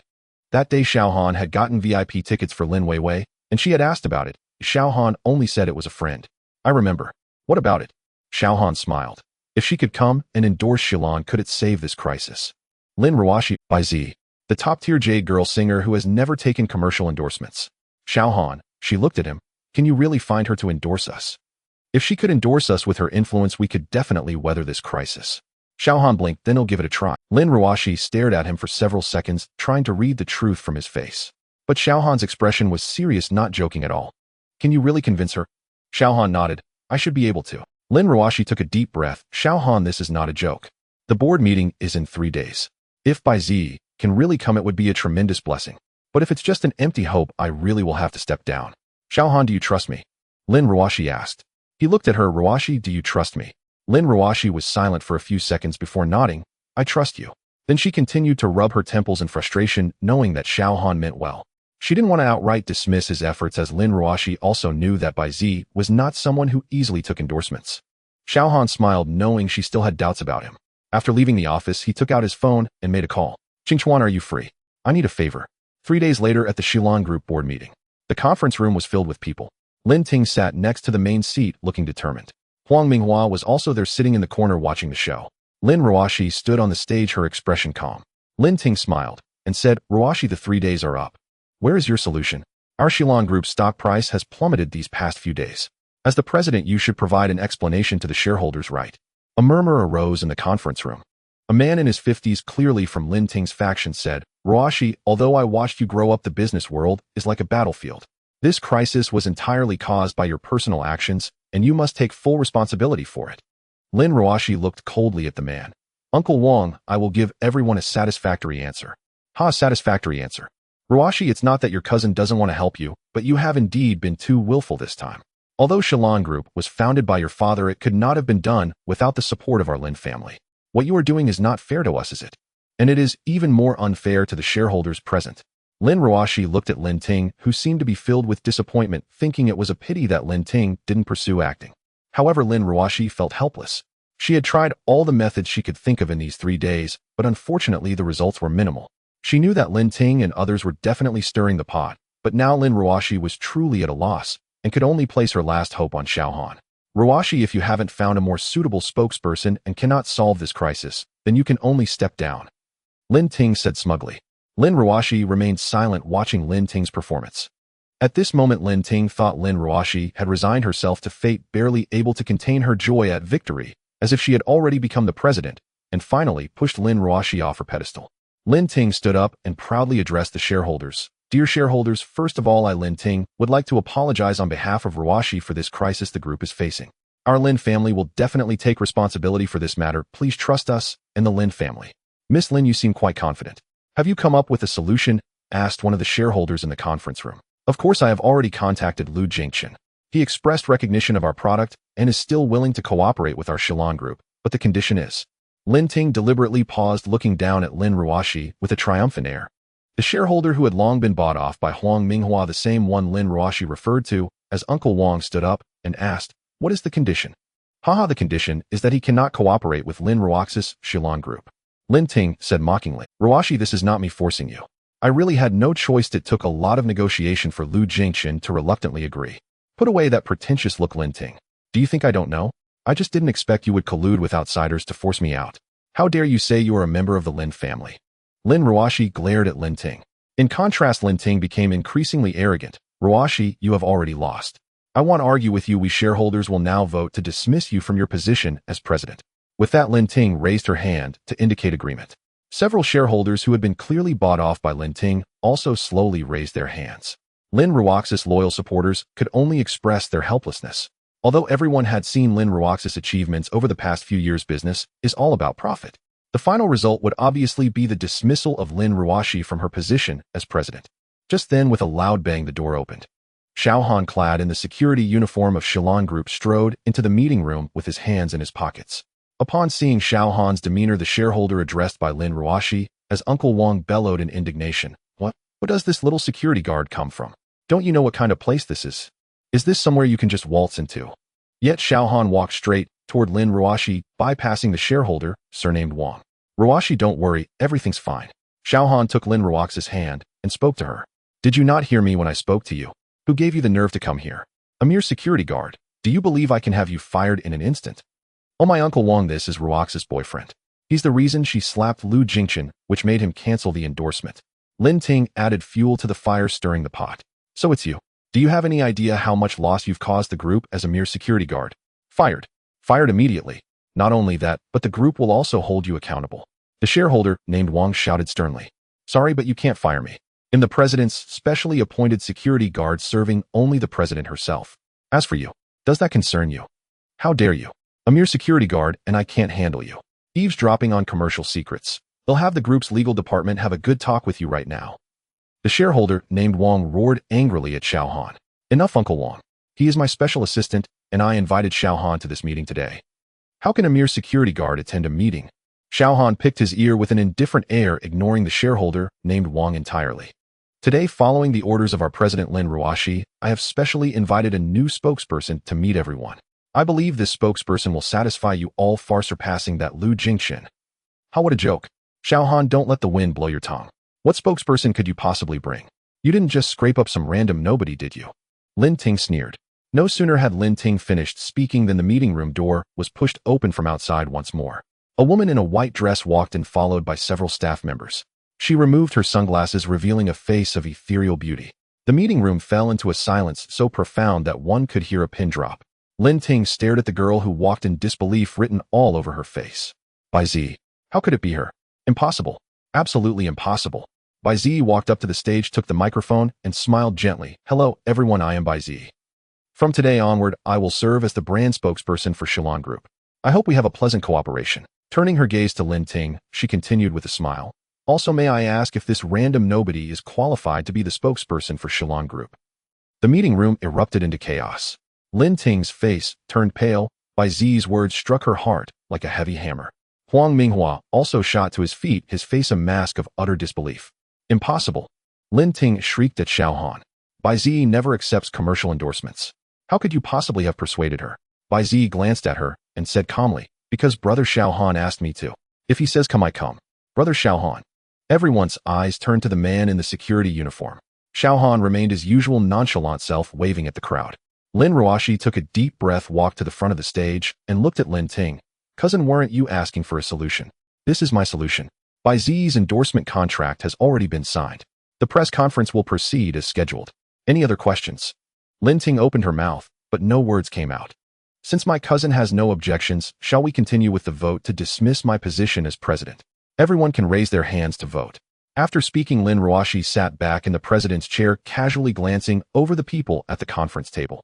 Her gaze merely skimmed over a few individuals, all of whom had already been bribed by Lin Ting and had previously expressed support for her dismissal. They now realized they had made a grave mistake. No one had anticipated that Lin Ruoxi could enlist the services of the immensely popular Bai Zi to endorse products for the Shilon Group. It's clear that the upcoming Shilon Group would see a significant boost in recognition, and its products could even ascend to a first-tier brand status due to Bai Zi's popularity. More importantly, the stock price would naturally rise, elevating the group's standing both in Donghai and across the nation. The people in the conference room were not fools, and none doubted the worth of Bai Zi, this young lady who was only in her 20s. In today's society where influence reigns supreme, even a million-follower internet celebrity can create a stir, let alone a contemporary diva with over 1 billion fans worldwide. At this moment, the shareholders present certainly would not agree to Lin Ruoxi's dismissal any longer. Only Lin Ting still clung to a glimmer of hope, raising her right hand to express her agreement with Lin Ruoxi stepping down as president. Lin Ting looked at the people at the conference table, realizing that she was the only one with her hand raised. Panic set in as she cried out, Uncle Wang, didn't we agree on this? As Lin Ting continued, as long as Lin Ruoxi steps down as president. She was abruptly interrupted. Lin Ting, don't be ridiculous. I agreed before purely from the perspective of the company's interests. I do not wish to see the group suffer greater losses. Mr. Wang, do you really think that if you don't bring Lin Ruoxi down now, you'll have a good outcome later? Lin Ting, undeterred, questioned loudly. Mr. Wang ignored Lin Ting, turning to Lin Ruoxi at the president's seat. Ruoxi, you must trust Uncle Wang. I only agreed to let you temporarily step down as president for the sake of the company. Once we weather this crisis, you can take over again. After all, the group's performance during your time as president has been quite commendable. This was evident to all the shareholders present. Ruoxi, Uncle Wang is truly considering the group and is genuinely helping you. Lin Ting trembled with anger, pointing at Mr. Wang, but could not utter a word. Lin Ruoxi understood that this was not the time to settle scores with those who wavered. She forced a smile that still conveyed sincerity. Uncle Wang, I completely understand your intentions. It is all for the company's sake. Rest assured, as a veteran of the company, how could we treat you unfairly? Yes, it's all for the company. Mr. Wang quickly nodded. Lin Ruoxi then glanced at Xiao Han and continued, however, Uncle Wang, I cannot agree to the previous suggestion of dismissing Xiao Han. Moreover, Xiao Han is my specially appointed assistant to the president, and I hope everyone will respect him in the future. Lin Ruoxi emphasized the last few words, clearly seeking to regain face for Xiao Han after he had been insulted earlier. Xiao Han was surprised by Lin Ruoxi's words. He hadn't expected her to consider his feelings at this moment. After all, it was crucial to stabilize the shareholders to prevent any further mishaps. Though he was confident that nothing untoward would happen with him present, he silently thought, giving Lin Ruoxi a glance that signaled the importance of the situation while assuring her that he wouldn't take those remarks to heart. In contrast, the Wang shareholders' expression darkened momentarily after Lin Ruoxi finished speaking, yet he did not refute anything. Seeing this, Lin Ruoxi was about to say something when a voice filled with a hint of anger reached her ears. What? Are you all trying to dismiss Han Ge?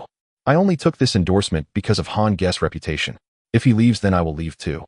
The speaker was Bai Ziyi, who was currently glaring at everyone with anger. The Wang shareholder's face immediately turned ashen. He could brush off Lin Ruoxi's words since it was an internal matter of the group. But now, if Bai Ziyi refused to endorse the Shilon Group's products because of him, he would likely lose his position as a shareholder. The shares he had accumulated over the years would be forcibly acquired, as Bai Ziyi now represented a substantial asset, a cake, so large it could fill you to the brim. In the face of immense profit, those around the conference table, who just moments ago were like brothers, could quickly turn to leave him with nothing but bones. This is the nature of business. At this moment, the other shareholders at the conference table indeed looked at the Wang shareholder with solemn expressions, just as he had anticipated. The Wang shareholder quickly wiped the sweat from his brow. Miss Bai, rest assured, how could our group possibly dismiss a talent like Xiao Han? It's all a misunderstanding, a misunderstanding. He hurriedly approached Xiao Han, wearing a pleading expression. Mr. Xiao, I only acted for the good of the company. Please forgive my rashness. Reflecting on how he had just threatened to dismiss Xiao Han and pursue legal action against him, it was indeed pitiful. It's all for the company after all. Understand. Xiao Han said indifferently, primarily because of Lin Ruoxi's influence. Otherwise, based on his own character, he would not easily let this go. As for how to deal with the Wang shareholder afterward, that would be left to Lin Ruoxi. It was believed that the Shilon Group would soon undergo a major cleansing. Xiao Han no longer thought about it and looked at Bai Ziyi. Don't worry, Ziyi, no one will dismiss me. Well, I'm the special advisor to the president, so just focus on being the spokesperson. Upon hearing Xiao Han's words, Bai Ziyi nodded with relief. That's good, I'll listen to Han Ge. After saying this, Bai Ziyi playfully winked at Xiao Han. Listening to Bai Ziyi's words, Lin Ruoxi couldn't help but wonder. It seems Bai Ziyi and Xiao Han have an unusual relationship, but why does she call him Han Ge? Not Han Ge. What's going on? Lin Ruoxi quickly decided not to dwell on it and would ask Xiao Han. Lin Ruoxi glanced at the others at the conference table again. Only Lin Ting had voted in favor of her resigning. The outcome was already decided. Since no one has any objections to my position as president, I, Lin Ruoxi, assure you that the Shilon Group will only get better from here on out, so please rest assured. Confidently finishing her statement, Lin Ruoxi announced the meeting adjourned. After seeing that Lin Ting's defeat was certain, Huang Minghua angrily stormed out first. Once everyone else left, only Xiao Han, Lin Ruoxi, Bai Ziyi, and the slumped Lin Ting remained in the meeting room. Lin Ruoxi approached the slumped Lin Ting, who looked ashen, and said from a superior position, Cousin, as family, I've given you enough face. I hope you will voluntarily resign from the Shilon Group. Otherwise, don't blame me for being ruthless. It won't be pretty. Why should I? Lin Ruoxi, what qualifications do you have to make me resign? Lin Ting suddenly stood up and shouted. Lin Ruoxi sneered. What qualifications? Just because you colluded with outsiders, invited wolves into the house, and dared to conspire with Huang Minghua to bring me down by betraying commercial secrets. Collaborating with Lu Jingchen and Huang Minghua to undermine the interests of my Shilon Group. Do you think that's enough? You're talking nonsense. What evidence do you have? Lin Ruoxi took out her phone, opened a video, and showed it to Lin Ting, revealing a video of Lin Ting, Huang Minghua, and Lu Jingchen plotting together. Lin Ting looked at the video. Lin Ruoxi, how do you have this video? Did you have someone follow me? Lin Ruoxi scoffed. If you don't want others to know, you mustn't do it yourself. Lin Ting, I advise you to recognize the situation. After saying that, Lin Ruoxi turned and walked out of the meeting room. Xiao Han naturally followed by Ziyi, out leaving only Lin Ting, watching Lin Ruoxi's retreating figure with resentment. In Lin Ruoxi's office, Bai Ziyi sat opposite her, while Xiao Han casually stood by the floor-to-ceiling window, gazing at the scenery outside. Miss Bai, thank you for becoming the brand ambassador for our Shilon Group and helping me through this crisis. Lin Ruoxi looked earnestly at Bai Ziyi. You don't need to be so polite. Brother Han said he needed my help, so I came. You have no idea how happy I am to help Brother Han. He rarely asks anyone for assistance. Lin Ruoshi turned her gaze to Xiao Han standing by the window, thinking to herself, Xiao Han, how many secrets do you have? Sister Ruoshi, since you are Brother Han's friend, and I am younger than you, I will call you Sister Ruoshi from now on. Bai Zi's voice brought Lin Ruoshi back to the moment. Okay, from now on I will call you Z. Sister Ruoshi, how are you so amazing that you can get Brother Han to be your bodyguard? Quickly teach me how you subdued him. Bai Zi playfully waved her fist in front of her chest. How did I subdue him? I can't say that your Brother Han saw my body and was threatened into it. Lin Ruoshi was pondering how to respond to Bai Zi when Xiao Han approached and said, Little black girl, why are you asking so many questions? Lin Ruoshi was once again surprised by Xiao Han's way of addressing Bai Zi. Where's the black? Brother Han, you're bullying someone. They helped you so much and you're still bullying me. Bai Zi pouted in a spoiled manner. Sister Ruoshi, look at him, he just bullies me. Lin Ruoshi did not expect that such a big star like Bai Zi would have such a cute side, completely resembling a lovely neighbor girl, making her quite endearing. Lin Ruoshi immediately united with Bai Zi, pretending to be angry. Xiao Han, how can you say that about our Z? Our Z is so beautiful with fair and tender skin, how is she black? This time I'll dock your salary for a month. From now on you are not allowed to call Z that. No way, you two have already united so quickly, why is it always me who ends up getting hurt? Xiao Han pretended to wail. Bai Zi, seeing Xiao Han's expression, waved her fist at him again, indicating that she had a backing now. You are not allowed to bully me. The two women continued to chat happily. By the way, Z, why do you always call Xiao Han? Shouldn't it be Brother Han? Lin Ruoshi questioned. I don't know why Brother Han changed his name. I've always called him Brother Han since I was little. Changed his name. Was his original name Xiao Han? Lin Ruoshi looked at Xiao Han in confusion, while Xiao Han, seeing both of them looking at him casually, said, It's nothing, I just thought Xiao Han sounds better. Then he stopped talking. Lin Ruoshi wouldn't believe Xiao Han's explanation, but since he didn't want to say more, she decided not to ask further, believing that one day Xiao Han would tell her. In the following time, Lin Ruoshi and Bai Zi finalized the details of the endorsement and started chatting excitedly again, while Xiao Han once again became transparent. In a presidential suite in Donghai City, Lu Jingchen was staring intently at the phone screen, his eyes almost bursting with flames.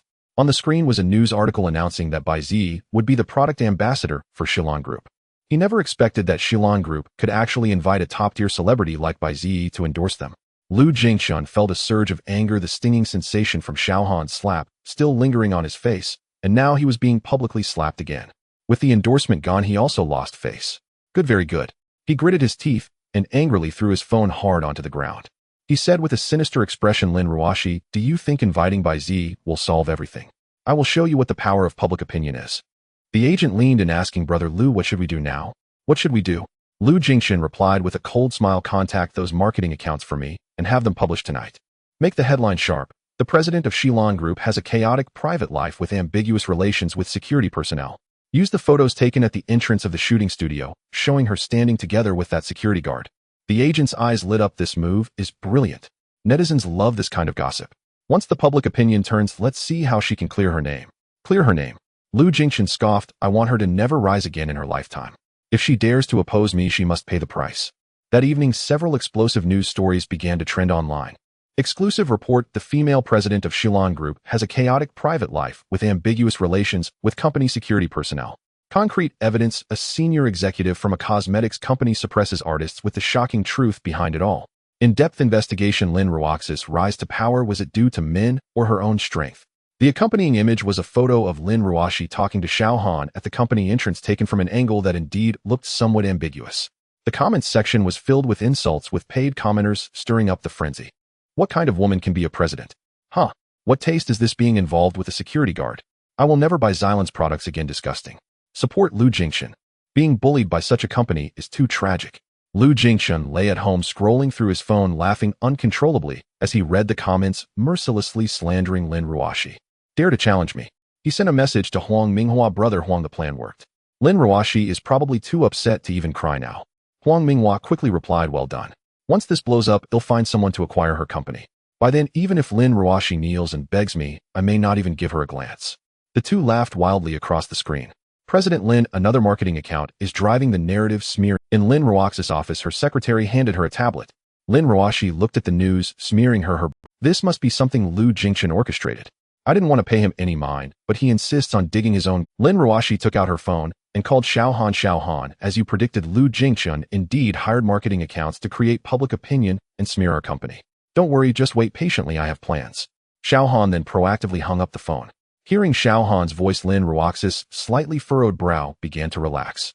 Lin Ruoxi herself didn't realize when she had started to rely on Xiao Han, but having someone to shield her from the storm indeed felt quite nice. Thinking this, Lin Ruoxi couldn't help but smile slightly. Her secretary Gu Xiaomei anxiously asked President Lin, should we find a PR team now? No need, there's nothing to do, just wait. Huh. Oh, okay. Gu Xiaomei was somewhat surprised by Lin Ruox's behavior today, feeling it was unlike the usual decisive Lin Ruoxi. With her confusion, she left the office. Earlier after the meeting, Bai Zi had reminded Lin Ruoxi to be cautious of Lu Jingchen as they both operated in the entertainment industry. Bai Zi had heard of Lu Jingchen with rumors in the circle claiming he was a hypocrite. It was said that he debuted alongside his good brother, but later his brother became more popular than him. It was rumored that out of jealousy, Lu Jingchen had schemed against his good brother, which eventually led to him gaining attention from the company and slowly rising to fame. Xiao Han stated at the time that the entertainment industry was merely about steering public opinion and manipulating narratives through paid influencers, and he assured Lin Ruoxi that he already had a plan to handle it. Meanwhile, at building one of Yunting Villa. Ever since Lin Ruoxi discovered that Xiao Han was the owner of Villa No. 1 during their visit to the Lin family for a birthday celebration, she had hurriedly tidied up the room under the pretense of experiencing what it felt like to live in the most expensive house in the East Sea. Afterwards, she occasionally stayed over as it was not far from her own villa. At that moment, Xiao Han sat in the study, a computer before him. The screen was densely packed with data. Chat records, transfer receipts, hospital files, hotel check-in logs. He picked up his phone and made a call. Monkey, is everything ready? Monkey's voice came through the phone. Captain, it's all set. Evidence of Lu Jingchen sleeping with fans over the years. At least 7 or 8 victims. 3 were impregnated by him and forced into abortions. 2 refused to cooperate, and he had people threaten and intimidate them. Chat logs, transfer records, hospital files, all organized. A few victims are willing to testify. Xiao Han nodded. Send it to me. Already in your email. Also, I traced those paid influencers. They're funded by Huang Minghua. Want to take them down together? Not, Xiao Han said. Let's deal with Lu Jingchen first. Release the dirt on him. After hanging up, Xiao Han opened his email and quickly scanned the files. The more he read, the colder his expression grew. Sleeping with fans, seducing women, forcing abortions, threats, and intimidation. This Lu Jingchen, outwardly a glamorous superstar, was nothing but a despicable scumbag behind the scenes. He recalled Lu Jingchen's words to Lin Ruoxi at the filming set and that lecherous gaze. Such a man did not deserve to stand in the sunlight. 10 minutes later, an explosive post appeared on the largest domestic forum. Massive scandal, a list actor Lu Jingchen's fan sleeping, exposed, impregnating, and forcing abortions, threatening victims with who would believe you. The post was terrifyingly detailed. Screenshots of chat logs, transfer receipts, hospital abortion records, and victims' real name accusations. Each piece of evidence was backed by images ironclad and undeniable. Then came the second, third, fourth posts. Overnight, over a dozen posts appeared covering all major social media platforms. Lu Jingchen's fan sleeping scandal was fully exposed. The next morning, Lu Jingchen was jolted awake by his agent's phone call. Brother Lu. Something huge. Check the internet now. Lu Jingchen groggily picked up his phone and opened Weibo. Trending no. 1. Lu Jingchen fan sleeping. Trending no. 2. Lu Jingchen forced abortion. Trending no. 3. Lu Jingchen threatens victims. Trending no.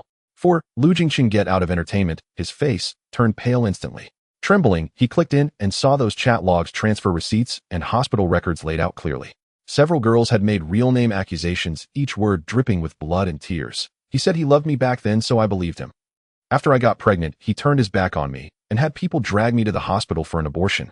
When I threatened to expose him, he laughed and said, who would believe an ordinary person? Go ahead and sue me. Let's see if netizens believe you or me. The comment section exploded. Holy crap. Is this even human? Unfollowing. Unfollowing. Such a scumbag doesn't deserve to be an idol. My heart goes out to those girls cheated and threatened. Lu Jingchen, get out of the entertainment industry. Ban him. I used to think he was handsome, now he's just disgusting. Overnight, public opinion completely reversed. The comments attacking Lin Ruoxi were all buried, replaced by furious condemnation of Lu Jingchen. Lu Jingchen's phone rang incessantly. His agency partners, advertisers. Each call coming in. Mr. Lu, our collaboration is terminated. Mr. Lu, you have violated your artist contract, and we will hold you accountable. Mr. Lu, starting today, the company is suspending all your activities. Before Lu Jingchen could react, a knock came at the door. Mr. Lu Jingchen, we have received reports from multiple victims accusing you of crimes, including rape, coercion, and illegal detention. Please cooperate with the investigation and come with us now. It was over. Everything was over. The next morning in the president's office of Shillong Group, Lin Ruashi was looking at the reversal of public opinion online, her expression one of disbelief. She truly did not expect Xiao Han to act so quickly and ruthlessly. Overnight, the arrogant Lu Jingchen had turned into a rat that everyone wanted to hit. The details of the dirt on him and the irrefutable evidence did not seem like something an ordinary internet user could uncover. It was as if the recording had been made right in front of Lu Jingchen, leaving no chance for a reversal. Just as she was thinking, there was a knock on the door. Xiao Han walked in with 2 cups of coffee and handed her one, asking, "What are you looking at?" Lin Ruashi took the coffee and stared at him for several seconds. "Xiao Han, did you do this?" Xiao Han sat down across from her, took a sip of coffee, and said casually, "Since he wants to use public opinion to attack you, I will show him what true public pressure looks like." "How did you find this out?" she asked. Xiao Han smiled. "I know a few friends and have some skills. The things Lu Jingchen has done over the years can be uncovered with a simple search. It's just that no one dared to expose it before, as he had someone backing him." Lin Ruashi fell silent for a few seconds and quietly said, "Xiao Han, thank you." Xiao Han waved his hand. "What are you thanking me for?" "Officially, I am your boyfriend." Lin Ruaxi's heart skipped a beat. She looked at him and suddenly asked, "Xiao Han, who exactly are you?" Xiao Han blinked. "Am I not just a little security guard by your side?" Lin Ruashi couldn't help but laugh in anger. "That's not what I meant. I meant, what is your true identity? Being able to uncover these things, being able to invite Bai Zi, and being the owner of the most expensive villa in Donghai." Just as Xiao Han was at a loss for how to answer Lin Ruashi, his phone suddenly rang, and he quickly took the call, as if relieved, exiting Lin Ruaxi's office. Lin Ruashi watched as Xiao Han slipped away softly, saying, "Let's see how long you can hide." Meanwhile, when Xiao Han answered the phone, he heard Bai Zi's complaining voice on the other end. "Brother Han, didn't you promise to spend the whole day with me? You haven't even called me. Have you forgotten about this?" Bai Zi on the other end of the line feigned a pitiful. Xiao Han suddenly remembered that after the meeting that day, Bai Zi had insisted that since he helped Shillong Group so much, he must take her out to have fun for a day in Donghai. Given such a simple request from Bai Zi, Xiao Han certainly wouldn't refuse.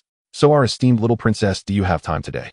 Xiao Han awkwardly asked, having forgotten about this while busy dealing with Lu Jingchen. Upon hearing that Xiao Han would accompany her today, Bai Zi immediately became happy, but still pretended to be angry, saying, "Of course, I've been waiting for you to ask me out, Brother Han. All right, I'll drive over to pick you up now." Xiao Han hung up the phone, said a word to Lin Ruashi, and then drove away. At 6 in the evening, Xiao Han had spent the whole day with Bai Zi. The two were sitting in a high-end restaurant on the waterfront. It wasn't that they didn't want to go to a regular restaurant, but because of Bai Zi's identity, if someone recognized her, it would be troublesome, so they chose a more private dining place. "Brother Han, thank you for accompanying me. You have no idea, I haven't been able to relax and have fun like this in a long time. Hong Jie always worries about me and never lets me go out to play," Bai Zi said. Hong Jie is Bai Zi's manager and also a bodyguard sent by the Bai family to protect her. When Xiao Han first met Hong Jie, he could tell that her martial arts skills were not weak, already at the mid-stage of the dark strength level, which is considered a master in the mundane world. It shows how much the Bai family values Bai Zi. Originally, Hong Jie also disagreed with Bai Zi going out, but unexpectedly, when the Bai family learned that she was with Xiao Han, they directly told Hong Jie not to worry about it, and even said something that Hong Jie still doesn't understand. With him around, it's the safest. Xiao Han casually patted Bai Zi's head as naturally as an older brother doting on his little sister. "Hong Jie is just worried about you. Who told our Qing Chuan to be so beautiful? I wonder who will be so lucky in the future to marry our little Qing Chuan." The name Bai Qing Chuan is known only to those close to her. If Hong Jie were here, she would inevitably scrutinize Xiao Han's identity. "Brother Han, you're teasing me again," Bai Zi said coyly, her face turning red. Now, under Xiao Han's threat, she had changed from calling him Brother Han to Brother Cold. Of course, the so-called threat was that if she didn't change it, she would still refer to Bai Qing Chuan as Little Black Girl in the future. "Brother Han, after the new product launch tomorrow, I will be leaving Donghai, and I won't be able to see you again." Thinking of this, Bai Zi felt a little sad. "It's okay, I will find time to see you." Hearing Xiao Han say this, Bai Zi immediately brightened up. "Really? You can't lie to me." Bai Zi extended her right little finger. Xiao Han smiled, looking at Bai Zi with affection, jokingly saying she was still so childish, but he also extended his right little finger to link with her. At 10 o'clock the next morning, the new product launch of Shillong Group took place as scheduled. Although there had been ongoing rumors online that Bai Zi would endorse Shillong Group's products, there had been no confirmation from her. Therefore, when Bai Zi actually appeared on site and personally announced that she would become the spokesperson for Shillong Group's products, it caused quite a stir. After all, Bai Zi's status was undeniable, yet she had never taken on an endorsement.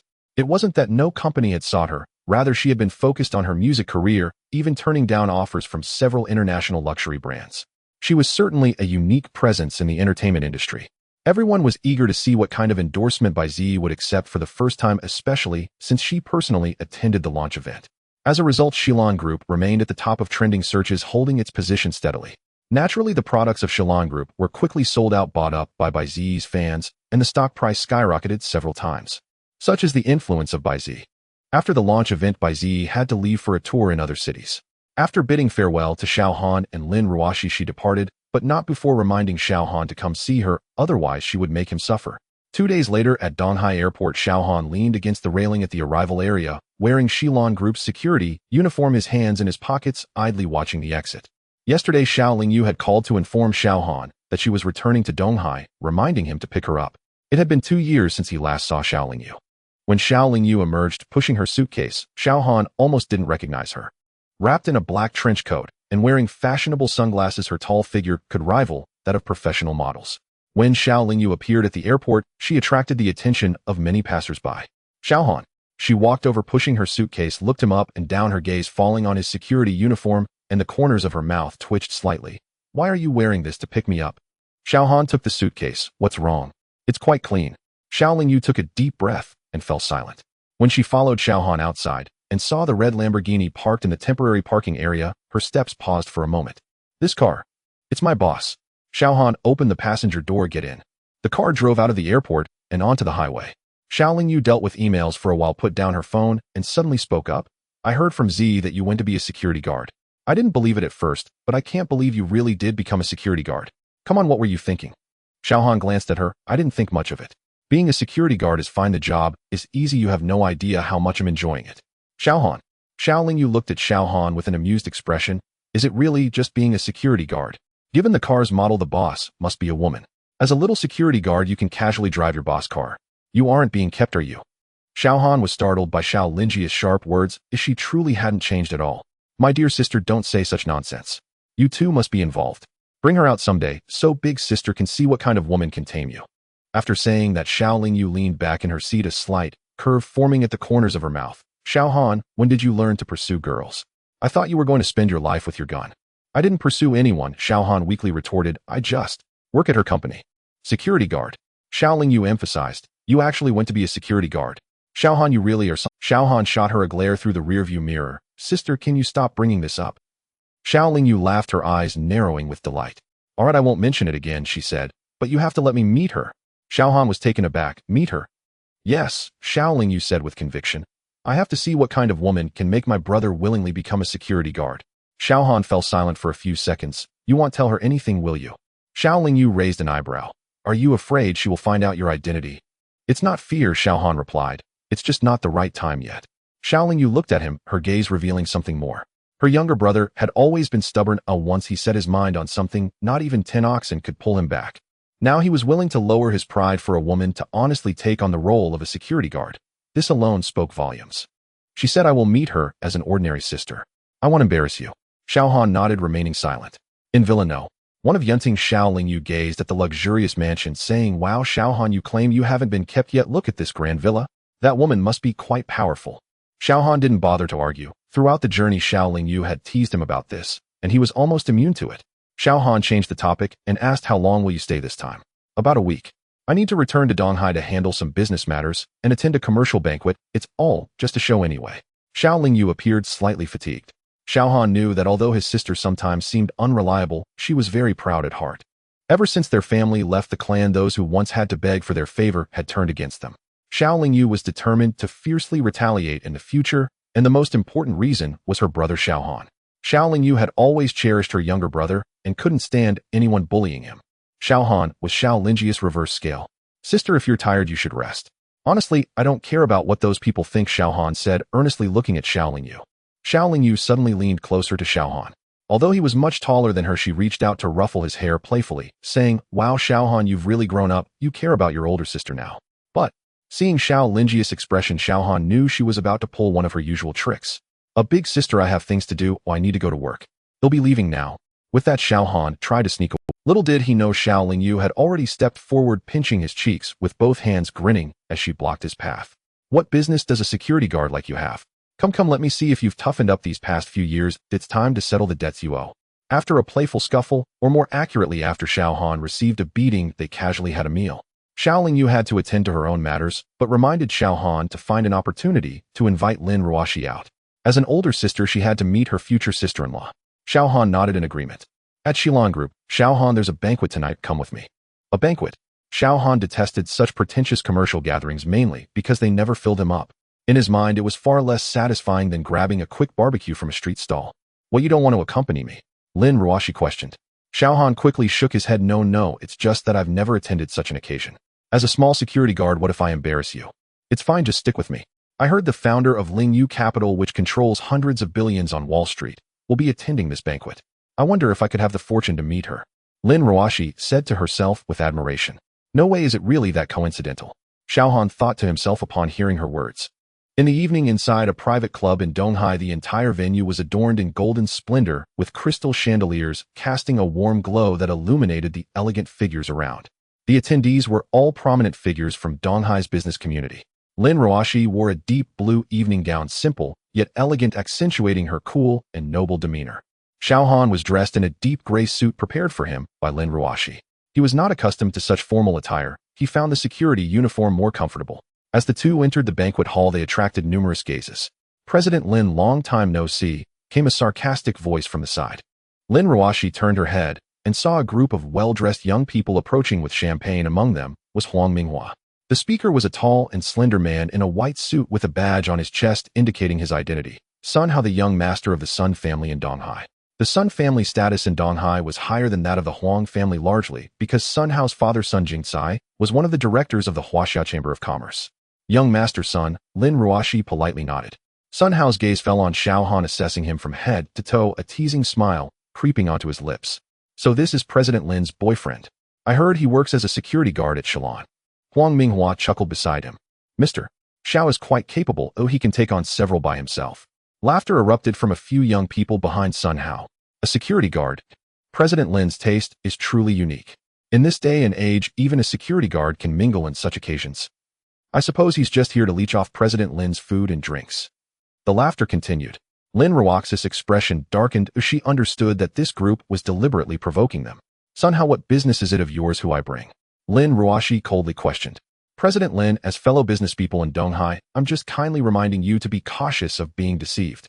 As Sun Hao spoke, he stepped forward, looking down at Xiao Han arrogantly. Mr. Xiao, that security job must be quite tough, right? How much do you earn in a month? 3,000. 5,000. He pulled out a business card from his pocket, pinching it between two fingers and presenting it to Xiao Han. How about this? Our Sun family has a nightclub in Donghai, and we need someone to oversee it. The salary is 8,000. What do you think? A low chuckle rippled through the banquet hall. Xiao Han glanced at the business card, but did not reach out to take it. What? Is that too little? Well, 8,000 is enough for you to last 2 months, right? Xiao Han remained silent, standing quietly. Sun Hao assumed he was intimidated and became even more smug, slapping the business card against Xiao Han's chest. Take it, don't be shy. President Lin wants to show you the world, but you should at least have a sense of self-awareness. This is not a place for someone like you to be. Lin Ruoxi could no longer hold back and pushed Sun Hao's hand away. Sun Hao, please show some respect. Sun Hao stumbled back from her push, his expression darkening. President Lin, I was just kindly offering your boyfriend a job. If you don't appreciate it, what does pushing me mean? Huang Minghua added fuel to the fire from the side. Young Master Sun, President Lin has become a celebrity, now endorsed by BZ. Her eyes are raised high above us now. How could she still look down on us, her local friends from Donghai? Sun Hao sneered. That's true. But President Lin, I advise you to find a boyfriend who is of equal standing. Bringing a security guard to such occasions, aren't you afraid of losing face? Laughter erupted once more from the young people behind him. The other guests in the banquet hall began to whisper and point. Who is that man? A security guard. He's Lin Ruoxi's boyfriend, and I've heard he's just a doorman. TSK tisk, Lin Ruoxi is the president of Xilan. How could she choose someone like that? Who knows, maybe it's just a fling. The murmurs surged like a tide. Xiao Han stood there expressionless, as if he hadn't heard anything. Lin Ruoxi clenched her fists, feeling both angry and heartbroken. She wanted to pull Xiao Han away, but he gently squeezed her hand, signaling her not to mind. Sun Xiao, if they don't appreciate it, let's focus on more important matters. Yes, I heard a heavyweight guest has been invited today. The founder of Lingyu Capital on Wall Street. It's said she manages funds worth hundreds of billions. I wonder if we can meet this legendary female president. Sun Xiao, I heard you know the founder of Lingyu Capital. A sycophant next to Sun Hao deliberately asked loudly, while others who were paying attention to the situation quietly awaited Sun Hao's reply. Sun Hao enjoyed the attention, saying, "Well, I was fortunate enough to have a meal with her." "Indeed, it must be Sun Shao. How humble you are, a true role model for us," the sycophant flattered again. Others, upon hearing Sun Hao's words, could clearly see a few socialites' eyes light up as they surrounded Sun Hao to toast him. Sun Hao reveled in the feeling of being the center of attention. Little did they know that Sun Hao's so-called meal was just a distant glance at the party. At this moment, Lin Ruoxi and Xiao Han wanted to leave Sun Hao and the others, but were interrupted when Sun Hao deliberately asked loudly, "President Lin, that legendary female president, also has the surname Xiao. Do you know if she's acquainted with your boyfriend?" Ha ha ha, the luxurious banquet hall erupted in mocking laughter again. "You crack me up, Sun Xiao. Oh, I also have the surname Xiao, so am her little brother." A sycophant shouted, causing Sun Hao and others to laugh, even harder, oblivious to the saying that a remark can become a prophecy. Listening to the flattery around him, Sun Hao was getting carried away, provocatively glancing at Xiao Han, then turning to Lin Ruoxi, saying, "President Lin, what do you see in a mere security guard? He has no money and no power. Could it be his physique?" "President Lin, my physique isn't bad either. How about we give it a try?"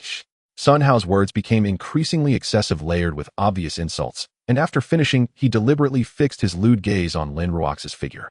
Those around heard Sun Hao's lewd remarks, yet some female socialites and young masters were secretly laughing, the women envious of Lin Ruoxi's previously aloof and cold demeanor that always attracted the attention of the wealthy young men of Donghai. Now they reveled in her misfortune.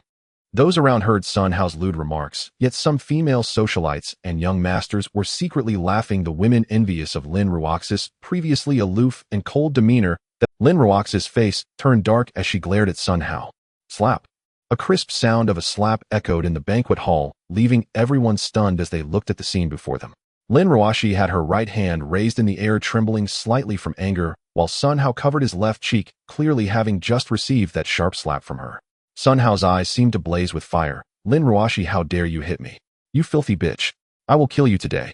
He raised his hand, ready to slap Lin Ruoxi fiercely across the face. Under normal circumstances, those who considered themselves part of the upper class, no matter how debauched they were behind closed doors, would always put on a gentlemanly facade in public. However, just moments ago, Sun Hao, who was like a star surrounded by the moon, received a hard slap in front of everyone. It was certain that this would become a topic of amusement among the elite socialites in the future. Fury surged within him, and any semblance of gentlemanly demeanor was cast aside. All he wanted was to slap this woman in front of him hard enough to regain the face he had lost by striking Lin Ruoxi. Lin Ruoxi glared at Sun Hao, and as she anticipated the impending contact with her delicate face, she helplessly closed her eyes. One kind-hearted wealthy girl present could no longer bear to witness the scene about to unfold, and then with a loud bang it sounded as if something heavy had fallen, followed by gasps from those around. The kind-hearted wealthy girl felt her heart race, wondering, was Sun Hao really that ruthless? To hit a woman so brutally in public, it seemed wise to keep a distance from this guy in the future. He was truly a psychopath. The wealthy girl couldn't help but turn back to see the center of the banquet, only to find Lin Ruoxi still standing there while Sun Hao had vanished. The spot where Sun Hao had stood was now occupied by Lin Ruoxi's so-called bodyguard boyfriend Xiao Han. With his back to Lin Ruoxi, Xiao Han held her protectively behind him, with his left arm standing straight and coldly staring ahead. The wealthy girl followed Xiao Han's gaze in confusion and was shocked to see Sun Hao kneeling on the ground, clutching his stomach in pain, his head nearly touching the floor, his body trembling from agony. It turned out that as soon as Sun Hao moved to strike, Xiao Han had pulled Lin Ruoxi behind him and kicked Sun Hao in the stomach. The earlier sound of something heavy falling was actually Sun Hao being kicked into the air by Xiao Han and then crashing down onto the floor. A few seconds later, Huang Minghua and Sun Hao's lackeys rushed towards him, shouting "Hao Guo" as they hurried. Sun Hao slowly lifted his head and, supported by his numerous lackeys, stood up with a limp. His eyes reddened as he angrily shouted, "Damn you, Xiao Han. I will definitely kill you. No one can save you. Sun Hao, you provoked me first, and I only hit you because Xiao Han was protecting me. Don't push your luck. Do you really think our Lin family is easy to bully?" Seeing the situation escalate, Lin Ruoxi stood beside Xiao Han, hoping to invoke the Lin family's name to protect him. "Lin Ruoxi, do you still want to protect him? Let me tell you, the Lin family is nothing. Today none of you will leave here," Sun Hao said with a stern face and a lewd smile. "Of course, if you can please me, perhaps in a good mood, I might let him go." Sun Hao pointed at Xiao Han. "Shameless." Lin Ruoxi cursed angrily, and just as she was about to say more, Xiao Han pulled her back, saying, "There's no reasoning with such a person. It's best to subdue him." "Shameless." Lin Ruoxi cursed angrily, and just as she was about to say more, Xiao Han pulled her back. Sun Hao had heard of Xiao Han's reputation before strong. So what? There are many ways to deal with him. In a lawful society, there are plenty of ways to take care of him. After saying that, he pulled out his phone and made a call. Hello, I want to report an assault. Someone here is intentionally harming others. The address is. After hanging up, Sun Hao cast a sinister look at Xiao Han and Lin Ruoxi, threatening. Xiao Han, so strong, huh? Just wait until you're in the police station and see how tough you are. I have plenty of ways to kill you. Lin Ruoxi glared at Sun Hao once more, despicable. However, Lin Ruoxi was truly anxious. If she resorted to violence against Sun Hao, even though the Lin family was not as powerful as the Sun family, the latter had insulted her first, and they wouldn't go too far. But Xiao Han was different. He might not be able to come out if it went to the police station. Don't worry, it's just the police station, or I've been there before. Xiao Han casually reassured Lin Ruoxi. She remembered that he was referring to the incident when he broke Li Weiji's leg and got arrested. Lin Ruoxi anxiously shouted, that was just your luck. This time it won't be the same. Xiao Han remained relaxed, nonchalantly signaling that Lin Ruoxi had nothing to worry about. He then released her hand and slowly walked towards Sun Hao and the others. Huang Minghua, having suffered before, quietly sidestepped as he saw Xiao Han approaching. As Xiao Han walked forward slowly, he said, so you must be young Master Sun. I don't like discussing reason with aristocrats like you. I only prefer to use my fists to shatter the bones of those who always consider themselves superior. Well, then I want to see just how bold you are to think you can shatter our bones. Huh. One of Sun Hao's lackeys, Xiao Han, ignored him, leisurely walking up to Sun Hao with his hands in his pockets. Young Master Sun, you called the police, right? I bet you're already thinking about how to torment me later. No problem, I'll play along. But before that, I think your injuries aren't severe enough. At most, they would be classified as minor injuries. How about I help you a bit more? Sun Hao was somewhat confused by Xiao Han's words. Looking at his calm demeanor, he didn't seem like an ordinary person. Could it be that he thinks he can't escape anyway, so he might as well go all out? If that's the case, wouldn't he be losing more than he gains? Xiao Han, calm down. I know you're strong, but this is a society governed by law. When the police arrive, they will definitely handle it fairly. Sun Hao thought to stabilize Xiao Han first, and then once he was in the police station, he'd see how to deal with him. Xiao Han felt a bit helpless upon hearing Sun Hao's words. Shouldn't these rich and powerful young masters always think of themselves as being above others, freely controlling the lives and deaths of others? Shouldn't they always provoke him without thinking, forcing him to retaliate and teach them a harsh lesson? Why were they starting to think things through now? These young masters really weren't cooperating. Don't worry, young Master Sun, I always handle my business precisely. I guarantee that I will act according to the standards for serious injuries, so you won't have to worry about finding reasons to detain me. You won't even need to worry about forensic assessments. Oh, once the police arrive, the case will be settled right away. To Sun Hao's ears, Xiao Han sounded insane. How could someone so young not care for their own life? Getting locked up in the police station doesn't guarantee death, does it? Why is he so willing to go down with me? A wise man doesn't suffer immediate losses, Sun Hao thought. Xiao Han, calm down. There are so many people watching. If you really strike, you won't be able to turn things around. Hearing this made it seem as if Xiao Han were the villain, while he himself had become the kind-hearted little rabbit. Sun Hao felt wronged, thinking that the plot shouldn't develop this way. He had only heard Huang Minghua say that Xiao Han could kick a sports car into the air, so he had plotted to get Xiao Han into the police station, limiting his freedom, thinking that would allow him to toy with him. The crowd in the banquet hall was also stunned by Xiao Han's words, wondering if he was just bluffing or if he truly had a problem with his mind. Young Master Sun, aren't you going to call the club's security to subdue me? If you miss this chance, there won't be another. Xiao Han continued to remind him, nonchalantly, believing that he was acting out of good intentions. This is simply outrageous. The noble lady at the banquet thought to herself, is this person really so eccentric? Yet there is indeed a certain boldness about him. Lin Ruoxi initially wanted to continue persuading Xiao Han not to act impulsively, but after everything that had happened, she realized that although Xiao Han usually appeared carefree, he was actually meticulous and thoughtful in his actions. Thus, she chose to trust that he would not truly lose his reason, quietly watching him handle the situation. Xiao Han, you need to think this through. Are you really bold enough to be ruthless with me? Sun Hao said while slowly retreating, as if giving sage advice. Sun Xiao, isn't this all for your benefit? Aren't you just planning to get me arrested and then deal with me slowly? I'm providing you with a better reason, and yet you blame me for it. Xiao Han said with an innocent smile. Sun Hao's face darkened, realizing he had already crossed a line by giving him a way out in front of so many people, while internally cursing how slow the police were to arrive. Suddenly regaining his composure, he pointed at Xiao Han and shouted angrily, "You Xiao, I don't believe you dare escalate this. You're just a petty security guard." Before Sun Hao could finish his sentence, he felt Xiao Han grab his right arm, and then he heard a cracking sound of a bone breaking. Before he could let out a scream, Xiao Han lifted him with one hand and slammed him onto the luxurious marble floor, the impact cracking the marble beneath them. This is bad, things have escalated. Lin Ruoxi stood frozen in shock while the other guests were equally astonished that Xiao Han actually dared to strike, and so ruthlessly at that. Those who had mocked Xiao Han moments ago retreated without exception, fearing that this unpredictable person would turn his wrath upon them. This created a vacuum around Xiao Han, leaving only Sun Hao convulsing on the ground. What a madman, someone murmured softly. Xiao Han ignored the reactions of the crowd, smiling lightly as he crouched down, looking down at the writhing and groaning Sun Hao. Sun Hao, it seems you're still lacking a bit. Can you endure a little longer? Xiao Han's voice was not loud, yet all the guests heard it clearly. What? Is this not enough? He really wants to tear the heavens apart. Sun Hao, taken aback by Xiao Han's sudden violence, was already somewhat disoriented from the fall, his body hunched over on the ground, yet he still shouted hysterically, "Damn you! Your mother! You! Just wait." Hearing Sun Hao's words, Xiao Han coldly smiled. That's more like it. Now you're showing the true arrogance of a wealthy young master. You should have acted this way from the start.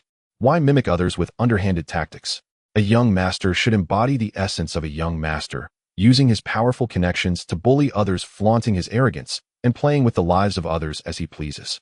As he spoke, Xiao Han suddenly paused, scanning the crowd around him. The guests fell silent, avoiding his gaze, and then his eyes landed on Huang Minghua, glinting with amusement, as if to say, "You are next." Huang Minghua trembled in fear. Then Xiao Han turned back to Sun Hao and said leisurely, "Unfortunately, I am not like others." With that, he grabbed Sun Hao's hair with his left hand, dragging him in front of him like a dead dog, causing Sun Hao to grit his teeth and curse, "Xiao Han, you better kill me, or I will definitely find someone to annihilate your entire family." Sun Hao was utterly driven mad by the public humiliation inflicted by Xiao Han. In the next moment, Xiao Han raised his fist and struck Sun Hao's mouth fiercely, instantly causing blood to splatter and several teeth to shatter. Cough, cough, cough. Some of the shattered teeth lodged in his throat, causing Sun Hao to cough violently, each cough spraying blood, instantly filling his mouth with a pool of blood gushing out like a fountain, looking exceedingly terrifying. And indeed, it was a gruesome sight. This will do, it definitely counts as serious injury. By the way, Sun Hao, I still have some stamina, right? I'm definitely stronger than you. Xiao Han chuckled to himself. The crowd was speechless. Was the purpose of beating someone so badly just to prove one's stamina? Lin Ruox's face flushed a bit. Even at this moment, he still had the mind to say such things. Due to his teeth being shattered, Sun Hao mumbled incoherently, clearly not saying anything good. "Xiao Han, you should run quickly. The police are about to arrive." Lin Ruoxi hurriedly walked to Xiao Han's side, her face full of concern. "What are you afraid of? I haven't committed any crime. Besides, this isn't over yet," Xiao Han said casually. The crowd was speechless. "Isn't this a crime? You've almost beaten someone to death. Not over yet. What else do you plan to do?" Lin Ruox's question was exactly what the others at the banquet wanted to ask. Xiao Han looked towards Huang Minghua. "Huang Xiao, you have provoked me time and again. Do you really think I'm made of clay that I don't get angry?" Huang Minghua was instantly frightened to the point of trembling. He didn't respond and turned to run. Face or no face, life was more important. Even the eldest young master of the Sun family from the Huaxiao Chamber of Commerce was beaten to the brink of death. As a young master from the Donghai Chamber of Commerce, he certainly wouldn't be taken seriously. Before he could get far, Xiao Han casually picked up a chair and threw it at Huang Minghua, hitting him squarely in the back. Huang Minghua fell to the ground, and before he could get back up, someone stepped on his back, making it impossible for him to break free. "Huang Xiao, why are you in such a hurry to leave?" "Xiao Han, I was wrong. You are magnanimous. I won't dare again." Huang Minghua hurriedly pleaded for mercy. "What are you afraid of? I am a civilized person." Huang Minghua thought to himself, how can you call yourself civilized? What civilized person is as violent as you, almost beating someone to death? He verbally flattered. Yes, yes, yes, we are all civilized people. Ooh, I enjoy dealing with civilized individuals." "Oh, really? Then why are you running?" "I'm just thirsty. I wanted to get something to drink." Xiao Han certainly didn't believe him. In fact, he hadn't intended to do anything to Huang Minghua. He just felt it was beneath him to deal with such a small character. After all, he had previously dealt with real wealthy young masters. However, he couldn't stand Huang Minghua's constant provocations. If it weren't for his instigation, Sun Hao wouldn't have insulted Lin Ruoxi upon seeing her. Since he brought this upon himself, he had to be prepared to be trampled underfoot. Just as Xiao Han was about to make a move, a voice suddenly rang out from the entrance of the banquet hall. "Let's see who is so arrogant as to cause trouble in my Huaxiao Chamber of Commerce." The crowd turned to look, and a man in his mid-20s strode in. He was dressed in a deep blue suit, tall and striking, embodying the standard style of a wealthy young master. Someone recognized him. Han Lei, the son of Han Zhengquan, president of the Huaxiao Chamber of Commerce and the host of this banquet. With the main character arriving, Xiao Han was undoubtedly doomed. Whispers circulated this Han Xiao was no ordinary person. He was said to have taken over the family business at a young age and had once managed several acquisition deals worth over 100 billion. Han Xiao, you have arrived. Sun Xiao is almost beaten to death. As Han Lei stepped through the entrance of the hall, he was immediately surrounded by a crowd. After taking only a few steps, he spotted Sun Hao lying on the ground in a pitiful state. Angered, Han Lei exclaimed, "How dare you cause trouble in my territory? Help me, Han Xiao. He's a madman, please save me." Huang Minghua cried out from the ground, looking at Han Lei as if he were a savior, his voice filled with desperation. Xiao Han, with his back to the door and stepping on Huang Minghua, paid no attention to the commotion at the entrance. To him it seemed that few in Donghai required his respect. "Oh, quite arrogant, huh? You won't even show me your face." Han Lei quickly walked to within 2 meters of Xiao Han. Hearing the voice, Xiao Han inexplicably curled the corner of his mouth into a smirk, turning around with his hands in his pockets, looking at Han Lei with an amused expression. "What the hell?" The self-proclaimed gentleman Han Lei blurted out a curse upon seeing Xiao Han. The crowd thought Han Lei was genuinely angry, eagerly anticipating the unfolding drama. Lin Ruoshi hurried to stand between Han Lei and Xiao Han. "Han Xiao, I am Lin Ruoshi. I apologize on behalf of Xiao Han. It's all because of me that he acted out." Lin Ruoshi slightly bowed her head, expressing her apology, completely oblivious to the astonished expression on Han Lei's face. As his gaze shifted back and forth between Xiao Han and Lin Ruoshi, his expression laden with meaning. Xiao Han rolled his eyes at Han Lei from behind Lin Ruoshi. "Who are you to him? On what grounds do you apologize for him?" Han Lei asked, his expression intriguing. "I am his girlfriend," Lin Ruoshi replied firmly, taking on the weight of responsibility. Before Han Lei could respond, Sun Hao, aided by a group of sycophants, slurred his words in anger. "Lin Ruoshi, you filthy whore. I will definitely kill you all. I want to do it right in front of him." His words were crude and unsightly. Sun Hao then turned to Han Lei, beginning to speak, but before he could utter more than a few words, Han Lei slapped him across the face. The corner of Sun Hao's mouth, which had just stopped bleeding, split open again, gushing blood. The guests at the banquet were taken aback by this scene. What did it mean? Was he really so ruthless as to strike his own people? Han Xiao, why is it always me getting hit?" Sun Hao thought in confusion as he saw Han Lei fuming. "How dare you insult my brother, you bastard." While saying this, Han Lei kicked Sun Hao fiercely. With his injuries, Sun Hao could not withstand such a brutal assault, curling up on the ground, howling in pain. No, Han Xiao, you got the wrong person." The sycophants around Sun Hao thought Han Lei was just enraged at someone disrupting the event. They rushed forward to block Han Lei. "You're wrong. I am hitting him because he dared to provoke me, even my Han Lei kicked aside those trying to stop him and continued pummeling Sun Hao. The crowd was bewildered watching Han Lei's crazed demeanor, and no one dared to intervene anymore. 5 minutes later, Han Lei stood panting, hands on his hips, and spat on the ground at the barely conscious Sun Hao. Then he tidied his disheveled hair and suddenly approached Xiao Han, who had remained still, and without a word punched him squarely in the chest. "What are you doing here? Where have you been for the past 2 years? I haven't heard anything about you." Xiao Han shrugged and retaliated with a punch to Han Lei. "Ouch. Take it easy, will you? You think I'm as tough as you?" Han Lei was not angry at Xiao Han for hitting him back. Delicate skin still the same as before, a weakling, Xiao Han teased with a laugh. Watching the two of them banter as if they had known each other for ages, Lin Ruoshi wondered, "Xiao Han, who exactly are you that even the heir of the Huaxia Chamber of Commerce knows you?" The guests present were equally puzzled. How could Han Xiao be so familiar with a mere security guard? The way they interacted clearly indicated a deep acquaintance. At this moment, the noblewoman, who had always found Xiao Han somewhat handsome, thought he looked even more dashing now. However, those who had mocked Xiao Han alongside Sun Hao earlier felt a mix of emotions, fearing that Xiao Han might seek revenge on them. "Enough about that, it's been years since we last met. What have you been up to?" "Lin Ruoshi, president of Shilon Group, my girlfriend." Xiao Han responded evasively, casting a provocative glance at Han Lei. Han Lei looked at Lin Ruoshi, then at Xiao Han, his expression suddenly deflating like a punctured balloon as he helplessly said, All right, a bet is a bet. From now on, you're the big brother. Be good, call me Brother Han." Xiao Han said with a hint of arrogant glee. Lin Ruoshi couldn't quite grasp the conversation, wondering why Han Lei suddenly wilted like a frost-bitten eggplant after looking at her. Little did Lin Ruoshi know the two had once made a quirky bet to determine who would be the big brother based on who found a girlfriend first the next time they met. Xiao Han and Han Lei's acquaintance was also a stroke of luck. Xiao Han had once been on a mission in the islands of the East, where he coincidentally met Han Lei. This young master of Huaxia, just like now, was utterly defenseless, yet dared to provocatively confront the Shinto shrine laden with explosives. It was known that the shrine was guarded by Chizuru Ito, a peak martial artist of the East, and it was no shortage of experts within the shrine. If it weren't for Xiao Han's intervention, Han Lei would have met his demise many times over. At that time, neither revealed their identities, but found common ground in their personalities, ultimately becoming brothers. Some people are like that. Even without deep familiarity, they are willing to trust each other with their backs. In the end, the two truly blew up the headquarters of the Shinto shrine, causing a massive uproar throughout the East, resulting in them being hunted down by the entire island nation. However, the audacious duo managed to hide in the emperor's residence for a whole month, playing a trick of hiding in plain sight, thus evading capture. To this day, the entire island nation feels ashamed for not having caught the two who dared to openly challenge the Shinto shrine. Xiao Han was in high spirits at the moment, while Han Lei turned to Lin Ruoshi, pointing at Xiao Han and asking with reluctance, "Is this guy really your boyfriend?"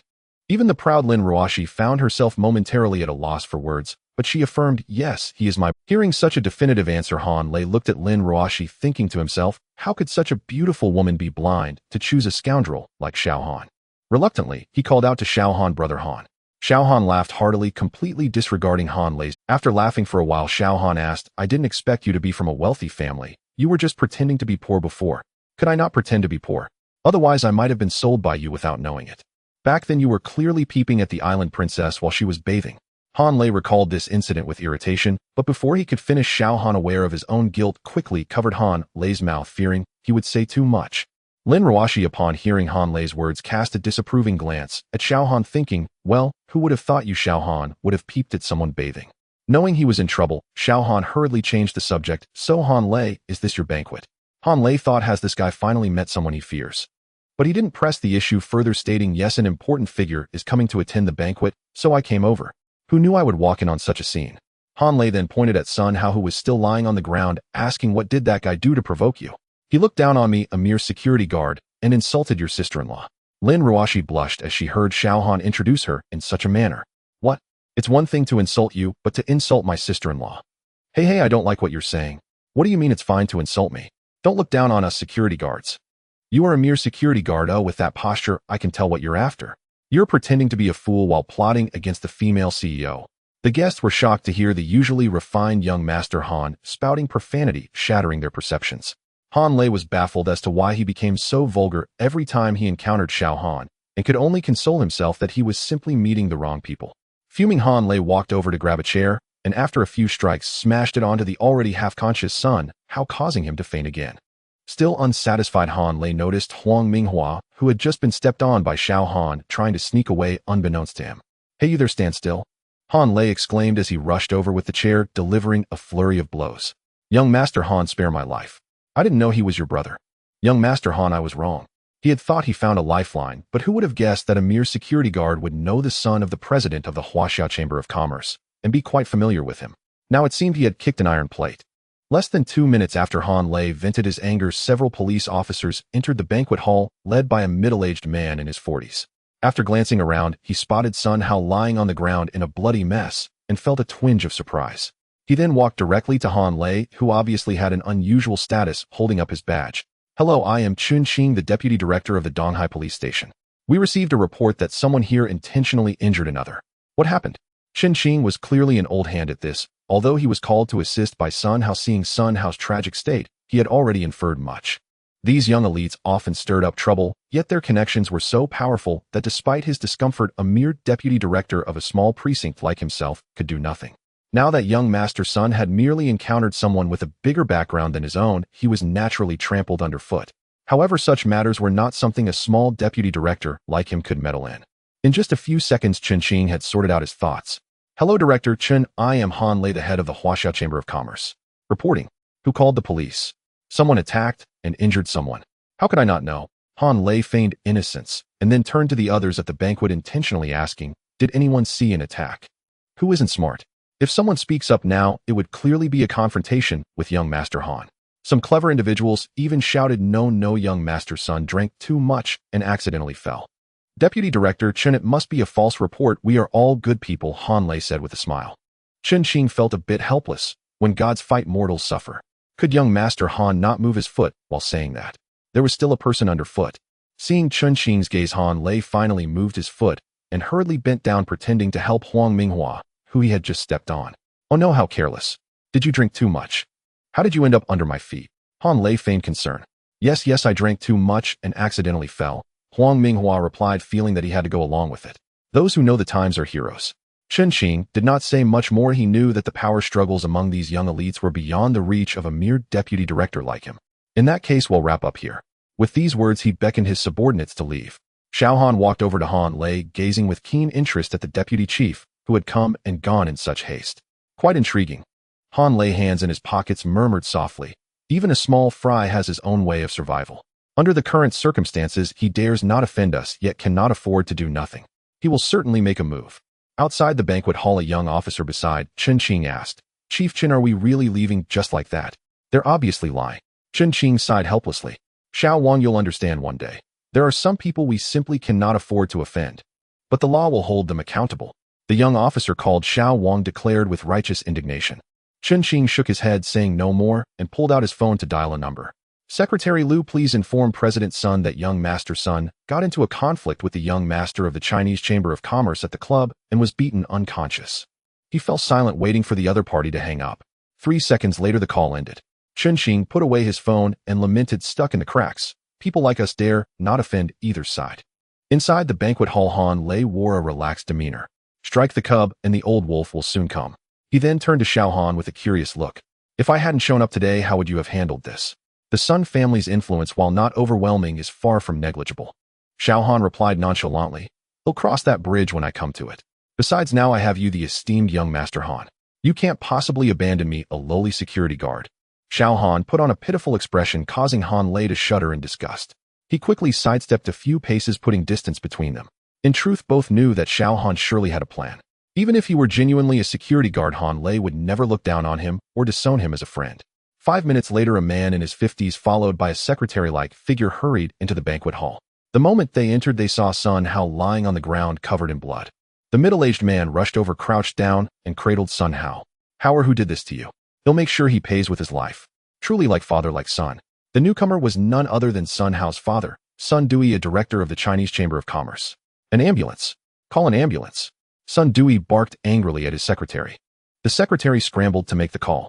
Sun Hao, trembling on the ground, raised a shaky finger toward Xiao Han and Han Lei. Following the direction, Sun Dui noticed Han Lei was also present. Sun Dui handed Sun Hao over to the secretary and strode toward Han Lei, his face contorted with rage. Nephew Han, you owe me an explanation.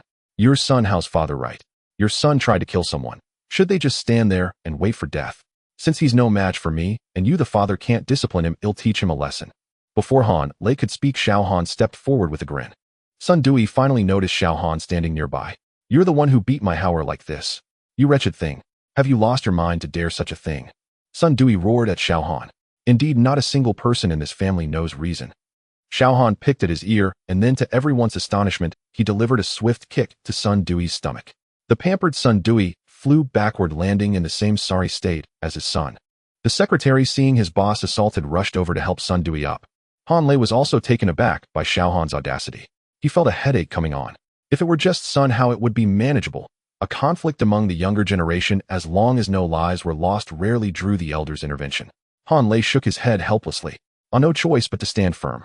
Besides, he had long grown tired of this father-son duo. Xiao Han shot Han Lei an apologetic glance, signaling that he had once again caused trouble at his venue, but nothing more. He's mad, absolutely mad. Even young Master Han might not be able to protect Xiao Han now. The same thought crossed the minds of everyone present. Lin Ruashi was also puzzled by Xiao Han's intentions. She initially thought that with Han Lei's intervention the matter would be resolved, but unexpectedly Xiao Han even went as far as to strike at Han Lei's father. Did he truly believe that Han Lei could shield him from everything? Lin Ruashi could only feel anxious at this moment. You little brat, do you know who I am? You dare to hit me. You really don't want to live anymore. Sun Dui shouted angrily, supported by his secretary. With a dark expression, Xiao Han glanced at Sun Dui, speechless.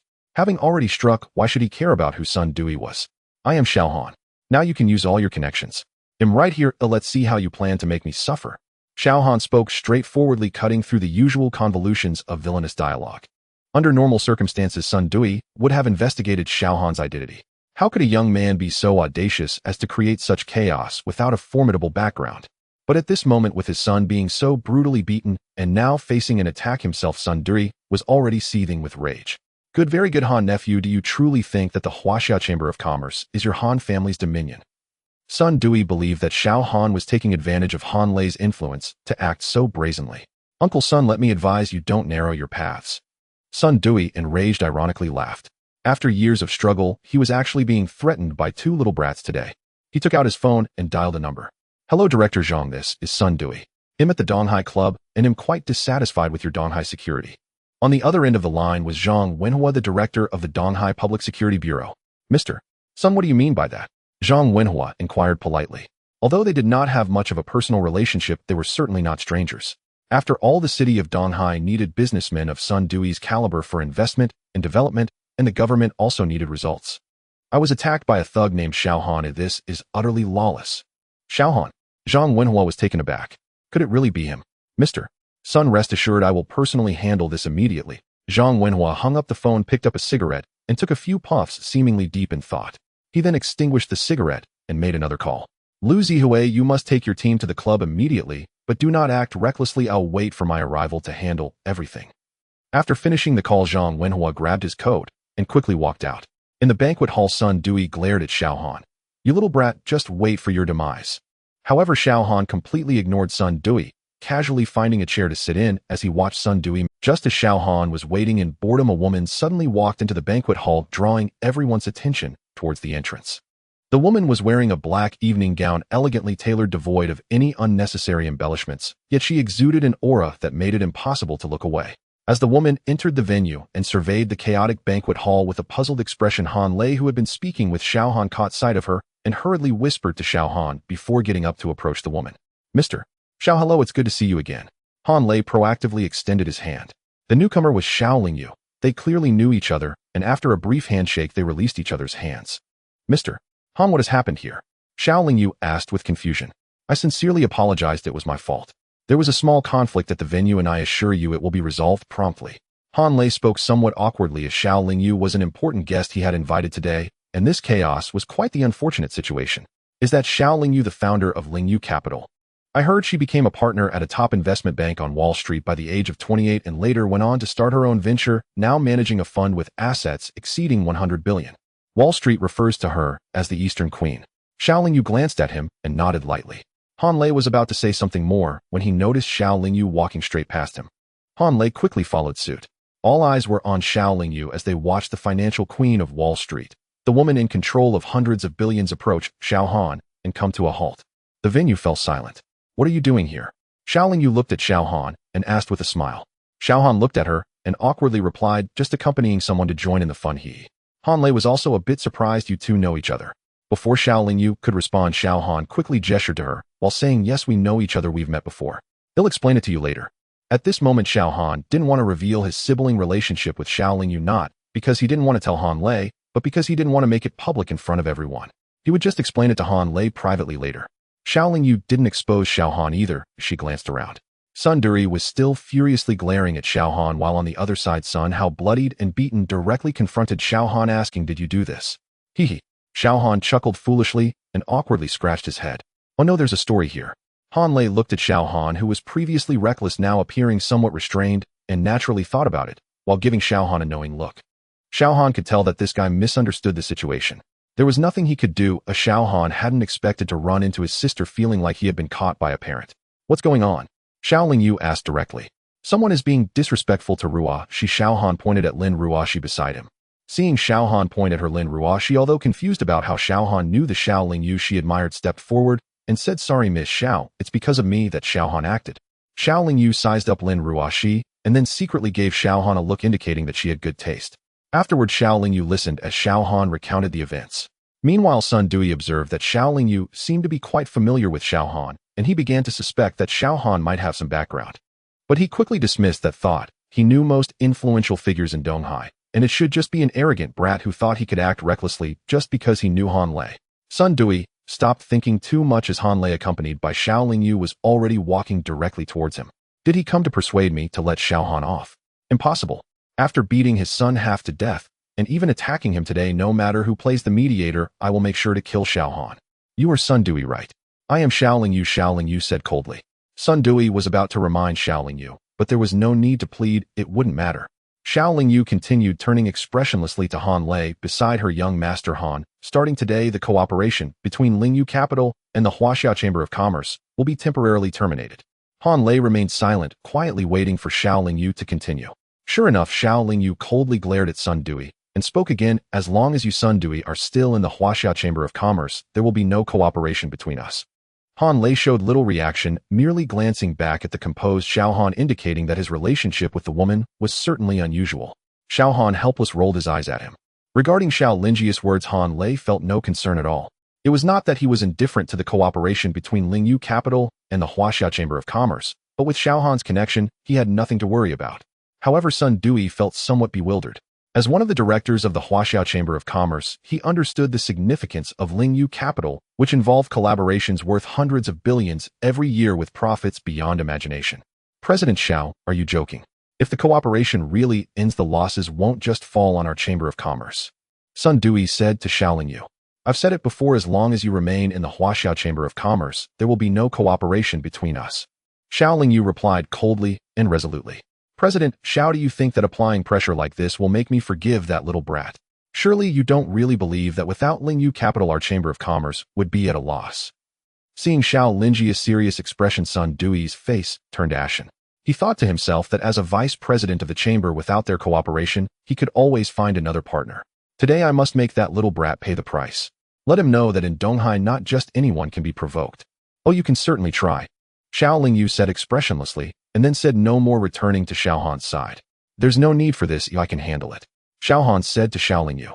You can handle it, but I can't just stand by and watch you get bullied. Xiao Lingyu felt a pang of heartache for her younger brother. Since childhood, Xiao Han had always dealt with troubles himself, never telling the family, especially after that incident. He had been bottling up his feelings. Outside the clubhouse, several police cars were parked. Lu Zihui had already brought a team to guard the entrance after receiving a call from the chief. Shortly after, Chief Zhang Wenhua also arrived at the entrance. Chief Zhang, what happened? Why did you personally come here? Lu Zihui asked in confusion. I hope it hasn't reached an irreversible situation, otherwise Donghai might really face a storm. Zhang Wenhua answered vaguely, then ordered Lu Zihui to lead the team in with him. Inside the banquet hall, Sun Dui looked grim. Seeing Zhang Wenhua come personally after one of his calls, his expression improved slightly. He glanced at Xiao Han only to see Xiao Han still looking unafraid, thinking to himself how truly unaware he was of the dangers. As Sun Dui saw Zhang Wenhua enter, he stood motionless with an unfriendly expression, seemingly putting on airs, waiting for Zhang Wenhua to come over and greet him, wanting everyone present to see that the Sun family was not to be trifled with. Upon entering, Zhang Wenhua first spotted Sun Hao lying on the ground, his brow furrowing slightly. Then he swept his gaze across the entire room, pausing briefly on Sun Dui, before finally landing on Xiao Han. His expression serious, he bypassed Sun Dui and walked straight towards Xiao Han without greeting him. Sun Dui was taken aback for a moment, then realized that with so many police present, Zhang Wenhua must be worried that this would be exploited by those with ulterior motives. Hence, he directly led the team to capture Xiao Han. Following closely behind Zhang Wenhua, Lu Zihui glanced at Xiao Han and then at Sun Dui, understanding somewhat what had transpired, and subsequently led a group of police officers to follow the chief. As Xiao Han saw Zhang Wenhua leading a group swiftly approaching him, he thought to himself that Donghai was indeed small, and he remained seated calm and composed. To the other guests present, Xiao Han appeared quite different as they whispered, "What audacity! And he's really overstepping, isn't he?" They all believed that Xiao Han was an arrogant young man, while the prominent figures in attendance cast sidelong glances at Sun Dui, surprised that a phone call could summon a police chief of such rank. Although some in attendance knew Zhang Wenhua, typically if there were any issues requiring his attention, he would send subordinates. It was unheard of for him to personally intervene. Lin Ruoshi stood behind Xiao Han, her palms sweating. She was uncertain of Xiao Han's trump card, but Sun Dui had already called the police chief, and things were escalating. Casting a glance at Xiao Lingyu and Han Lei, she thought that even they would not stand by Xiao Han any longer. Don't worry, Xiao Han said. Those 3 words again. Lin Ruoshi took a deep breath. Brother, shall we meet again? I owe you for the last incident, otherwise I might be in a precarious position with my official hat. Zhang Wenhua stopped before Xiao Han, speaking politely, but without appearing overly flattering. Xiao Han understood precisely what Zhang Wenhua was referring to. The last time when Zhao Yiren sought his assistance regarding the group of mercenaries from abroad, if it weren't for him, Zhang Wenhua would undoubtedly face repercussions for allowing foreign mercenaries to infiltrate a serious dereliction of duty. Fortunately, it was handled well, preventing a greater disaster.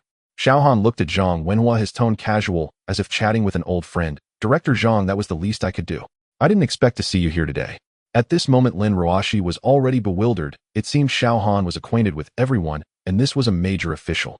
Zhang Wenhua sighed. You brat, always throwing me a curveball upon meeting. Zhang Wenhua spoke again, his tone softening. What's going on? Xiao Han smiled. It's not me causing trouble, as someone harassed my girlfriend and threatened me. Xiao Han briefly recounted the events.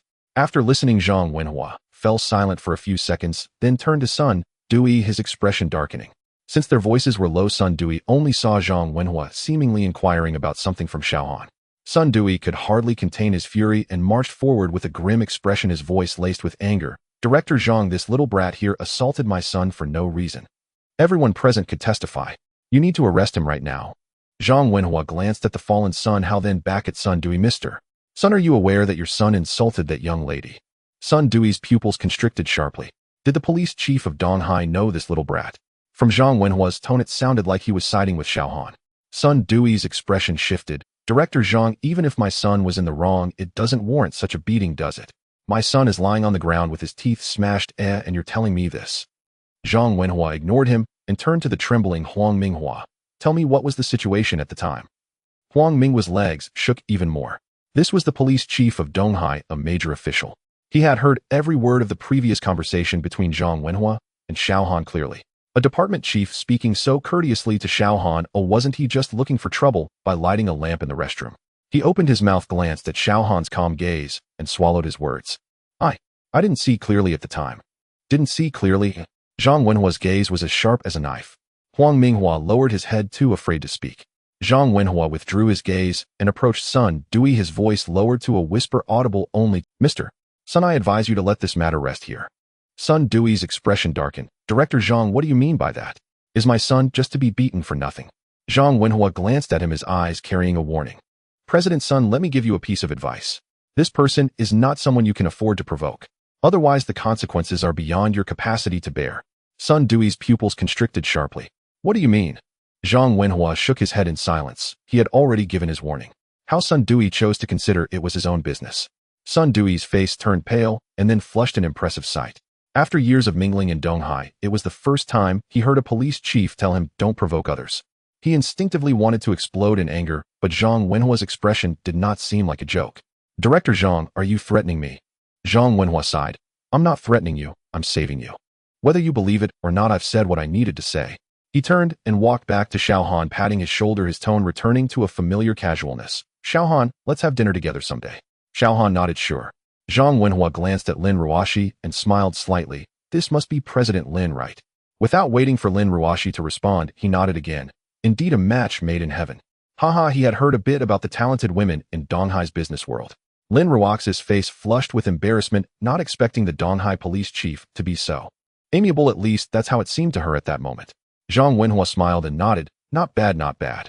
Then he turned to the police officers he brought. Disband. Lu Zihui had seen Xiaohan before and naturally understood why the chief was doing this. Because of Xiaohan, he had now become the captain of the entire criminal police team. While the other officers looked at each other completely unaware of what had happened, they only knew they had hurriedly come and then hurriedly left. Sun Dewey stood there, his face looking as if he had swallowed a fly.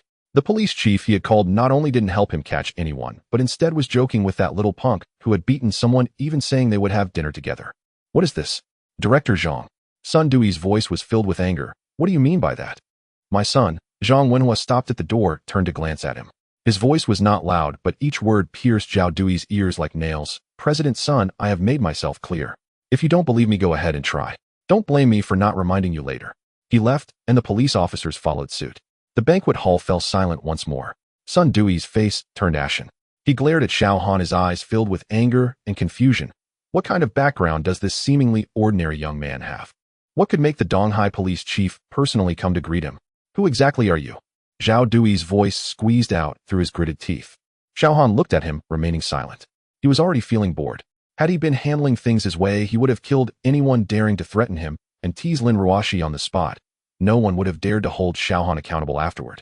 Now that his sister Xiao Lingyu was also involved, he believed the Sun family would have a hard time in Donghai from now on. Moreover, with Zhang Wenhua personally coming, he still had to give some face to the Donghai police chief, so Xiaohan took Lin Ruoxi's hand. Let's go, we'll take you home. Stop. Sun Dewey roared, did I let you go? Xiaohan halted his steps and turned to look at him. His gaze was calm, yet for some reason a chill surged within Sun Dewey. Sun Dewey, Xiaohan said, I have already shown mercy regarding your son's matter. If you feel it isn't enough, you can continue to seek help from others. I, Xiaohan, am always at your service. He then left with a bewildered Lin Ruoshi, of course, saying goodbye to his older sister, Xiao Lingyu, and Han Lei first. Xiao Lingyu mentioned she still had some matters to discuss with Han Lei and told Xiaohan not to worry about her. After taking Xiao Han away, Han Lei stated that the banquet would continue, while Sun Dui remained deep in thought for a moment before leaving the banquet with the ambulance that had arrived. Afterward, everyone resumed their drinking and chatting, seemingly forgetting what had just occurred. Yet everyone knew that the name Xiao Han would quickly spread within the upper circles.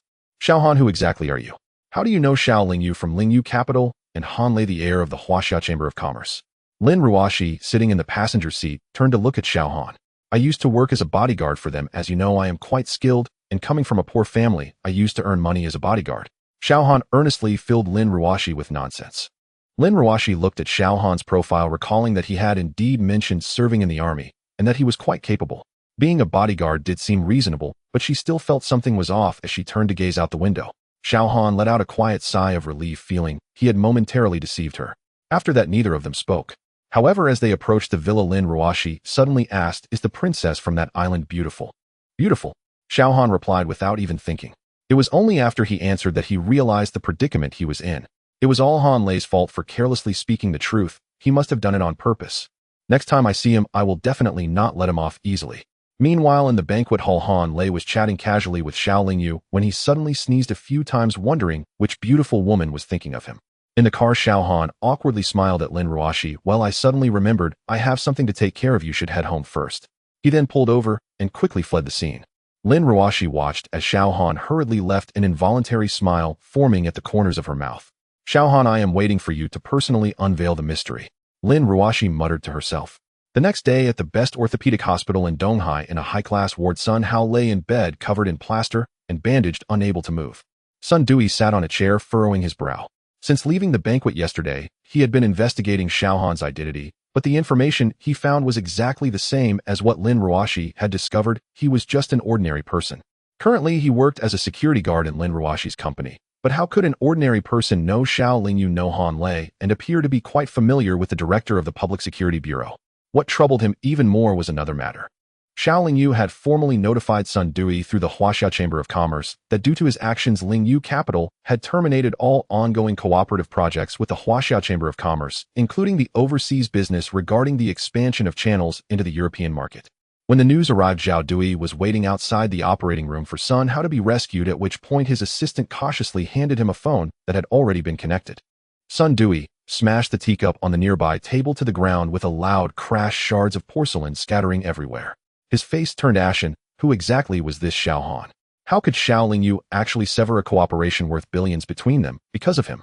The assistant opened his mouth to say something, but swallowed back his words upon seeing Sun Dui's expression. The news of Lingyu Capital terminating the partnership spread quickly within the business community. That afternoon, two investors who had been negotiating favorably with the Sun family called to say they needed to reconsider. By the evening, another longtime supplier informed the Zhao family that the supply for the next quarter would need to be reassessed. "Mr. Sun," the assistant's voice trembled slightly, "the Huaxia Chamber of Commerce called, saying they would like you to come in." Sun Dui's heart sank. The Huaxia Chamber of Commerce was the foundation he had built over the past 10 years. He was the vice president of the chamber. He had never imagined that one day the chamber would actively request him to come. He changed into a different outfit and drove to the East Sea branch of the Huaxia Chamber of Commerce. In the conference room sat a row of people. At the center was Han Junquan, the president of the East Sea branch, flanked by several vice presidents and directors. "Old Sun, please sit." Han Junquan gestured to the chair opposite him. Sun Dui sat down, a wave of unease washing over him. Han Junquan skipped the pleasantries and got straight to the point. "Old Sun, the reason we called you here today is to inform you of something." Sun Dui's heart sank further. After discussion in the chamber's board meeting, it has been unanimously decided that, effective immediately, the Sun Group will withdraw from the Huaxia Chamber of Commerce. Han Zanken's tone was calm, but each word struck Sun Dui like a hammer. Sun Dui abruptly stood up, his face pale. "What? Withdraw from the chamber? On what grounds?" Han Jinkuan looked at him, his expression complex.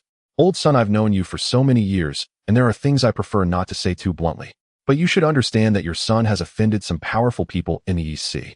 Just because of a security guard, you want me to withdraw from the chamber?" Sun Dui's hands trembled. "Security guard?" Han Jinkuan shook his head, a hint of helplessness in his voice. "Old Sun, do you still think of him as just a security guard? Do you know who he really is?" Sun Dui was at a loss for words. He truly did not know. This realization filled him with both anger and fear. "Old Sun, let me give you one last hint. He is from the north." Han Jinkuan stood up, raised a finger pointing upwards, then walked in front of him, lowering his voice. "Go apologize while you still can." Sun Dewey stood there, his mind blank. He was the head of the Sun family, commanding the East Sea business world for 20 years, and now he was being asked to apologize to a security guard. He said nothing and turned to leave the conference room.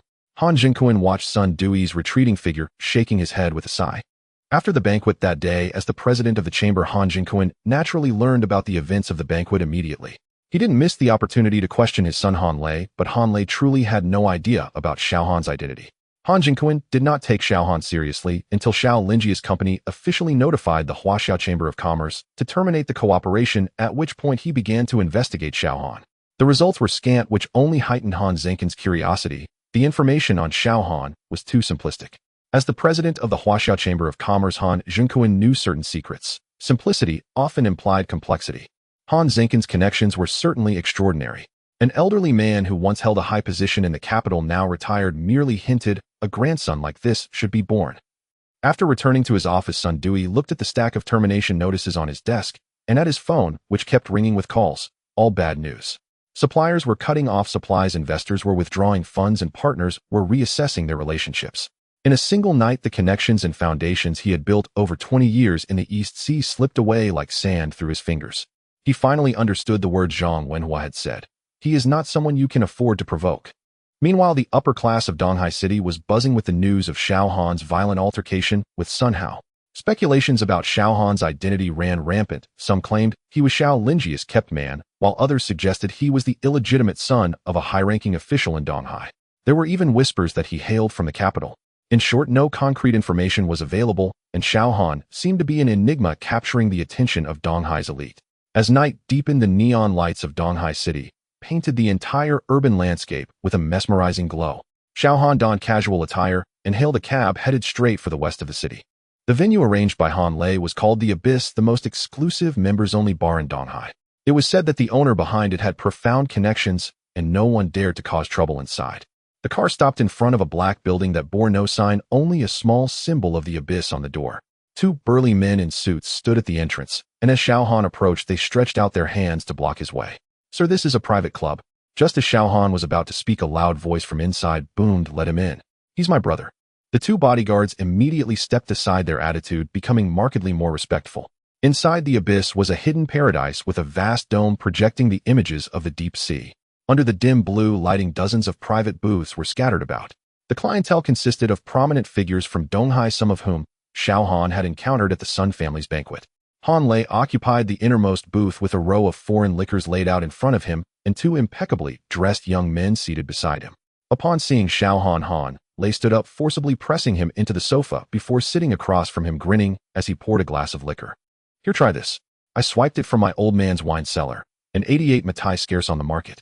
Xiao Han lifted the glass and took a sip. The rich liquor slid down his throat, leaving a warm aftertaste. "So what did you call me out for?" Han Lei leaned back against the sofa, his smile fading slightly. "Two things. First, many people in Donghai are looking into you." Xiao Han responded with a nonchalant hum, showing no change in expression. "The second thing," Han Lei leaned in closer, pretending to grit his teeth as he spoke to Xiao Han, "you sly dog have been deceiving me all this time. Turns out Xiao Lingyu is your sister, and you've been saying you're poor. You must treat us today." Xiao Han paused slightly, then quickly understood. The Han family was already powerful. It was not surprising they could uncover his identity, but such knowledge likely extended only to trivial matters, and anything deeper would naturally remain undiscovered. "I heard it from my old man," Han Lei said. "I've always considered you a brother and wouldn't care less about your identity or background." Han Lei clarified, fearing Xiao Han might misunderstand his investigation. Xiao Han remained silent for a moment before downing his drink. "Let's drink. You weren't so chatty when blowing up that shrine 2 years ago." Han Lei chuckled, knowing Xiao Han wouldn't mind. Just as he was about to speak, a commotion erupted at the bar entrance. A group of people streamed in, led by a young man in his mid-20s, slicked back hair, a limited edition Patek Philippe on his wrist, dressed head to toe in designer labels, his chin held high, with eyes almost reaching the top of his head. Following him were 7 or 8 individuals, including bodyguards, and a few young heirs, creating quite a spectacle. "Oh, isn't that Zhao Ming, the young master of the Zhao family?" Han Lei remarked. Zhao Ming, the legitimate grandson of the Zhao family in Donghai. The Zhao family had been a century-old clan in Donghai, deeply rooted and involved in real estate, energy, and finance with a web of influence. Zhao Ming's uncle Zhao Hongfei served as the deputy mayor of Donghai City. In both the political and business circles of Donghai, the Zhao family held absolute power. Zhao Ming himself was infamous in Donghai as a notorious playboy who, bolstered by his family background, looked down on everyone. As he entered the bar, his gaze swept the room until it landed on the innermost booth, a spot typically reserved. Who was sitting in that spot? Zhao Ming's voice was low, yet the entire bar fell silent. The waiter hurriedly jogged over, forcing a smile. Young Master Zhao, that spot is reserved for young Master Han. Should I arrange a seat for you nearby instead? Young Master Han. Zhao Ming raised an eyebrow. Which young Master Han? Han Lei, the son of President Han. Zhao Ming scoffed. The son of Han Jinkuan. He paused, his tone contemptuous. This is Donghai.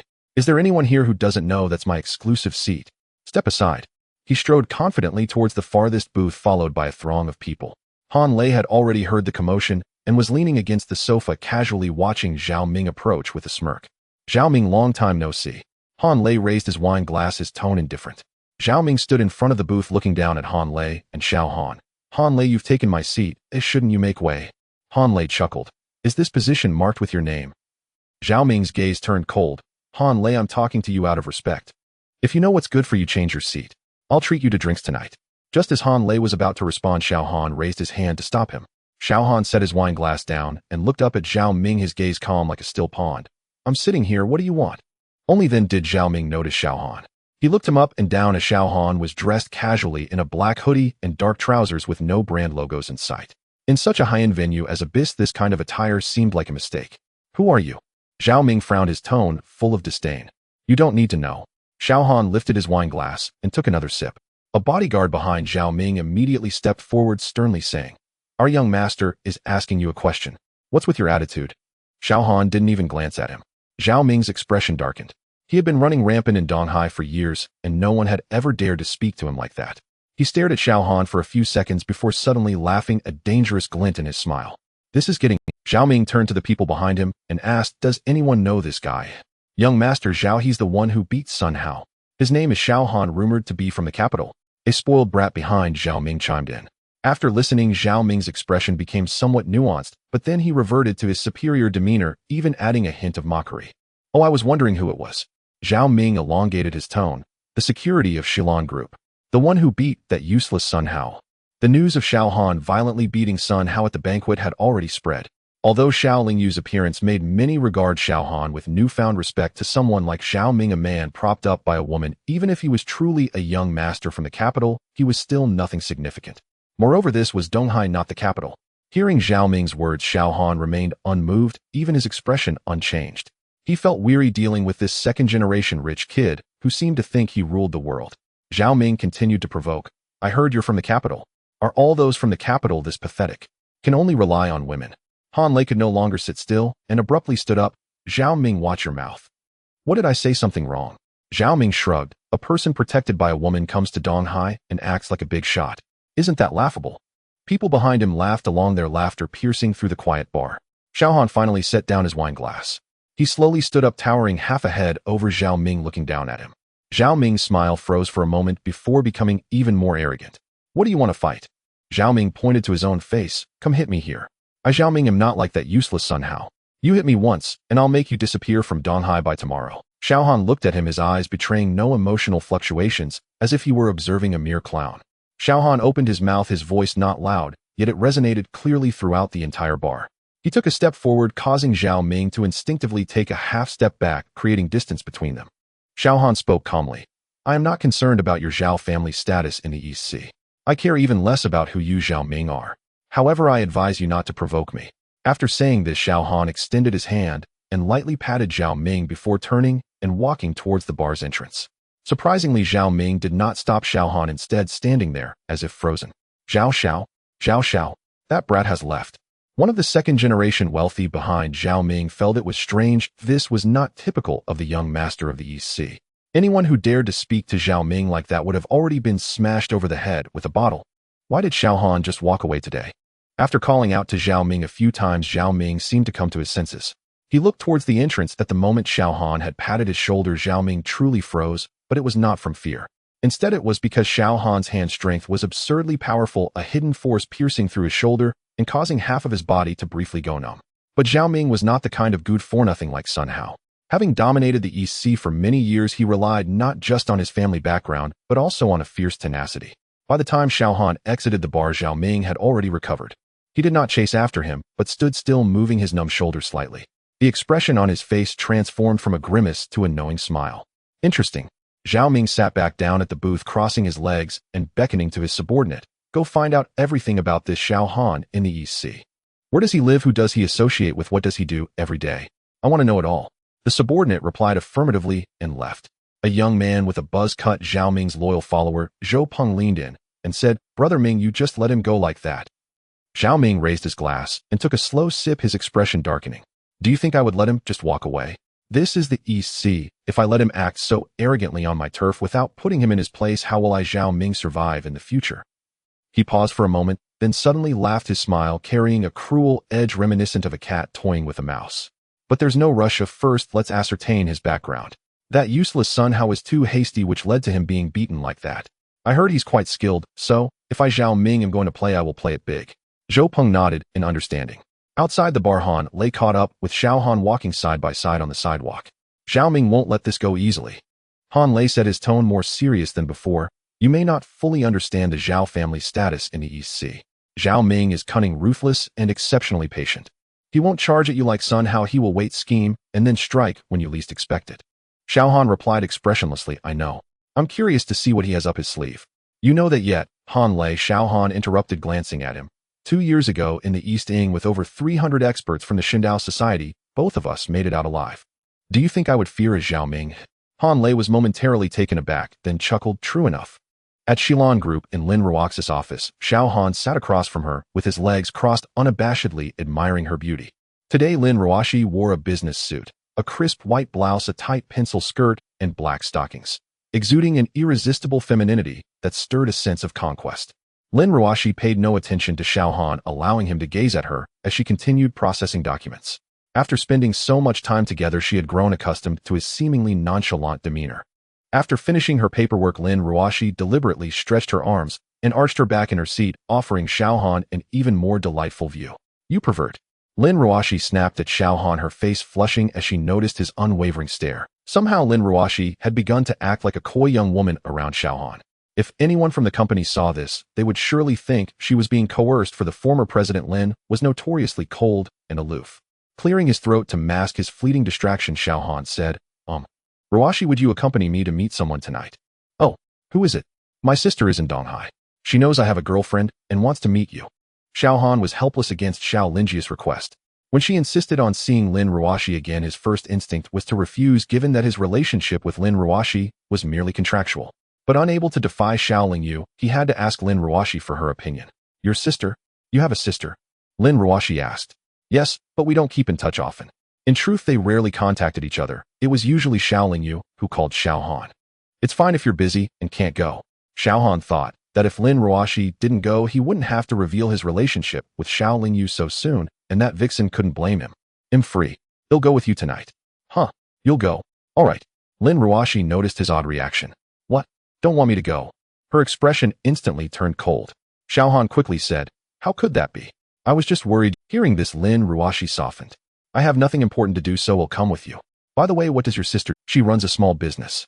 Indeed, she did run a business, just a rather large one worth hundreds of billions.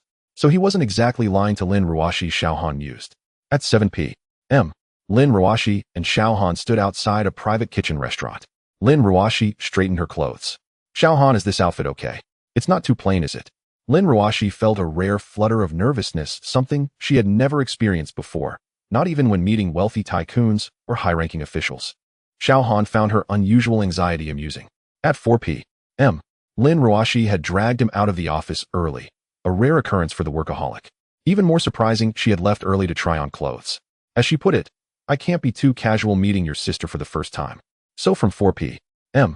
until nearly 7 p.m., she had tried on outfits before finally settling on the elegant white dress she now wore. Xiao Han teased, relax, you look absolutely stunning. You'll definitely charm my sister. What are you saying? Lin Ruoxi gently tapped him, then took a deep breath and followed him into the restaurant.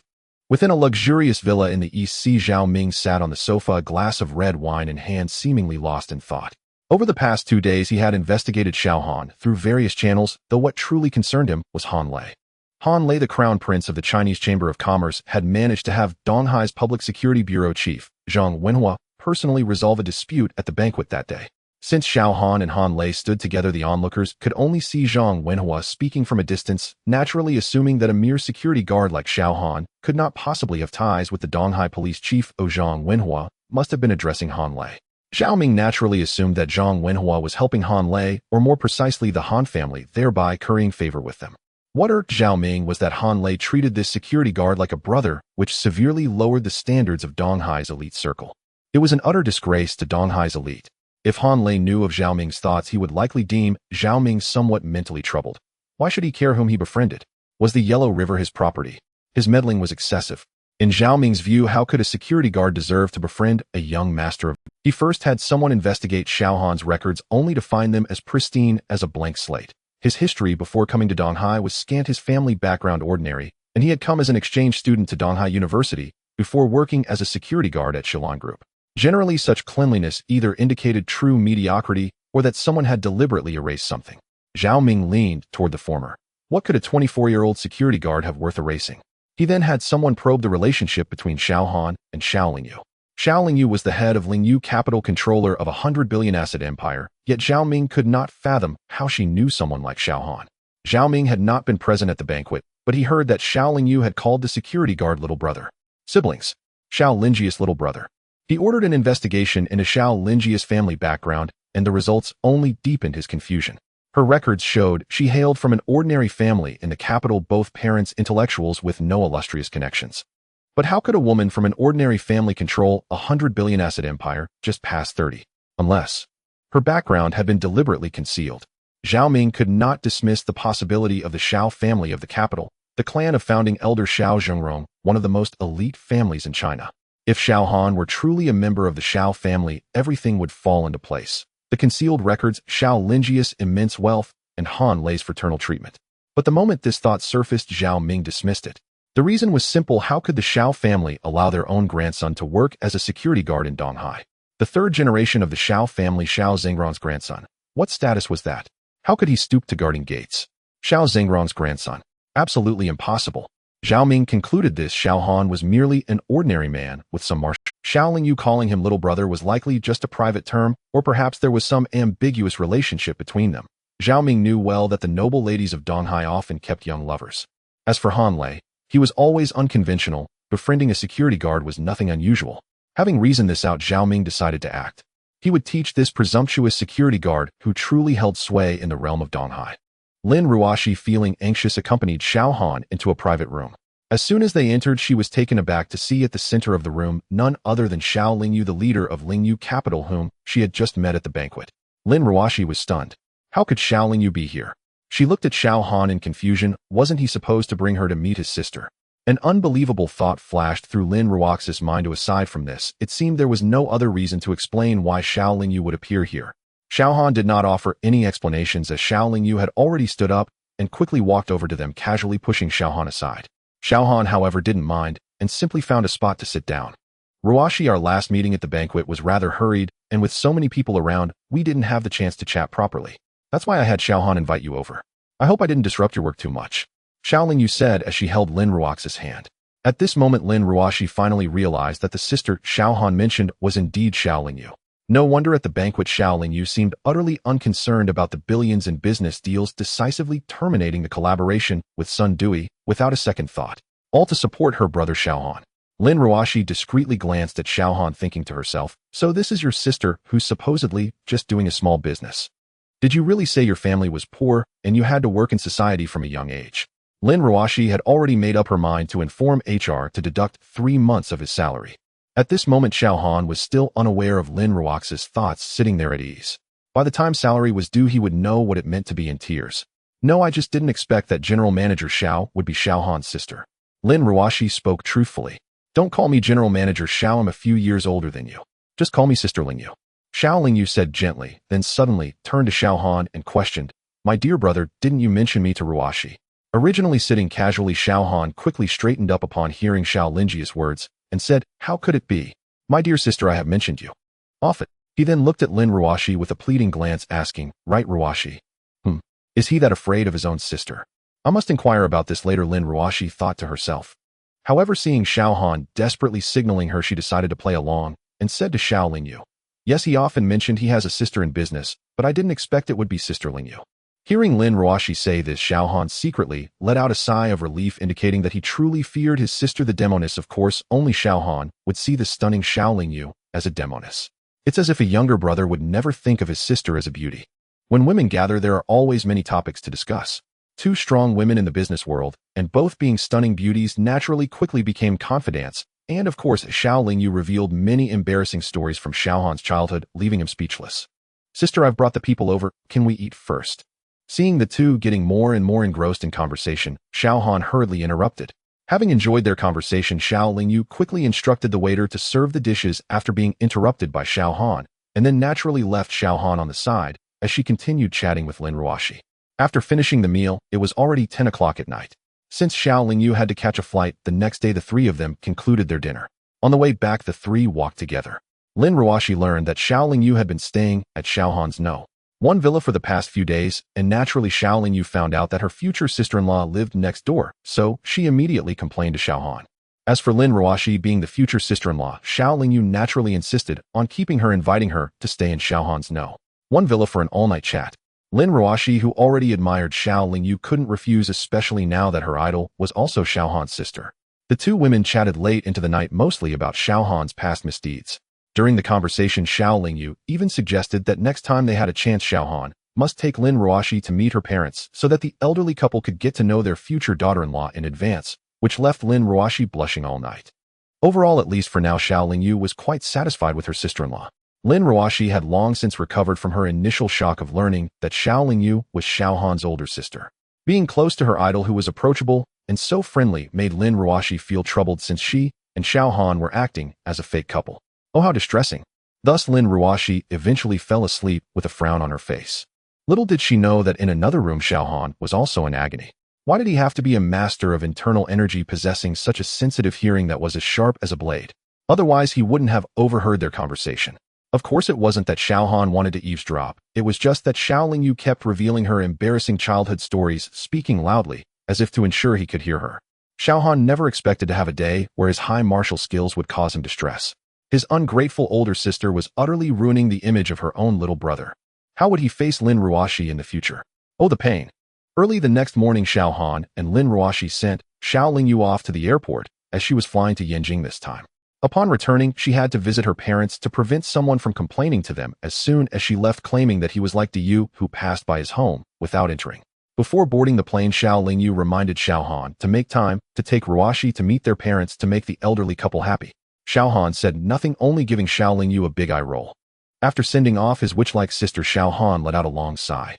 Lin Ruoshi, somewhat confused, asked Xiaohan why he was so afraid of his own sister, since Xiao Lingyu had such a good temper.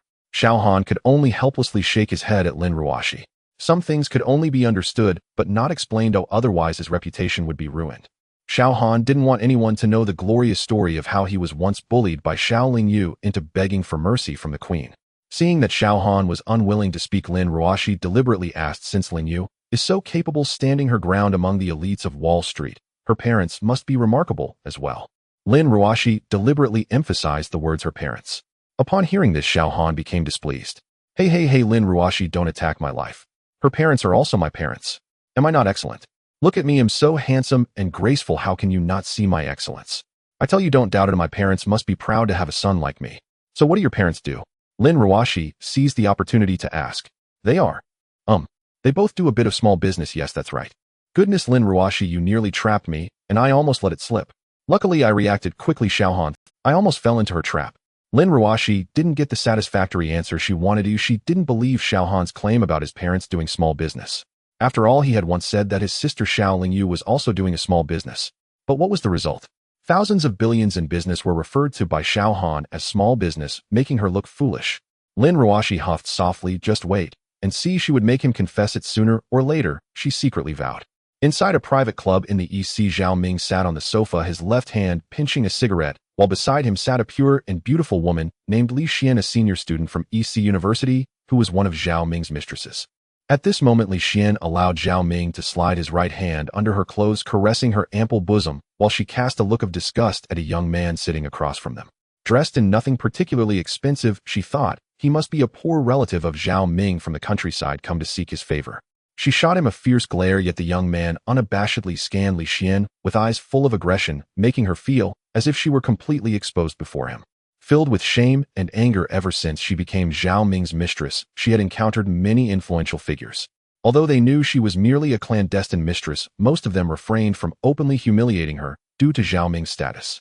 After letting out a soft whimper from Zhao Ming's teasing, Li Xian used her hand to cover the neckline that Zhao Ming had stretched, fearing that her springtime beauty would be fully revealed to the wicked young man across from her. The young man naturally noticed Li Xian's expression of disdain. Seeing her movements only made him more excited as he licked his lips, seemingly reveling in her contempt. With his eyes fixed on Li Xian, he muttered to himself, "The scenery down the mountain is truly better. There are no women like this up in the mountains." He then turned to Zhao Ming and said, "Young Master Zhao, your woman is indeed exceptional. Who just looking at her is..." Indeed, he was a crude country bumpkin. Li Xian thought to herself, growing increasingly disgusted with this man who dared to insult her so shamelessly in front of Zhao Ming. It was truly suicidal. She shouted angrily, "Shameless," and posed as if waiting to see how the young man would meet his demise. Upon hearing the young man's words, Zhao Ming squeezed Li Xian's chest hard, almost causing her to cry out, yet she dared not say anything to Zhao Ming. Zhao Ming cast a hostile glance at the young man across from him and asked coldly, "Oh, are you interested? If young Master Zhao is willing to part with her, I would certainly be very interested." What a reckless fool. How dare he provoke Zhao Ming without knowing how many lives he had to spare?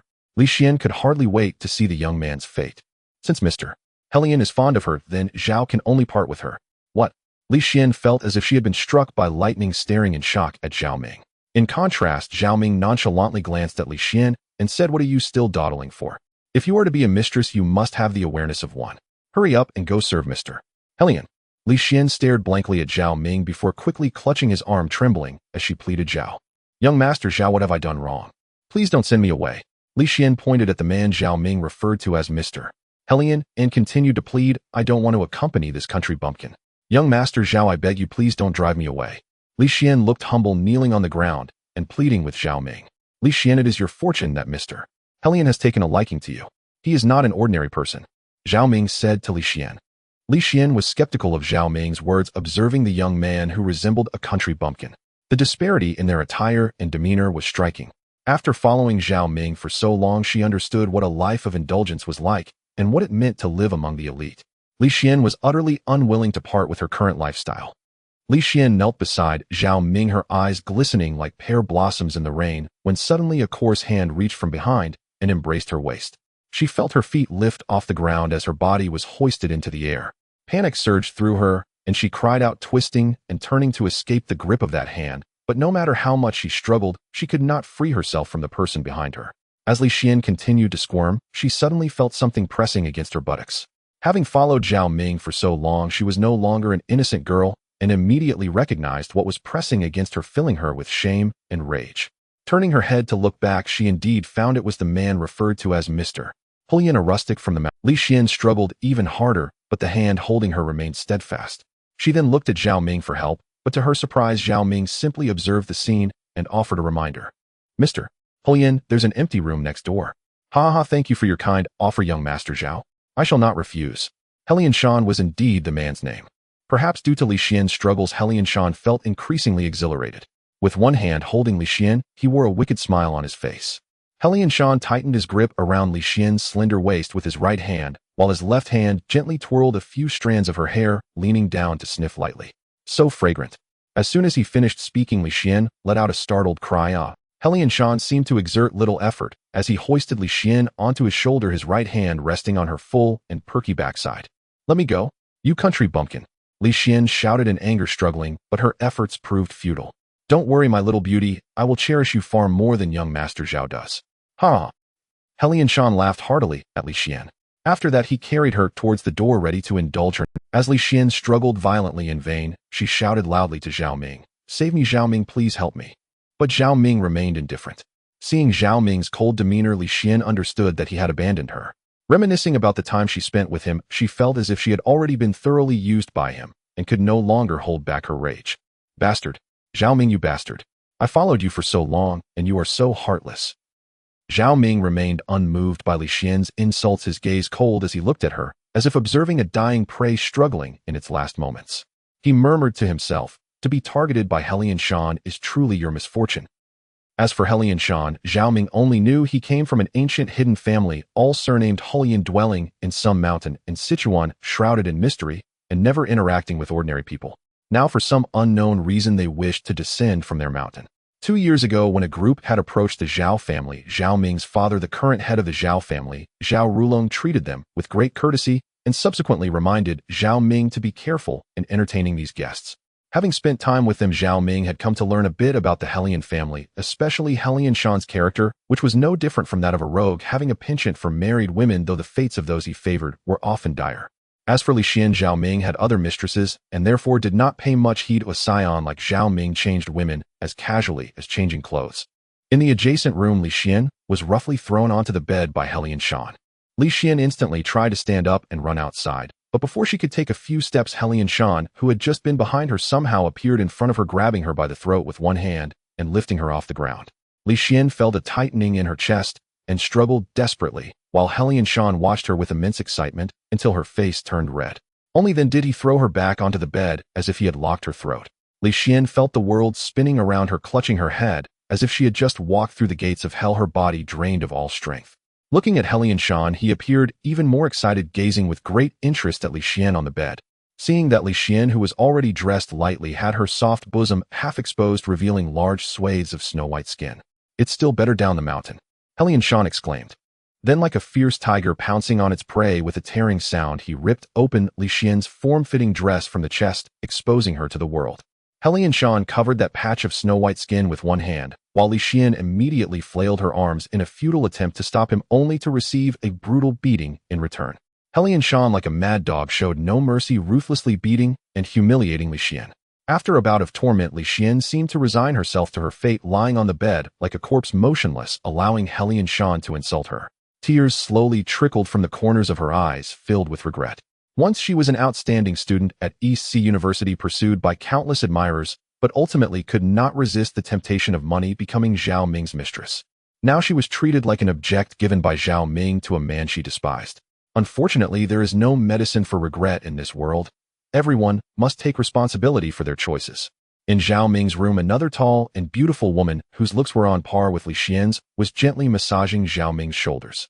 Occasionally, the sounds of Li Xian's painful cries could be heard from the next room, causing Zhao Ming to furrow his brows.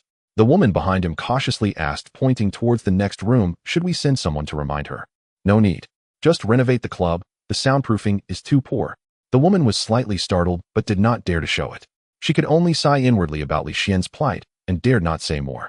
She simply responded with a yes to Zhao Ming's cold-heartedness. The woman's name was Li Huier, and she was also one of Zhao Ming's mistresses. However, she had been with Zhao Ming for 3 years, unlike Li Xian and others. She knew when to advance and retreat, and was sensible. This club was also a gift from Zhao Ming to her. The longer she was involved, the deeper her understanding became. After a moment, the private room door opened again, and Helian Shan walked in, looking as if he had just come out of a mountain village, but Zhao Ming knew that this person's real age was over 50, yet he showed no signs of aging. As soon as Helian Shan entered, he spotted Li Huier. She hurriedly lowered her head, fearing to make eye contact. Helian Shan continued to stare at Li Huier without blinking. "Mr. Helian, please have some self-restraint," Zhao Ming said darkly. Hearing Zhao Ming's words, Helian Shan reluctantly withdrew his gaze and sat back down on the sofa where he had been before, making no further movements. Li Huier quietly breathed a sigh of relief. Seeing that Helian Shan had calmed down, Zhao Ming signaled for Li Huier to leave first and handle Li Xian's situation. Li Huier was relieved and hurriedly escaped from the room. After Li Huier left, Zhao Ming spoke again. "Mr. Helian, Li Huier is mine," implicitly warning that no one could touch her without his permission. "I didn't expect you, young Master Zhao, to care so much about a woman," Helian Shan retorted. "She's different," Zhao Ming said heavily with a hint of threat, and did not elaborate further. On the surface, Helian Shan agreed not to touch her, but in his heart he scoffed. "Wait until the Helian family completely controls the Zhao family. Oh, let's see how you protect this woman." Helian Shan no longer dwelled on this matter and asked again, "Young Master Zhao, you didn't just invite me here to send me a woman, did you?" Zhao Ming lit a cigarette and slowly said, "I would like to ask Mr. Helian for help in dealing with some." At 8 in the evening, Xiao Han walked into the Shalon building carrying a bag of dinner he had prepared himself. The building was already shrouded in darkness, with only a few patrolling security guards in the lobby. A young man in his 20s spotted Xiao Han. "Xiao Ge here again to deliver food to the president." Xiao Han replied with a smile, "Xiao Wang, what can I say? Being an assistant to the president is not an easy job." By the way, Xiao Wang, I heard you found someone. The security guard named Xiao Wang happily responded, isn't it thanks to you, Xiao Ge? Ever since Xiao Han kicked Huang Minghua's sports car at the entrance of the Shilin building, he became famous overnight. This fame led several young girls who had not seen Xiao Han's prowess at the time to visit the security department from time to time to inquire about him. The security department was already known for its abundance of single men, and with the increase in female visitors, a few of them actually found partners, including this Xiao Wang, who greatly admired Xiao Han. Xiao Han walked confidently to Lin Ruox's office door. Without knocking, he pushed the door open and found Lin Ruoxi deeply engrossed in some documents. Xiao Han sighed, President Lin, while others are working overtime, why is it the opposite here with you? Xiao Han approached Lin Ruox's desk and forcibly snatched the documents from her hands, commanding with a firm tone, time to eat. Lin Ruoxi frowned slightly as she glanced at Xiao Han, but said nothing. She obediently accepted the dinner Xiao Han brought over, which consisted of 2 dishes and a soup. One must admit that Xiao Han's culinary skills were impressive. Even Lin Ruoxi, who wasn't feeling hungry, found her appetite sparked by the aroma of his cooking. Half an hour later, Lin Ruoxi contentedly finished the last bite of her meal and gently burped. Xiao Han was very pleased with her performance. She had eaten everything. Xiao Han tidied up the utensils and commanded again, time to clock out. I still have a document I haven't finished reading. You can go back first, Lin Ruoxi replied. As she spoke, Lin Ruoxi reached for the document that had just been taken away by Xiao Han and was about to dive back into her work. Xiao Han, what are you doing? Let go of me, Lin Ruoxi suddenly exclaimed in panic. It turned out that seeing Lin Ruoxi not heeding his words, Xiao Han moved beside her and in one swift motion picked her up in a princess carry, striding towards the exit. It was Lin Ruox's first time being so closely held by a man, and her instinct was to struggle against Xiao Han. However, after a few feeble attempts, she heard his voice near her ear, hold tight, or don't blame me if you fall. After saying this, Xiao Han pretended to loosen his grip, startling Lin Ruoxi into wrapping her arms tightly around his neck. You little rascal, I won't let you off so easily, Xiao Han thought to himself. The princess carry was undeniably too intimate. Lin Ruoxi could even hear Xiao Han's heartbeat. Fortunately, all the employees of the Shilin building had already left for the day, and no one witnessed this scene. Otherwise, Lin Ruoxi would have been too embarrassed to lift her head. Xiao Han, can you put me down, please? Lin Ruoxi softly pleaded. If Xiao Han had looked down at that moment, he would have seen the once cold and stunning female president blushing profusely. Do you dare to disobey again? Xiao Han asked. Lin Ruoxi stubbornly remained silent.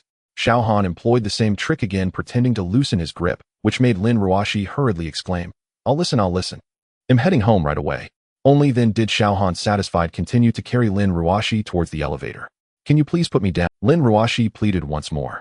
At this moment, Xiao Han held a beautiful woman in his arms and felt secretly delighted. He intended to pretend he didn't hear her, but then he heard Lin Ruoxi continue, I haven't grabbed my bag yet. Now pretending would reveal his intentions, so Xiao Han had no choice but to set Lin Ruoxi down. As Xiao Han drove back, the sky began to drizzle. In the car, Lin Ruoxi sat in the passenger seat, and neither of them mentioned what had just happened. Even now, Lin Ruoxi's heart was still racing. She pretended to casually glance at Xiao Han, who had quite a masculine charm. She then closed her eyes and began to feign sleep. Xiao Han was well aware that Lin Ruoxi was occasionally stealing glances at him, but he pretended to be focused on driving. The reason was that he thought Lin Ruoxi was sneaking looks because she suspected he had not actually heard her insistence on wanting to hold her earlier, so he maintained a serious demeanor. The car turned onto Donghai Avenue, and the sky had already darkened. The streetlights lit up one by one, illuminating the road like a glowing river. The car's audio system played the soft music that Lin Ruoxi liked.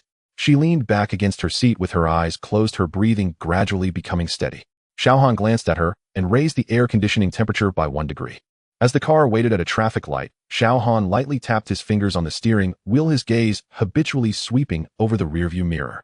3 or 4 cars were lined up behind, all waiting for the light. When the green light came on, Xiao Han pressed the accelerator. At that moment, a chill surged up from the base of his spine. He was all too familiar with this sensation. It wasn't the alertness honed on the battlefield, nor was it the listening force from ancient martial arts, but a deeper, almost instinctual premonition. Like being watched by a venomous snake lurking in the shadows, like standing on the edge of a cliff and suddenly feeling the loose stones beneath shift. Xiao Han's pupils slightly constricted. Interesting, he murmured to himself. He lifted his fingers off the steering wheel and then placed them back down. What's wrong? Lin Ruoxi seemed to sense something and opened her eyes to look at him. It's nothing, Xiao Han replied calmly. Let's take a different route. He signaled to turn and took a right at the next intersection, veering onto a quiet, deserted road.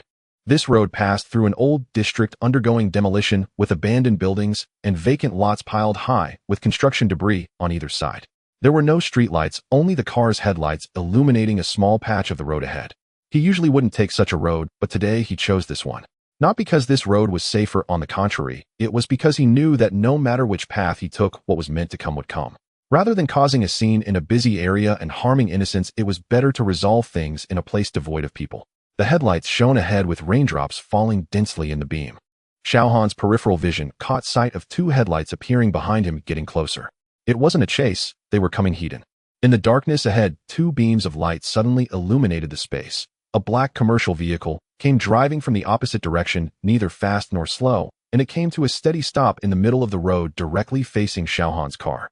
It blocked his way. Xiaohan stepped on the brakes, stopping the car 20 meters away from the commercial vehicle.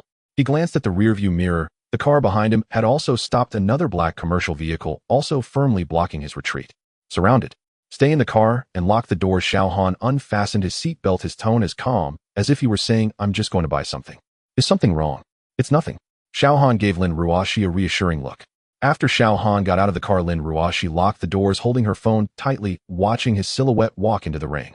Xiaohan stood in the space between the two vehicles, rainwater hitting his shoulders. He didn't hold an umbrella and wore no coat, just a dark gray long-sleeve t-shirt. The door of the black business car opened. The first to step out was a young man around 25 or 26 years old, dressed in a complete black tracksuit, with very short hair and a neutral expression on his well-defined features. His steps were light, making almost no sound as he walked on the waterlogged pavement, yet each stride was extremely precise, with his left and right foot landing exactly equal in distance down to the millimeter. Xiaohan's gaze lingered on him for a moment. At the peak of Ming Jin, his physical strength had been honed to perfection, every muscle and bone seemingly reforged with density and resilience far exceeding that of ordinary people. This level of Ming Jin could already rival that of typical dark Jin masters. The door of the business car at the back opened as well, revealing a man in his early 30s dressed in a dark blue jacket, with a front opening, sleeves rolled up to his forearms, exposing his sturdy arms and a pair of bony hands. His hair was longer than the previous young man's, hanging over his forehead and obscuring half of his eyes. His gait was entirely different from the first. While the first young man moved with precision akin to actions measured with a ruler, this man moved casually, as if on a stroll, his toes touching the ground at varying angles, with his center of gravity continually shifting. Yet Xiaohan could tell that this casualness was the highest level of disguise. He was at the initial stage of dark Jin. Moreover, he practiced not ordinary secular martial arts. His aura carried a certain quality, long and profound like a subterranean river, seemingly calm on the surface, yet turbulent beneath. Xiaohan. The young man spoke, his voice devoid of any emotion, as if reading a name from a list. Xiaohan did not respond. The young man was not concerned, continuing on, someone sent us to ask you for something. What is it? Someone wants a leg from you. Xiaohan's expression shifted slightly. He looked at the two men before him and slowly asked, who sent you? The young man was about to speak when he was stopped by the man in the jacket raising his hand. The jacketed man stepped in front of the young man facing Xiaohan, with less than 3 meters between them. Raindrops fell between them. You don't need to know who sent us, the jacketed man said, his voice deep and resonant like distant thunder. You only need to know that if you leave behind a leg, we will leave. He paused, raising his right hand, fingers spread wide, then slowly clenched into a fist, the bones cracking with a sharp sound. Xiaohan's gaze slightly shifted at the sight of his fist. The detail of this fist revealed the man's martial lineage. His fingers curled in sequence, starting with the pinky, then the ring finger, middle finger, index finger, and finally the thumb locking in place. This was not an ordinary way to form a fist, but the starting position of the 5 elements fist, in Xingyi Quan, where the 5 fingers correspond to the 5 elements, and the order of the fist determines the subsequent techniques. The pinky corresponds to water, the ring finger to metal, the middle finger to earth, the index finger to wood, and the thumb to fire. Metal, wood, water, fire, and earth, the 5 elements generate one another. This was the starting position for the highly advanced 5 elements continuous fist, in Xingyi Quan, requiring at least 20 years of dedicated practice to master. Xiaohan did not retreat, nor did he adopt any defensive posture. He stood there in the rain, his hands hanging naturally at his sides like an old tree rooted deeply in the earth. You seem very confident, he said. The jacketed man smiled, his smile lacking warmth. I know you have some skills, but to us it's merely superficial. I advise you not to resist futilely, as the outcome will be the same. Otherwise you'll only add to your suffering. Xiaohan remained steadfast, unfazed. Why waste words on such a clown? Just take him down. The young man who got out first scoffed. No sooner had he spoken than the young man had already moved. The speed was taken to its limits. His body shot forth like an arrow released from a bow the 20-meter distance, seeming non-existent beneath his feet, and in the blink of an eye he stood before Xiao Han. His right hand formed a palm striking towards the side of Xiao Han's neck, the palm wind accompanied by a sharp sound of tearing air shattering the falling raindrops into a fine mist. The force of this strike was enough to cleave through a 5-centimeter thick granite slab. Xiao Han did not evade. His right hand lifted casually from his side, as if to merely brush aside, meeting the young man's palm midair. Smack! A crisp sound echoed like two pieces of hardwood colliding. The young man's body jolted back violently, stepping 3 paces away, each step leaving a deep imprint on the wet ground. His right hand trembled slightly, and his expression shifted from impassive to slightly pale. The look in his eyes towards Xiao Han changed. The young man appeared somewhat astonished. In his view, a mere security guard who could only perform a few basic tricks fancied himself invincible, completely unaware of what true martial arts entailed. However, just now he had employed the single chop technique from the chopping palm, exerting 50% of his strength. He had thought that this move would either kill or severely injure Xiao Han. His attack could not be deemed anything less than ruthless. Yet Xiao Han not only remained unharmed, but his body didn't even sway. That simple block was as effortless as brushing away a fallen leaf from his shoulder, while the young man's palm felt as though it had struck against a mountain. I underestimated you. Interesting. With that, the young man forcefully stomped the ground, causing a fine crack to appear, the vigorous energy surging through his legs as he lunged towards Xiao Han like an arrow released from a bow. This time the young man held nothing back, every move lethal and vicious, his right fist carrying a fierce wind as it aimed directly at Xiao Han's face, while his left palm sliced horizontally, targeting Xiao Han's throat, intent on delivering a crushing blow or even killing him. Faced with this swift and brutal assault, Xiao Han's expression remained calm, yet his gaze suddenly sharpened. He shifted his steps lightly, his movements appeared slow, yet he precisely evaded the young man's blows, his figure resembling a willow swaying in the wind, embodying both grace and strength, his aura steady as Mount Tai. Seeing his attack miss, the young man's eyes flashed with surprise, once more quickly replaced by rage. His onslaught grew more ferocious, each blow accompanied by the sound of wind slicing through the air, targeting Xiao Han's vital points, his strikes merciless, intent on swiftly overpowering the man before him. Stop playing tricks, lie down for me. The man bellowed, sweeping his right leg with force, carrying a fierce energy aimed at Xiao Han's side. If that kick connected, it would easily break bones and harm internal organs. Xiao Han's gaze darkened, the righteous energy circulating around him. He no longer dodged. Instead, he lifted his right hand, lightly, accurately grasping the young man's ankle, his fingertips exerting force to instantly dissipate the vigorous energy in the opponent's leg, followed by a sudden twist of his wrist, unleashing a force that combined strength and gentleness. Crack! The sharp sound of bones breaking echoed harshly in the quiet, rainy night. The bravado and ferocity on the young man's face froze, instantly replaced by sheer agony and disbelief. He felt a piercing pain in his right leg as his ankle and shin bone snapped, causing him to lose balance and fall heavily to the ground, curling up while clutching his broken leg, cold sweat instantly soaking his clothes, writhing in pain, no longer the fierce demeanor he had shown before. He looked up, staring intently at Xiao Han, his eyes filled with shock and unwillingness, unable to comprehend how a mere security guard could shatter the leg of a formidable ancient martial artist with a single blow. I will take care of this. The voice of the middle-aged man came from behind as he slowly walked in front of Xiao Han and glanced at the young man who had collapsed on the ground. Suddenly, the atmosphere changed. The aura of initial dark energy was fully unleashed, making the surrounding air feel heavy. Even the trajectory of the falling raindrops was affected, deviating automatically within half a meter of his body, as if blocked by an invisible barrier. Xiao Han watched this scene, his gaze finally turning serious. This was not ordinary dark energy. This person had already touched the threshold of mid-level dark energy and was even halfway inside. The invisible barrier surrounding his body was an external manifestation of qi. A dark energy practitioner could condense qi at the surface of their body to form a protective layer, but this required extremely high control and a profound accumulation of internal strength. There were at least not more than 100 people in the current secular world of Huaxia who could achieve this. Xiao Han pondered, wondering who bore a grudge against him. The middle-aged man did not use any fancy techniques. He simply threw a punch straight at Xiao Han's chest. This punch looked ordinary, with no great speed or tricky angles, and even lacked the sound of wind. But at that moment, Xiao Han's pupils suddenly constricted. This was not an ordinary straight punch. The power of this punch was entirely contained within the fist, with not a trace leaking out. It was like a deep-water bomb. No ripples could be seen on the surface, but once it touched the target, all the energy would be released in an instant, destroying the target from within. This was the most difficult and terrifying dark energy inch power in Xingyi Quan. It did not rely on speed or strength, but rather on the exquisite control of qi compressing force to the extreme and then releasing it at the moment of contact. If this punch hit a wall, the surface might remain intact, but the other side would explode with a hole the size of a water. Xiaohan did not choose to take it heat-in. He sidestepped with a minimal shift, just allowing the punch to graze his chin. At the same time, his right hand opened, coiling around the middle-aged man's forearm like a snake as a spiral force surged from his palm, spreading along the opponent's bones. The man's expression changed.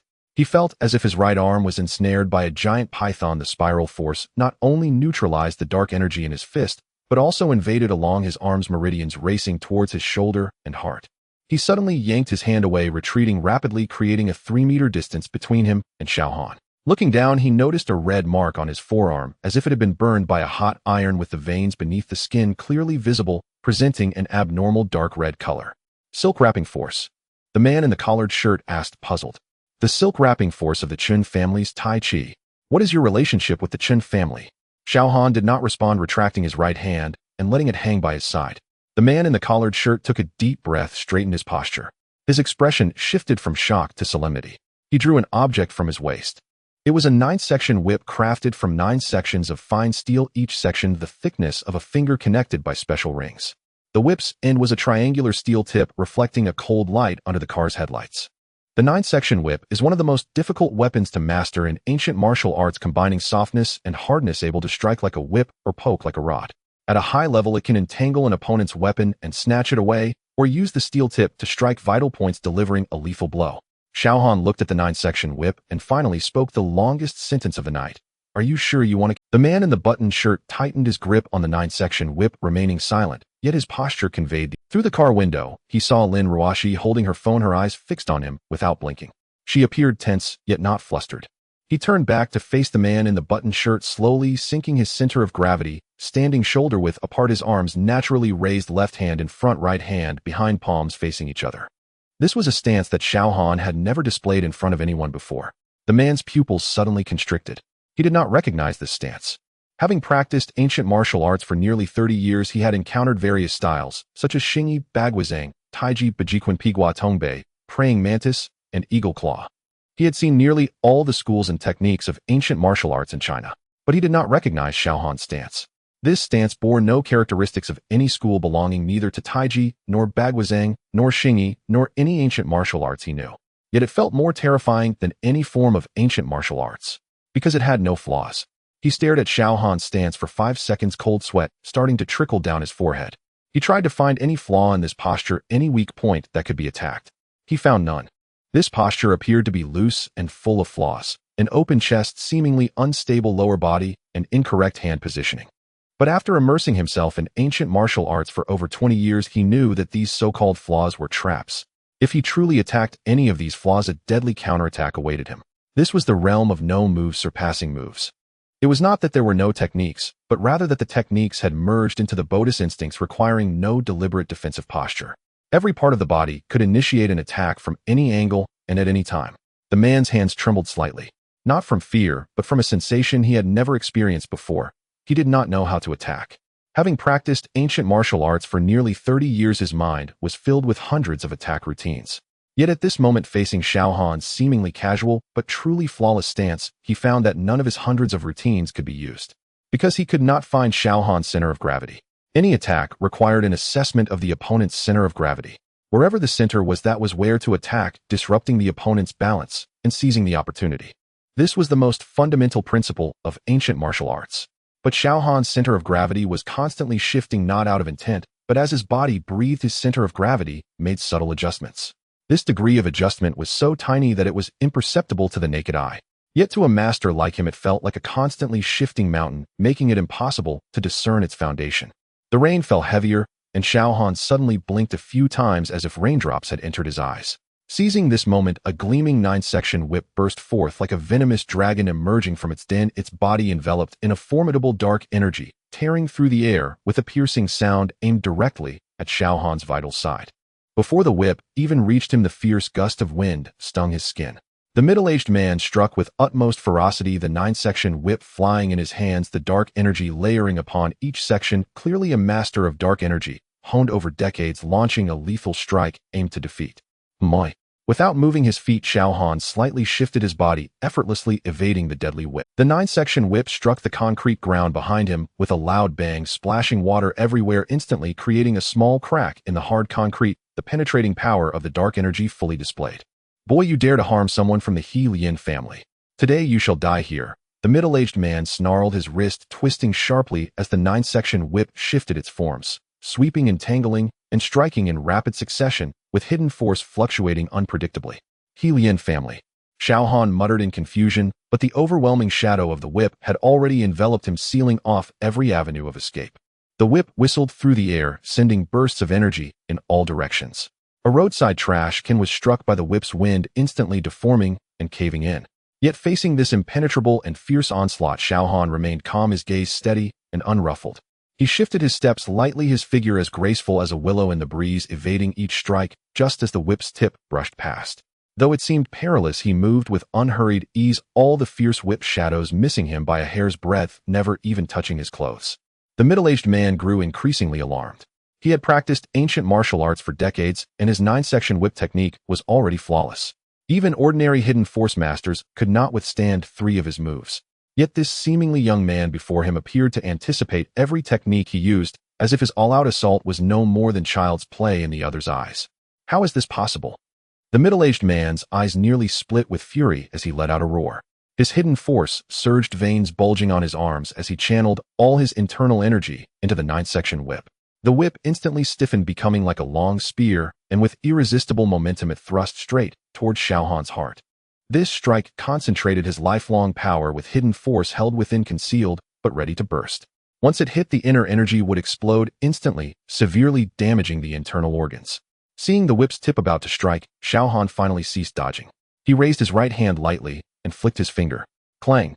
A crisp sound of metal striking metal rang through the alley. Xiao Han's fingertip, seemingly casual, struck the joint of the 9-section whip with pinpoint accuracy. An overwhelming force surged back along the whip, and the middle-aged man felt an irresistible power through his wrist. A sharp pain shot through his palm, and the 9-section whip flew from his grasp, crashing heavily against the wall and scattering into a heap. Before he could react, Xiao Han's figure flickered and closed in, his speed so fast it left a ghostly out. The middle-aged man was startled and quickly channeled his hidden force, thrusting both palms forward to block and resist. Yet the moment his palm energy touched Xiao Han's sleeve, it was instantly dissolved by a force that was both soft and firm. Xiao Han's left hand moved lightly, grasping the middle-aged man's right wrist at the pulse point. Then a heart-wrenching scream erupted. "Oh!" The middle-aged man let out a miserable shriek, his face drained of all color. His right wrist was twisted in a grotesque angle, bent backward, and upon closer inspection, one could even see the snapped white bone protruding. Before the man could continue screaming, Xiao Han sidestepped behind him, grabbed his left arm, and twisted it like a rope, spinning it full circle. Only after disabling both arms did Xiao Han relent. The man collapsed limply to his knees, his arms hanging uselessly, his face filled with terror and despair. He looked at Xiao Han as if beholding a demon or deity. The ancient martial arts cultivation he had devoted half his life to was utterly shattered in that moment, reducing him to a complete cripple from then on. The young man behind him gaped in disbelief at the middle-aged man. "Senior brother." He then rushed to the kneeling man's side, seeing his senior brother's grievous state, clearly ruined. The middle-aged man stared at Xiao Han in disbelief. How could it be? How could a mere security guard in the mortal world be so formidable? Was Xiao Han also from some ancient martial arts family like himself? "Who exactly are you?" The young man glared at Xiao Han. Xiao Han had long retracted his initial stance and stood upright once more. "The ancient martial world," he retorted, responding to a question with another. The young man paused momentarily. The prominent ancient martial families had remained hidden from the world for nearly a century, rarely interacting with the mundane society. Coupled with the deliberate concealment by the Chinese authorities, very few in the secular world were aware of the ancient martial world. "How do you know about the ancient martial world?" The young man immediately felt relieved, realizing that he was indeed, like himself, hailing from the ancient martial world. However, he definitely wasn't from one of those major families, otherwise he wouldn't be reduced to a mere security guard in the secular realm, no different from some old watchdog. After coming to this conclusion, the young man suddenly wore a proud expression. "Since that's the case, you dare to act so ruthlessly. You really think my Hellion family is easy to bully?" "Hellion? Could it be the Hellion family from the mountains of Sichuan?" Xiao Han murmured softly once more. At this moment, Xiao Han felt a bit speechless.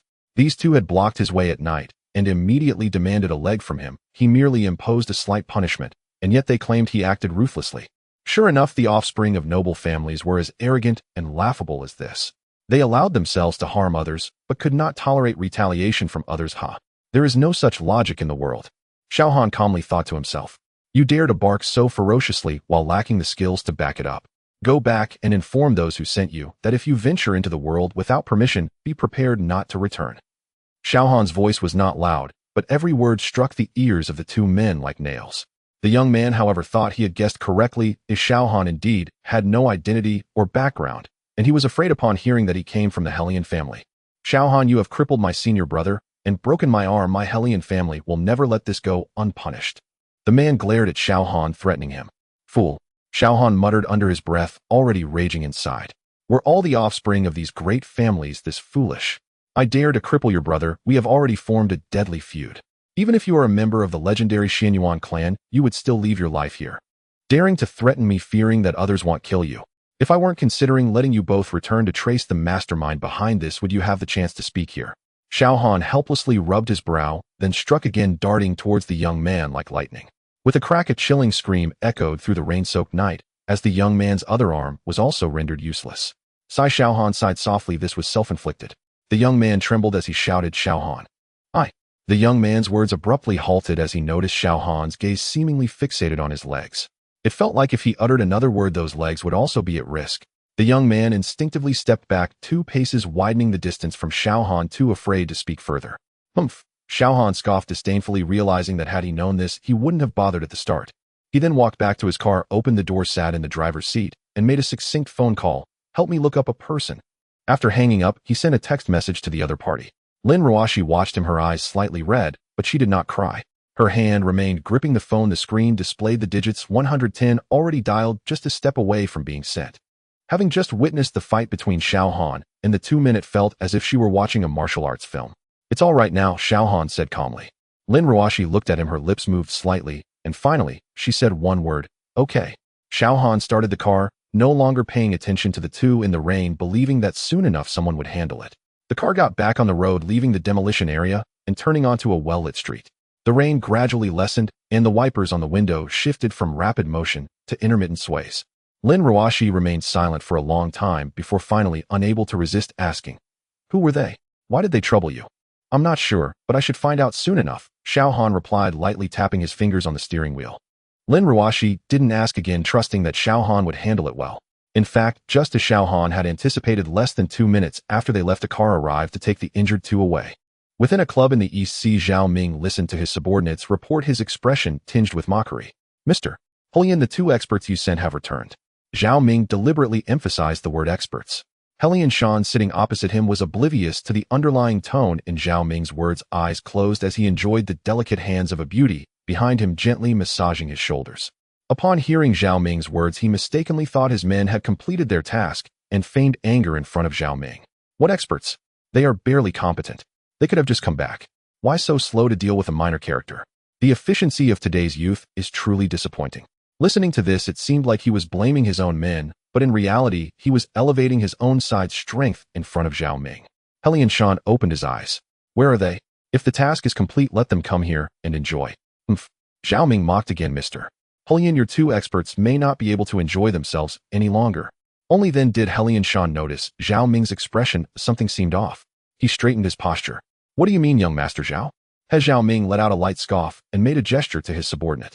The subordinate immediately took action. 2 minutes later, the door to the private room opened again, revealing 2 men carrying a stretcher.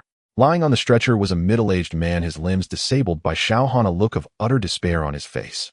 A young man who had his hands broken by Xiaohan followed behind, his arms hanging limply. Upon seeing Hellion Shan, he fell to his knees with a thud, wailing, Master, you must avenge us. Hellion Shan suddenly stood up and quickly walked to the side of the stretcher, immediately recognizing that the man's limbs had been rendered useless. Master, I have brought shame upon you, the man on the stretcher gasped out, weakly managing to say a few words before Seeing the situation before him, Hellion Shan's face darkened, veins bulging on his forehead, as he angrily asked, Hellion Ju, tell me, what happened? Who did this to you? Hellion Ju was the real name of the young man. It was that Xiaohan, that little security guard. Hellion Ju shouted in rage as he knelt on the ground. How is that possible? The 2 I sent out, one with Mingjing's strength and the other at the initial stage of Anjing. How could a mere security guard from the secular world defeat 2 ancient martial arts experts? In Helian Shan's mind, when Zhao Ming had asked him to teach Xiao Han a lesson dealing with a minor character who had some skills in the secular world, seemed like squashing an ant. Originally, he had only intended to let his disciple with Ming Jing's strength Helian Zhu handle it, which would have sufficed to save face for Zhao Ming. It was only because his eldest disciple had nothing better to do that he had volunteered to go for a stroll with Helian Zhu, resulting in this unexpected outcome. Helian Shan pondered having personally represented the Helian family, secretly entering the world to make plans. Could it be that their movements were leaked and discovered by the other families? Could it be Zhao Ming? Who exactly is that person? Helian Shan turned to Zhao Ming with suspicion, already doubting whether the Zhao family had contacted one of those other families who might have offered them greater benefits to conspire against the Helian family. With this thought, Helian Shan was ready to strike at any moment. If Zhao Ming did not provide a satisfactory answer, this private room would become Zhao Ming's burial ground. At this moment, Zhao Ming remained unaware that Helian Shan had already developed murderous intent towards him, still wearing a mocking expression, thinking that the so-called experts of the Helian family were nothing remarkable, unable to even handle a mere security guard. It seemed that he no longer needed to treat them with the same respect as before. Zhao Ming thought to himself, yet he still said, he is just a small security guard, nothing special about him. Little did he know that Helian Shan, upon hearing Zhao Ming's response, became even more certain that the Zhao family had definitely had dealings with those few families. Still thinking of deceiving himself at this point, could a mere security guard really disable one of my dark energy grand disciples? Does he think dark energy is as common as cabbage? Just as Helian Shan was about to take action, Helian Zhu, still kneeling on the ground, suddenly shouted, "It's impossible. That Xiao Han is definitely not just a small security guard. He knows about the ancient martial arts world." Indeed, Helian Shan's murderous intent surged immediately. "Helian Zhu, how do you know he comes from the ancient martial arts world?" Helian Shan questioned angrily. "He knows our Helian family." "Good, good, good." As Helian Zhu finished speaking, Helian Shan repeated the word "good" 3 times. Helian Shan glared furiously at Zhao Ming, his anger turning to mockery. Even my usually brainless, foolish disciple has seen through it. Does he really think I, Helian Shan, am also brainless? Good for you, Zhao family, daring to scheme against my Helian family. At this moment, Zhao Ming was also a bit puzzled. Is Helian Shan really going mad? Why does he look at me as if I have such a huge grudge against him? Even if I let you teach Xiao Han a lesson, in the end it was Xiao Han who disabled your disciple. It can't be blamed on me, right? Zhao Ming thought it was better to be cautious. If this old thief really went mad, wouldn't I be the one suffering the consequences? He then took a few steps back, increasing the distance between him and Helian Shan. Little did Zhao Ming know that this action in Helian Shan's eyes was akin to a thief feeling guilty. Helian Shan glanced at Zhao Ming, his gaze growing colder. Within 10 steps, he would certainly kill. Today you will die without a doubt. He then continued to speak coldly to Helian Zhu. Speak. Tell me everything you know, every detail. Helian Zhu, not being very bright, otherwise he wouldn't have lost an arm, thought he had discovered a shocking secret, and quickly said to Helian Shan, eager to take credit, "Master, that Xiao Han is just a wild cultivator from the mountains. Thankfully, I cleverly reported our Helian family's name, and when Xiao Han heard I came from the Helian family, he was so frightened that he dared not make a move. Otherwise, I would definitely have ended up like my senior brother, suffering such a fate." After saying this, Helian Zhu even cast a somewhat proud glance at Zhao Ming, thinking, "See, your Zhao family claims to have such great power in the secular world, yet you couldn't find out that Xiao Han comes from the ancient martial arts world, could you?" Helian Shan listened to his foolish disciple's words, barely suppressing a mouthful of old blood from spewing out, his expression dark as he fixed his gaze on Helian Zhu. "Just this. Do you know that because of you, Master was almost forced to kill Zhao Ming?" Seeing Helian Zhu's somewhat proud expression, Helian Shan could no longer contain his anger. "Waste."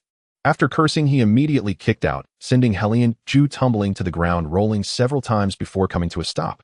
Helian Zhu was somewhat dazed, not understanding what had caused his master to be angry.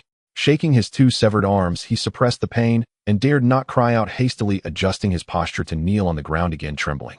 On the other side, Zhao Ming, witnessing Helian Shan suddenly attacking his own disciple for no reason, was also taken aback, secretly cursing. Indeed, a madman, even laying such heavy hands on his own people. At the same time, he couldn't help but feel sympathy for Helian Zhu, having such an abnormal master, and then silently moved a few steps further away. If Zhao Ming had known that just because of Helian Zhu's few words he had already walked back and forth through the gates of hell several times, he would surely have stabbed Helian Zhu many times by now. After kicking out, Helian Shan stopped moving, looking suspiciously at Zhao Ming and then at his disciple. Could it be that he was truly mistaken? He asked again, "Did Xiao Han really stop after hearing you mention the Helian family's name?" Yes, yes, yes. As soon as he heard I came from the Helian family, he quickly got in his car and ran away." Helian Zhu replied affirmatively. It seems I was mistaken. If it were truly the doing of those families, my two disciples would never have returned alive. Hearing Helian Ju's certain reply, Helian Shan let out a sigh of relief, thankful it wasn't those families. However, since we have already suffered defeat, it wouldn't be good if the Zhao family underestimated the strength of the Helian family because of this incident. Young Master Zhao, this is entirely due to your erroneous intelligence that Xiao Han has at least reached the hidden strength stage. Such power cannot be taken lightly even in the realm of ancient martial arts. And you claim he is just a mere security guard. My two disciples have suffered such a fate because of this. Young Master Zhao, you must give the Helian family an explanation. Indeed, old Ginger is spicier. He took the initiative. Clearly my disciple's strength is inadequate, even less than that of a mere security guard, and now he turns the blame on me. Zhao Ming seethed with resentment, but dared not show it on his face, fearing Helian Shan might go crazy. Yes, you are right, Mr. Helian. This time our Zhao family will do everything possible to treat your disciples. All medical expenses will be borne by my Zhao family. However, given the strength of Xiao Han, I fear only you, Mr. Helian, can handle this matter personally. Oomph. Helian Shan snorted coldly. He's merely a rootless wandering cultivator who fortuitously broke through to the hidden strength stage, yet he attacks so ruthlessly.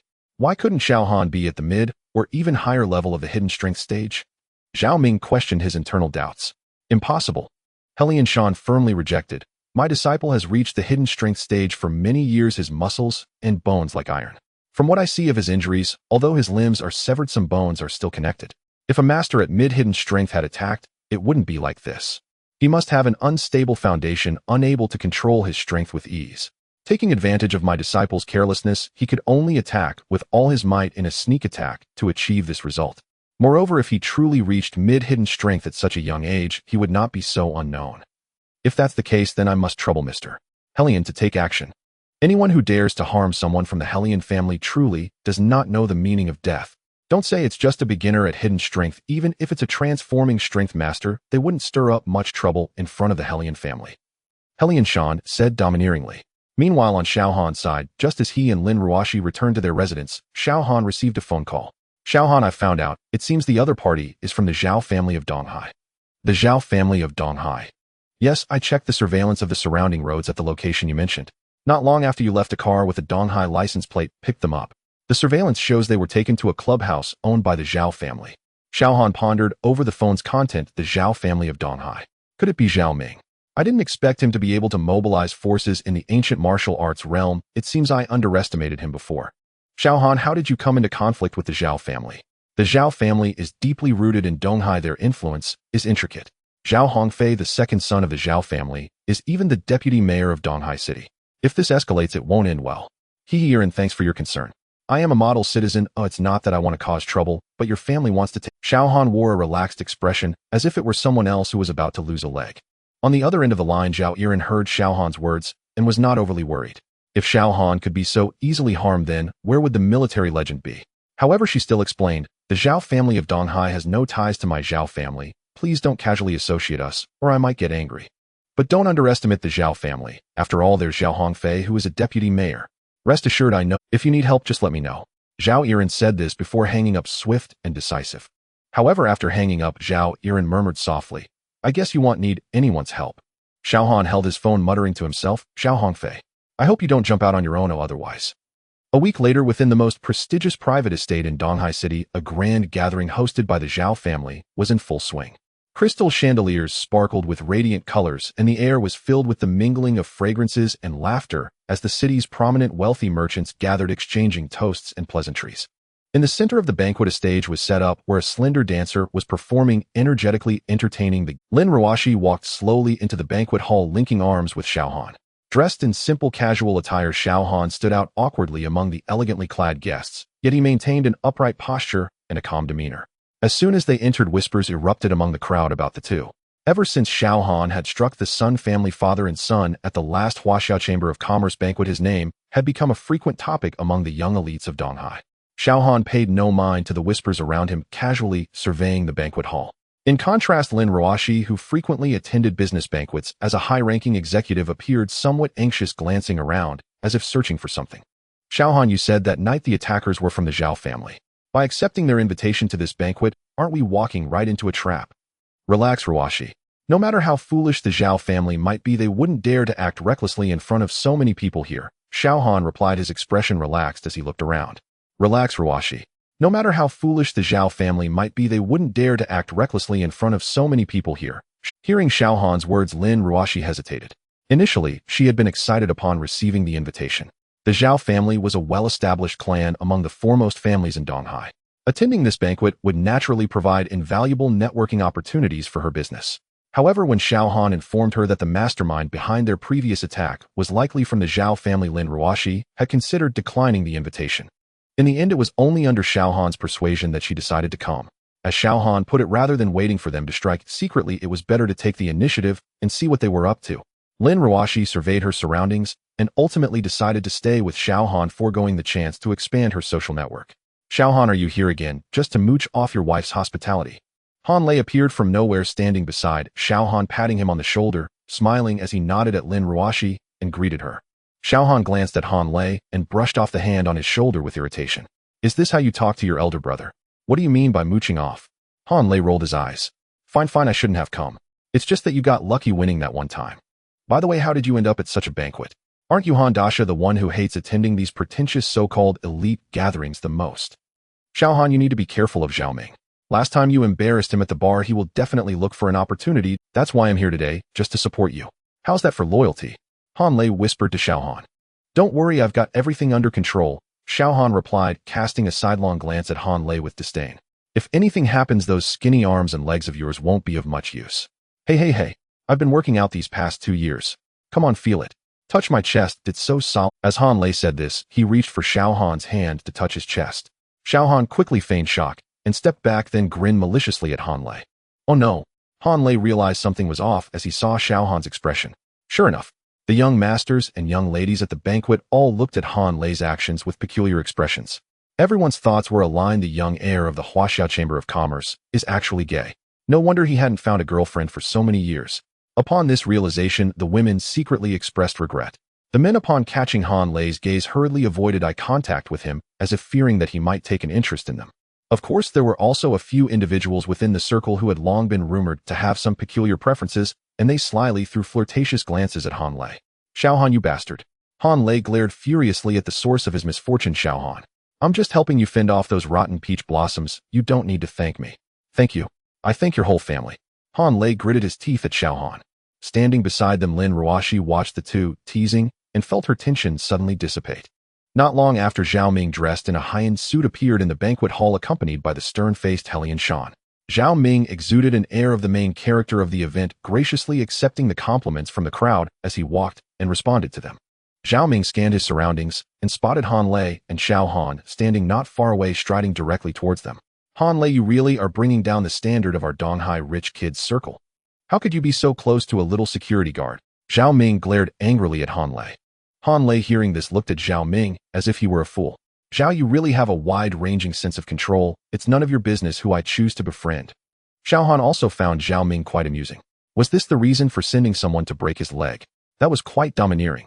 Xiao Han was right in his guess. Zhao Ming was just that kind of person.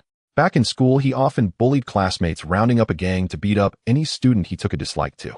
Zhao Ming stared at Han Lei. The Han family was not weak, and certainly not something Zhao Ming could easily manipulate. Seeing he couldn't do anything to Han Lei, he turned to Xiao Han with a stony expression. Xiao Han, right. We meet again. If you have any sense, you should leave. This circle of upper-class people is not a place for someone like you who relies on women for support to be in. Something felt off. When did Xiao Han offend Zhao Ming?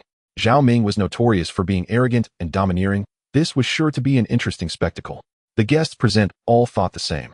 Of course, many also agreed with Zhao Ming's words. In the eyes of most, Xiao Han was merely a phoenix man who climbed the social ladder by relying on women, and he indeed didn't deserve to enter their so-called upper-class society, as they pointed and whispered at him. Xiao Han was completely unfazed by the opinions of the crowd. Zhao Ming, right, he called him directly by name. Why make this so complicated? Just say you want me to take action against you, so that the person behind you can waste me. Isn't that straightforward? Why go through all this roundabout nonsense?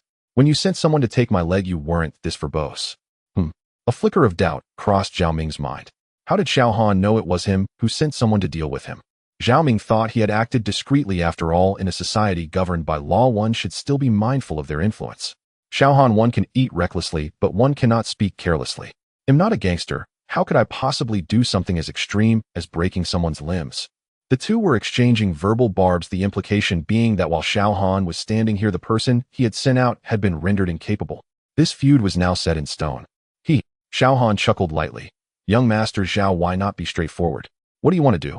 Just say it. Quite clever, what a pity. Zhao Ming thought to himself, Xiao Han, I've heard that you're quite skilled. Coincidentally, this Mr. Helian Shan beside me knows some martial arts. How about we take this opportunity to have a friendly spar with Mr. Helian Shan and let everyone witness true skill? As soon as Zhao Ming finished speaking before Xiao Han could respond, Lin Ruoxi worried advised, Xiao Han, don't agree to that, it's a trap. Yes, Xiao Han. Han Lei echoed, then spoke bluntly to Zhao Ming. Zhao Ming, you think you can just challenge someone because you said so? Who do you think you are? Hearing Han Lei's words, Zhao Ming ignored him and provocatively looked at Xiao Han. Xiao Han, you're not scared, are you? If you're scared, just roll out of here and don't embarrass yourself. Xiao Han squinted his eyes. Although your tricks aren't particularly brilliant if that's what you want. Xiao Han, how could you? Lin Ruoxi's words trailed off as she saw Xiao Han nod at her, signaling her to relax. Lin Ruoxi had no choice but to say no more, though her expression remained one of deep concern. Young Master Zhao, martial arts are unpredictable. If I accidentally injure your person, I can't afford to compensate. Xiao Han said confidently. Ha ha ha. Just as Xiao Han finished speaking, and before Zhao Ming could respond, Helian Shan behind Zhao Ming burst into laughter, stepping forward to pass Zhao Ming and glaring at Xiao Han ominously, saying, Kid, you're quite arrogant. Since you know about the ancient martial arts world, let's do it according to its rules. Sign a life and death contract. Life and death are on your own head. We'll see the truth on the stage. What? A life and death contract? As soon as Helian Shan finished speaking, the guests at the banquet were stunned by his words.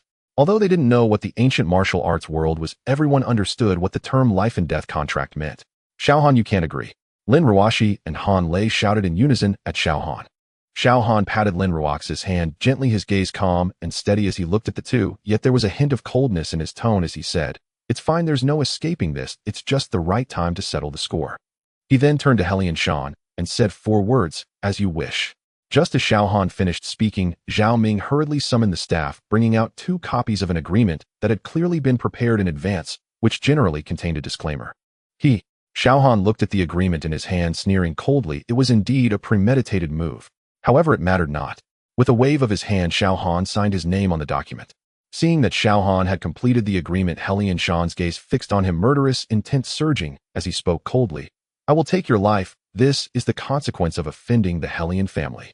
He then proactively walked towards the group of beautiful women whose dancing stage had now been cleared as per Zhao Ming's orders, leaving behind a moderately sized arena for the duel. Helian Shan, from a distance of 4 to 5 meters from the stage, leaped up as if suspended by wires, landing directly on the platform. This one move drew all eyes in the room to Helian Shan. Helian Shan stood on the stage, hands clasped behind his back, a sharp aura subtly emanating from him. The audience, composed of the rich and powerful, had bodyguards by their sides, but upon seeing Helian Shan, they clearly sensed he was not like the bodyguards they typically hired, though they couldn't pinpoint exactly what made him different. They simply felt that Helian Shan was far beyond Zhao Ming's claims of merely being somewhat skilled in combat. Helian Shan's face was as dark as water as he stared at Xiao Han below, making a provocative gesture. As soon as the words fell, the looks the crowd directed at Xiao Han instantly turned playful. It was clear to everyone that this was a deliberate setup orchestrated by Zhao Ming. Helian Shan appeared undeniably powerful, while Xiao Han looked utterly ordinary, merely a common security guard stepping onto the stage for a duel, clearly heading towards humiliation and possibly serious injury. Xiao Han broke free from Lin Ruoxi's tight grip on his hand, and amidst the gazes of mockery, sympathy, and anticipation in the crowd, he did not leap onto the stage like Helian Shan, but instead walked steadily towards the platform. In such comparison, the outcome was clear. The audience seemed to already envision Xiao Han's tragic fate. After stepping onto the stage, Xiao Han stood tall and upright opposite Helian Shan. Kid, you've come to me, saving me quite a bit of effort. Helian Shan's eyes were harsh as he fixed his gaze on Xiao Han, continuing with disdain. Kid, you merely relied on a fluke to break through to the hidden strength. You don't know the heights of heaven or depths of earth, and yet you strike so ruthlessly. In front of so many people today, I will cripple you so you understand the consequences of offending the Helian family. Helian Shan had been in the ancient martial arts world for many years, his cultivation nearing the peak of hidden strength, and had never been slapped in the face like this by anyone. This time, leading the team down the mountain, 2 disciples had been crippled, which was tantamount to a severe slap to the Helian family's face. If he did not personally shred Xiao Han to pieces, the news would return to the ancient martial arts community, and Helian Shan would surely become a laughingstock. What Helian Shan did not know was that based on his disciples' injuries, he judged Xiao Han to only possess the strength of early hidden strength, while in reality Xiao Han had deliberately caused those injuries. Now, as for what level Xiao Han's strength had truly reached, who could say? On the sidelines, Zhao Ming stood with a smug smile, picking up a wine glass from the server, watching coldly, waiting to see Xiao Han being ruthlessly crushed by Helian Shan, publicly humiliated and utterly destroyed. All the guests present held their breath, their eyes fixated on the stage, all convinced that Xiao Han was bound to lose. Lin Ruoxi stood at the front of the crowd, anxiously watching the stage. Han Lei was relatively calm. After all, 2 years ago, he and Xiao Han had faced life-and-death crises several times in Japan, and he knew Xiao Han's skills were not ordinary. However, how he compared to Helian Shan was still unknown. Let's do it. Xiao Han's tone was calm, his hands resting naturally by his side, still wearing that indifferent. Without further ado, his figure suddenly moved. With an overwhelming strength approaching the peak of dark energy, Helian Shan's figure surged like a tiger, his fists wrapped in fierce and domineering energy, charging directly at Xiao Han's face, the wind from his punches howling, the power restrained, yet brutally fierce, aiming to incapacitate Xiao Han with a single strike. The audience gasped, many closing their eyes, unable to bear the sight of Xiao Han being injured. Yet in the next moment, a scene that left everyone dumbfounded unfolded. Faced with Helian Shan's thunderous assault, Xiao Han moved gracefully, his steps light, effortlessly dodging Helian Shan's strike.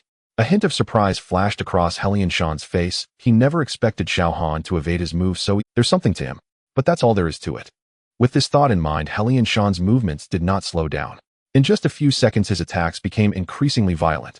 Facing Helian Shan's thunderous onslaught, Xiao Han remained calm, his figure unhurried, stepping with exquisite footwork, skillfully dodging while counterattacking with composed fists. No flashy techniques, each punch was simple and unadorned, yet strikingly precise, colliding hard against Helian Shan's fists. Bang! The sound of fists colliding echoed across the arena, energy scattering. The guests below exclaimed, feeling a powerful force hitting them. They never anticipated that this seemingly ordinary duel would possess such fierce strength. The speed of their attacks increased dramatically, and Xiao Han narrowly dodged several fatal strikes, creating a thrilling atmosphere that drew multiple gasps from the audience. To those watching, it seemed Xiao Han could not hold on much longer. In fact, the more Helian Shan fought, the more alarmed he became, his expression gradually growing serious. After so long of fighting without being able to injure Xiao Han, even a little, Helian Shan's breath became increasingly disordered, and his face grew graver, the shock in his heart reaching an unprecedented level. Xiao Han was not normal. Initially, he thought 3 punches and 2 kicks would defeat Xiao Han, but after dozens of exchanges, he used all his strength, yet still could not suppress his opponent. Every block and every counterpunch from Xiao Han matched his own strength, resulting in a stalemate on the arena, making it hard to distinguish victory from defeat. While dodging Helian Shan's attack, Xiao Han observed him, thinking, Helian Shan definitely does not look as young as he appears. I wonder how he maintains this. I can look into it later, and if it's good, I might let Ruoxi try it too. Probably no one would expect that Xiao Han still had the leisure to care about this. Impossible. How could you possess such strength? Helian Shan suddenly roared, his arrogance utterly shattered, replaced by a hint of panic. After years of hard training in ancient martial arts, he could not defeat a mere worldly kid. If word got out, his reputation would be ruined. This was not the one-sided domination he had anticipated. Unless Xiao Han was not at the early stage of dark energy, but was instead close to the peak, just like himself. Why couldn't Xiao Han be above the peak of dark energy, or even a master of transformation? It wasn't that Helian Shan dared not speculate, it was simply that Xiao Han was too young. After over 50 years of mastering ancient martial arts, he had only achieved this level of strength.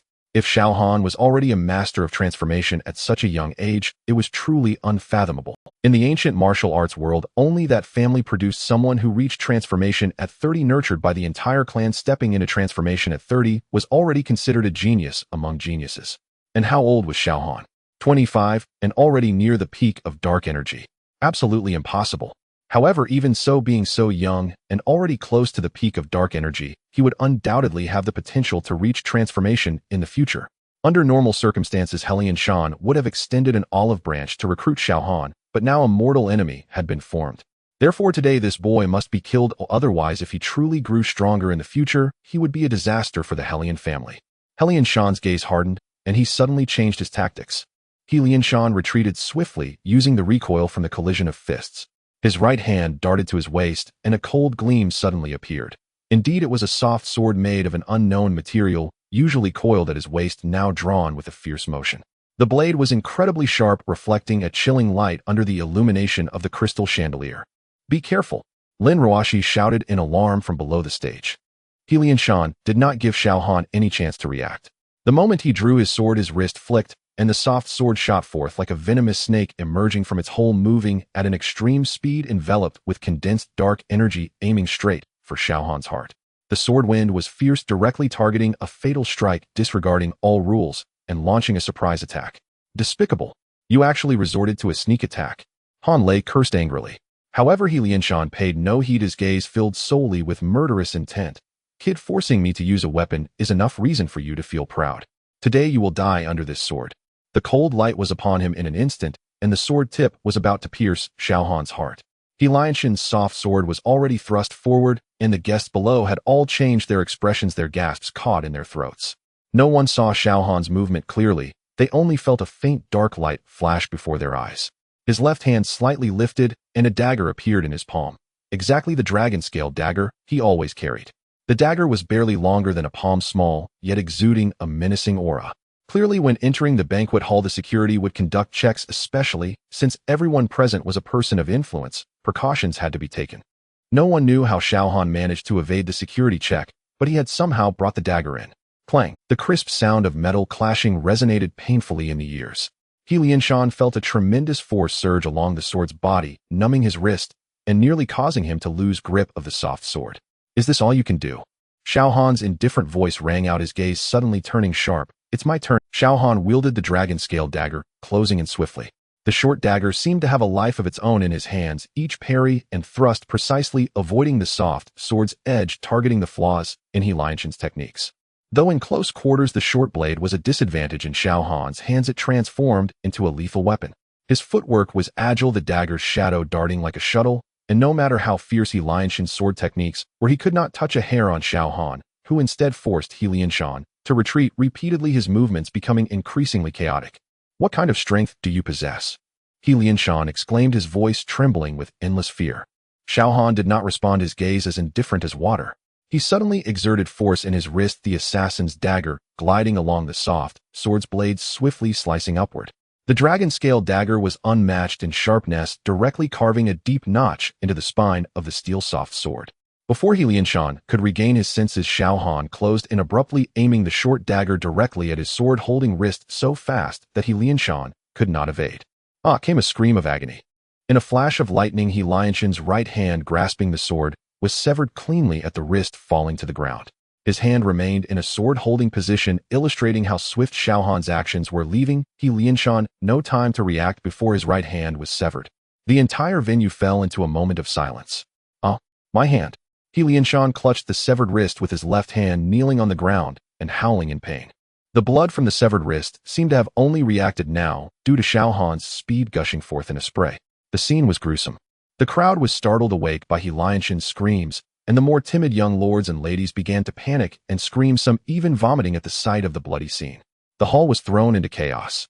Silence. Xiao Han used the sound explosion technique, shouting loudly as he coldly surveyed the entire venue from above, an invisible aura enveloping the banquet hall. The scene abruptly quieted down, and all present fell silent, the timid ones covering their mouths with their hands, desperately suppressing their voices, fearing that the person on stage would come down and strike them as well.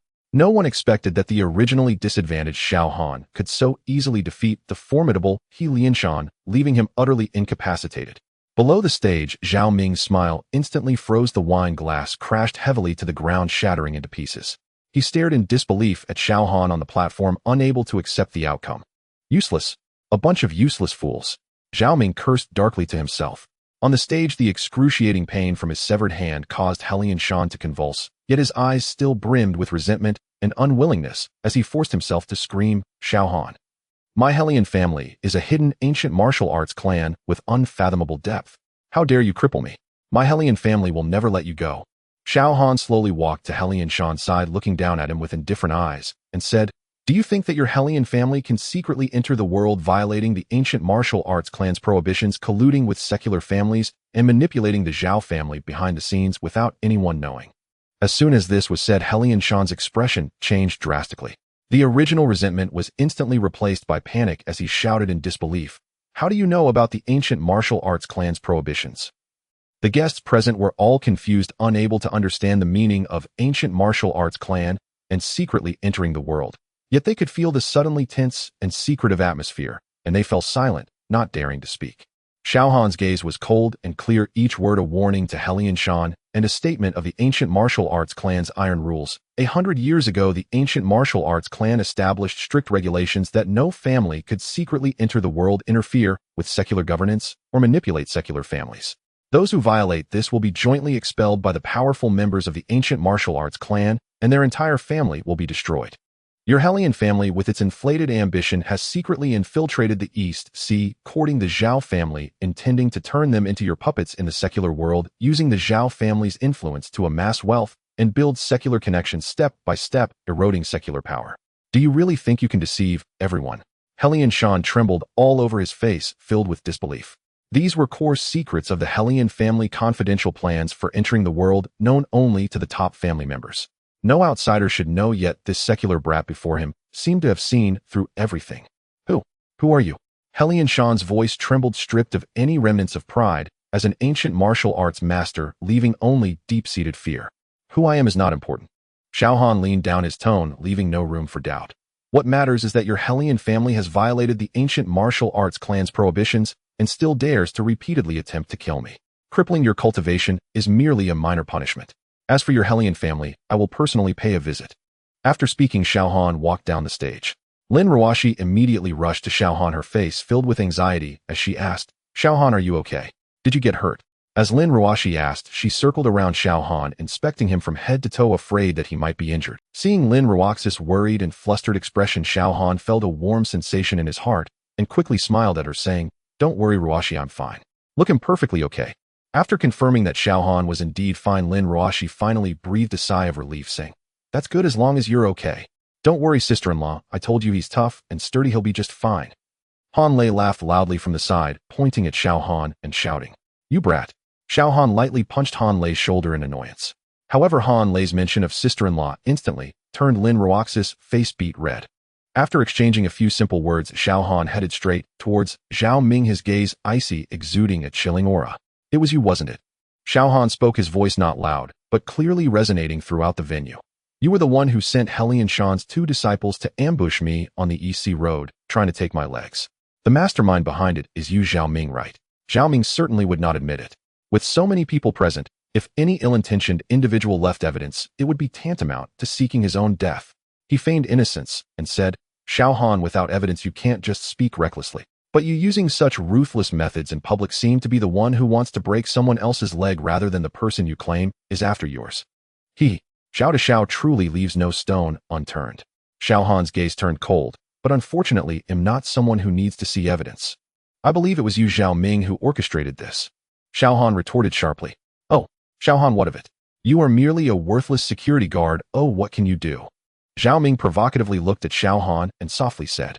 In Zhao Ming's eye, Xiao Han was just a slightly skilled security guard, nothing special. "If I can't defeat you, I have my ways to deal with you." Xiao to Xiao is indeed very confident. Xiao Han laughed instead of getting angry. Slap. Suddenly Xiao Han raised his hand and slapped Zhao Ming hard across the face. The clear sound of the slap echoed throughout the venue, and Zhao Ming was spun around, blood instantly oozing from the corner of his mouth, with half of his cheeks swollen grotesquely. Is he insane? He dares to hit Zhao Ming. Everyone present felt that Xiao Han was finished. It's important to know that Zhao Ming's second uncle is the vice mayor of Donghai City, wielding significant power and connections. The Zhao family's current standing in Donghai largely relies on this vice mayor's influence. Xiao Han publicly struck Zhao Ming, which was simply reckless, seeking his own demise. "You dare hit me?" Zhao Ming was both shocked and furious, completely losing his mind. If it weren't for the pain on his face, he wouldn't have believed that someone actually dared to hit him in Donghai. Holding his cheek, he howled, "Xiao Han, how dare you hit me?" With another slap resounding, Xiao Han calmly said, "Yes, I hit you. If you doubt it, I'll gladly give you another one. If you still don't believe me, I can give you another slap." Xiao Han showed no fear. Instead, he spoke with a calm tone. "I will kill you." Zhao Ming had completely lost his mind, shouting as he charged at Xiao Han, who did not dodge, but instead threw a punch directly at Zhao Ming's chest. Bang! Zhao Ming flew through the air like a parabolic arc before crashing heavily onto the marble floor 5 meters away. "Zhao Xiao! Zhao Xiao!" Other members of the Zhao family at the banquet rushed to Zhao Ming's side to check on him, while some shouted for security. However, the surrounding security personnel had all witnessed the bloody scene of Xiao Han severing Hellion Shan's hand, so none dared to stop Xiao Han. I heard you have a second uncle who is the vice mayor of Donghai. He'll give you 10 minutes. If he doesn't arrive in 10 minutes, he'll sever another one of your hands. Whether he can save your hand depends on your own abilities. Crazy, he's definitely crazy. Everyone at the banquet, cough, cough, cough. Zhao Ming stood up, clutching his chest and coughing a few times ominously, saying, Xiaohan, you really don't know when to quit. If I don't kill you today, I won't be surnamed Zhao. As he spoke, he took out his phone to make a call. Xiaohan, aren't you playing too big a game? This is going to blow up. It's going to be hard to handle. Han Lei did not expect Xiaohan to play so recklessly, worriedly saying. Lin Ruashi beside him was also getting numb, but Xiaohan always did the unexpected. Don't worry, just watch. I know what I'm doing. Xiaohan gave Lin Ruashi and Han Lei a reassuring look. He then calmly went to a nearby table, picked up a glass of red wine, and leisurely savored it. After Zhao Ming finished the call, he looked at Xiaohan's relaxed demeanor, a flicker of doubt crossing his mind. What gives him such confidence? He is clearly just an ordinary security guard. Oh, could there be an error in the intelligence?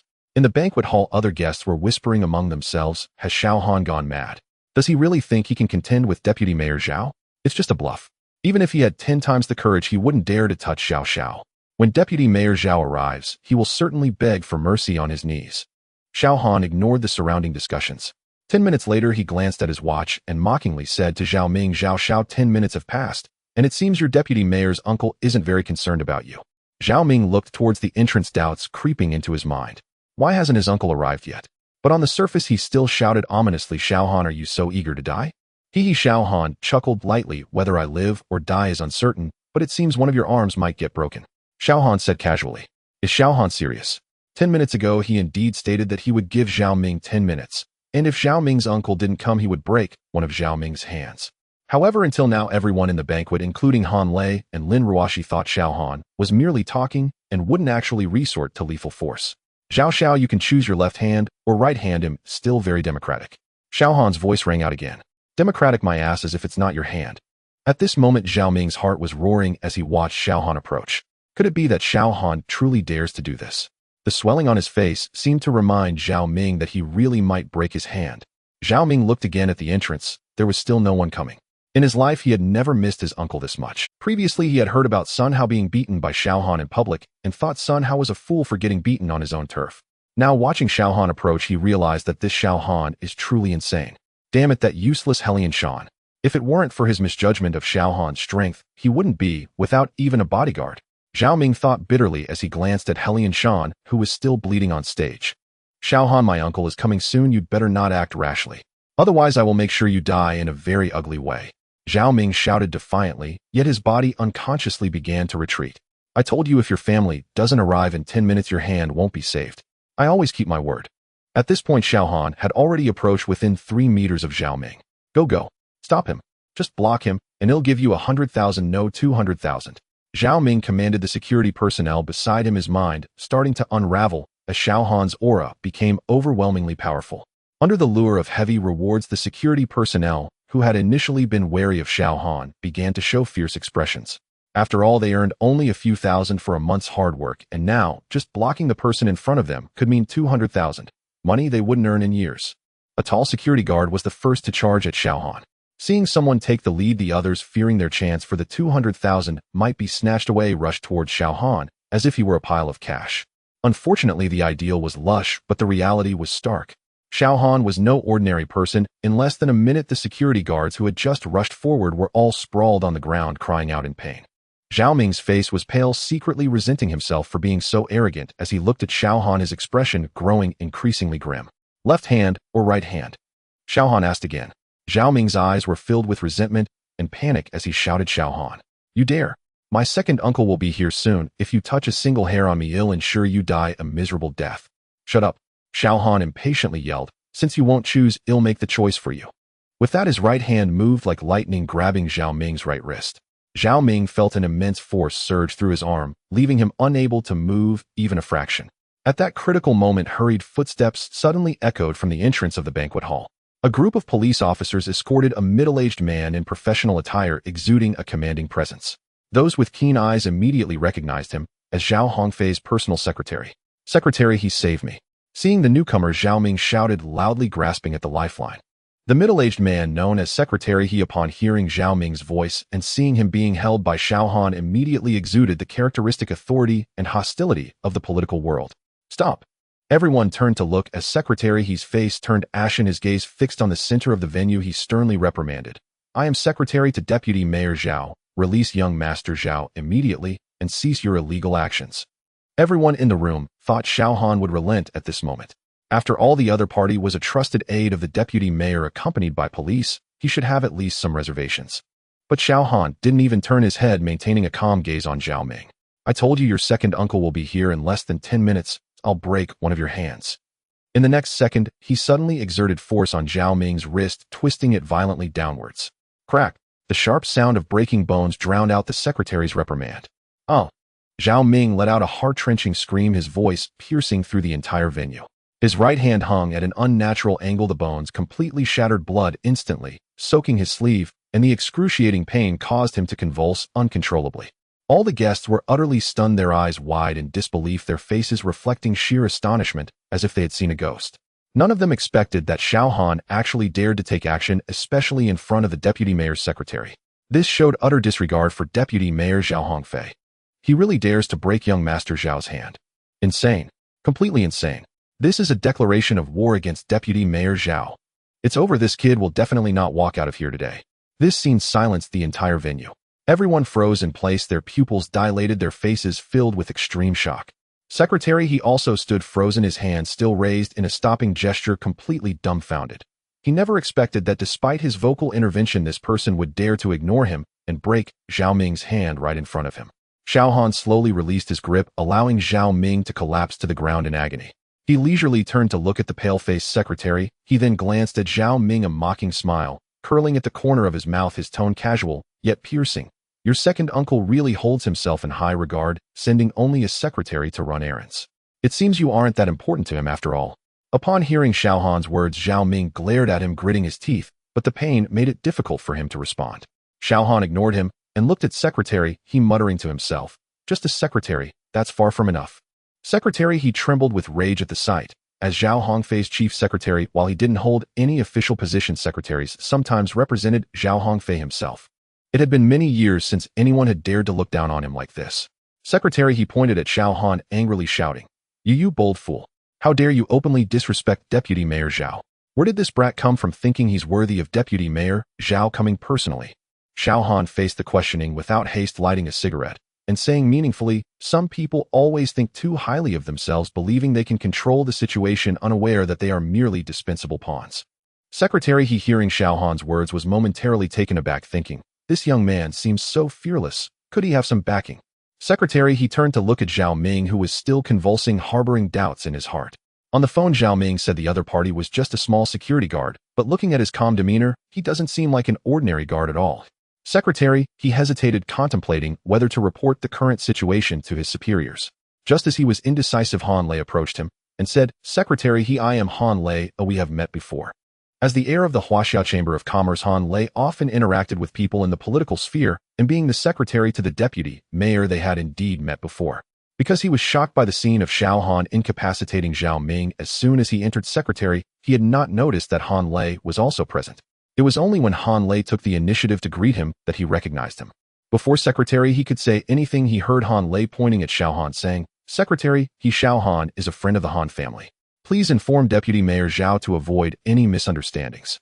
Han Lei's casual remarks made Secretary He's face turn dark. The implication of Han Lei's words was clear. Friends of the Huaxiao Chamber of Commerce are not to be trifled with. It was better to let your superior handle this. As a mere secretary, you might not be able to contain today's events. Secretary He felt his face flush. After so many years, he was being questioned and slapped in the face by two young men in succession. However, the Huaxiao Chamber of Commerce behind Han Lei, though merely a commercial group on the surface, had intricate and formidable connections that a simple secretary like him could not afford to provoke. With the slightest error, he could become a discarded pawn facing irreparable consequences. Thinking of this, Secretary He decided to report the situation to Zhao Hongfei in advance.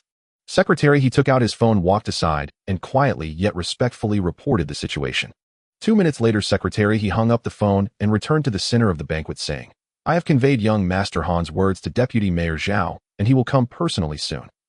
Xiao Han, upon hearing this, self-deprecatingly laughed at Han Lei, saying, Indeed, young Master Han has quite the influence. My little security guard status really is insignificant. Han Lei rolled his eyes at Xiao Han, saying impatiently, Enough of that. I don't even know what tricks you're up to. You should think about how to wrap this up later. Xiao Han merely continued to smoke, leisurely exhaling clouds of smoke. 10 minutes later, a man dressed in standard official attire, around 50 years old, walked into the venue, his expression commanding respect, without anger, exuding the aura of a longtime leader. Upon seeing the newcomer, Zhao Ming hurriedly rolled and crawled to Zhao Hongfei's side, pointing at Xiao Han and exclaiming, "Uncle, you're finally here. It's this damn security guard who publicly interrupted my hand during our Zhao family's banquet, causing a commotion and incapacitating Mr. Helian, completely disregarding you and the Zhao family." Helian Shan lay on the ring, writhing in pain, and managed to speak with difficulty. "Deputy Mayor Zhao, this kid is lawless and ruthless. He must be punished severely." Zhao Hongfei's heart sank as he bent down to check Zhao Ming's injuries, and upon seeing the blood gushing from Helian Shan's broken wrist, his expression darkened like the sky before a storm. Zhao Hongfei suddenly raised his head, his fierce and menacing gaze locking onto Xiao Han. Having held a high position for many years, and having no children of his own, Zhao Hongfei was particularly fond of Zhao Ming, which is why Zhao Ming had been able to act recklessly in Donghai for so many years. "So it was you who injured my nephew." Zhao Hongfei's voice was cold and piercing, his official authority overwhelming, silencing all guests in the room. Xiao Han sat quietly on the chair, his expression indifferent, not responding. "Second uncle, it's him." Zhao Ming began to wail again, embellishing the truth. He committed violence, openly relying on his skills to act wildly and domineeringly. First, he disabled Mr. Helian's hand, and then in front of Secretary, he broke my hand, as well, completely disregarding the Zhao family. "You must stand up for me." This distorted the truth, directly portraying Xiao Han as a rampaging thug. Zhao Hongfei was already burning with rage, and after hearing this, his fury soared. Although he knew his nephew's words were largely exaggerated, he couldn't be bothered to investigate the matter, for the injuries of Zhao Ming and Helian Shan were indeed facts. Zhao Hongfei immediately turned, pointing at Xiao Han, and shouted sternly at the group of district police who had followed Secretary. This person maliciously harmed others in broad daylight at a banquet, inciting turmoil, with a cruel and vicious demeanor, showing utter disregard for the law, and his actions are extremely heinous. Immediately detain this person and directly imprison him for interrogation. No matter what he says, take him back to the Municipal Bureau for strict investigation.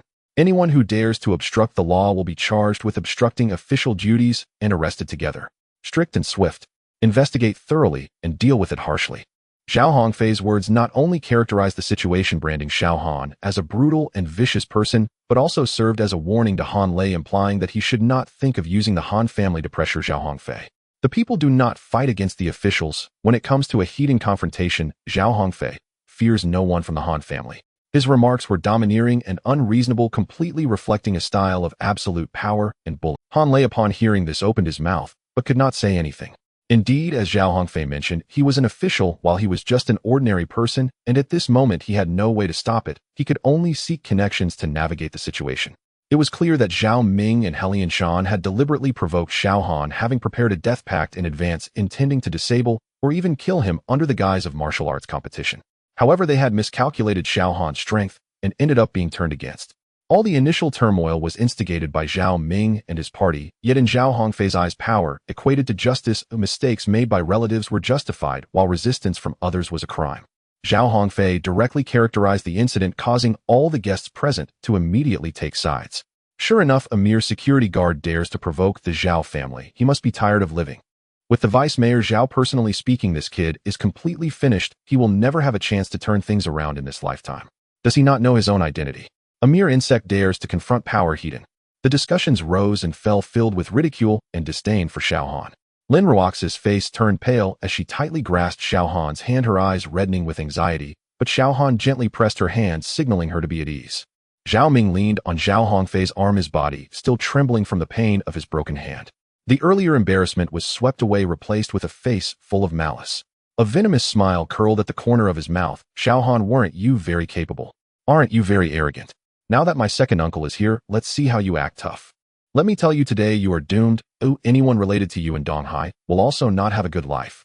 Zhao Hongfei stood there, hands clasped behind his back, looking at all this with a face of indifference, his gaze filled with contempt for those in lower positions, tacitly accepting his nephew's arrogance. In his eyes, Xiao Han was merely a small character that could be crushed with ease, wholly unworthy of his attention. Relatives and guests allied with the Zhao family approached, pointing and ridiculing Xiao Han with harsh words. A mere security guard dares to oppose young Master Zhao, truly overestimating himself. Quickly kneel down and beg for mercy. Maybe the vice mayor will spare your life. In Donghai, the Zhao family is everything. A word from Vice Mayor Zhao can leave you nowhere to hide. Zhao Hongfei stood still, hands clasped behind his back, observing everything with an indifferent expression, his eyes filled with disdain for those beneath him, tacitly accepting his nephew's arrogance. In his eyes, Xiao Han was merely a small character that could be easily crushed, unworthy of his attention. Xiao Han stood calmly in the center of the crowd, his expression perpetually serene, even carrying a hint of subtle mockery. Deputy Mayor Zhao truly exudes authority. With power in hand, you distinguish no right from wrong, and without asking for reasons, you directly seize people. You are quite the tyrant, Deputy Mayor. Impudent. Zhao Hongfei rebuked, sharply stepping forward with an air of arrogance. You dare to commit violence in public with ample evidence. Even if you have a colossal background, you cannot escape legal retribution. Such words carried a sense of justice, making one wonder if Zhao Hongfei was a paragon of virtue. Zhao Ming lurked behind Zhao Hongfei, his expression sinister. He believed that with his uncle's immense power, Xiao Han would inevitably be captured today and subjected to relentless torment. The surrounding guests lowered their heads in silence, no one daring to voice the truth, as none wished to offend a deputy mayor wielding real power. Take him away. Zhao Hongfei commanded the police once more. Xiao Han stood still, offering no resistance. Just as a police officer was about to place handcuffs on him, dozens of fully armed soldiers surged into the banquet hall, guns drawn, their expressions grim, instantly sealing all exits, the cold muzzles of their weapons aimed at everyone present, plunging the hall into a sudden silence, where even the sound of breathing could be heard. What's happening? Where did these troops come from? The crowd in the banquet hall whispered among themselves, none understanding what was transpiring. Even Zhao Hongfei was perplexed. Could this be a drill? But how could a drill come here? While everyone was in confusion, a young man in his 20s walked in, slowly, tall, and with a stern face, visibly a major with 2 stripes and 1 star on his shoulders. A major so young. In times of peace, aside from personal ability, one must have a sufficiently powerful background to achieve such rank at this age. The newcomer's icy gaze scanned the crowd. I dare anyone to lay a finger on my brother Xiao. Brother Xiao? Is that referring to Xiao Han? The crowd speculated. Upon seeing Xiao Han, the young man's expression suddenly brightened with excitement as he hurried to Xiao Han's side. Brother Xiao, what brings you to Donghai? You didn't notify me earlier. I've missed you so much, he exclaimed, pulling Xiao Han into a big hug. Xiao Han chuckled, glancing at the young man's shoulder insignia. Not bad, Xiao Tian, already a major. You've done well these past 2 years. The young man, hearing Xiao Han's words, switched from his earlier cold demeanor, ruffling his hair, his expression turning somewhat bashful, like a sunny boy. Brother Xiao, don't tease me. I'm nowhere near your level. Ha! Xiao Han laughed heartily. Indeed, you are worthy of being my brother. The newcomer was named Su Tian, his grandfather being the commander of the Southern Military Region, Su Wudi, a genuine scion of a revolutionary lineage. Su Tian had followed Xiao Han since childhood, always seeing him as an idol. Upon hearing Xiao Han was in Donghai, he directly brought a squad with him. Whose soldiers are you? Do you know where this place is, eh? Zhao Hongfei, enraged by this sudden display of force, had a face as dark as iron. Zhao Ming, emboldened by the presence of his uncle, boasted, that's right. My uncle is the deputy mayor of Donghai. What kind of thugs dare to surround the Zhao family's banquet with weapons?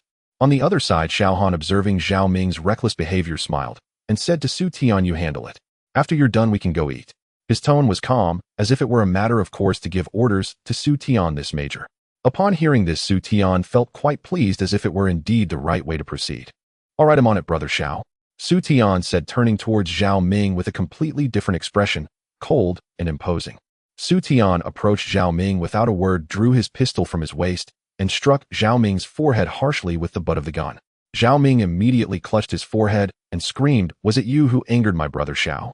Can my brother Xiao be provoked by someone like you? Having followed Xiao Han since childhood, Su Tian could immediately tell who had angered his brother Xiao. He glared fiercely at Zhao Ming and continued, I am Su Tian from the Donghai Defense Department. I've received reports that someone here is attempting to attack a significant figure in our military. I will take charge of everything here. Following Su Tian's orders, a fully armed squad of soldiers stepped forward, confronting the people brought by Zhao Hongfei. Those who understood the subtleties quickly realized that the important figure mentioned by Su Tian referred to Xiao Han. The claim of an attack was likely just an excuse. This young major was there to protect Xiao Han. Preposterous. This is utterly lawless. Zhao Hongfei saw that someone dared to strike Zhao Ming right in front of him, showing him no respect at all. This person is committing violence in public with brutal methods. I am Zhao Hongfei, the deputy mayor of Donghai. This matter is well documented and must be handled strictly by our Donghai police. The military cannot interfere in local affairs. Zhao Hongfei pointed at Xiao Han, his voice cold with authority. Su Tian's gaze was icy as he stared at Zhao Hongfei, his tone unruffled, but heavy with power. You want to deal with him. He is an important figure in our military involved in national security. I am taking him away now. What? Does Deputy Mayor Zhao want a rebel? With the weight of national security laid upon him, no one could withstand such a claim. Nonsense. Zhao Hongfei shouted angrily, trembling with rage. He raised his hand to summon several police officers from the banquet hall, pointing at Su Tian and the others. These people are illegally armed and disturbing public order. Arrest them all immediately. He'll take responsibility if anything happens. The police officers exchanged glances, intimidated by the armed soldiers in front of them, and dared not approach. I dare anyone to move. Su Tian shouted sternly, his aura suddenly surging. The soldiers behind him simultaneously cocked their weapons, the crisp sound of chambering echoing in unison, clearly a well-trained special forces unit. I challenge anyone present to test the consequences of obstructing military actions. Tensions were high between the two sides. Zhao Hongfei's face turned crimson. Leveraging his position as deputy mayor, he refused to back down, pointing at Su Tian and cursing, "You're just a kid. How dare you be so arrogant? Even if you're a major, I can have you stripped of this uniform and force your superior to come here and apologize to me. No one in Donghai dares to speak to me like this." "Oh, is that so? Deputy Mayor Zhao, why not give it a try?" Su Tian provocatively replied to Zhao Hongfei, facing him heated. "By the way, my direct superior is General Su Wudi of the Southern Military District. You can call to see if you can get my superior here to apologize to you, and while you're at it, have me stripped of this military uniform." As soon as the words fell, the crowd erupted in an uproar.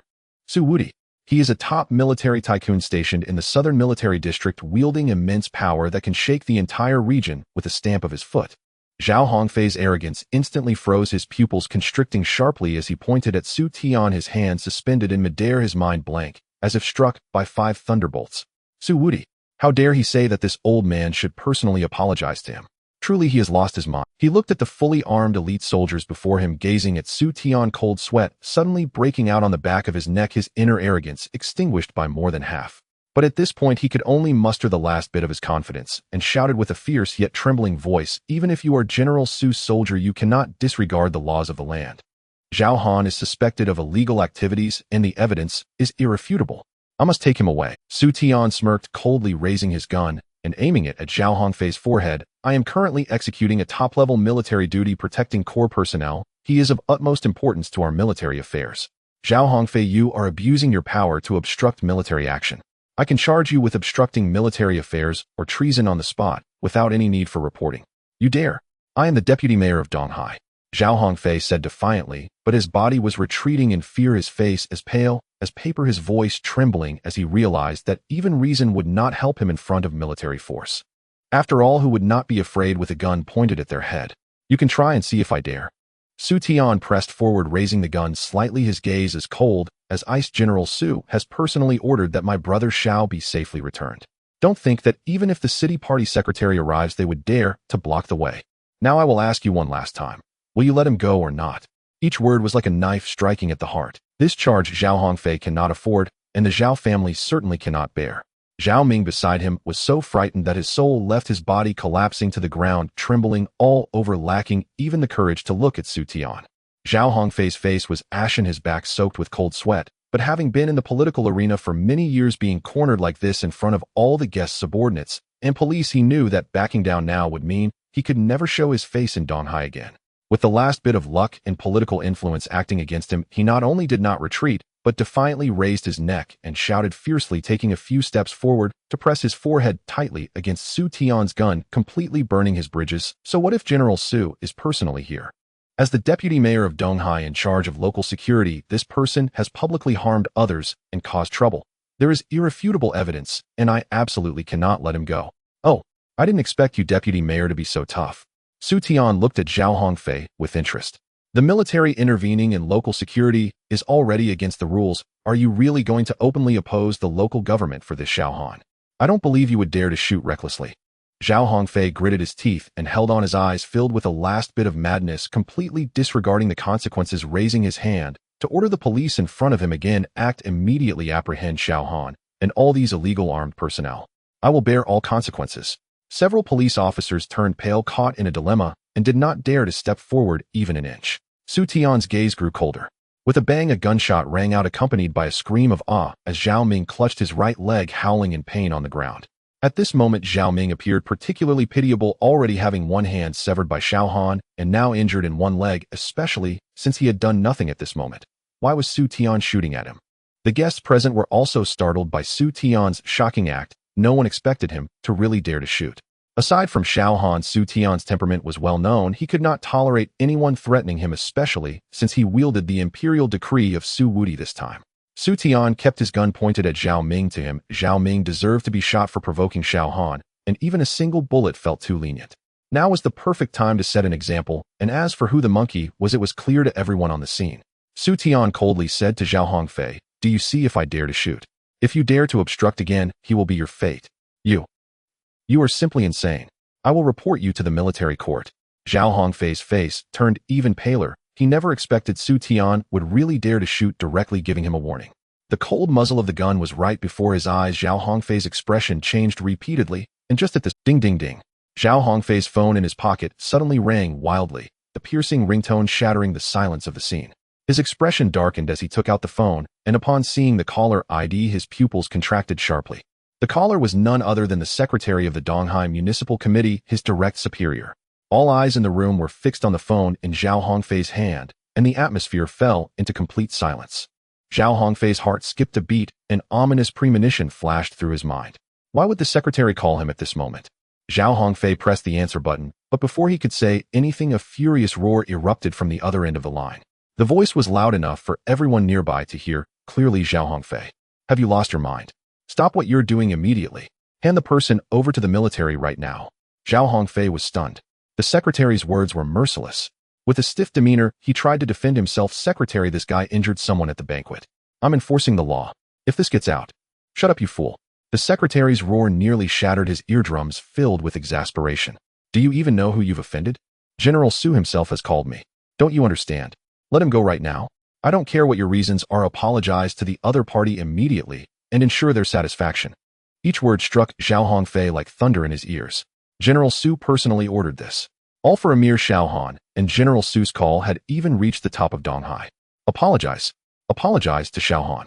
Zhao Hongfei trembled violently. The phone in his hand dropped to the ground. With a clatter, the screen shattering instantly. The last remnants of his bravado and stubbornness crumbled under the secretary's call, his complexion shifting from pale to ashen, then to a ghastly white. He stood there, struck by lightning, his legs uncontrollably shaking, unable to maintain his stance, and collapsing to the ground. All notions of vice-mayoral authority and impartial law enforcement were utterly crushed before General Su's wrath and the stern orders from above. He finally understood that he may have provoked an existence he wasn't even qualified to look up to. All his previous arrogance was merely the self-deprecation of a jumping clown. Zhao Ming slumped nearby, already terrified out of his wits. Watching his disoriented uncle, he fully grasped. This time they were utterly doomed. "Secretary," he, observing his superior's pale face, suddenly recalled Xiao Han's earlier warning, "Some people always think too highly of themselves, not realizing they are merely pawns." "Secretary," he inexplicably shivered, a sense of dread creeping in. If he hadn't called Zhao Hongfei to report earlier, considering his understanding of Zhao Hongfei, he would undoubtedly become a scapegoat, surely abandoned by Zhao Hongfei. The consequences for him were unimaginable.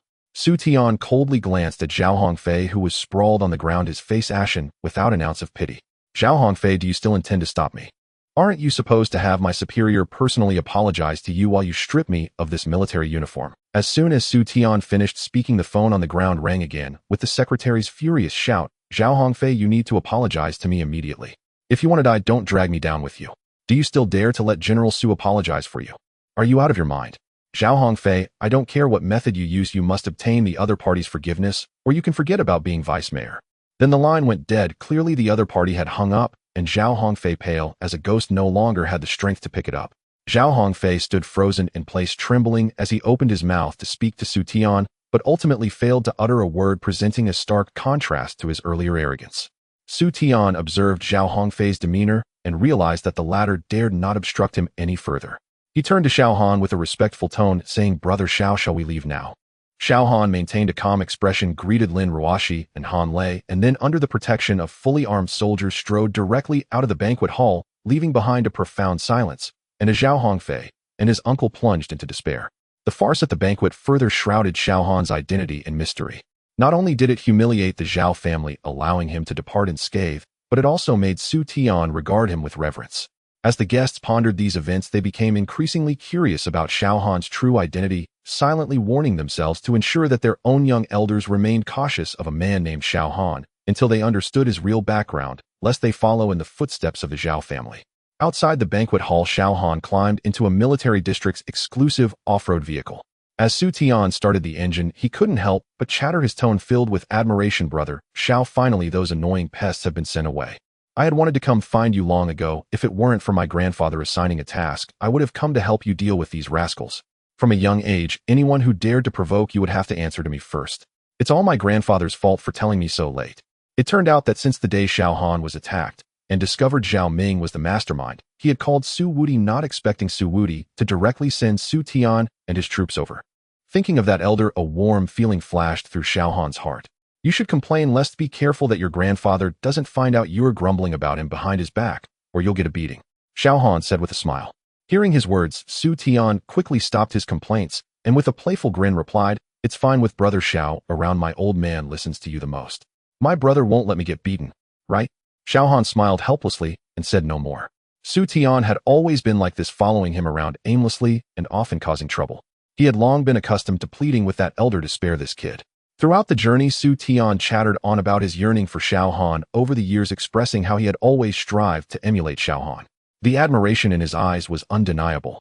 To him, Xiao Han was never someone he needed to curry favor with intentionally, but rather an elder brother he genuinely respected and followed. Before long, the vehicle entered the heavily guarded military compound. As soon as they got out, Su Tian eagerly pulled Xiao Han into the living room of a house. On the sofa, the imposing Southern Military District Commander Su Wudi, dressed in military attire, broke into a warm smile upon seeing Xiao Han.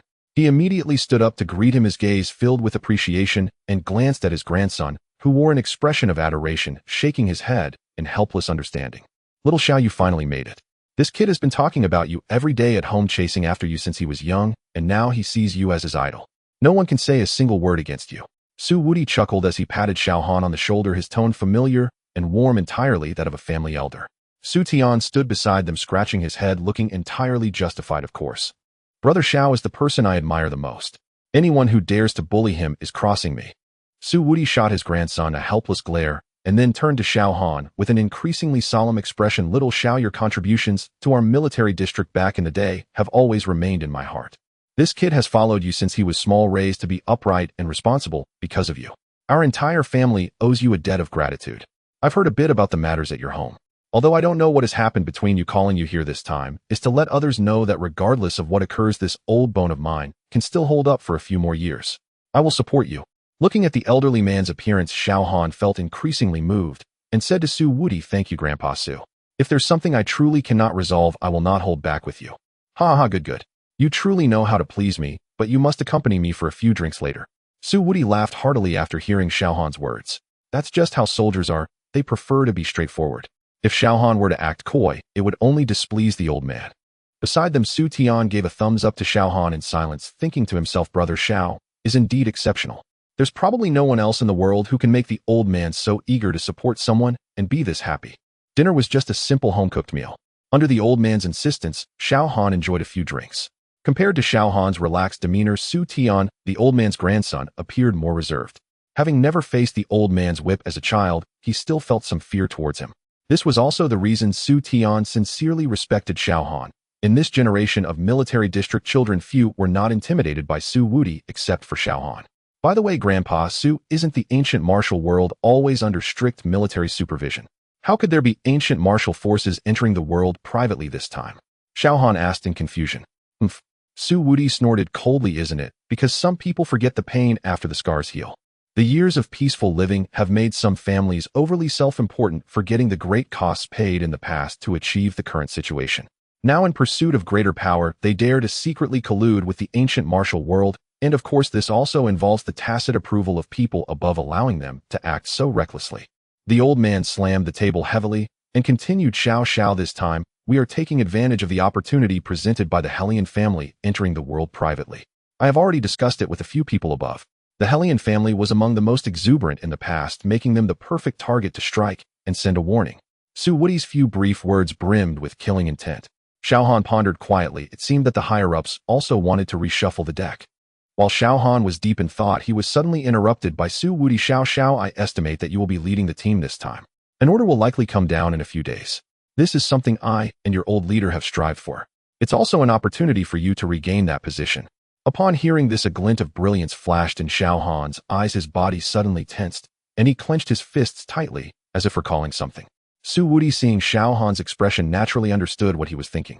Su Wudi sighed. Xiao, regarding that incident back then, if it weren't for your second grandfather. Grandpa Su, the things that belong to me, I will definitely reclaim with my own hands. Xiao Han interrupted Su Wudi, seemingly unwilling to mention certain matters. Sigh. Su Wudi sighed. Xiao, I certainly believe in you.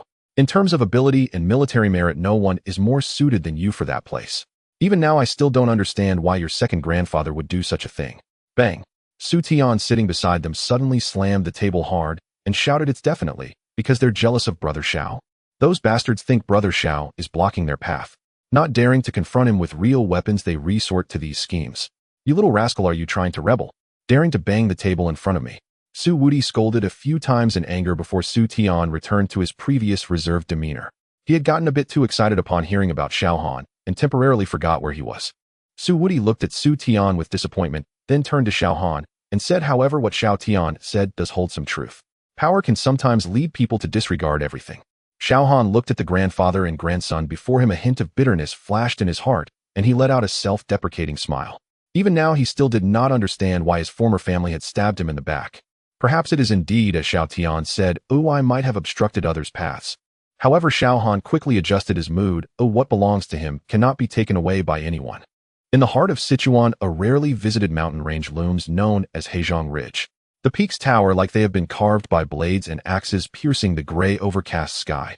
The terrain is steep and treacherous, with cliffs covered in slick moss and menacing boulders. There are no paths in the mountains, only ancient vines twisting around and jagged rocks. A moment's carelessness could lead one to plummet into an abyss. Here the thick green miasma lingers year-round like a dense ink fog shrouding the entire mountain range. The miasma carries the stench of decaying leaves and poisonous plants, causing dizziness within moments of inhalation. Ordinary individuals who enter this place would succumb to the miasma within half a day, dying amidst the mountains. Yet deep within this desolate area lies an ancient Chinese-style courtyard built against the mountain. The houses, constructed from blue stones, are arranged in a pleasing manner. The outer walls of the courtyard are made of ancient wood over 1,000 years old, adorned with archaic martial symbols warding off miasma and fierce beasts. This is the hidden residence of the ancient martial Hulian family, which has endured for hundreds of years. At this moment, in the heart of the village, the atmosphere in a central building is as oppressive as the stagnant miasma outside.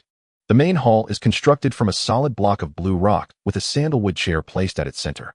Seated upon it is an elderly man with white hair and a grim expression. He is Hulian Song, the current patriarch of the Hulian family. Dressed in an ancient dark robe, he exudes an overwhelming aura, as if the air around him is subtly distorted. His murky yet sharp eyes are fixed intently on the kneeling clan members below, his fingers turning white from gripping tightly, the knuckles cracking audibly. What did you say? Repeat it. Hulian Song's voice rumbles like a boulder-crushing gravel horse, yet filled with uncontrollable rage. His aura suddenly erupts, causing fine cracks to appear in the blue stone floor of the hall. The kneeling clan member trembles, pressing his forehead firmly against the ground, too afraid to raise his head. Patriarch news has come from the mountain below. The third elder has lost a hand and has been rendered a cripple. As the words fell, Hulian Song abruptly stood up, his eyes ablaze with fury and profound shock. Hulian Shan is the third elder of the Hulian family, having reached the peak of the dark strength realm for many years, just a step away from the transformation realm, a core figure in the Hulian family. Now being crippled and rendered incapable of self-care is akin to a thunderclap to the Hulian family, an unparalleled shame. Who did this? Which blind fool dares to harm someone from my Hulian family? Hulian Song roared. The clan member trembled all over, stammering, Patriarch, the news from below says it was at a banquet in the EC where someone challenged him to a duel and he was injured by the opponent. The rest. There was nothing more said. At that moment, a lean old man dressed in modern clothes rushed in, his attire markedly different from that of the two men inside. Elder brother, what happened to the third brother? What has befallen him? As soon as he entered, the lean old man shouted anxiously. Seeing Hulian Song's grim expression, he felt an ominous premonition and quickly pulled the trembling clan member from the ground, shouting, "Speak." What happened? Reporting to the second elder, the third elder has been crippled. The clan member repeated the news he had just conveyed to Hulian Song. The lean old man is Hulian Yun, the second elder of the Hulian family. Who is the opponent? Which family did this? He Lianyun immediately thought that it must be the work of other ancient martial forces. The He Lian family had occupied the Black Miasma Ridge for hundreds of years and had always looked down upon ordinary mortals. In his eyes, secular technology was merely a sideline and ordinary people were powerless and capable of being a match for He Lianshan, a master of ancient martial arts at the peak of the dark energy level, let alone easily incapacitating him. It must be other ancient martial families who have set up a conspiracy, secretly laying a trap to ambush and cripple He Lianshan. Otherwise, it is impossible to explain how He Lianshan, who had reached the peak of dark energy for many years, could fall in the secular world. The news says the opponent is just a security guard from a secular company. A security guard? How could that be? How could a security guard possibly injure a master at the peak of dark energy? He Lianyun's face was filled with disbelief.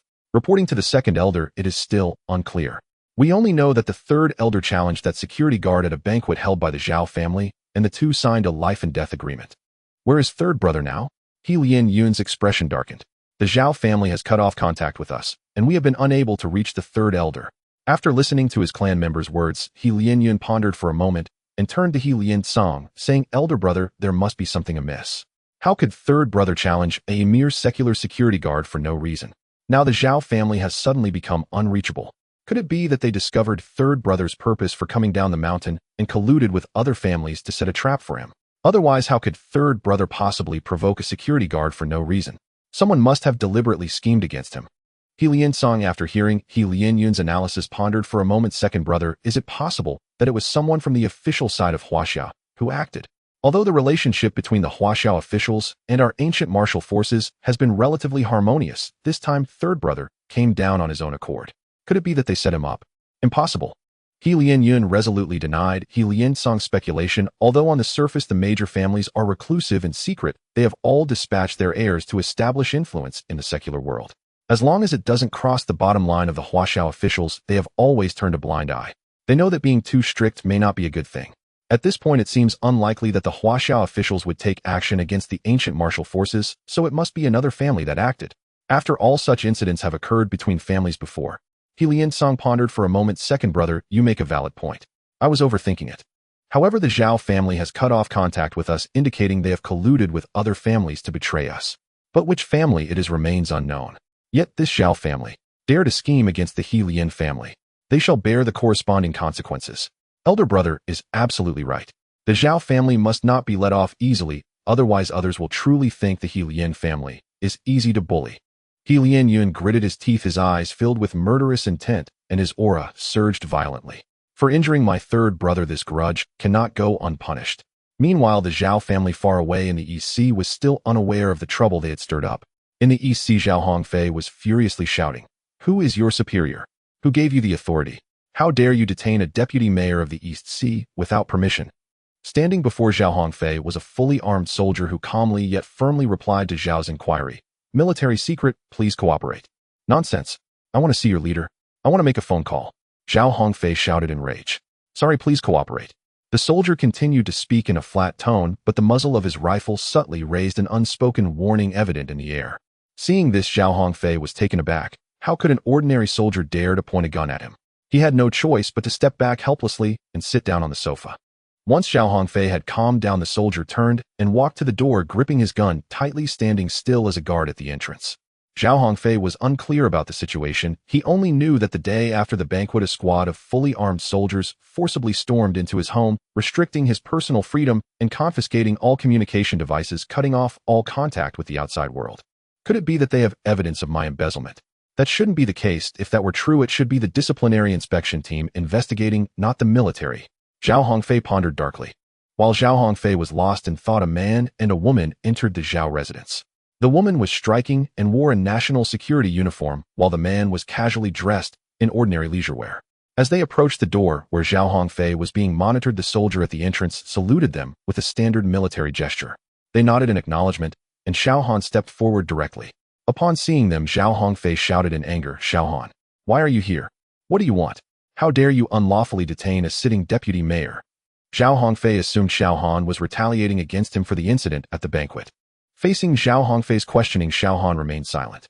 The woman who entered with him coldly spoke up, "Deputy Mayor Zhao, I am Zhao Yiren from the National Security Department." Zhao Yiren first displayed her credentials, then asked in return, This operation is a joint action by our National Security Department and the military. Do you not know why? Zhao Hongfei, still agitated upon seeing Xiao Han, had completely overlooked Zhao Yiren. Now seeing her present the glaring credentials, he felt a tightening in his chest, but forced himself to remain composed as he retorted, "How would I know? You barged into my home, without reason restricted my personal freedom, and cut off my contact with the outside world. What exactly do you want? Why are you targeting me?" Zhao Yiren smiled lightly as she put away her credentials. "Deputy Mayor, Zhao might have misunderstood. Oh, we are not targeting you."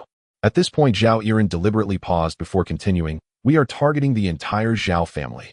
Zhao Hongfei was taken aback. "The entire Zhao family? What do you mean?" Zhao Hongfei instinctively asked. "Deputy Mayor Zhao, you must know that our National Security Department, its mandate, is to protect national security. Let me remind you, Hellion Mountain, do you recognize that name?" Hellion Mountain. Zhao Hongfei was clearly taken aback. Upon seeing his expression, Zhao Yiren let out a cold laugh. "Since you're familiar with it, you should know where he comes from, right? Tell me, how did you come to know him?" At this moment, Zhao Hongfei seemed a bit dejected, retreating back to the sofa. Having sat in this position for so many years, he naturally knew some things that ordinary people did not. "A year ago, he came to find me claiming he wanted to collaborate with the Zhao family. At first, I didn't believe he was truly from that world, but Hellion Mountain and the people he brought with him possessed overwhelming combat power, clearly not ordinary individuals. I had no choice but to believe it. How could he have approached your Zhao family directly?" Zhao Yiren pressed again. "I'm not sure, you'll have to ask Hellion Mountain about that." Upon hearing Zhao Hongfei's response, Zhao Yiren exchanged glances with Xiao Han.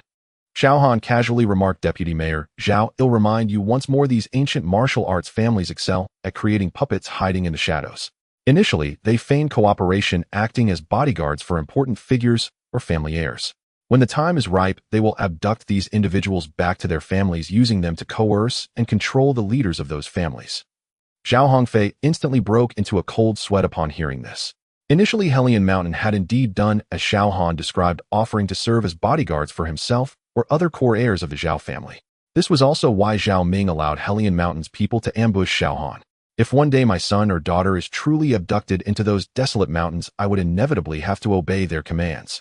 After a moment, Zhao Hongfei collected himself and looked at Xiao Han, saying solemnly, "I'm still saying the same thing. I don't know why they approached me.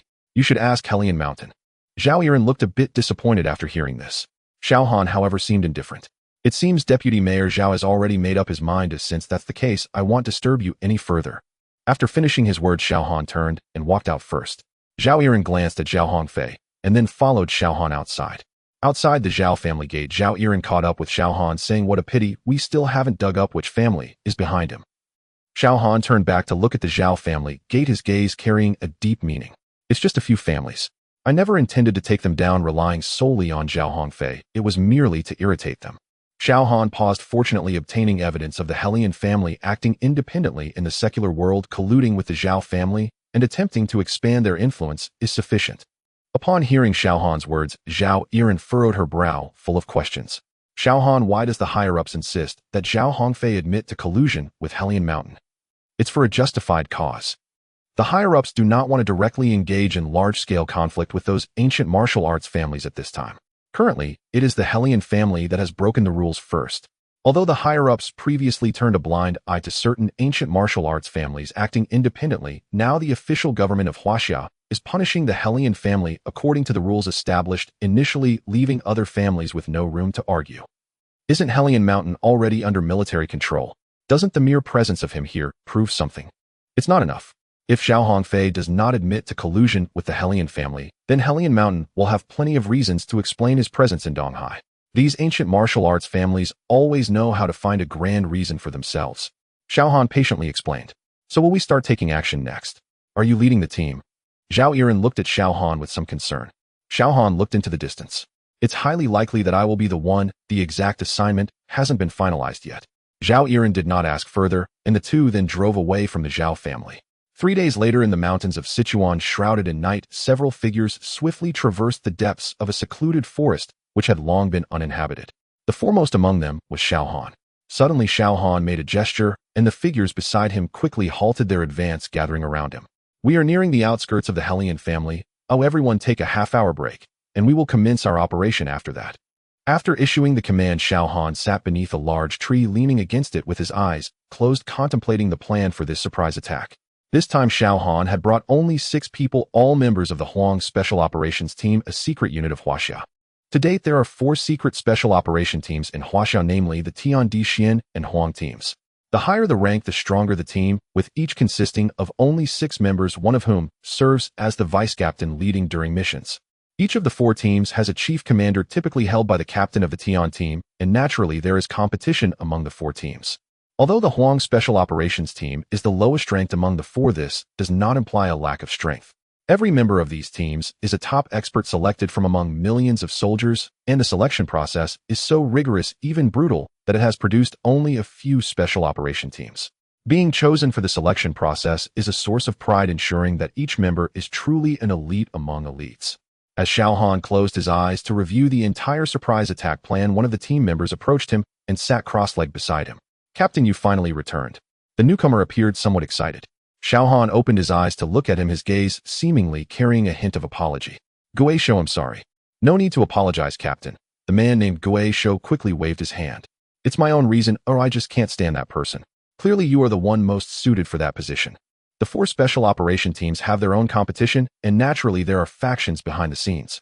Gui Shou, originally a member of the Tian Special Operations Team, was suppressed by those with ulterior motives for standing up for Xiao Han, and was directly transferred to the lower-ranking Huang Special Operations Team, a drastic change in status. Hearing this, Xiao Han sighed and patted Gui Shou on the shoulder. "Don't worry, I will definitely return before long." Gui Shou nodded excitedly, calming his emotions before asking with confusion, "Captain, this time we are attacking the Hellion family, yet only our Huang Special Operations Team is assigned. Could this be underestimating the enemy? After all, they are a century-old martial arts family with profound foundations." Gui Shou's words were not to bolster anyone's arrogance, but as a member of Huaxia's top special operations team, he naturally knew some insider information that others did not. Many years ago, before Huaxia reached an agreement with the ancient martial arts world, Huaxia had sent the Tian and Huang teams to forcefully suppress the ancient martial arts world. However, unexpectedly, even with 4 top-equipped special operation teams and the support of large-scale military forces, they suffered near annihilation of their teams. Of course, the various families of the ancient martial arts world also paid a heavy price, which is how the agreement was achieved. The current 4 teams were formed only after a long recovery from the injuries and deaths suffered during that time. Xiao Han sighed upon hearing the words of the ghost hand. Those bastards, to complicate their own tasks, just to prevent themselves from returning to that position, they only equipped themselves with a yellow team. Thinking of this, Xiao Han couldn't help but recall the scene when Su Wudi slammed the table and cursed. Although Su Wudi and Xiao Han's former leader helped him secure this team leader position, the faction struggle ultimately reached an agreement that only allowed the Yellow Special Forces to lead, citing that other special forces were engaged in special missions. It was clear they wanted Xiao Han to know the difficulty and voluntarily give up this leadership task. After receiving the news from Su Wudi, Xiao Han ultimately chose to face the challenge. Of course, he was aware of the difficulty in launching a surprise attack on a century-old ancient martial arts family, and naturally would not allow the Yellow Special Forces to sacrifice in vain, secretly making arrangements. Half an hour later, at 2 in the morning, when most people were in deep sleep, Xiao Han and his team moved. In the dense forest, Xiao Han led the way, several team members wearing specialized gas masks, delving deeper into the area thick with miasma. In the depths of the forest, it was normal to be disturbed by some poisonous insects, but the 7 of them, including Xiao Han, charged through as if it were an uninhabited realm, moving forward madly, as if the poisonous insects of this forest had suddenly evaporated, actively avoiding the area where they were. 10 minutes later, they passed through the dense miasma and reached the bottom of a cliff. Xiao Han cautiously removed his gas mask first, then signaled to the others, indicating that the area was safe and free of miasma. Only then did the others take off their masks. Xiao Han took a deep breath and smiled at a relatively short man among the 6, saying, "You kid have quite a knack. This method of avoiding insects is truly effective. Not a single poisonous insect approached us along the way, and we arrived here a full half-hour earlier than expected." Hearing Xiao Han's praise, the short team member seemed to have received some reward, beaming with admiration as he said to Xiao Han, "Captain, I grew up in Yaojiang, and I've been dealing with these poisonous insects all my life, so I naturally know their characteristics. Oh, just a little trick, haha. This mission's completion will certainly mark you for great merit."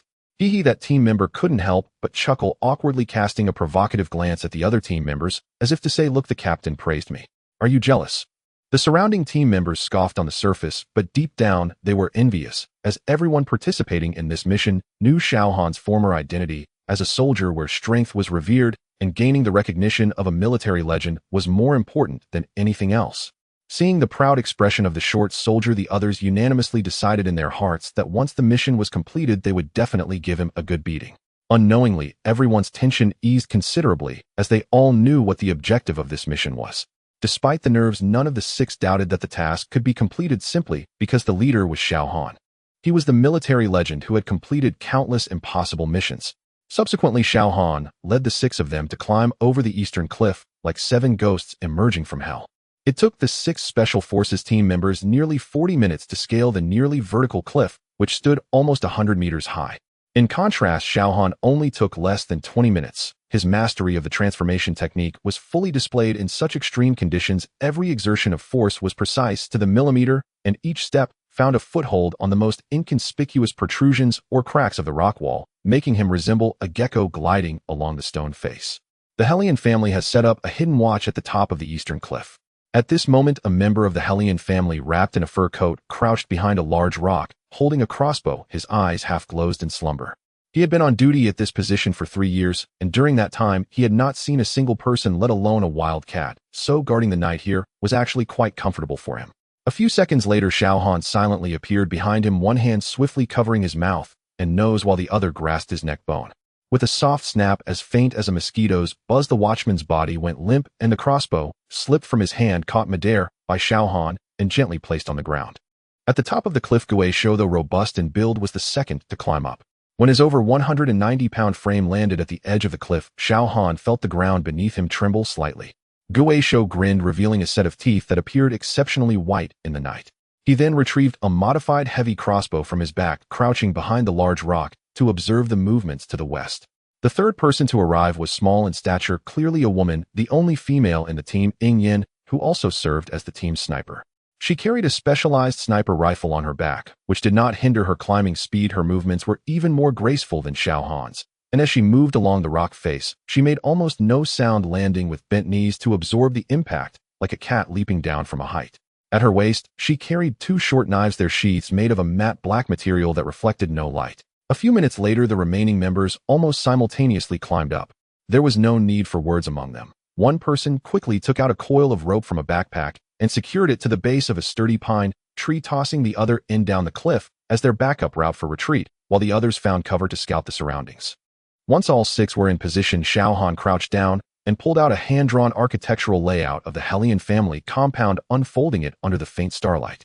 This map had been pieced together by the military through satellite imagery, drone reconnaissance, and multiple close observations, detailing the positions of all hidden and visible sentries, patrol routes, and traps surrounding the Hellion family compound, indicating that the Hellion family had been under tight surveillance by the Chinese military. There are 46 outer family members distributed among 12 sentry points and 3 patrol teams outside. Xiao Han's voice was kept extremely low, audible only to the 6 gathered around him. We need to eliminate them all before they raise the alarm. His finger traced over the map, pinpointing the exact locations of each sentry. Gui Shou, the 3 on the eastern side are yours. Use the crossbow. Do not use guns. Ying Yin, the 2 sentry points on the northern side and the observation post on the southern high ground are your responsibilities for long-range sniping, while Lao Yang will assist in handling the bodies. The remaining members will head west where the most sentries are located, totaling 5. I will take care of the 3 patrol teams. Is there any problem? After hearing Xiao Han's arrangement, everyone shook their heads to indicate there were no issues. Seeing the group's reactions, Xiao Han continued. After clearing the perimeter, we will gather at the outer wall of the core area. Xiao Han folded the map and glanced at each person one last time. Remember, be careful, eliminate the targets as thoroughly as possible, and act. With Xiao Han's command, 6 figures silently dispersed into the night. Xiao Han and 2 Special Forces soldiers moved westward, their figures flickering in and out of sight among the dense forest.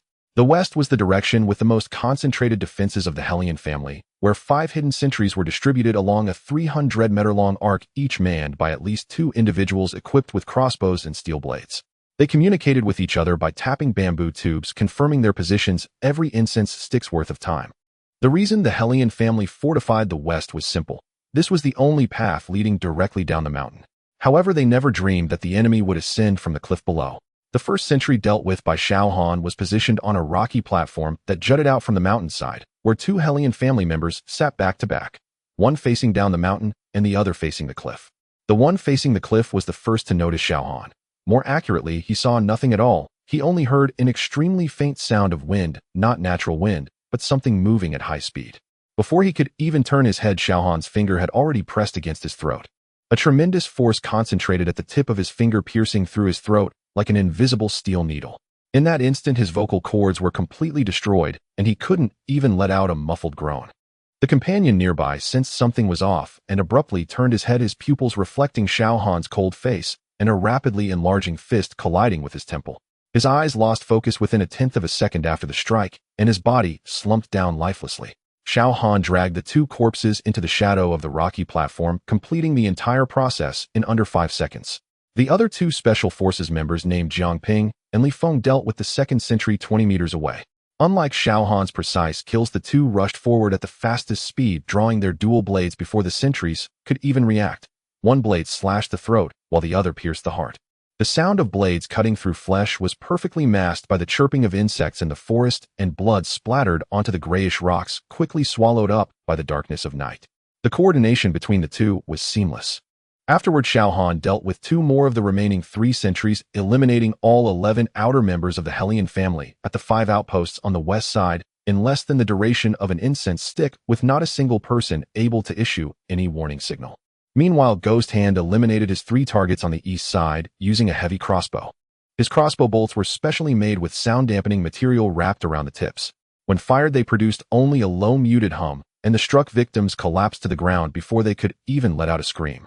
Eagle Eye's sniper rifle was equipped with a silencer, and 2 shots accurately hit their targets from nearly 400 meters away, the bullets piercing through the dense mist without deviation, drilling into the back of 2 Hellion family members' heads. Special Forces member Lao Yang had already rushed to the bodies as the gunshots rang out, dragging both men into the bushes, even using the powder he carried to clean up the bloodstains. Xiao Han raised his head to check the areas managed by Ghost Hand and Eagle Eye, finding nothing amiss. He then moved along the ground like a snake, lying in ambush on the path of the Hellion family's patrol. After the patrol passed, he swiftly used a wire as fine as a hair to sever the neck of the last patrol member without making a sound, before quickly donning the man's outer clothes to blend in with the patrol team. Due to their long-term patrolling without encountering any strange incidents, the Hellion family's patrol teams were merely going through the motions. Generally, after completing their rounds, the 3 patrol teams would gather together for a drink, which Xiao Han had already investigated thoroughly. When the second and third patrol teams converged, he had discreetly slipped the 2 liters a flask of wine laced with a powerful sleeping drug. All 13 members lost their ability to act in under 2 minutes. In less than 20 minutes, all 46 individuals in the outer area had been taken down, leaving Xiao Han wondering if tonight's operation was too easy. At the moment when Xiao Han and the others launched their surprise attack on the Hellion family, it was 3 o'clock in the morning, a time when most people should be sound asleep. However, in a study of a villa in Beijing, the lights were brightly lit. In the study there sat a young man about 26 or 27 years old, whose looks could definitely be considered handsome. He appeared harmless, the kind of person who could easily make a living just on his looks. But upon closer inspection, one would discover an aura emanating from him that was similar to Xiao Han's, a unique aura of a soldier. This man was none other than Li Kanglin, the current captain of the Tian Special Operations Team. Undoubtedly, any enemy of Li Kanglin would be deceived by his harmless exterior and let their guard down. In fact, this had happened multiple times, as Li Kanglin had completed various missions relying on this innocent face, while most of his enemies paid the ultimate price for their underestimation. Li Kanglin leaned back in his chair, a hint of arrogance on his face. Dad, Xiao Han's operation should have begun. Opposite Li Kanglin's desk sat a man in his 40s who was none other than Li Kanglin's father, Li Zhen. Upon hearing his son's words, Li Zhen raised his head and said in a deep voice, "Kanglin, those who achieve great things must be patient. You are now the captain of the Tian Special Operations Team. You must be more composed in your actions." Li Kanglin's expression turned slightly grim upon hearing this. "But I'm not the commander of the Special Operations Team. According to the rules, the captain of the Tian Special Operations Team is the overall commander of the team." Li Kanglin clenched his fists, his eyes filled with unwillingness. Seeing his son's expression, Li Zhen stood up, walked to his side, and patted his shoulder. "Kanglin, I know you have some resentment about that matter, but the current outcome is already quite good." Li Zhen looked out the window as if pondering something. "Kanglin, with your grandfather's help and that person's involvement, although I don't know their true intentions, the fact is they are on our side. I believe that it won't be long before the entire Special Operations Team will eventually belong to you." After hearing his father's words, Li Kanglin adjusted his posture, and his expression returned to calm. "I was too impatient. You are right, father. It will be mine eventually." Li Kanglin continued, "Father, I heard that it was that person who proposed allowing Xiao Han to bring only the Huang Special Operations Team." "Yes. Upon hearing his father's affirmative answer, Li Kanglin chuckled mockingly. I wonder how Xiaohan offended that person.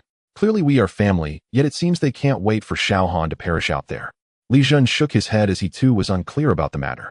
Kanglin, this is an opportunity for you. You must be, Li Jun said sternly, looking at Li Kanglin. Li Kanglin also stood up and said in a low voice, Father, I understand.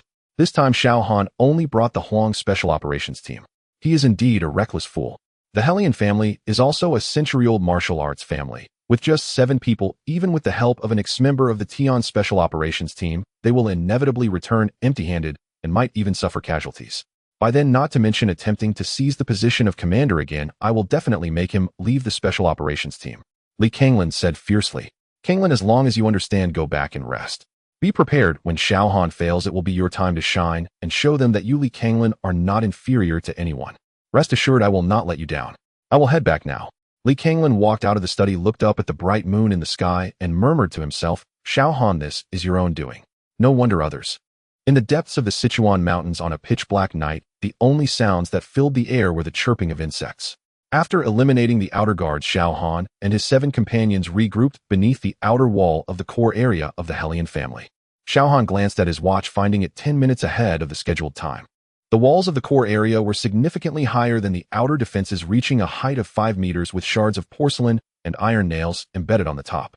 Faint sounds of patrolling disciples could be heard from within the wall. Peering over the wall, one could see ancient-style buildings scattered harmoniously in the valley, with the central main building rising 3 stories high. Copper bells hung from its eaves, producing a delicate jingling sound when the night breeze blew. This was the true foundation of the Hellion family. The core area housed the direct descendants, elders, and the clan leader Hellion Song, whose martial prowess was far beyond that of the outer disciples. Every direct descendant possessed at least the cultivation of dark strength.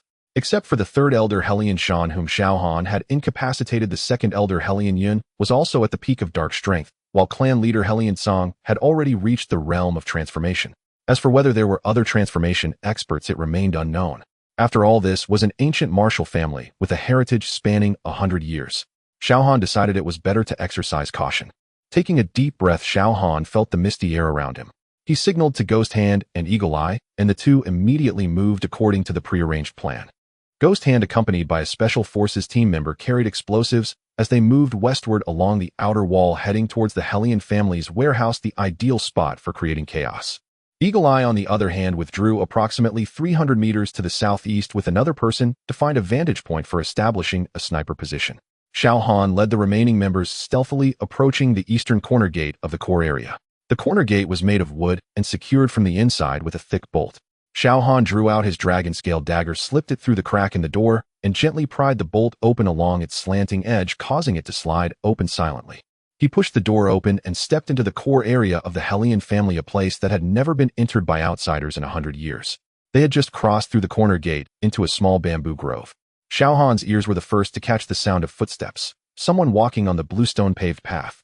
The sound was not loud, but it was clear enough in the night. Xiaohan immediately signaled, and several Special Forces members swiftly followed him into the densest shadows of the bamboo grove, crouching down and minimizing their breathing. A patrol team of 5 passed by from outside the bamboo grove, led by a middle-aged man in his 40s wearing a long knife at his waist. His strides were steady and powerful, clearly indicating a high level of cultivation. His gaze swept across the direction of the bamboo grove, lingering for about 2 seconds before he casually moved it away. Once the patrol team had moved on, Xiaohan silently exhaled, and the figures of his companions re-emerged from the bamboo grove, continuing toward the main building. They crossed through 2 courtyards, taking out 3 isolated disciples of the Hellion family, and finally reached the edge of the plaza in front of the main building. The plaza was spacious and devoid of any cover. The distance from the edge of the plaza to the main entrance of the building was about 40 meters, and crossing it would expose them fully to the moonlight. This was the biggest challenge they had faced since infiltrating from the outside. As Xiaohan was assessing the risks of forcibly crossing the plaza, a child's innocent voice suddenly came from behind him. "Who are you?" The boy's mouth was open, clearly preparing to ask another question. A boy of about 7 or 8 years stood less than 3 meters behind them, dressed in a dark red satin jacket, clutching a small wooden figure in his hand, his large grape-like black eyes curiously watching them. The boy's mouth was open, clearly preparing to ask another question or shout louder. Xiaohan's reaction was exceptionally swift. He dashed forward, lightly tapping a pressure point on the boy's body before he could utter a second word.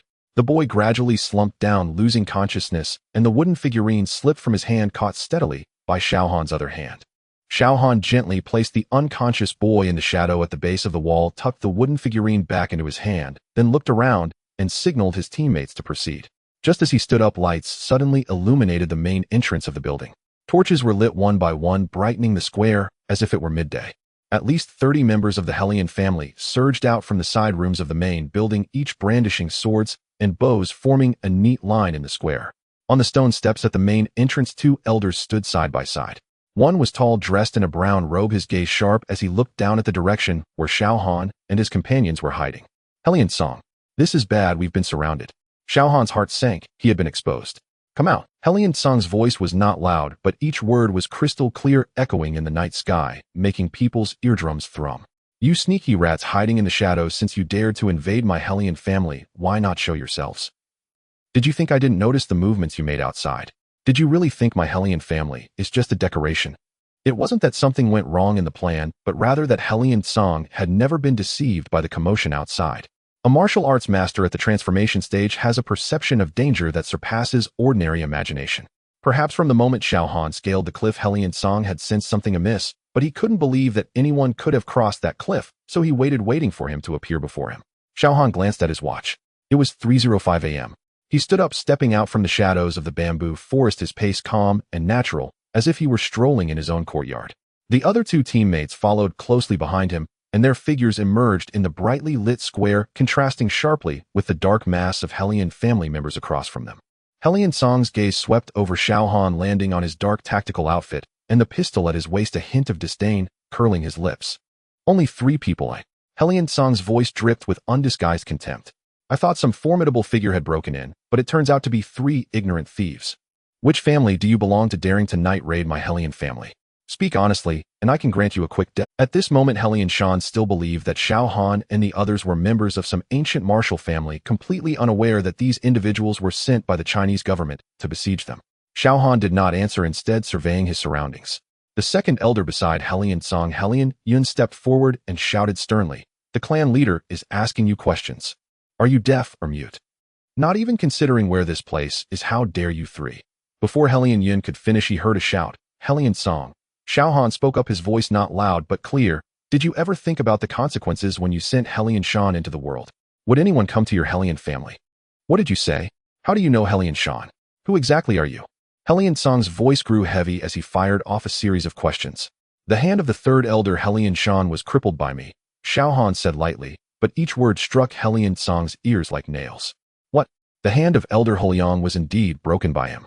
The moment Xiaohan's words left his mouth, the surrounding members of the Huliang family began to murmur, clearly shocked by what he had said. Silence. Just as the crowd was buzzing about Xiaohan's words, Huliang Song bellowed, narrowing his eyes as he fixed a fierce gaze on Xiaohan. You brat. Did you say that Huliang Shan's hand was rendered useless by you? Are you that little security guard from the mundane world? Yes, absolutely true. Xiaohan replied with unyielding certainty. Why? Why would Huliang Shan challenge you? Huliang Song asked in a low voice. He attempted to assassinate me, but failed, so he sought to use the martial arts arena to kill me. He was outmatched, thus I incapacitated him. Xiaohan's tone carried a hint of disdain, and before he finished speaking, the surroundings erupted into chaotic shouts. Kill him. How dare he cripple an elder's hand? He must die.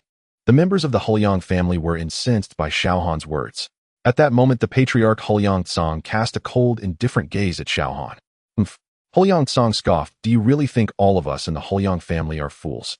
How could Huliang Shan randomly attempt to assassinate a little security guard from the mundane world? Speak up. Which ancient martial family do you belong to? Why did you set up my Huliang family? Huliang Song looked down at Xiaohan from his elevated position. Xiaohan, upon hearing the other party's words, was momentarily taken aback.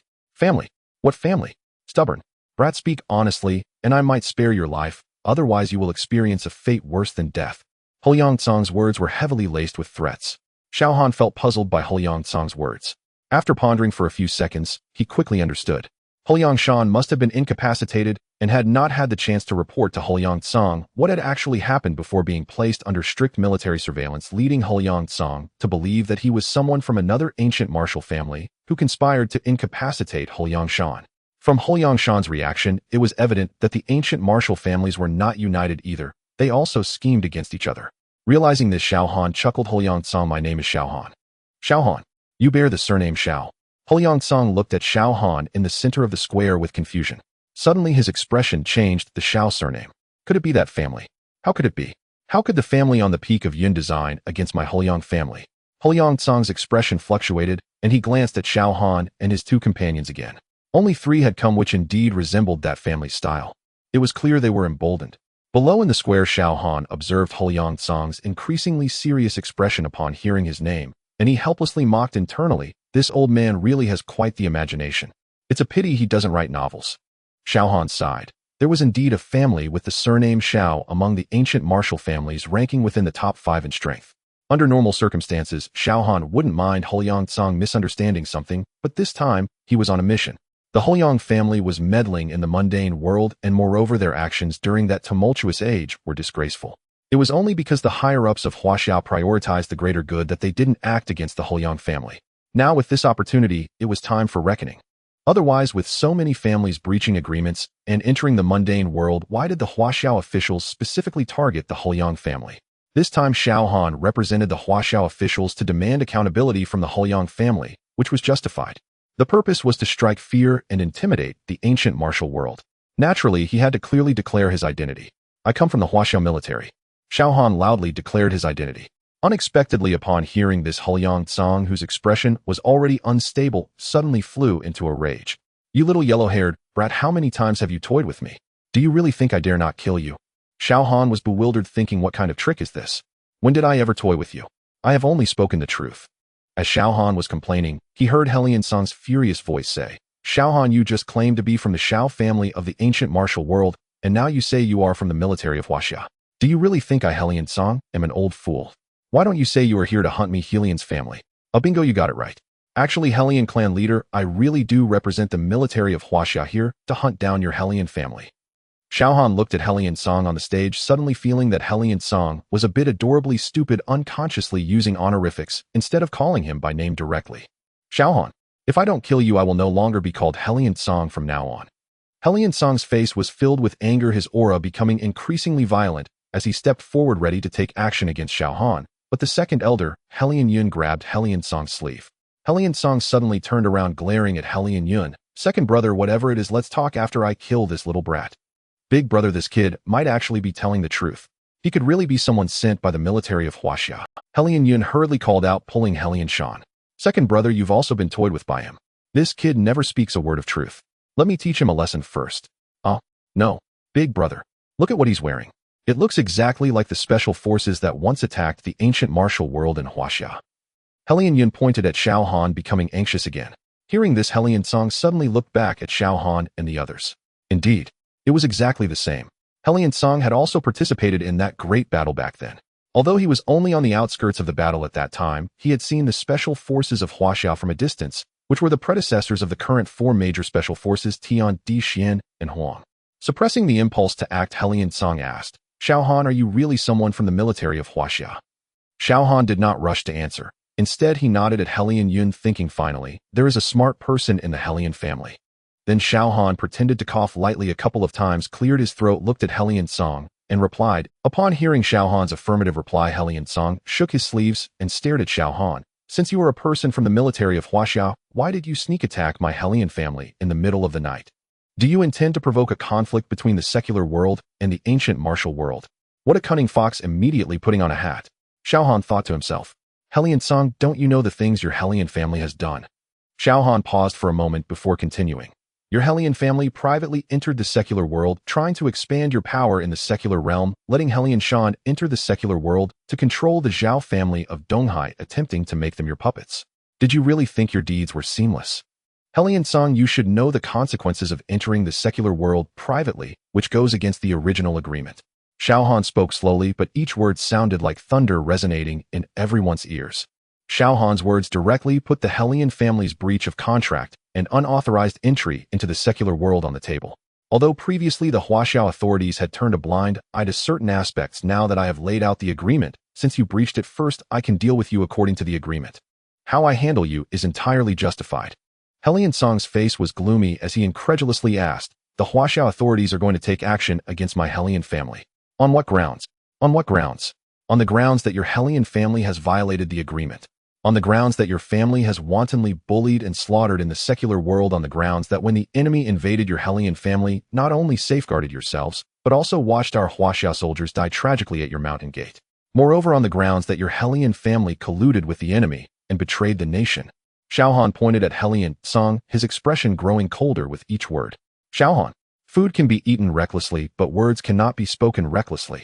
Hellion Song shouted heavily. My Hellion family has never meddled in worldly affairs. What do those boring wars in the secular world have to do with me? Yet you slander me with treason, which is truly malicious. Hearing this, Xiaohan was so enraged that he laughed. What a good statement of what does it have to do with me? The rise and fall of a nation is the responsibility of every citizen. Hellion Song, you truly have lost your mind. If it weren't for your selfishness back, then exposing the army hidden in the mountains of Sichuan to the enemy, would they have died so tragically? Xiaohan roared angrily and continued to shout fiercely, do you want evidence? Every drop of blood spilled from the soldiers who died at your family's gate is evidence. The evil deeds of your Hellion family will surely be recorded in history one by one. Is what he said true? How could that be? How could our Hellion family possibly collude with the enemy? As Xiaohan's rage subsided, the people of the Hellion family began to discuss among themselves. After all, not everyone is willing to be a traitor. Some clan members who usually held Hellion Song in great respect looked up at him with faces full of doubt after hearing Xiaohan's words. Silence. Hellion Song roared at the clan members who respected him greatly. Upon hearing his words, they immediately fell silent, but the doubt in their eyes still persisted. Silence. Hellion Song roared at the clan members who respected him greatly. Upon hearing his words, they immediately fell silent. Hellion Song was furious. This was the greatest secret hidden by the Hellion family, now exposed by Xiaohan on the spot, and his murderous intent surged. Xiaohan, you claim to represent the Huaxia military. What exactly is the purpose of your visit? Hee. Xiaohan chuckled lightly, speaking each word clearly, to eliminate traitors. Rest in peace, brave souls. The 8 words were deafening. Ha ha ha. Hellion Song laughed loudly as if he had heard a joke, pointing at Xiaohan and his companions to mock. Just the 3 of you. Isn't that a bit too arrogant? You should know that when you sent an entire special forces team to encircle our ancient martial world, countless lives were lost before it ended, and now you think a mere 3 of you can annihilate my Hellion family. Truly laughable. Your Hellion family is ultimately not the entirety of the ancient martial world. To destroy you, 3 of us are enough.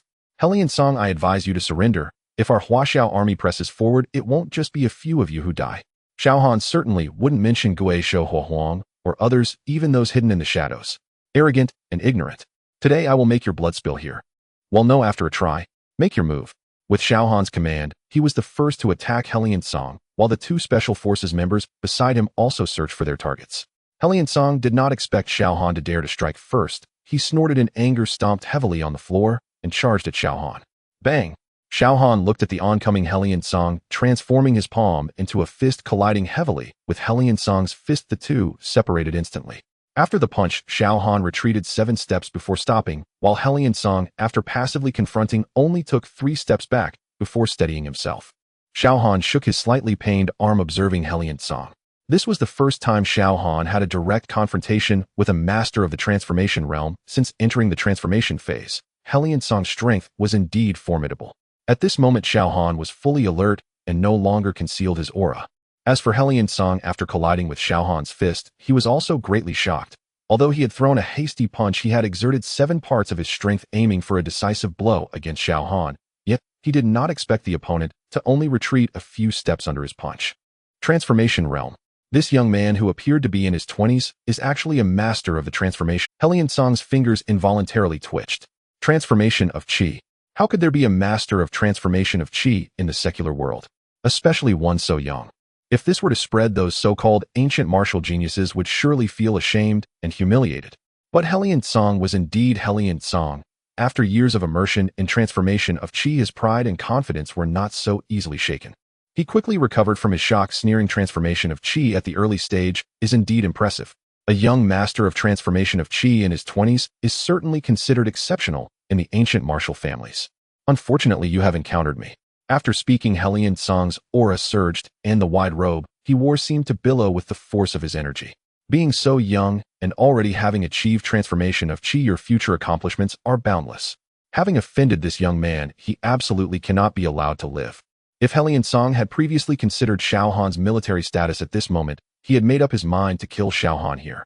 With his hands clasped behind his back, his imposing aura suddenly intensified, and the terrifying pressure of transformation of Qi was released like a tidal wave, causing the Hellion family disciples in the square to retreat several steps, their faces showing awe. Hellion Song's robes moved without wind, and the bluestone slabs beneath his feet emitted faint cracking sounds as the air within a radius of several meters around him seemed to twist. Xiaohan, after you die, I will surely find you a better grave. After all, I have never killed a master of transformation of Qi at such a young age. Hellion Song's voice rumbled like thunder in the night sky. Old man who dies is still uncertain, Xiaohan retorted while continuously adjusting his state. Today I will let you know that there are differences even among masters of transformation of Qi. How bold you are to bring these few people to storm into the Hellion family's gate, truly a newborn calf, not afraid of tigers. With those two useless dark energy users behind you today, you are like lighting a lantern in the toilet, looking for The other two Special Forces members, after shaking off their opponents, expressionlessly drew handguns from behind their waists, aiming them at Hellion Song. Hellion Song looked at the two team members, chuckling until tears came out. Firearms. You dare to think you can use a handgun against a master of transformation of Qi? Indeed, they are mere mortals of the secular world, completely unaware of what it means to reach the peak of martial arts. The reaction speed, movement skills, and vigor of a master of transformation of Qi are beyond what your scrap metal can. Before Hellion Song could finish, he was interrupted by a deafening explosion.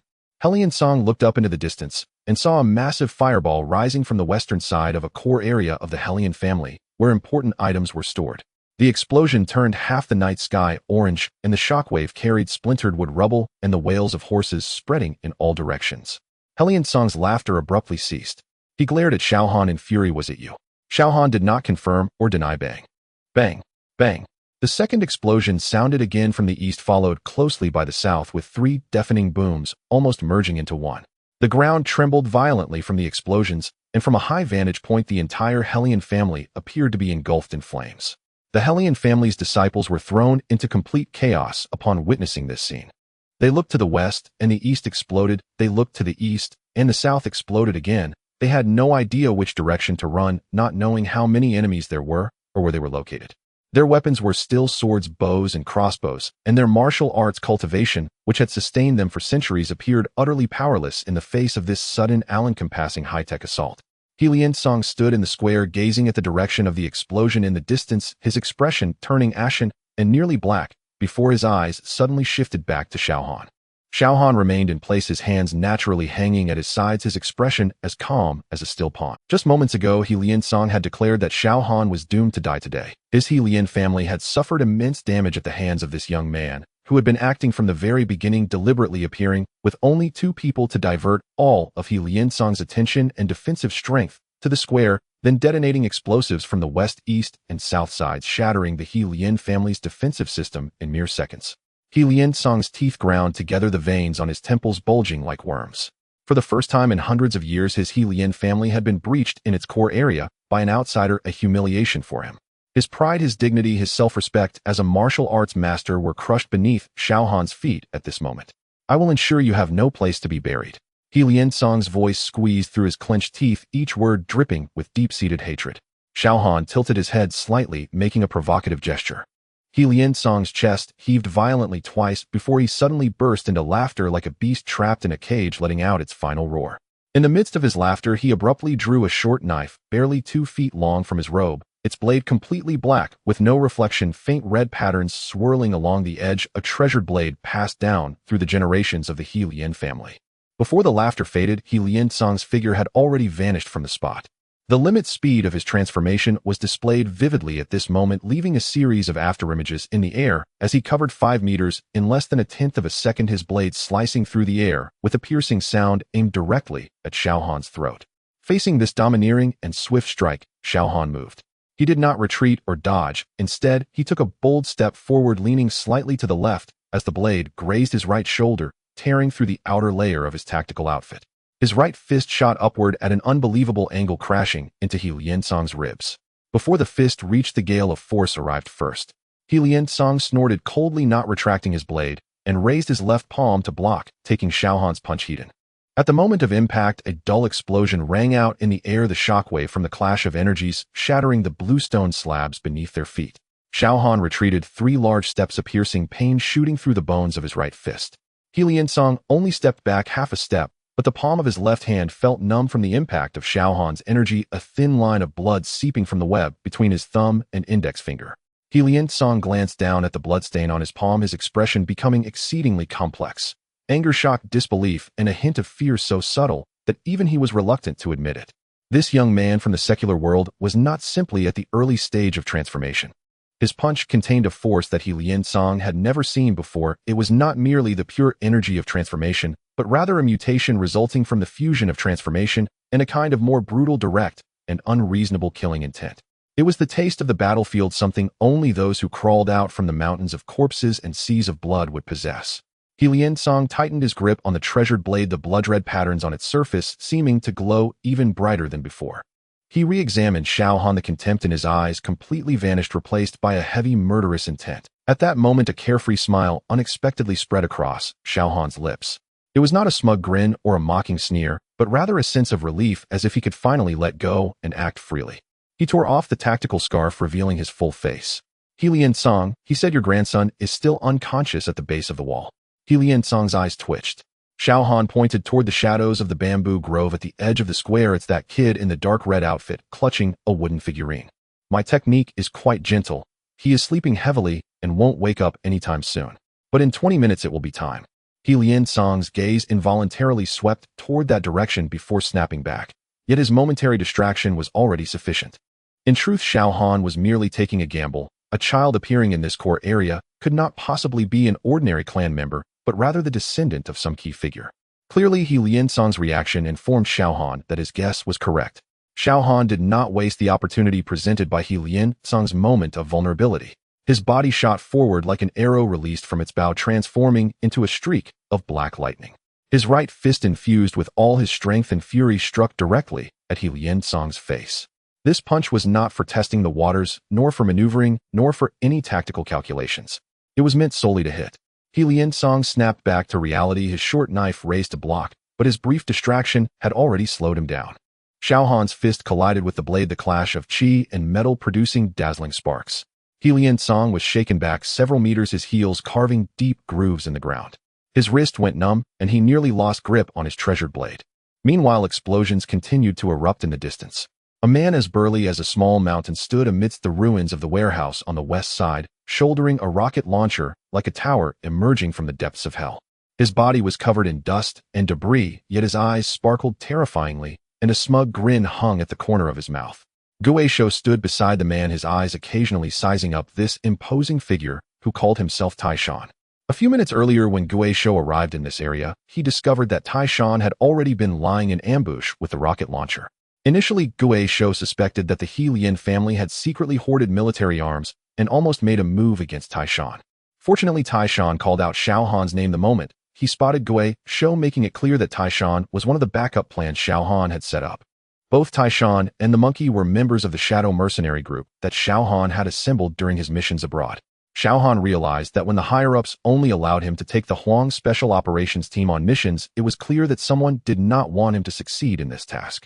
Xiao Han was incredibly clever. If they wouldn't let him take military personnel, then he would bring other helpers instead. Later, Xiao Han reached out to Taishan, asking him to find a way to infiltrate the He Lian family and create chaos. Unexpectedly, Taishan shared Xiao Han's ideas and blew up the He Lian family's warehouse. However, Taishan's methods were a bit too violent, as he began to fire relentlessly while shouldering the rocket launcher, stirring up a wave of bloodlust in Guisho. Occasionally glancing at Taishan, Guisho marveled inwardly, so fierce. Meanwhile, at a high point in the southeast, Yin Yan's finger steadied on the trigger of her sniper rifle. In the thermal imaging scope, everything around the He Lian family's main building was laid bare. Those hiding behind pillars, crouching in corners, or attempting to organize a counterattack were all within her clear sight. She pulled the trigger. A small leader of the He Lian family who was directing his brethren to advance northward fell to the ground, in response a bullet piercing through his left chest and exploding a large hole in his lung. Before the surrounding people could react, a second bullet had already penetrated another person's skull. Death descended silently from the darkness, 400 meters away, precise, cold, and unavoidable. The situation in the square had completely spiraled out of control. He Lian attempted to regroup his forces, but before he could finish his words, he was forced to take cover behind a stone pillar by a barrage of bullets shot from the west. These bullets were not fired randomly. Their impact points accurately severed the connections among the He Lian family's members, isolating them into small separate groups. In the distance, the sounds of gunfire explosions and screams intertwined, casting a fiery glow across half the sky. On the west side, Taishan collapsed several houses with a rocket launcher, while the crack of Eagle Eye's sniper rifle resonated in the night sky, each shot claiming the life of a member of the Hellion family. Meanwhile, the old ghost charged out and engaged the Hellion family members, striking with precision. Soon the Hellion clan was overwhelmed by the coordinated attacks of the three, scattering in all directions. At the center of it all, the duel between Xiao Han and Hellion Song was just beginning. Hellion Song steadied himself, watching as Xiao Han slowly approached, suddenly realizing a crucial issue. From the very beginning, Xiao Han might not have feared being discovered by him. Xiao Han might have intentionally used himself as bait to attract the attention and defensive strength of the entire Hellion family, allowing others to gradually erode the Hellion family's power from the periphery. Xiao Han's true goal was never to defeat him in a direct confrontation, but to completely dismantle nearly a century's worth of the Hellion family's accumulated power in the shortest time and with the least cost. Hellion Song tightened his grip on the treasured blade in his hand, the blood-red patterns on the blade glowing brighter, as if sensing the killing intent and rage surging within its master's heart. Yet he also understood. Tonight's battle, regardless of whether he could kill Xiao Han, the Hellion family had already lost. Being so thoroughly destroyed was an utter humiliation. If this news reached the ancient martial arts world, the Hellion family would surely become a laughingstock. As this thought crossed his mind, Hellion Song's expression grew increasingly grim. Xiao Han stopped 5 steps away from Hellion Song, flexing his injured right fist, the joints cracking audibly. His gaze crossed over Hellion Song's shoulder, taking a glance at the flames already engulfing the eaves of the main building's 3rd floor before returning to Hellion Song's grim face.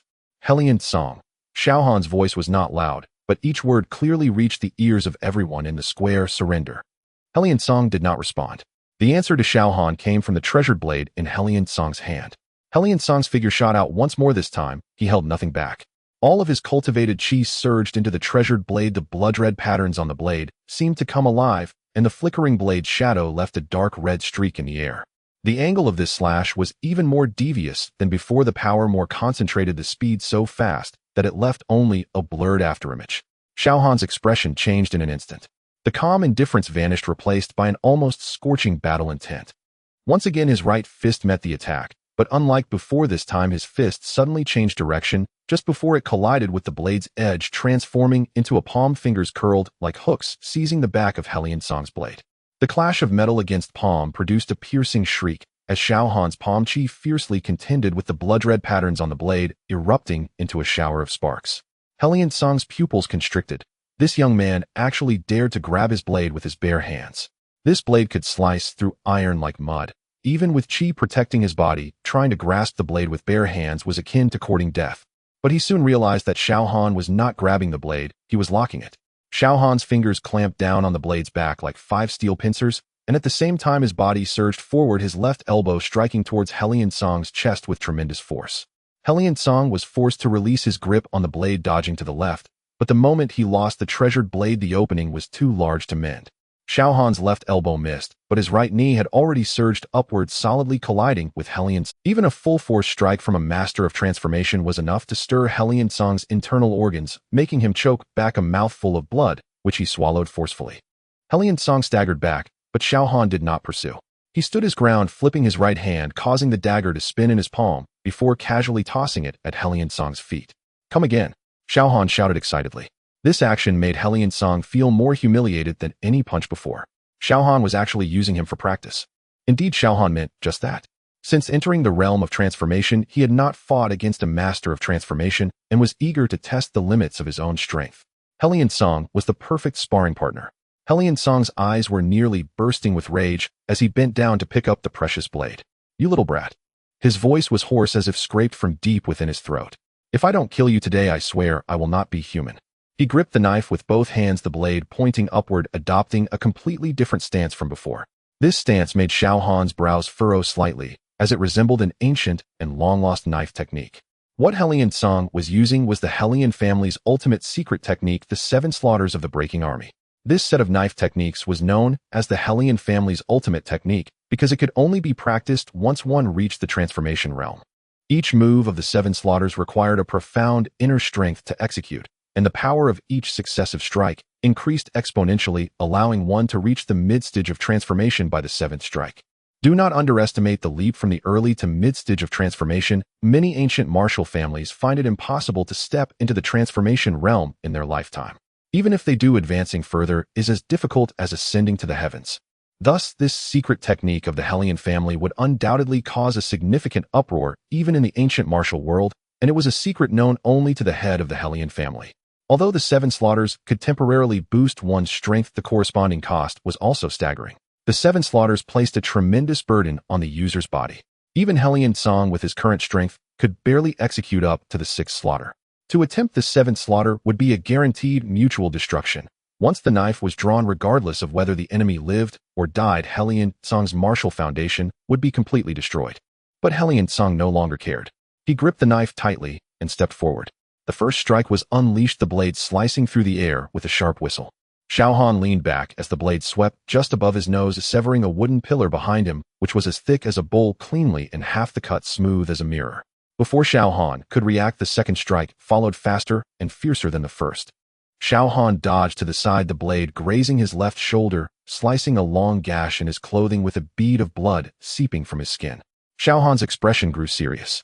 Faced with Hellion Song's domineering attacks, he showed no signs of panic. Instead, he became increasingly exhilarated. For the third strike, Xiao Han did not evade.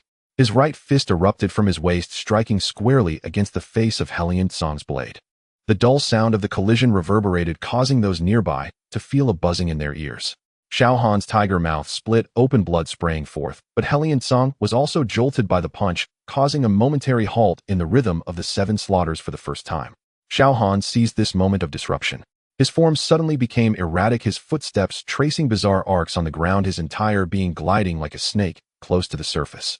This was not the movement style of any ancient martial school. It was an instinct honed through countless life-and-death situations on the battlefield. No techniques, no patterns, only pure direct and effective evasion and counterattacks. In the fourth move, Hellion Song's blade pierced through Xiao Han's side, tearing his clothes and carving a deep gash, while Xiao Han's attire was already in tatters, appearing somewhat disheveled. In contrast, Hellion Song seemed to grow stronger with each battle. The members of the Hellion family, witnessing their clan leader gradually gaining the upper hand, cheered loudly for Hellion Song. The clan leader is mighty. In the fifth move, the blade swept just above Xiao Han's head, nearly severing half of his skull. Fortunately, Xiao Han managed to change his posture in time, leaning back and ducking narrowly to avoid it, only for Hellion Song's prize sword to merely slice off a few strands of his hair. After a few exchanges, Hellion Song's heart gradually sank. His breaking Army 7 forms had reached the fifth move, its power escalating to a terrifying degree, yet every strike was narrowly avoided by Xiao Han, akin to trying to cut a loach with a large blade. Despite the close proximity, the strike just could not land. More terrifyingly, Xiao Han was continuously advancing during his evasions. The distance between them had shrunk from 5 steps to 3, then to 2, and finally to 1.5 steps. In the sixth move, Hellion Song's hands bulged with veins as he swung the blade at an angle that seemed to defy human biomechanics, the air appearing to tear apart, carrying an aura that threatened to annihilate everything as it slashed towards Xiao Han's face. This strike was unavoidable. Xiao Han finally chose not to evade. His right arm shot up suddenly, with his forearm positioned horizontally in front of him. Seeing this, Hellion Song's face lit up with joy, unaware of your impending doom, attempting to stop a car with your bare hands. How dare you think he could block me with his flesh and blood? The other onlookers from the Hellion family, witnessing Xiao Han block the blade with his arm, were equally excited, assuming Xiao Han was left with no options and was making a desperate gamble, certain he would soon be cleaved to death by Hellion Song. Meanwhile, the two Special Forces members, while dealing with their own opponents, noticed Xiao Han's movements from the corner of their eyes, their hearts racing with trepidation. As expected, the blade ruthlessly sliced through the fabric of Xiao Han's arm, and just as everyone thought the outcome was sealed, a metallic clang echoed as Xiao Han's clothing shattered upon impact. A dragon-scale dagger was revealed on the outside of his arm. It turned out that when Hellion Song's strike came, Xiao Han had already pressed the dagger against his arm, blocking the overwhelming blow from Hellion Song. The force reverberated through Xiao Han's arm, leaving it slightly numb and trembling, while the flagstones beneath his feet shattered from the impact. Hellion Song's blade pressed against the dragon-scale dagger, yet the surface of the dagger remained undamaged, showcasing its extraordinary hardness. After the strike, Hellion Song looked at Xiao Han in disbelief, momentarily stunned. How could he block the 6th kill from the breaking Army 7 forms? Just how strong is he? Seizing the moment of Hellion Song's distraction, Xiao Han's left hand immediately swung a punch towards Hellion Song's chest. This punch was devoid of any frills, no change of moves, no feints, just a simple punch. But this punch carried more force than the sum of all his previous strikes, enough to create a series of cracking sounds from Helian Song's ribs and send his body flying backward like a kite, with a severed string crashing into the stone pillar of the main building's entrance, leaving a crack in the pillar. Helian Song slid to the ground, his treasured blade slipping from his hand, clanging against the flagstones a few times before coming to a stop. A dent formed in his chest, and he coughed up blood in great gulps, staining his grizzled beard and clothes. His eyes remained wide in disbelief as he stared at Xiao Han, as if questioning him. How could you possibly withstand that strike? Xiao Han said nothing, walking towards him step by step. Xiao Han's clothes were in tatters, with some areas still bleeding, resembling a bloodied figure appearing somewhat tragic. Yet his steps remained steady and his breathing calm, as if the earlier strike had merely grazed his skin. Helian Song attempted to rise, but his body no longer obeyed him. The backlash from the breaking army sixth form was tearing through his meridians, and with Xiao Han's punch breaking 3 of his ribs, his internal organs were bleeding in multiple places. He wished to speak, but the blood foam that gushed from his mouth only allowed him to emit indistinct sounds. Xiao Han halted before Helian Song, looking down at him from above. Breaking army 7 forms, Xiao Han said calmly, you forced yourself to use the 6th form. Without mastering it, your meridians cannot withstand the backlash. Even if I do not kill you, you are already crippled. Helian Song's eyes widened in shock. Xiao Han knows the breaking army 7 forms. How could he know the name of the Helian family's ancestral secret technique? How could he be aware of the limitations and costs of this swordplay? Xiao Han did not explain. Holding the dragon scale dagger in his right hand, he slowly approached Helian Song's side. When dealing with a master of transformation, one must never let down their guard, otherwise the final counterattack of such a master could lead to unpredictable consequences. Thus Xiao Han planned to first incapacitate Helian Song's limbs. Helian Song looked up at Xiao Han before him, his face ashen. He truly did not want to believe that someone as young as Xiao Han could defeat him. Just as Xiao Han was about to make his move, an overwhelming killing intent surged from the direction of the Helian family main building, pressing down upon every individual in the square like an invisible mountain. The sense of oppression was several times stronger than when Helian Song fully unleashed his aura, so powerful that Xiao Han instinctively halted his movements. This killing intent enveloped the entire square, yet its focus was solely on Xiao Han.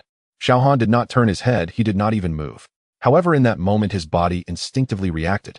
The internal energy of transformation surged wildly within him, his muscles tensed to the limit, and every cell screamed the same signal. Danger, extreme danger. A figure emerged from the shadows behind the main building. It was an old man.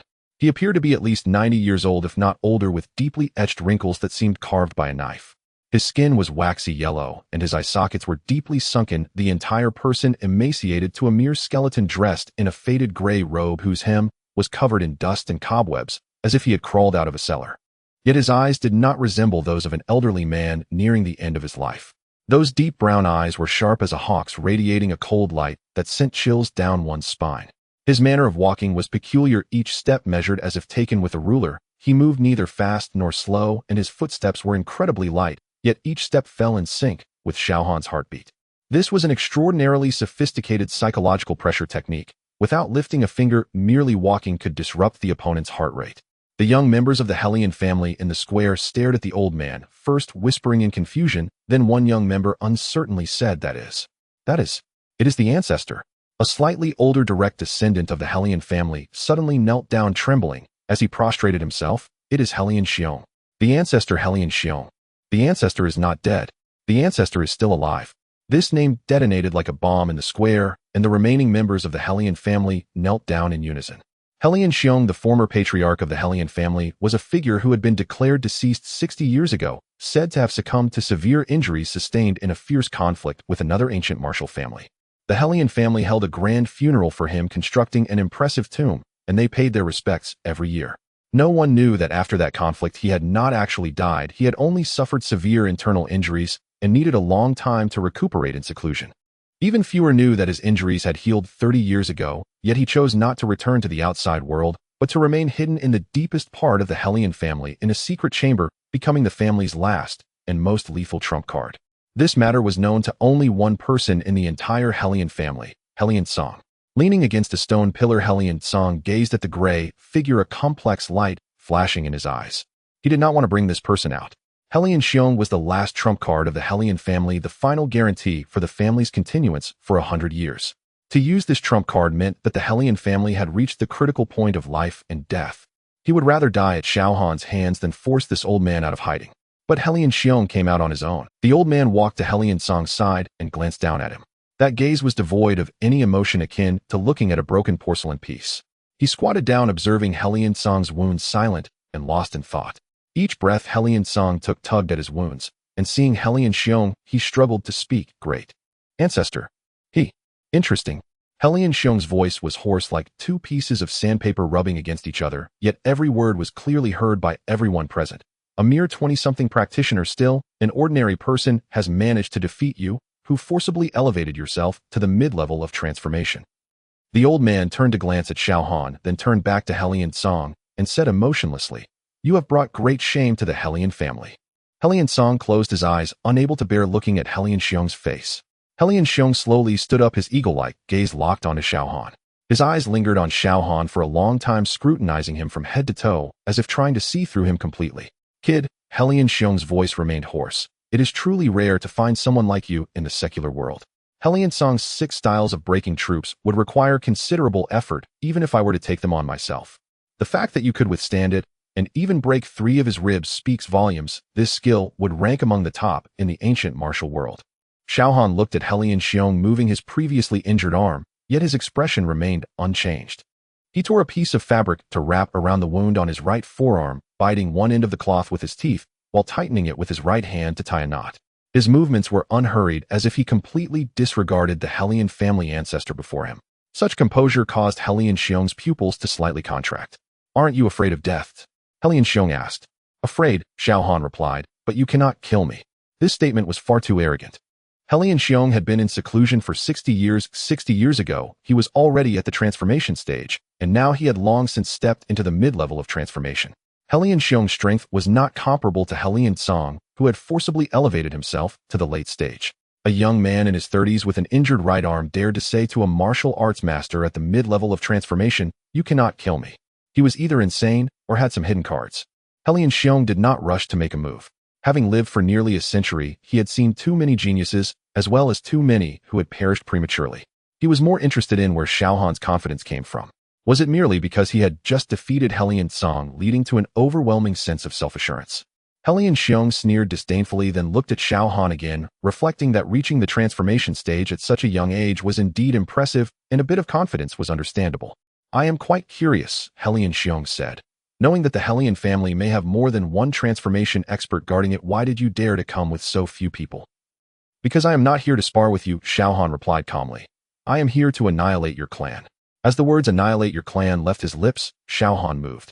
He did not wait for Helian Xiong to strike first, but initiated the attack himself. This was something no one present had anticipated. A practitioner at the early stage of transformation dared to strike first against a seasoned expert at the mid-level of transformation. Although Xiao Han's right arm was injured, he used his left fist. The left fist shot out explosively from his waist, aimed directly at Helian Xiong's face. The speed of this punch was to the utmost limit, with the wind howling around it, and the air seemed compressed into a visible ripple. Helian Xiong snorted coldly, his right palm positioned in front of him to receive the punch.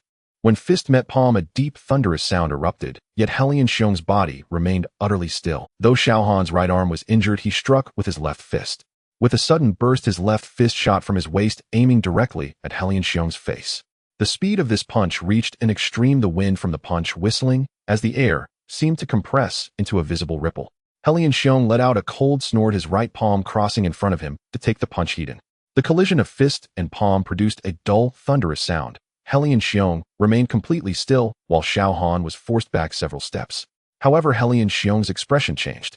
It wasn't due to the power of Xiao Han's punch, but rather because the force behind it felt extraordinarily strange. It was not merely pure internal strength, but a fusion of internal force and a more direct, violent, and unreasonable power. This kind of force lacked any technique. It was a pure combination of strength, speed, and killing intent. It was a fighting style forged through countless battles, devoid of any unnecessary movements, each punch aimed at taking life. A hint of gravity finally appeared in Helian Xiong's eyes. "Interesting," he said. Just as he finished speaking, his figure had already appeared in front of Xiao Han. The terrifying speed of the mid-stage internal strength left Xiao Han only able to catch a glimpse of a gray shadow before Helian Xiong's right palm struck his chest. Xiao Han had no time to evade and crossed his hands to protect his chest, taking the blow heat in. With a loud bang, his body slid back 5 or 6 meters, his feet carving deep grooves into the ground, a trickle of blood seeping from the corner of his mouth. Helian Xiong did not give him a chance to breathe. After delivering the palm strike, he followed up with his body, his left fist swinging upward to hook at Xiaohan's chin. This was a variation of the top heart elbow from the 8 Extremes fist, where fist and elbow came together in one seamless motion. Xiaohan abruptly tilted his head narrowly, avoiding Helian Xiong's fist, which grazed past his ear, the wind from the punch causing pain at the base of his ear. At the same time, Xiaohan's right knee suddenly thrust upward, crashing into Helian Xiong's abdomen. Helian Xiong retracted his fist and pressed down, using the base of his palm to block Xiaohan's knee strike, while simultaneously turning his body to deliver a sweeping kick aimed at Xiaohan's waist. The power of this kick was immense, the wind howling as if an iron rod was sweeping through. Xiaohan had no time to dodge and could only lower his body to take it, crossing his left arm to shield his waist. As their limbs collided, Xiaohan felt as if his left arm had been struck by an iron rod, instantly losing sensation, and he stumbled sideways for several steps. After 2 exchanges, Xiaohan was forced back, twice, blood at the corner of his mouth, his left arm numb. Helian Xiong is indeed a seasoned master of internal strength, incomparable to those like Helian Song, who forcibly enhanced their abilities. Xiaohan stared sternly at Helian Xiong, secretly contemplating. Opposite Xiaohan, Helian Xiong did not pursue. He stood in place, flexing the knuckles of his right hand. The palm that had just taken Xiaohan's punch now throbbed faintly in pain. This young man's bones are absurdly hard, nearly like they are forged from iron. You are quite impressive. Helian Xiong suddenly praised Xiaohan, a hint of regret flashing inexplicably in his eyes as he looked at him. Xiaohan shook his numb left arm, wiped the blood from the corner of his mouth, and while staring intently at Helian Xiong, he rapidly pondered how the combat techniques of soldiers differed fundamentally from those of ancient martial arts masters. Ancient martial arts masters emphasized techniques, routines, and the flow of internal strength, while the combat techniques of soldiers have but one purpose: to kill the opponent in the shortest time possible. There are no frills, no probing. Every strike is a killing blow. This fighting style holds an advantage against equally matched opponents, but it appears too crude when facing an opponent whose strength far exceeds one's own. With both his strength and speed inferior to Helian Xiong's, even the most refined combat techniques would struggle to bridge the gap in realm. Xiaohan took a deep breath, his legs slightly bending his center of gravity, sinking his left fist held at his waist, while his right arm, though injured, remained in a defensive posture. His breathing became long, and even his gaze shifting from sharp to calm. He was adjusting himself. Helian Xiong noticed this change. Xiaohan's aura had shifted. It hadn't grown stronger, but had become more restrained. Just moments ago, he was like a blade drawn from its sheath, exuding sharpness. Now he seemed to have sheathed that blade again, leaving one uncertain of when he might draw it once more. Aren't you still unwilling to give up? Do you wish to exhaust me? Helian Xiong let out a cold laugh, saying, at 90 years old, my stamina indeed pales compared to your youth. But how long can a mere early-stage practitioner like you last? He strode forward, his palms flying with precision, the essence of Baji Quan vividly displayed in his hands. Crush, shake, thrust, strike. Each move was fierce and domineering, powerful and heavy.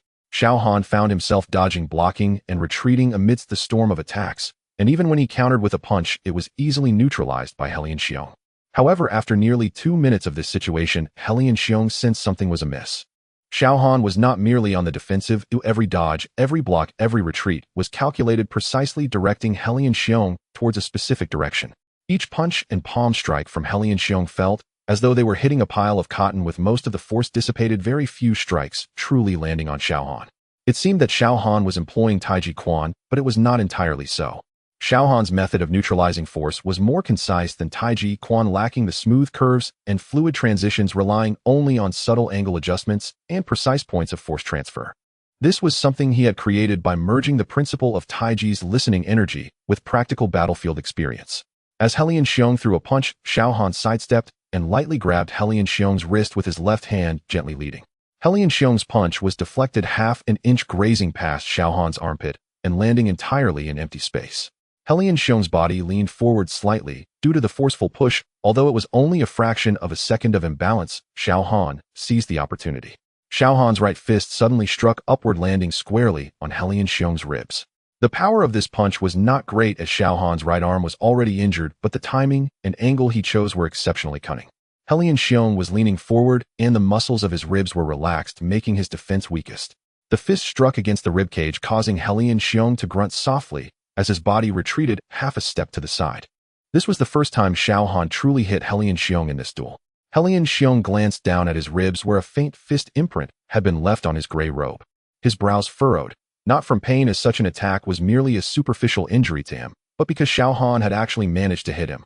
A young man in the early stage of transformation had struck a mid-stage martial arts master. Although it was only one punch and caused little actual harm, it was inherently an impossible feat. Helian Xiong raised his head, and his gaze towards Xiao Han had completely changed. No longer was there contempt or curiosity, only pure grave killing intent. This young man cannot be spared. Helian Xiong took a deep breath, his fists crossing in front of him, the joints of his fingers cracking sharply.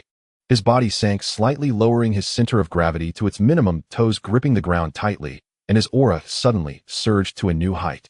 Baji Quan, the 6 Great Openings. The 6 Great Openings is the pinnacle of Baji Quan, emphasizing the perfect fusion of 6 types of power application: top, embrace, single, lift, hook, and tangle. When a punch is executed, these 6 powers overlap exponentially, increasing its might. Having practiced Baji Quan for 70 years, Helian Xiong had already mastered the 6 Great Openings to perfection, but he had never showcased it in front of others in the past 60 years. His right fist slowly pushed out from his waist, moving at an extremely slow pace, slow enough for everyone present to clearly see the trajectory of his fist. But Xiao Han's expression changed. That punch, although seemingly slow, actually locked down all his escape route. The slowness was merely superficial. It was because Helian Xiong's power was so concentrated that even the air was thickened by his fists, might causing his fist to move through this viscous air and appear slow. But if you were in that situation, you would find that no matter which direction you tried to dodge, that punch would precisely find you at the last moment. This was a guaranteed hit. Xiao Han did not retreat or dodge. He charged straight towards Helian Xiong's fist. Everyone thought he had gone mad. Helian Xiong's 6 Great Openings with a single punch capable of shattering a stone tablet, and Xiao Han, an early-stage practitioner with an injured right arm, actually took the initiative to meet it head-on. Was this not courting death? Could it be that Xiao Han realized he couldn't win against Helian Xiong and was prepared to fight to the death? Yet in Xiao Han's eyes there was no madness, only a chillingly calculated composure. His left fist met Helian Xiong's right fist unerringly. At the moment of impact between their fists, a dull thunderclap exploded, sending gravel and debris within several meters scattering in all directions from the blast of force. Xiao Han's left arm went numb instantly, a searing pain shooting through his bones. Whether cracked or broken, he could not tell. His body hurtled backward, somersaulting twice in midair before stumbling several steps upon landing to barely regain his balance. Yet Helian Xiong's fist had been blocked. Helian Xiong stood still, staring at his own right fist, his eyes brimming with disbelief. Not because Xiao Han had blocked his 6 major openings, but because he sensed the power erupting from Xiao Han's left fist far surpassed the early stage of transformation force. The force of that punch was nearly comparable to the mid-stage of transformation force. This young man had been hiding his true strength all along. From the moment he stepped into the Helian estate, he had never revealed his real power. If defeating Helian Song had not required his full effort, then how much strength had he used in that punch blocking Helian Xiong's 6 major openings? What was his true cultivation level? If the outside world learned that this young man, after effortlessly defeating an early-stage transformation force expert, could then battle a mid-stage transformation force expert while still holding back, Helian Xiong dared not imagine the colossal storm it would stir. Xiao Han gave Helian Xiong no time to ponder. After being blasted backward and landing, he stomped his right foot against the ground, launching himself back like a cannonball. With his left arm hanging limp and useless, he fought with his right fist. The wound on his right arm burst open again amidst the violent motion, blood trailing from his fist in an arc through the air. He was like a wounded beast charging forward instead of retreating, growing fiercer with each strike. Helian Xiong was forced back several steps by this reckless, life-risking assault. Not because he could not withstand it, but because every punch Xiao Han threw was aimed at a mutual kill. If you do not block, this fist will break 3 of your ribs. If you block, I will headbutt your face. If you dodge, I will cling to you and fight to the death. This was no sparring match. It was a fight for survival. Helian Xiong finally grew enraged. As a mid-stage transformation force martial grandmaster, being pushed to such a corner by a young man in front of so many onlookers was humiliating regardless of the outcome. He struck out with both fists, unleashing the full power of the 6 major openings without reservation, landing one punch squarely on Xiao Han's chest. Xiao Han's body arched violently as he spat out a mouthful of blood, tumbling across the ground for several revolutions, leaving a trail of horrifying crimson. Xiao Han lay still on the ground, only the rise and fall of his chest indicating he was still alive. He shouldn't be able to get up now, should he? Helian Xiong panted heavily, thinking to himself. After all, this punch had almost exhausted his full strength. Any ordinary martial artist would have no chance of standing up again. But Xiao Han was no ordinary martial artist. Seconds later, Xiao Han propped himself up with his hands and struggled unsteadily to his feet. When Xiao Han rose from the ground, the tactical suit on his chest had been shredded by Helian Xiong's fist force, revealing a large patch of livid purple bruising on his skin. His left arm hung low, and though the bleeding on his right arm had stopped, the entire forearm was swollen and glistening, a sign of deep muscle hematoma. Blood trickled from the corner of his mouth. His breath was heavy and scalding, yet his eyes still blazed with startling brightness. Helian Xiong stood in place, his breathing far less steady than when he first appeared. Though his 90-year-old body was remarkably well preserved, the storm of attacks he had unleashed had indeed consumed a significant amount of his internal energy. What unsettled him more was that although he had blasted Xiao Han flying 3 times, each time the young man got up and proved even harder to deal with than before. Still able to stand, Helian Xiong snorted coldly, a hint of agitation in his voice that he himself did not notice. Let this old man see how many more times you can rise. He no longer gave Xiao Han a chance to catch his breath, stepping forward with firm strides, his fists striking out simultaneously. The mountain technique of the 8 extremes fist transformed into a hammer blow, with his left fist feinting while the right fist aimed directly at Xiao Han's chest. This punch appeared simple, yet it concealed the entirety of the 8 extremes fist's collapse technique. Before the fist reached him, the wind from the punch had already pressed heavily against Xiao Han's chest. Xiao Han's feet shifted slightly as he took half a step back. According to his previous fighting style, he would have chosen to sidestep and then counterattack from an awkward angle. But this time he did not evade. He sank his waist and sat into a horse stance, raising his left fist from his waist in a transformation of the 8 extremes fist's top elbow meeting Helian Xiong's right fist heaten. The 2 fists collided with a thunderous sound. Xiao Han retreated half a step, while Helian Xiong remained motionless, though his expression changed. It was not because Xiao Han's strength was overwhelming. His punch was far weaker than Helian Xiong's. The change in expression was due to Helian Xiong recognizing Xiao Han's punching technique. 8 extremes fist. Helian Xiong's voice carried a clear hint of surprise. You actually know the 8 extremes fist. Xiao Han flexed his sore left wrist, a slight smile gracing his lips. An old master from Zhangzhou Hebei taught me during my time in the army. The old man said I have no talent for martial arts in this life, just hard bones suitable for practicing the 8 extremes. He paused and added, that old man's surname is Wu, a branch of the Wu family from Zhangzhou. Helian Xiong's pupils constricted. Wasn't this called having no talent for martial arts? At such a young age, he had already reached the stage of transformation. Helian Xiong really wanted to ask, what else would you consider having talent in martial arts? Moreover, the Wu family from Zhangzhou is one of the most authentic lineages of the 8 extremes fist. Although he did not recognize the old master from the Wu family mentioned by Xiao Han, judging from the way Xiao Han executed his punch earlier, it was indeed the authentic style of the 8 extremes without a trace of embellishment. Good, good, good, Helian Xiong exclaimed 3 times, his killing intent and fighting spirit surging simultaneously. I have practiced the 8 extremes fist for a lifetime and have never sparred with a fellow disciple. Since you can use the 8 extremes, then let us fight using the 8 extremes. He crossed his hands, adopting the starting posture of the 8 extremes fist's 6 great, opens the momentum even more fierce than before. Previously, he had used purely lethal moves, each aimed to kill. Now he had intentionally slowed his rhythm, not out of mercy, but to see just how much mastery this young man had achieved with the 8 extremes fist. And Xiao Han's intention was to learn from him. As soon as Helian Xiong displayed the stance of the 8 extremes fist, Xiao Han had resolved to carefully observe Helian Xiong's techniques, to improve his martial arts cultivation and discover his own shortcomings. Xiao Han was like that. He would never miss any opportunity to hone and elevate himself, even if it meant learning from an enemy. If you have something worth learning from, I will learn first, and then strike you down. Xiao Han took a deep breath, the pain in his right arm causing him to frown slightly, yet he still raised both hands, striking a pose for the 8 extremes fist. His stance was lower than Helian Xiong's, his center of gravity heavier, with both elbows tightly guarding his ribs, his gaze piercing through his hands, locking onto Helian Xiong's shoulder joint. This was crucial for observing an opponent's force in a duel using the 8 extremes fist. Both figures moved simultaneously. Helian Xiong's 8 extremes fist was fierce and domineering, each punch unleashing a momentum that shattered stones beneath his feet as he advanced. His hammer blow was broad and open, the power rising from his feet through his waist and hips, reaching his shoulders, then transmitted to his elbows, finally exploding from his fists layer upon layer, with the force surging like tidal waves. Xiao Han's 8 extremes fist, however, exhibited a different style. He lacked the decades of cultivation that Helian Xiong possessed, unable to unleash such overwhelming power, but his 8 extremes fist was more compact, more direct, and more ruthless.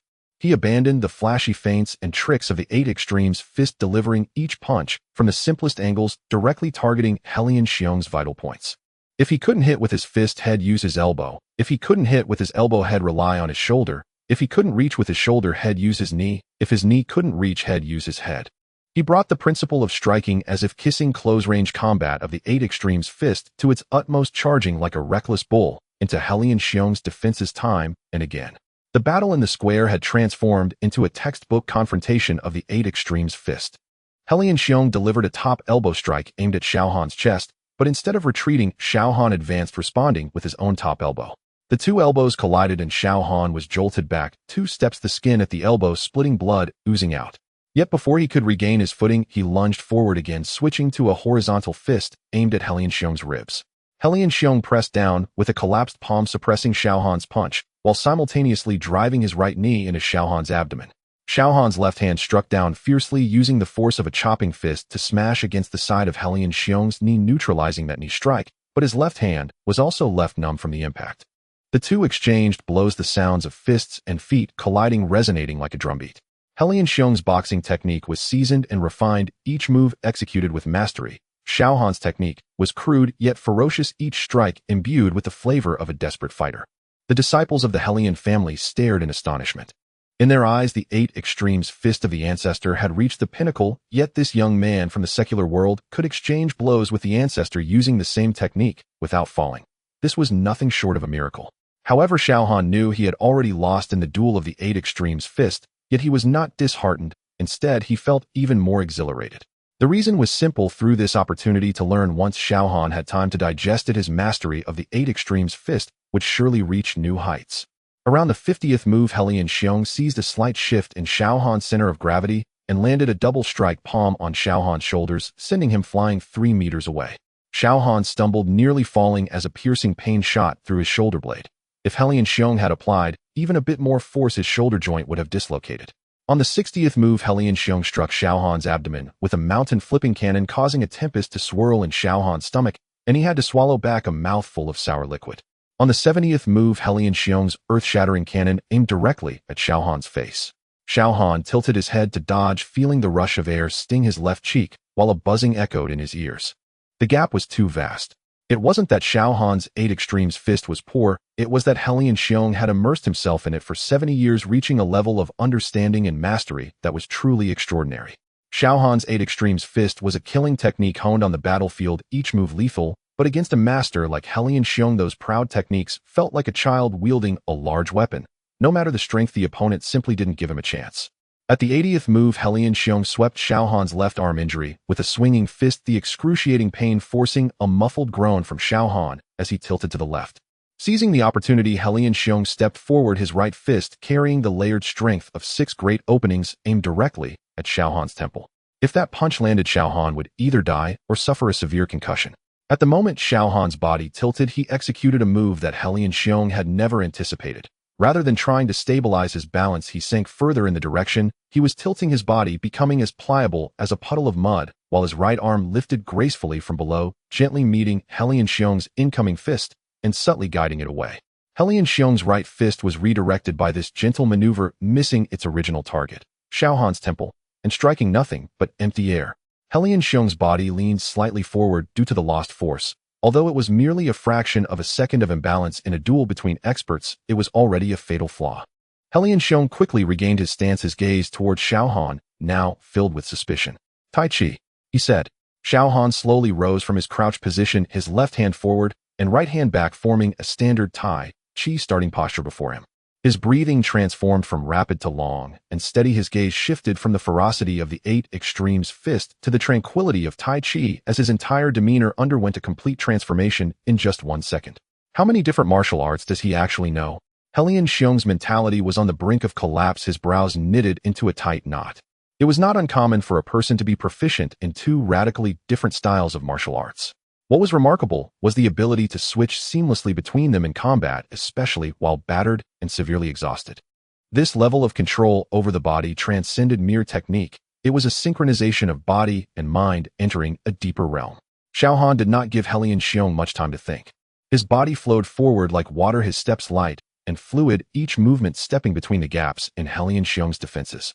The listening energy of Tai Chi was brought to its utmost as his hands lightly touched Helian Xiong's arms like a dragonfly landing on water, neither resisting nor yielding, following Helian Xiong's strength to redirect it. When Helian Xiong delivered a supporting hammer, Xiao Han did not meet it heat-in as before. Instead, he sidestepped, placing his right hand on Helian Xiong's wrist and gently guiding the fierce strength behind him.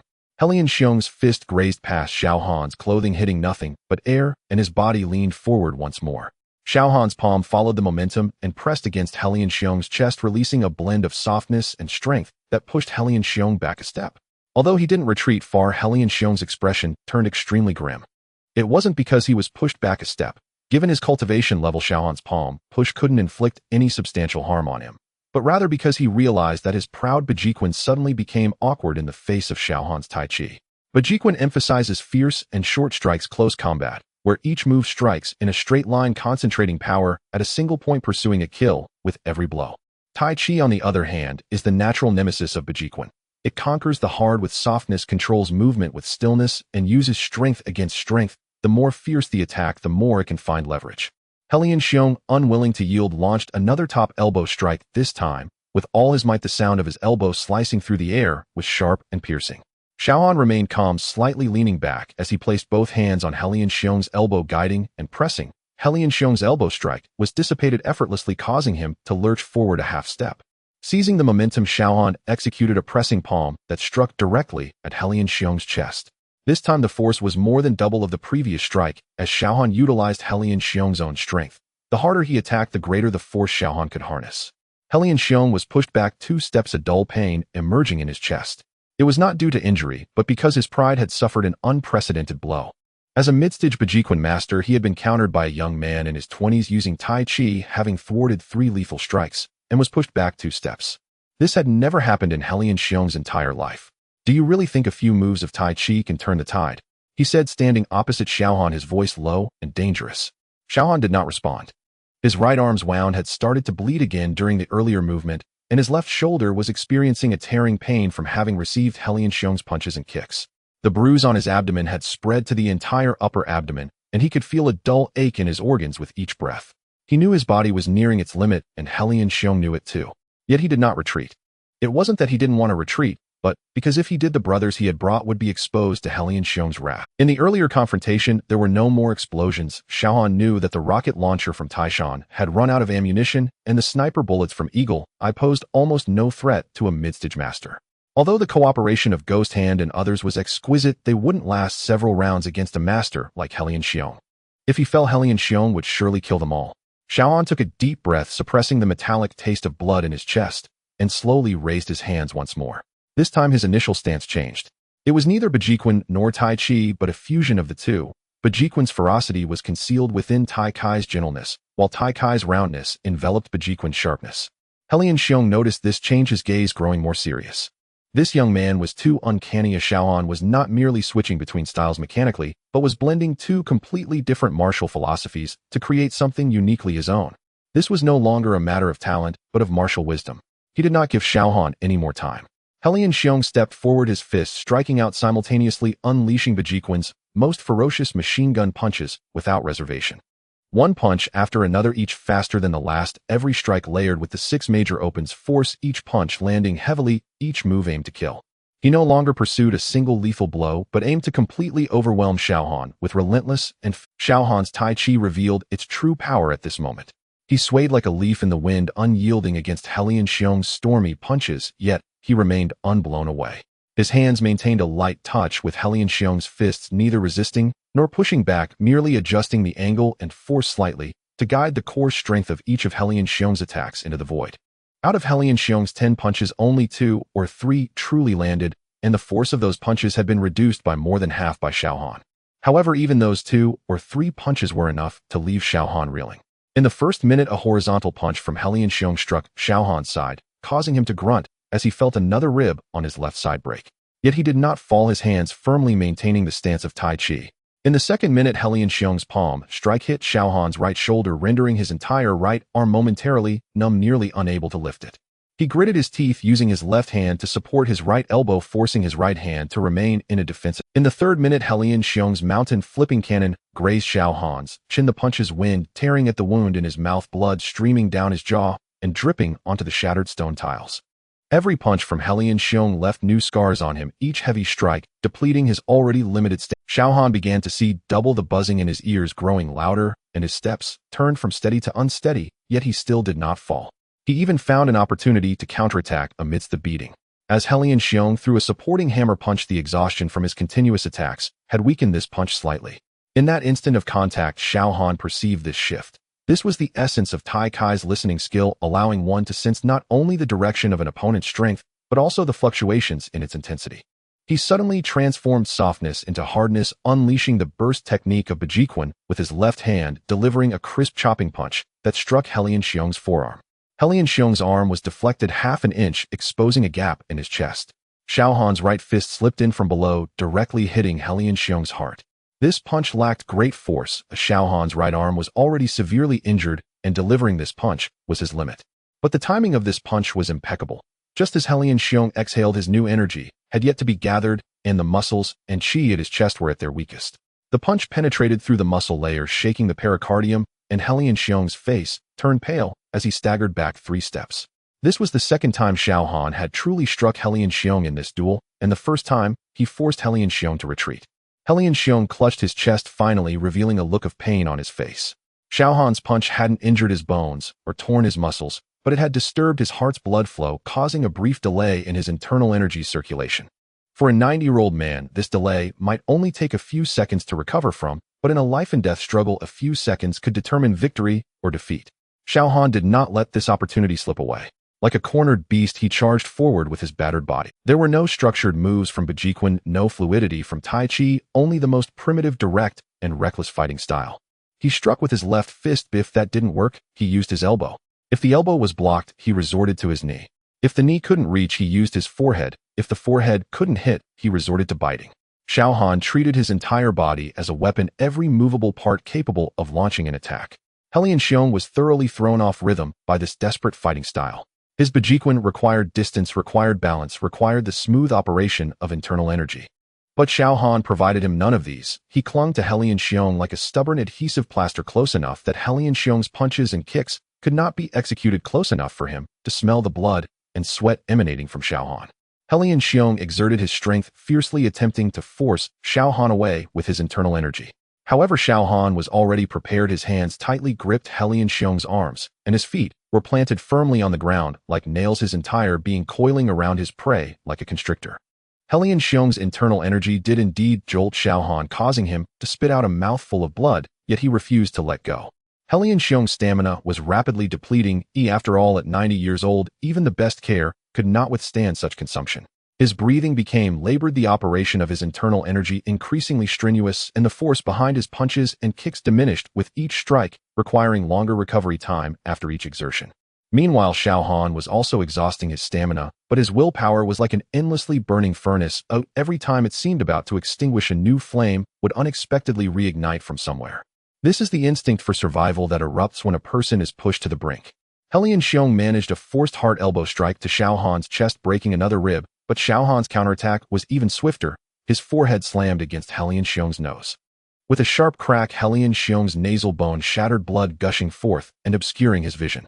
Instinctively, he raised his hand to wipe the blood, but Xiao Han's right fist was already upon him. Xiao Han's punch landed on Helian Xiong's jaw.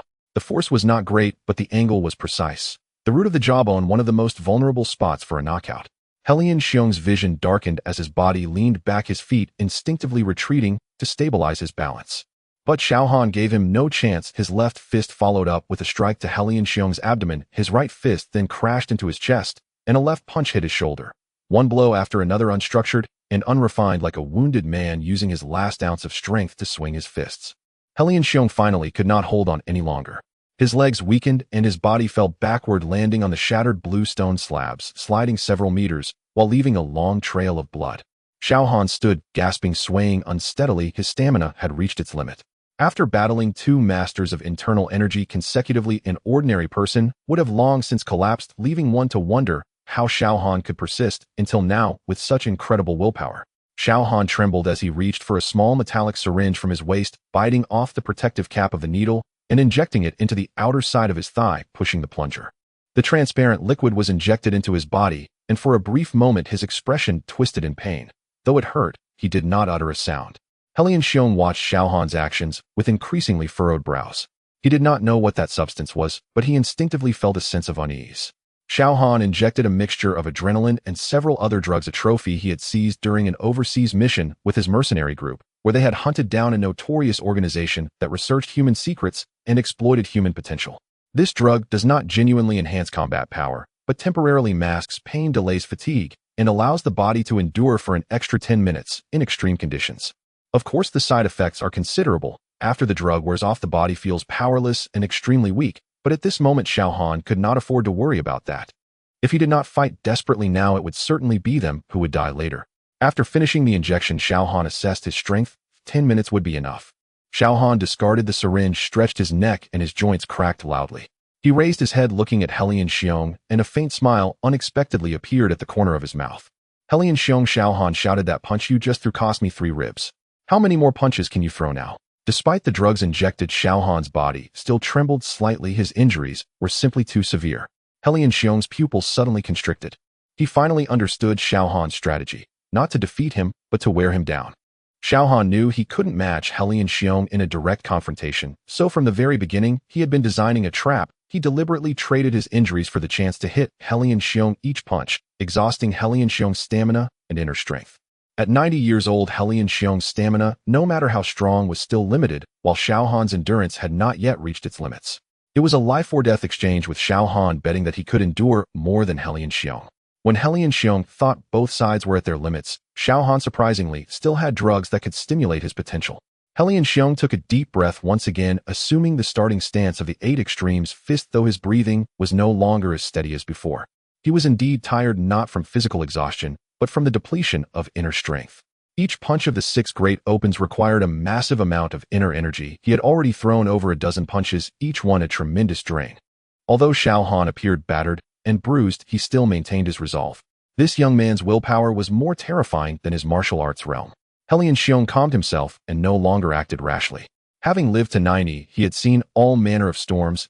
Every strong opponent had their weaknesses, and even the most solid fortress could be breached. He reassessed Xiao Han's stance, breathing rhythm, and weight distribution, searching for that opportunity for a fatal strike. Xiao Han was watching him as well. The two stood facing each other, separated by several steps, neither daring to move first. The night breeze blew through the valley, carrying the fetid sweetness of miasma and the acrid scent of gunpowder. The torches used for lighting on the square had burned down to their ends, their flames swaying in the wind, casting the shadows of the 2 men long and short. The remaining disciples of the Helian family stood at a distance, not daring to breathe. Among them, only a few had seen the great ancestor in action, but none had witnessed him being pushed to this extent. The bloodied young man stood in the center of the square, visibly injured, yet as immovable as a mountain. Helian Song lay beneath the stone pillar. Watching this scene, a feeling surged within him that he had never experienced before. It was neither fear nor anger, but a deep, bone-chilling sorrow. The Helian family's century-old foundation was being destroyed in his hands, and all of it was brought down by a mere little security guard from the secular world. He suddenly wanted to ask Xiao Han, "Who are you really? How strong are you? What other trump cards do you hide?" But the words wouldn't come out. Xiao Han and Helian Xiong moved at the same instant. 2 figures intertwined in the firelight, the sound of their fists and feet colliding echoed in the night sky, like 2 giant hammers repeatedly forging the same piece of iron. 5 minutes later, Helian Xiong could no longer hold on. His legs buckled, and he fell backward, landing on his back, sliding several meters across the shattered blue stone, leaving a long trail of blood. "You have lost," Xiao Han said, looking down at Helian Xiong on the ground. The square fell into complete silence. Helian Xiong lay among the rubble and debris, his nose broken, face covered in blood, and his chest and abdomen marked with bruises and punch marks. His breathing was rapid and chaotic, his inner breath in disarray. He tried to get up, but as he pushed against the ground with his arm, it gave way again. At 90 years old, his body had finally reached its limit. Not because Xiao Han was stronger than him, but because Xiao Han could endure more. Xiao Han ground down Helian Xiong's sharpness with the 8 extremes fist, neutralized Helian Xiong's strength with Taiji, and ultimately exhausted Helian Xiong's stamina through his own flesh and blood. This was not a victory of martial arts, but a victory of will. Xiao Han stood before Helian Xiong, drenched in blood, swaying unsteadily. His left arm could no longer be raised. At least 3 bones in his right fist were broken, and he had no idea how many ribs were broken in his chest. Each breath felt like a knife was digging into his lungs. Yet he still stood. The entire core area of the Hellion family was left with only the crackling sounds of the burning torches and a few distant sporadic gunshots. The remaining disciples of the Hellion family stood around, no one daring to move, no one daring to speak, and even no one daring to look up at Xiao Han. Their great ancestor, the last trump card of the Hellion family, a martial arts master in the mid-stage of transformation, had been defeated by a young man from the secular world. Hellion Song lay beneath the stone pillar watching everything unfold as the last glimmer of light in his eyes extinguished. Hellion Xiong with his murky eyes looked at Xiao Han, his lips trembling, as if he wished to say something, yet ultimately no words escaped his lips. His 90 years of martial arts career, 60 years of enduring patience and concealment, and the last hope of the Hellion family, all turned to ashes this night.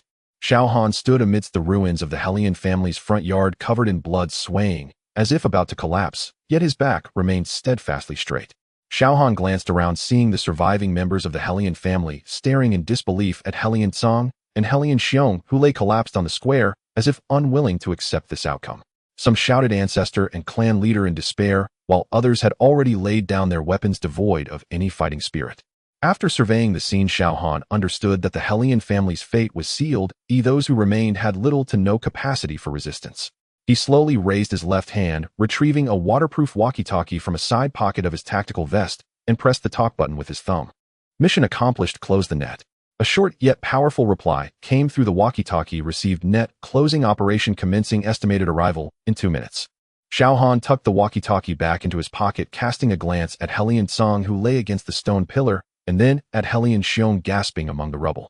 2 once mighty masters of the transformation stage, now one with severed meridians and the other collapsed from exhaustion. The century-old foundation of the Hellion family lay in ruins behind them, firelight illuminating their ashen faces, resembling 2 toppled clay sculptures. Hearing Xiao Han's conversation, a flicker of confusion crossed Hellion Song's murky eyes. Close the net. What do you mean? Xiao Han did not respond. He took a roll of bandages from a special operations team member, biting one end of the bandage as he struggled to wrap it around his left arm, a few times securing it tightly. Though his movements were clumsy, they were effective enough. Then he picked up his tactical helmet from the ground, placed it on his head, and activated the communication module on the side of the helmet, tuning into a new frequency. This is Xiao Han. All teams report status. Reports came through his earpiece one after another. Demolition team, ready, 0 casualties, 40% ammunition remaining. Outer sniping team, ready, 11 targets, eliminated, 30% ammunition remaining. Infiltration team, ready, secret passage exit secured, 23 members of the Hellion family captured. Assault team, ready, Taishan is still operational, just ran out of rockets, and itching to shoot. Xiao Han turned off the earpiece, the corner of his mouth slightly twitching, unsure whether to laugh or grimace in pain. Watching Xiao Han's series of actions, a sense of ominous premonition grew stronger in Hellion Song's heart. He struggled to sit up, but the broken ribs in his chest made every movement send him into darkness. Gasping for breath, he asked, "How many more people do you still have hidden?" Xiao Han finally looked down at him. Those eyes behind the visor of the tactical helmet seemed especially deep, like 2 bottomless ancient wells. "Hellion Song," he said, "surely you don't think that when the Huaxia authorities want to eliminate an ancient martial family, they would only send 7 people?"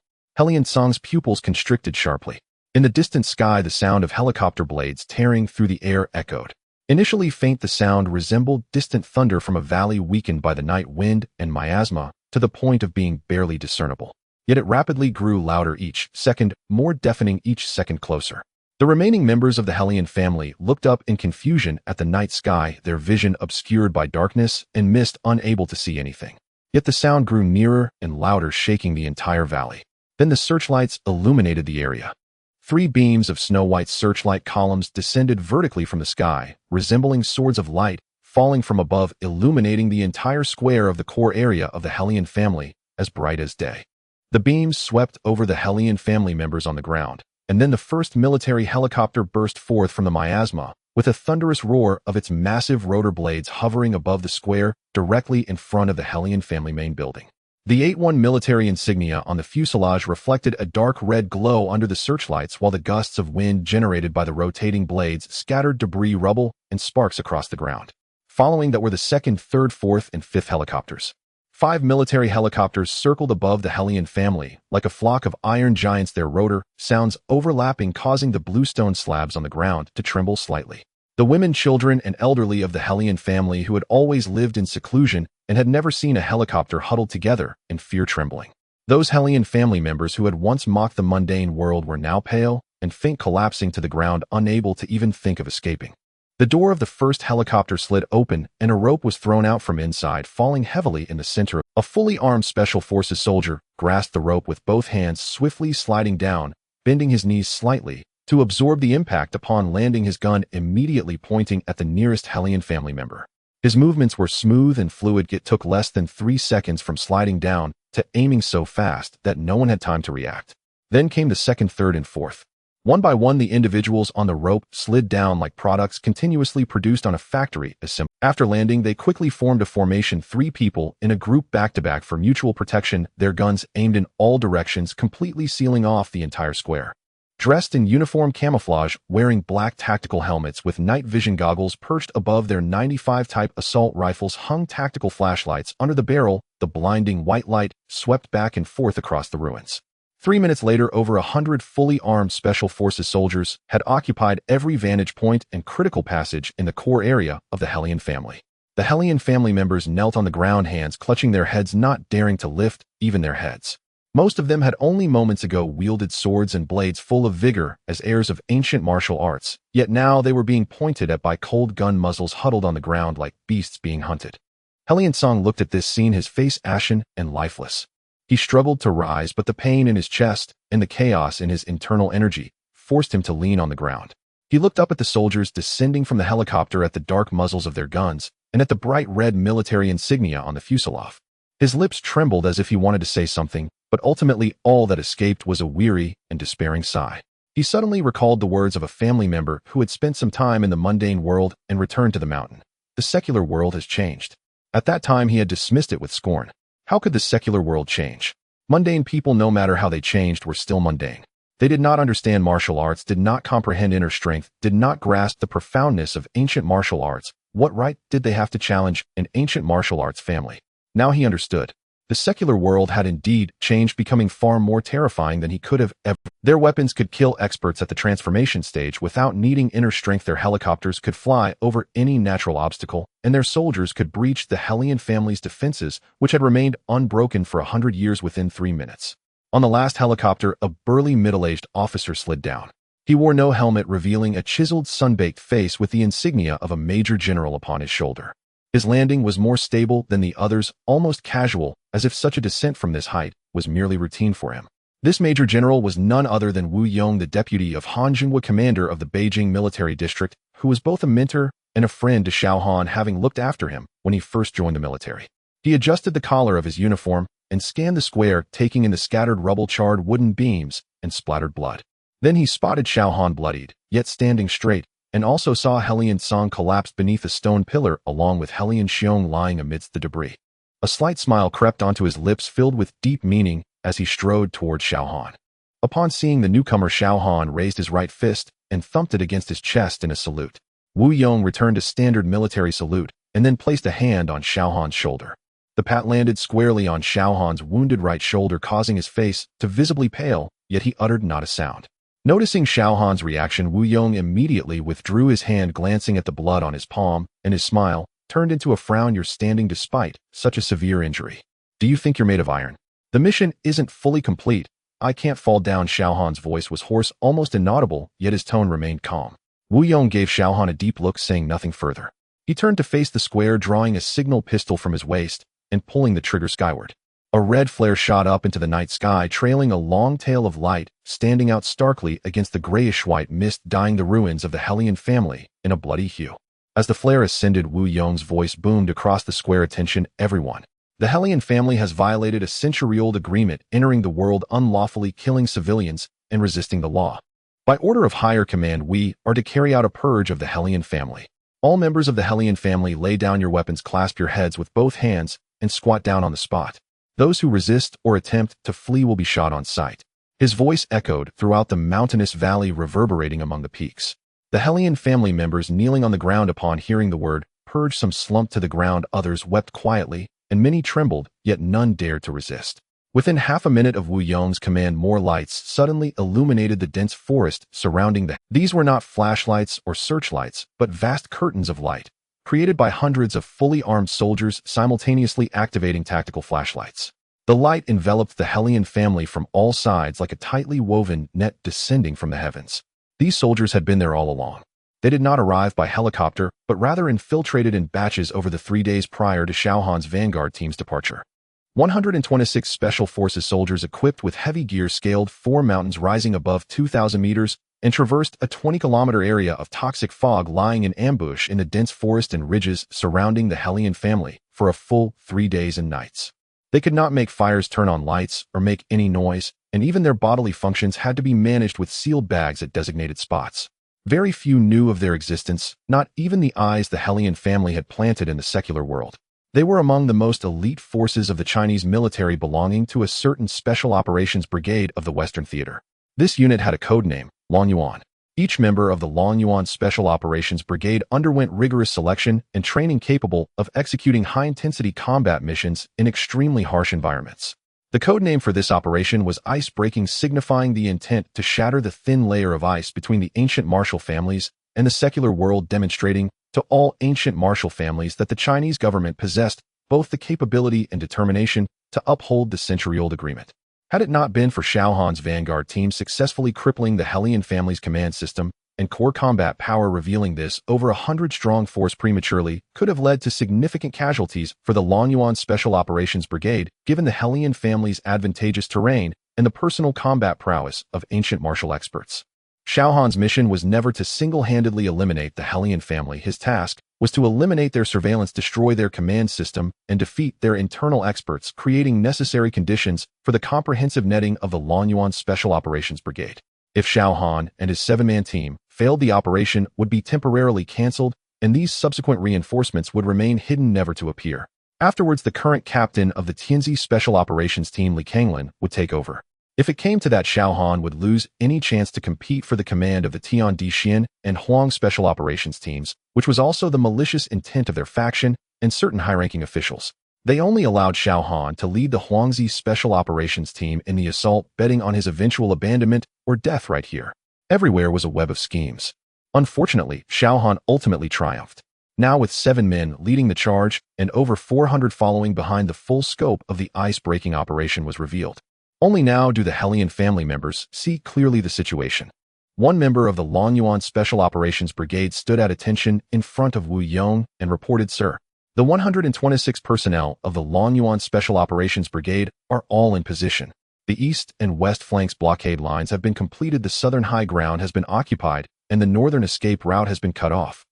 The core area of the Hellion family has been fully controlled, and we are clearing out the remaining resistance house by house. 87 members of the Hellion family have been captured, with 13 seriously injured, over 20 lightly injured, and the rest without external injuries. Our casualties, 0. 0 casualties. After capturing the lair of a century-old martial arts family, there were no casualties." Wu Yong nodded in satisfaction and turned to look at Xiao Han, the expression in his eyes complex and profound. He stared at Xiao Han for a full 5 seconds, then raised his right hand and solemnly saluted Xiao Han.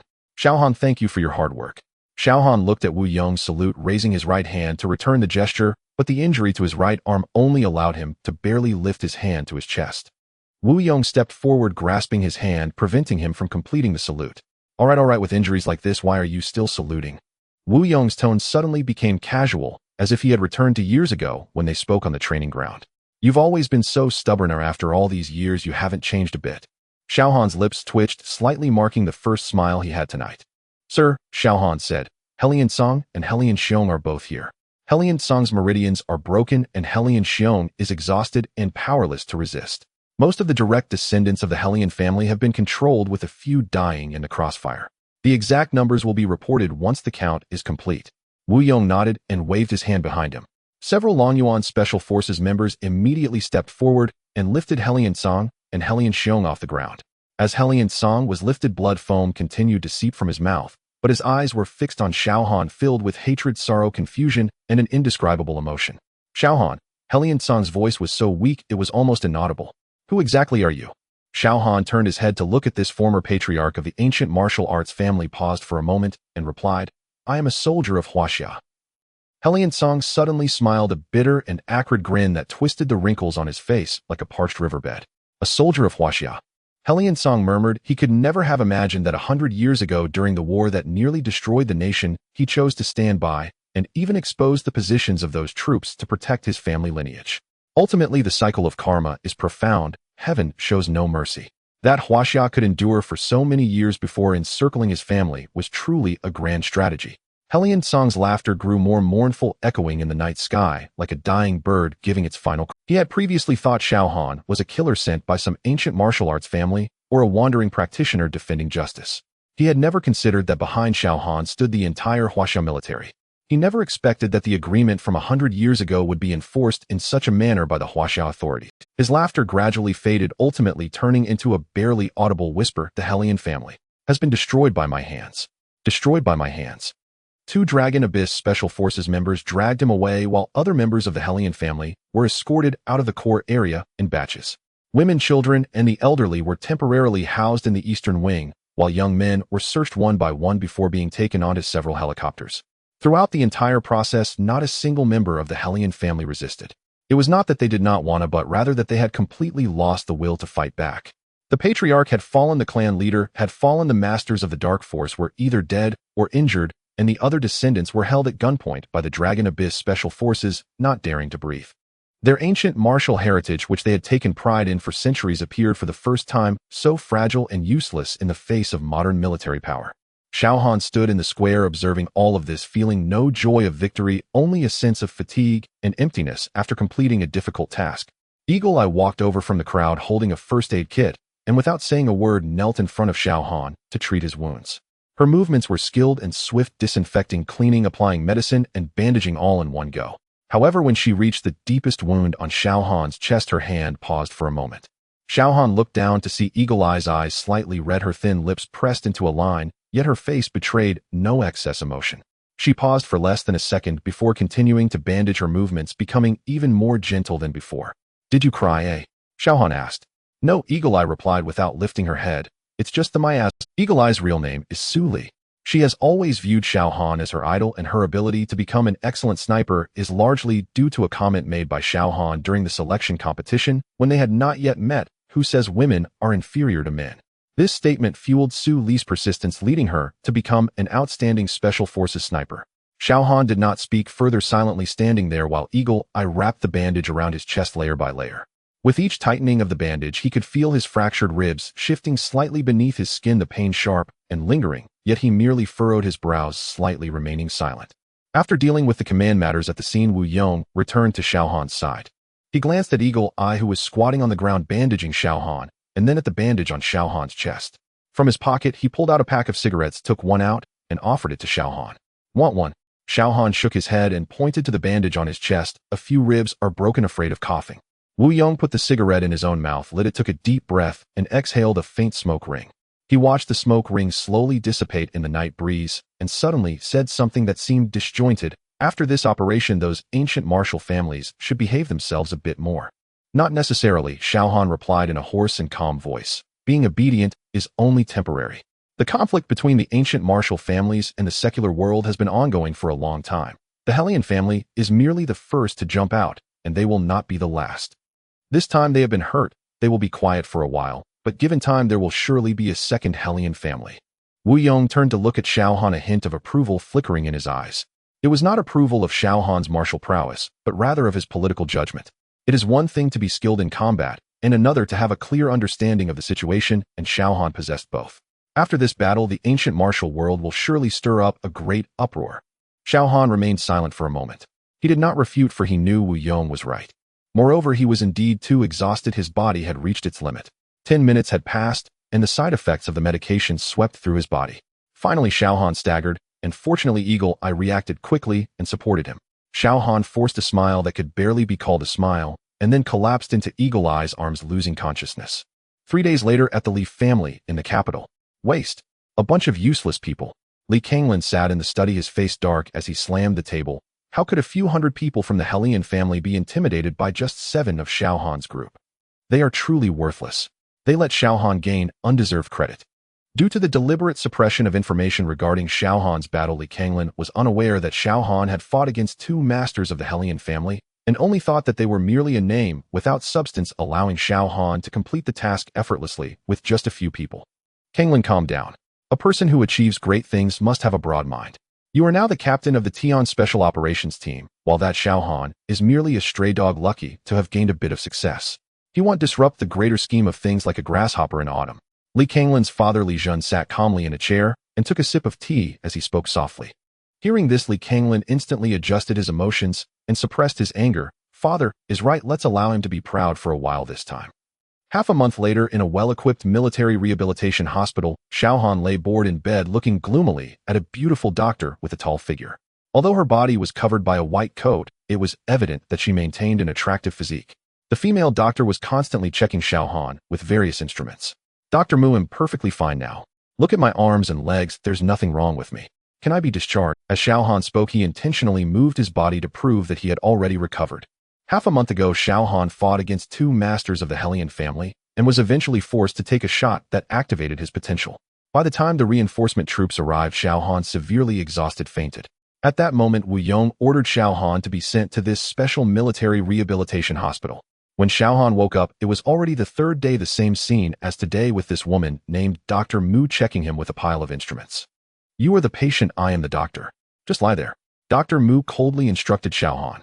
Xiao Han, unfazed, complied obediently, as if he had grown accustomed to the doctor's icy demeanor. He had indeed gotten used to it, as ever since he woke up he had been insisting on leaving only to be rebutted each time. Dr. Mu, do you have a boyfriend? Don't you find it boring staying in the rehabilitation hospital every day? Does your boyfriend know about this? Xiao Han whimpered in bed, while Dr. Mu continued her thorough examination, ignoring him. The pressure of her checks grew stronger, striking him as if she was intentionally retaliating against him. Dr. Mu, you are abusing your patient. I will file a complaint against you. In the end, Xiao Han raised his voice. Seeing Xiao Han's reaction, Dr. Mu, wearing a mask, couldn't help but smile, her bright smile enhancing her already beautiful features, though most of her face was obscured by her mask, leaving no one to witness it. At that moment, a steady voice came from outside the door. Let me see who wants to complain about our Dr. Mu. Then an elderly man in his 60s, still exuding an impressive presence, walked in steadily. Following him was Major General Wu Yong, and the man who could make a Major General follow him was none other than Su Wudi, the commander of the Southern Military Region. Qingqing, who would dare to complain about you? Let me see who has the audacity to file a complaint against our esteemed chief physician. The one being called Qingqing by Su Wudi is none other than Dr. Mu, with Mu Qingqing being her true name. Although Su Wudi was addressing Mu Qingqing, his gaze was fixed on the man lying on the bed, Xiao Han, laden with warning intent. Let me see who is blessed, yet unaware of their fortune.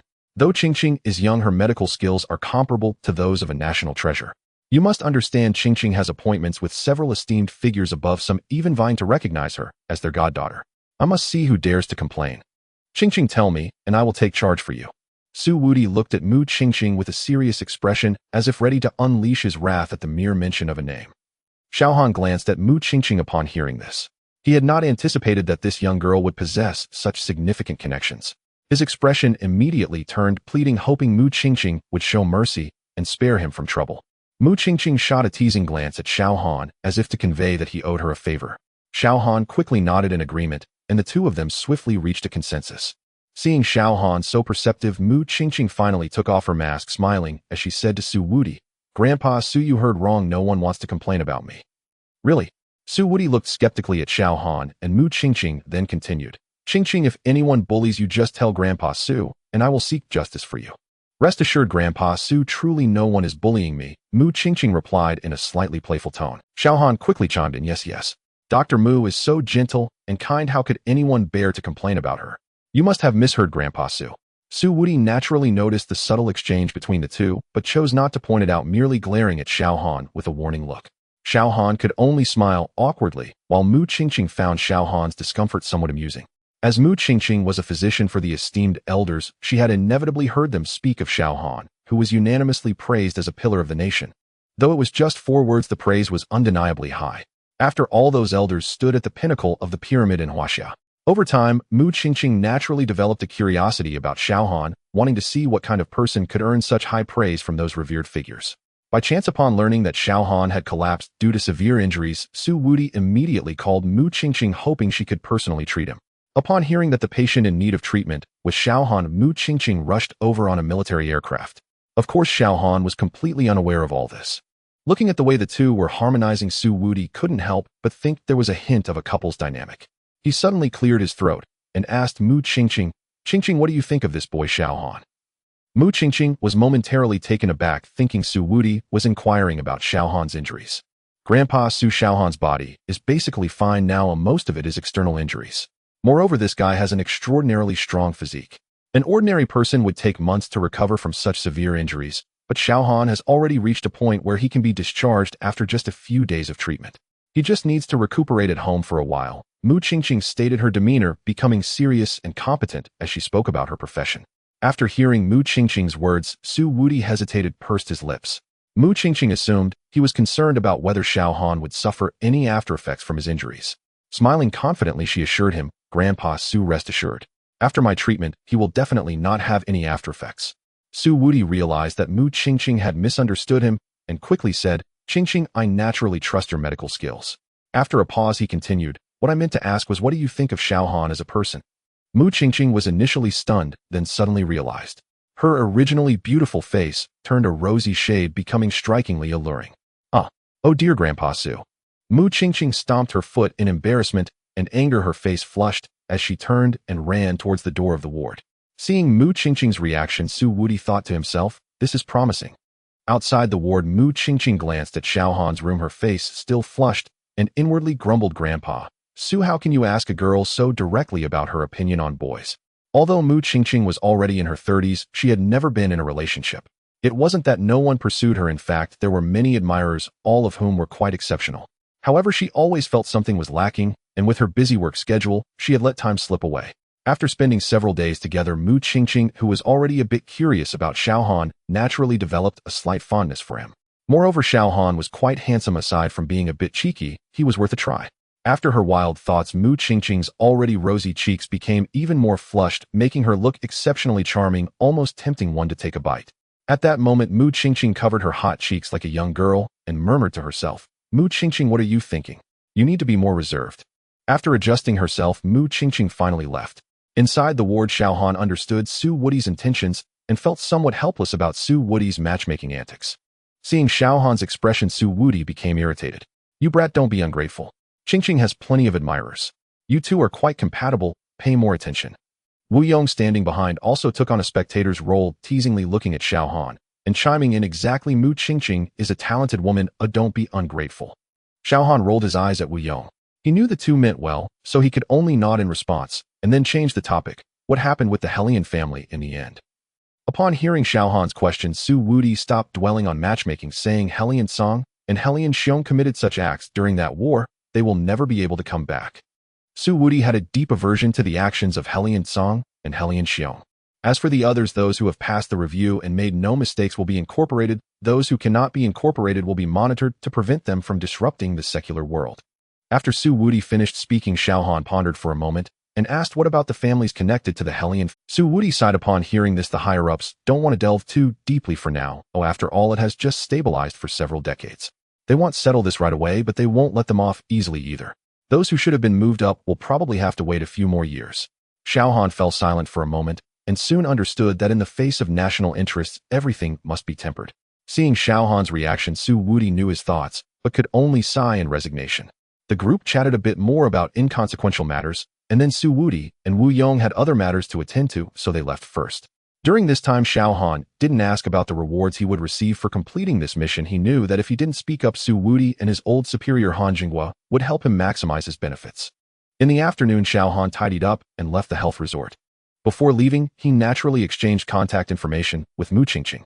Xiaohan currently had no particular thoughts. He felt that after spending half a month together apart from the doctor-patient relationship, they could be considered friends. However, Mu Qingqing felt a slight reluctance as she saw Xiaohan preparing to leave. Xiaohan, being a straightforward guy, may not have sensed Mu Qingqing's reluctance, or perhaps was deliberately pretending not to notice. Su Wudi arranged for a helicopter to take Xiaohan directly back to Donghai. In the East Sea in Lin Ruox's villa, Lin Ruoxi sat on the living room sofa, clutching a pillow in her left hand and rubbing her brow with her right, wearing an expression of impatience. On the other side of the sofa sat Lin Ruox's mother, Chu Jing, looking worried. "Ruoxi, have you and Xiaohan had a quarrel?" Why haven't I seen him despite visiting so many times these past few days? Mom, I told you Xiao Han has been away for a few days due to some matters, and he will return soon. Chu Jing clearly did not believe her daughter, firmly convinced that Lin Ruoxi and Xiao Han had quarreled, driving him away. Chu Jing said seriously, Lin Ruoxi, I'm not criticizing you, but your temper is too strong. Men prefer gentler women. Only someone as tolerant as Xiao Han can handle your temperament. Lin Ruoxi felt increasingly helpless, saying, Mom, am I really your biological daughter? How can you belittle your own daughter like this? Chu Jing crossed her arms and said sternly, I don't care, you must call Xiao Han back today. You need to apologize to him right now. Lin Ruoxi was also quite frustrated, feeling like crying without tears. At that moment, she could only silently curse Xiao Han in her heart. Half a month ago, Xiao Han had only called to say he needed to leave for a few days, and Lin Ruoxi didn't ask. For so many days, Xiao Han had not contacted her, nor had she called him, as she was not the type of woman who relied on. Who knew that Lin's mother suddenly came over a few days ago, and not seeing Xiao Han, Lin Ruoxi honestly said he was away for a few days, and Chu Jing didn't think much of it at the time. Who would have thought that when Chu Jing came over again today, Xiao Han still wasn't there, and she began to suspect that her daughter had quarreled with him. Seeing Lin Ruoxi's lack of reaction only made Chu Jing angrier. Lin Ruoxi, give me your phone. What for? You scared off my future son-in-law. If you want call him back, I will. Lin Ruoxi could only helplessly take out her phone and pull up Xiao Han's number to dial. After a beep, a voice on the line said the number you have dialed is currently unavailable, and the call was automatically disconnected. Lin Ruoxi was taken aback, checking the contact name, confirming it was indeed Xiao Han. Chu Jing, hearing the message from the call, immediately exclaimed angrily, You still say you two haven't quarreled? Xiao Han isn't even answering your calls. Lin Ruoxi ignored Chu Jing's words and dialed again, but it was the same as before. After a beep, the call was automatically disconnected once more. After two failed attempts, Lin Ruoxi suddenly felt an inexplicable sense of panic. Xiao Han had never ignored her calls before. Noticing her daughter's slightly flustered expression, Chu Jing quickly asked, You two really haven't quarreled? I've already told you we haven't quarreled. Xiao Han really has business to attend to for a few days. Lin Ruoxi felt anxious, her tone unintentionally becoming a bit sharper. What's going on? Why can't I reach Xiao Han? What if something happened to him? Chu Jing was also starting to get worried, as she was very fond of Xiao Han, her future. Lin Ruoxi thought for a moment and pulled out her younger sister Lin Weiwei's number. Once the call connected, she eagerly asked, Weiwei, has my brother-in-law contacted you these past few days? Did he tell you where he went? Lin Weiwei, who was at school, was taken aback. Huh? No, why would my brother-in-law tell me where he is going? Is he not with you? What's wrong with him? Lin Weiwei asked in response. Oh, it's nothing, Lin Ruoxi said before hanging up. On the other end, Lin Weiwei listened to the busy tone and felt a bit baffled, but didn't pay it much mind. Just after Lin Ruoxi hung up the phone, Chu Jing anxiously asked, So did Xiao Wei find out where Xiao? Lin Ruoxi shook her head, feeling even more flustered. She didn't even know when she had started to care so much about Xiao Han. Should we call the police? Chu Jing spoke up again. Lin Ruoxi didn't respond, flipping through her contacts on her phone, hoping to find someone connected to Xiao Han. It wasn't until she saw the name Han Lei, the young master of the Huaxiao Chamber of Commerce, that a glimmer of hope appeared in her eyes. She quickly dialed the number, and as soon as it connected, she hurriedly introduced herself. Young Master Han, this is Lin Ruoxi. Without waiting for a reply, Lin Ruoxi anxiously asked Young Master Han, Has Xiao Han contacted you in the past few days? After asking, she was filled with hope, longing for a positive response. No, what's wrong, sister-in-law? Han Lei replied. Oh, Xiao Han's phone is unreachable, and I can't contact him. I'm worried something has happened to him, Lin Ruoxi said disappointingly. On the other end of the line, Han Lei sensed Lin Ruoxi's low spirits and thought to himself, Xiao Han really has a way with women. He managed to win over the cold and beautiful female CEO. I should learn a thing or two from him about picking up girls. Of course, while Han Lei thought this, he still comforted her. Don't worry, sister-in-law. Xiao Han is like that. He often goes missing for a while. Besides, his martial arts skills are so high that who could possibly harm him? It's a wonder he doesn't harm others. Okay, if he contacts you, let me know. Sure, I'll try to reach him too. Once I get through to him, I'll definitely give him a good scolding. He's practically got a family now, yet he's still so irresponsible. After hearing this, Lin Ruoxi's face turned slightly red, and she simply said, okay, before hanging up. Although Han Lei's words provided some comfort, Lin Ruoxi still furrowed her brows. Seeing Lin Ruoxi's expression, Chu Jing realized that no good news had come from her inquiries and could only feel anxious herself. At that moment, Lin Ruoxi's mind was racing through all the people who might be connected to Xiao Han, and she realized that the list was very short. She seemed to have never cared about Xiao Han's life, nor had she integrated herself into it. It had always been Xiao Han taking care of her unilaterally. Suddenly, Lin Ruoxi felt a pang of guilt and became increasingly sad, with a layer of mist forming in her eyes, looking pitiful and endearing, a sight that would have been unimaginable before she met Xiao Han. Just when the mother and daughter were at a loss, suddenly a sound of keys turning in the lock came from the door. The two exchanged glances and then simultaneously looked toward the door. The door unlocked, and in walked Xiao Han dressed casually in black, whistling cheerfully. He seemed to be in good spirits, carrying a bag of vegetables in his left hand and a processed hen in his right. He entered nonchalantly, habitually changed into slippers, completely unaware of the mother and daughter in the living room who were looking at him with delight. In the afternoon, Xiao Han took the military helicopter assigned to him by Su Wudi and flew directly to a military base near the East Sea before taking a taxi back to the city. Once in the city, knowing Lin Ruoxi was likely busy at work and wouldn't be home, he had no pressing matters, so he decided to stroll through the market first. He planned to make chicken soup and a few side dishes for Lin Ruoxi when she got off work. Inside the villa, as Xiao Han changed his shoes and looked up, he saw Lin Ruoxi and Chu Jing staring at him wide-eyed from the sofa. Xiao Han was taken aback and then asked in confusion, "Oh, Ruoxi, you didn't go to the company. Auntie, you're here." Seeing Xiao Han suddenly appear, Lin Ruoxi was flooded with the joy of rediscovery. Her earlier worries swept away. She excitedly stood up and dashed towards Xiao Han, directly embracing him. Xiao Han was stunned, completely unaware of what had happened. He had only been out for a few days, yet the usually cold and aloof female had suddenly changed so dramatically. "Why is she so warm towards me?" Xiao Han, with his hands full of items, could only ask Lin Ruoxi, who suddenly hugged him. "What's wrong, Ruoxi? Did something happen?"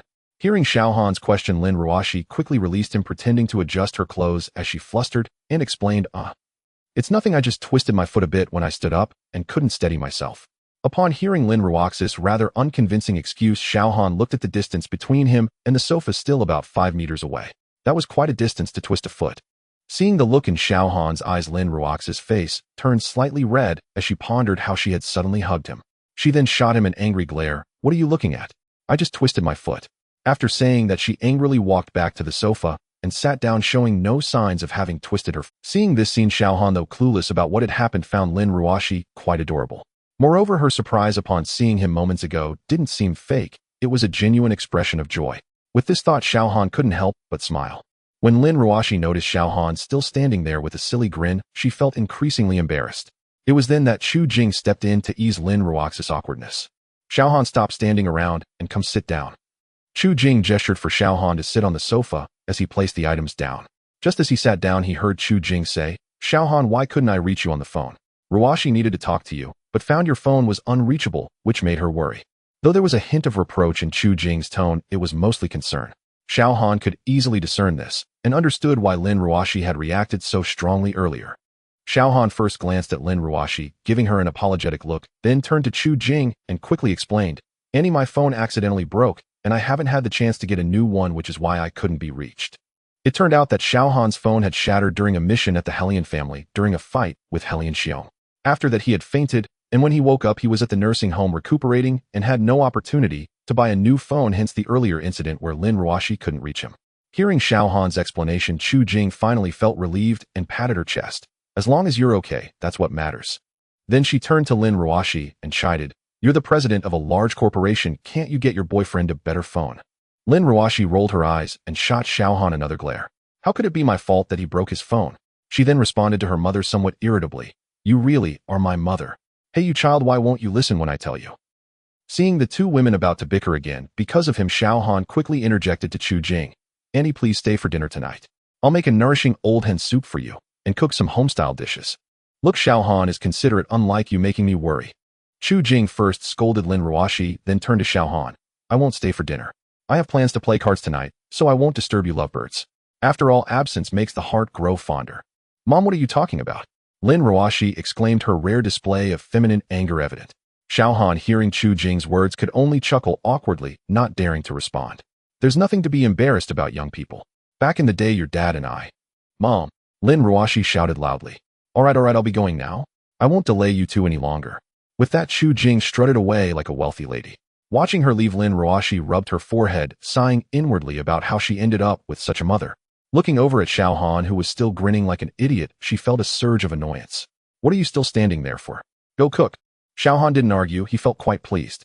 He grabbed the vegetables he bought and the conspicuous old hen, humming a tune as he headed to the kitchen. It was starting to feel more and more like home. In Yinjing, within a moderately sized Sihiyuan, the main building, is a 2-story small house.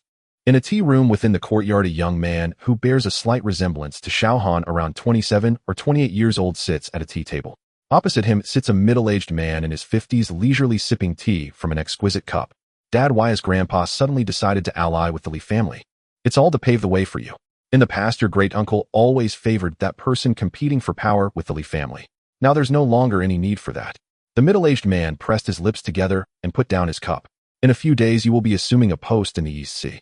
Although it is a resource exchange for you, it is indeed a gilded opportunity that you must seize. I will, Dad. The young man confidently replied, glancing at the middle-aged man's expression before cautiously asking, Dad, I heard that person is also in the East Sea. The middle-aged man looked at his son, fully aware of what he meant. He picked up the cup again and took a sip, saying something puzzling. Xiao Ting, how can our Xiao family's reputation be casually used by an outsider? In the end, it would tarnish our name. After hearing his father's words, the young man smiled knowingly. By the way, I will visit Grandpa later. The young man paused for a moment before replying, got it, Dad. 5 minutes later, in the living room of the main building, the young man cautiously walked in. As soon as he entered, he saw an elderly man with gray hair dressed in a Tang suit sitting on a stool with his eyes closed, resting. The young man dared not disturb him and patiently stood in front of the old man, waiting. 5 minutes later, just as the young man was about to lose his balance, the old man opened his eyes. In his old age, his eyes remained bright, without a hint of cloudiness, exuding the aura of an authoritative figure. Shouting, you're here. His voice was slightly hoarse, yet still vigorous. The young man hurriedly responded, yes, Grandpa, did you call for me? The old man softly acknowledged, scrutinizing his grandson before him. Although this person before him was his grandfather, whom he had known since childhood, the young man still felt inexplicably tense every time they met. This was not just his grandfather, but also one of the powerful figures in the current Central Military Commission. The young man was none other than the old man's grandson, Xiao Ting.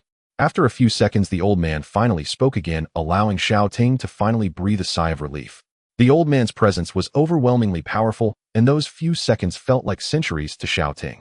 Xiao Ting, I heard you've been getting close to Li Kanglin of the Li family lately. Just as Xiao Ting had relaxed, the old man's question caused him to tense up again. What does Grandpa mean by this? Why would he suddenly ask about this? Xiao Ting pondered to himself. In a low voice, he replied, yes, I have indeed met with Li Kanglin a few times, but I can't say our relationship is very close. Xiao Ting did not answer, too definitively, fearing that he might provoke the old man's dissatisfaction. After all, at the old man's level, even though they share blood ties, the considerations often revolve around the bigger picture. Moreover, he was not the only grandson. In ordinary families, siblings might turn against each other over trivial benefits, let alone in their pyramid-tipped family, where factions are more numerous and complex. Naturally, human hearts are even more unpredictable. Xiao Ting could clearly sense that the old man spoke more today than usual. In the past, whenever he visited the elder, their conversations would only last a few sentences before he was dismissed. A surge of joy filled Xiao Ting's heart, although he did not show it on his face, responding cautiously, Grandfather, your teachings will be etched in my heart. Not bad. Much smarter than those useless brothers of yours. I suppose you've heard some rumors about my previous collaboration with the Li family, which is why you've started engaging with Li Kanglin, correct? The old man's words were clearly infused with praise, and Xiao Ting's courage gradually grew. Yes, Grandfather, I've heard my father mention it a few times. The effort of your grandfather was not in vain. It has led to your assignment in the East Sea. However, although Li Kanglin is young, he is quite cunning. When dealing with him, do not become too entangled, as both parties are merely after their own interests. I understand, Grandfather. Good, it's reassuring to know that. By the way, do you have confidence in your upcoming trip to the East Sea? With the elder's guidance, Xiao Ting felt a surge of confidence. Grandfather, rest assured, I will not disappoint everyone. Go then, and prepare well. The old man said softly. Hearing the elder's words, Xiao Ting did not move his feet.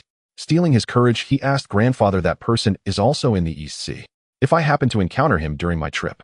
Xiao Ting clenched his fists, his palms already drenched in sweat, but he intentionally left his question unfinished, waiting for the elder's response. The elder raised his head to look at his grandson, suddenly erupting in anger, unworthy descendant. The elder's words startled Xiao Ting so much that his body trembled. He thought the elder was scolding him and wished he could slap himself for asking such a question. Just as Xiao Ting wanted to explain, he heard the elder continue angrily, he has already been publicly expelled from the clan by your granduncle. If he continues to use the Xiao family's name to act arrogantly and tarnish our reputation as his cousin, you ought to handle it accordingly. Hearing the elder's words, Xiao Ting felt a weight lift off his shoulders.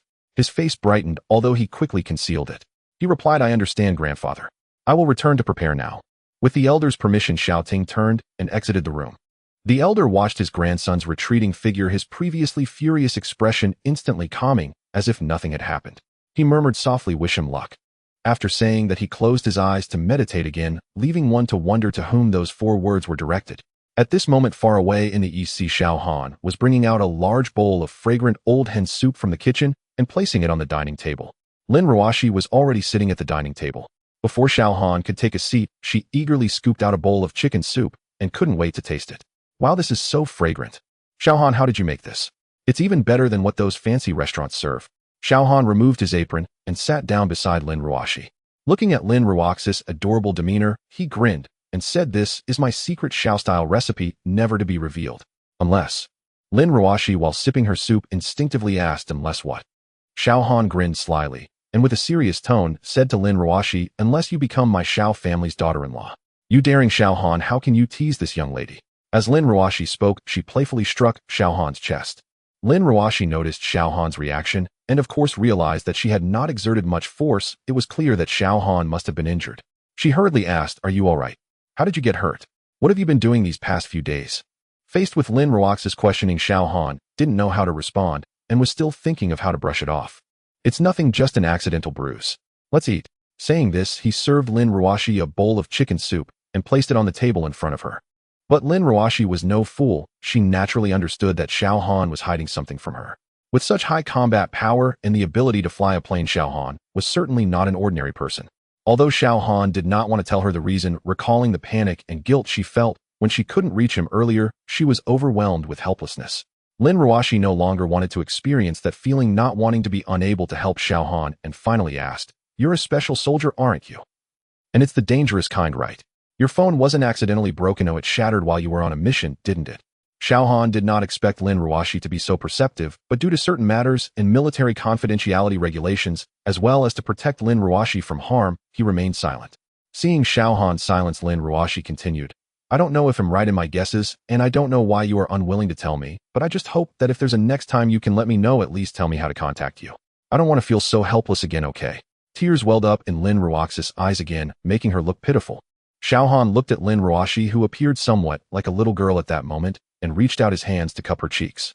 Her skin was soft and smooth. This was the first time they had such close contact since the incident at the bar. At that moment, Lin Ruoshi did not resist, and Xiao Han could no longer hold back. He gradually leaned closer and kissed her, a sweet and soft sensation that was intoxicating. Moments later, they parted. Lin Ruoxi's face was flushed. After their first breakthrough in physical contact, the atmosphere became awkward. Finally, it was Xiao Han who took the initiative to speak. "I promise I'll let you know in advance next time I go out." Okay," Lin Ruoshi replied softly, her voice barely audible, completely devoid of her usual commanding aura as a cold and glamorous cell. Xiao Han did not tease her further, and they quietly finished their meal. The next morning, Xiao Han got up early as usual and went to the park for his morning exercises.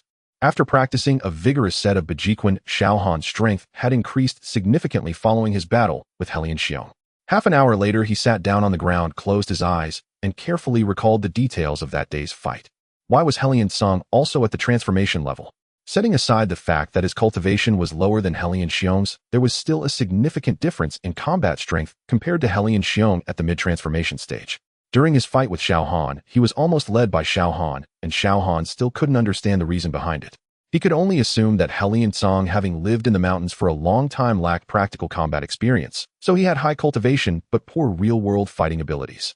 What Xiao Han didn't know was that Helian Song's transformation strength had been forcibly enhanced by secret methods.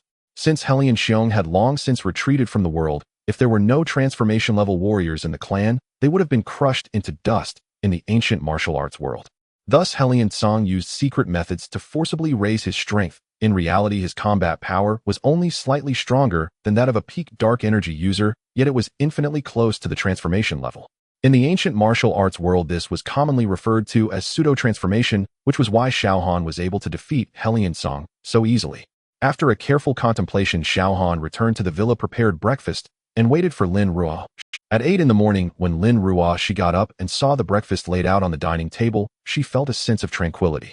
She recalled the scene from last night when they kissed, her cheeks instantly flushed, but she quickly regained her composure, returning to her cold and noble demeanor as a goddess. She took the initiative to greet Xiao Han, who chose not to mention what had transpired the previous night. It was as if they had a mutual understanding, yet their relationship had clearly grown closer. On the way to the company, Lin Ruo, she's sitting in the passenger seat, suddenly spoke up. Let's go to XX Mall. Xiaohan naturally inquired. Aren't we going to the company first? We need to make a stop at XX Mall first. Upon hearing this, Xiaohan changed the route. Not long after he parked the car and was about to follow Lin Ruoshi into the mall.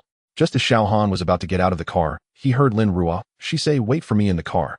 Without waiting for a response, she got out of the car and walked towards the mall. Xiaohan thought little of it, assuming Lin Ruoshi was going to buy something private and didn't want him to accompany her. He turned on the car radio and closed his eyes to relax. Upon entering the mall, Lin Ruoshi headed straight for a particular mobile phone brand store, indicating her familiarity with the place. At the counter, Lin Ruoshi got straight to the point and told the salesperson, "I want a durable phone with strong signal reception." The salesperson, recognizing Lin Ruoxi's aura, immediately understood that she was someone who wasn't lacking in money and recommended the latest model. Lin Ruoshi didn't even check the price. She simply selected a black phone, handed her card to the salesperson, and completed the transaction in under 5 minutes with utmost efficiency. Upon returning to the car, Xiaohan, still resting with his eyes closed, was surprised to see how quickly Lin Ruoshi had made her purchase. He asked, "That was fast." Lin Ruoshi directly handed the phone to Xiaohan, saying, "This is for you." Xiaohan felt a warmth in his heart. He had been considering taking some time to get a new phone, not expecting that Lin Ruoshi would think of this early in the morning and detour just to buy one for him. "Ruoshi, thank you. Do we really need to say thank you between us? I hope this won't break easily." Lin Ruoshi replied coldly, wanting to keep her demeanor from becoming too warm, her gaze fixed on the front. Xiaohan understood that Lin Ruoshi was cold on the outside, but warm on the inside. Looking at her profile and recalling the experiences from last night, he suddenly leaned closer to her and stole a kiss, causing Lin Ruoshi to exclaim, "Ah!" Her face instantly turned crimson. She turned to look at Xiaohan, who was grinning after his successful sneak attack. Having experienced the previous night, their relationship had taken a substantial leap, making them seem like a genuine couple. Lin Ruoshi didn't utter any words of rejection, but to preserve a shred of her dignity as the icy businesswoman, she pretended to be angry and said, "The cost of the phone will be deducted from your salary." In the afternoon, Xiaohan received a call from his former boss, Han Zhenghua. As soon as the call connected, a hearty laughter erupted from the other end. "Kid, you've accomplished something great this time. Those bastards in the ancient martial world will have to behave for a while now. I've always found them displeasing. With my temperament, I would have blown them to bits long ago instead of playing these games with." Xiaohan rolled his eyes, imagining Han Zhenghua on the other end of the line, laughing so hard his mouth was nearly stretched to his ears.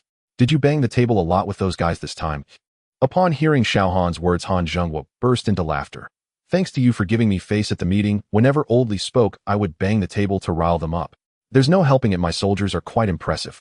After saying this, Han Zhenghua's laughter subsided a little, and he continued, "You've achieved great merit this time, and the higher-ups have discussed your reward." Xiaohan felt a surge of excitement, but was also afraid of disappointment. He eagerly asked, "What are the higher-ups thinking?" Han Zhenghua then spoke seriously. "After discussion, based on your outstanding performance in this task, the higher-ups have decided to award you a first-class merit, while the other team members will receive second-class merits." Xiaohan, feeling slightly anxious, immediately asked, "Is that all? What is a first-class merit not enough for you?" Han Zhenghua teased.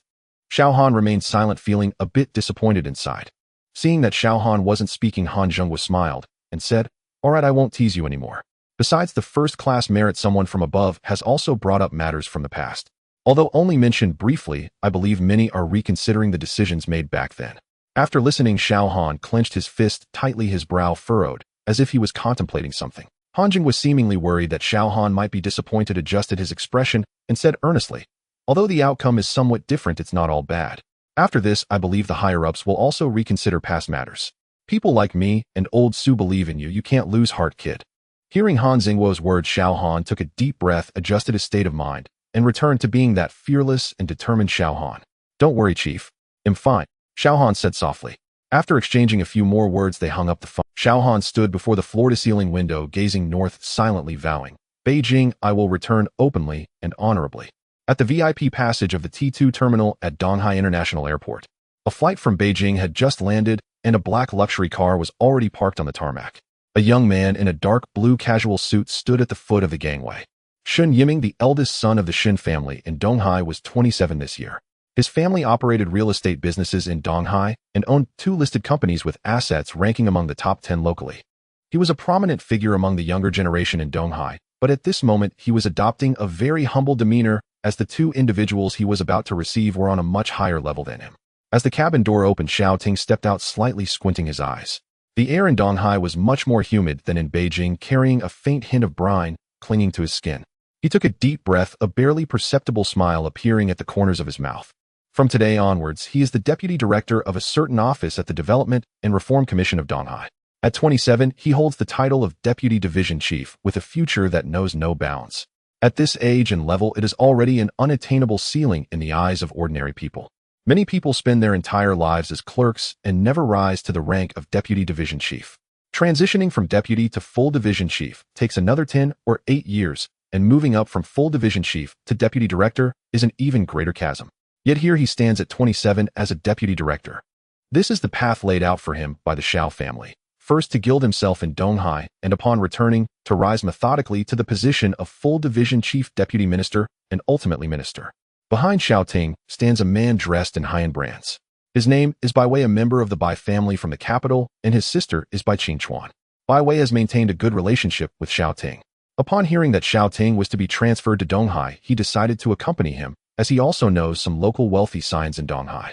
Bai Wei emerged dragging a silver suitcase, wearing a pair of limited edition sunglasses and a latest patterned shirt from a luxury brand with a wide-open collar revealing a glimmering white collarbone.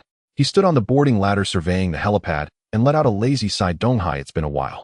At the foot of the ladder, Shen Yiming approached with a warm smile, as if he were meeting a long-lost brother. Welcome. It must have been a tiring journey. Bai Wei took off his sunglasses and shook hands with Shen Yiming, patting his shoulder. Yiming, long time no see. Let me introduce you to Xiao Ting, my brother from the Xiao family. As Shen Yiming's gaze fell upon Xiao Ting, his pupils involuntarily constricted slightly. The Xiao family. In Yinjing there are many with the surname Xiao, but the Xiao family that Bai Wei referred to in such a tone is singular. The only surviving founding figure, a military giant, the one at the pinnacle of the power pyramid. The young man before him at 27 is indeed the direct descendant of the Xiao family. Greetings, young Master Xiao. Shen Yiming quickly addressed him. Welcome, young Master Xiao, to Donghai. My name is Yiming, and I hold some influence here in Donghai.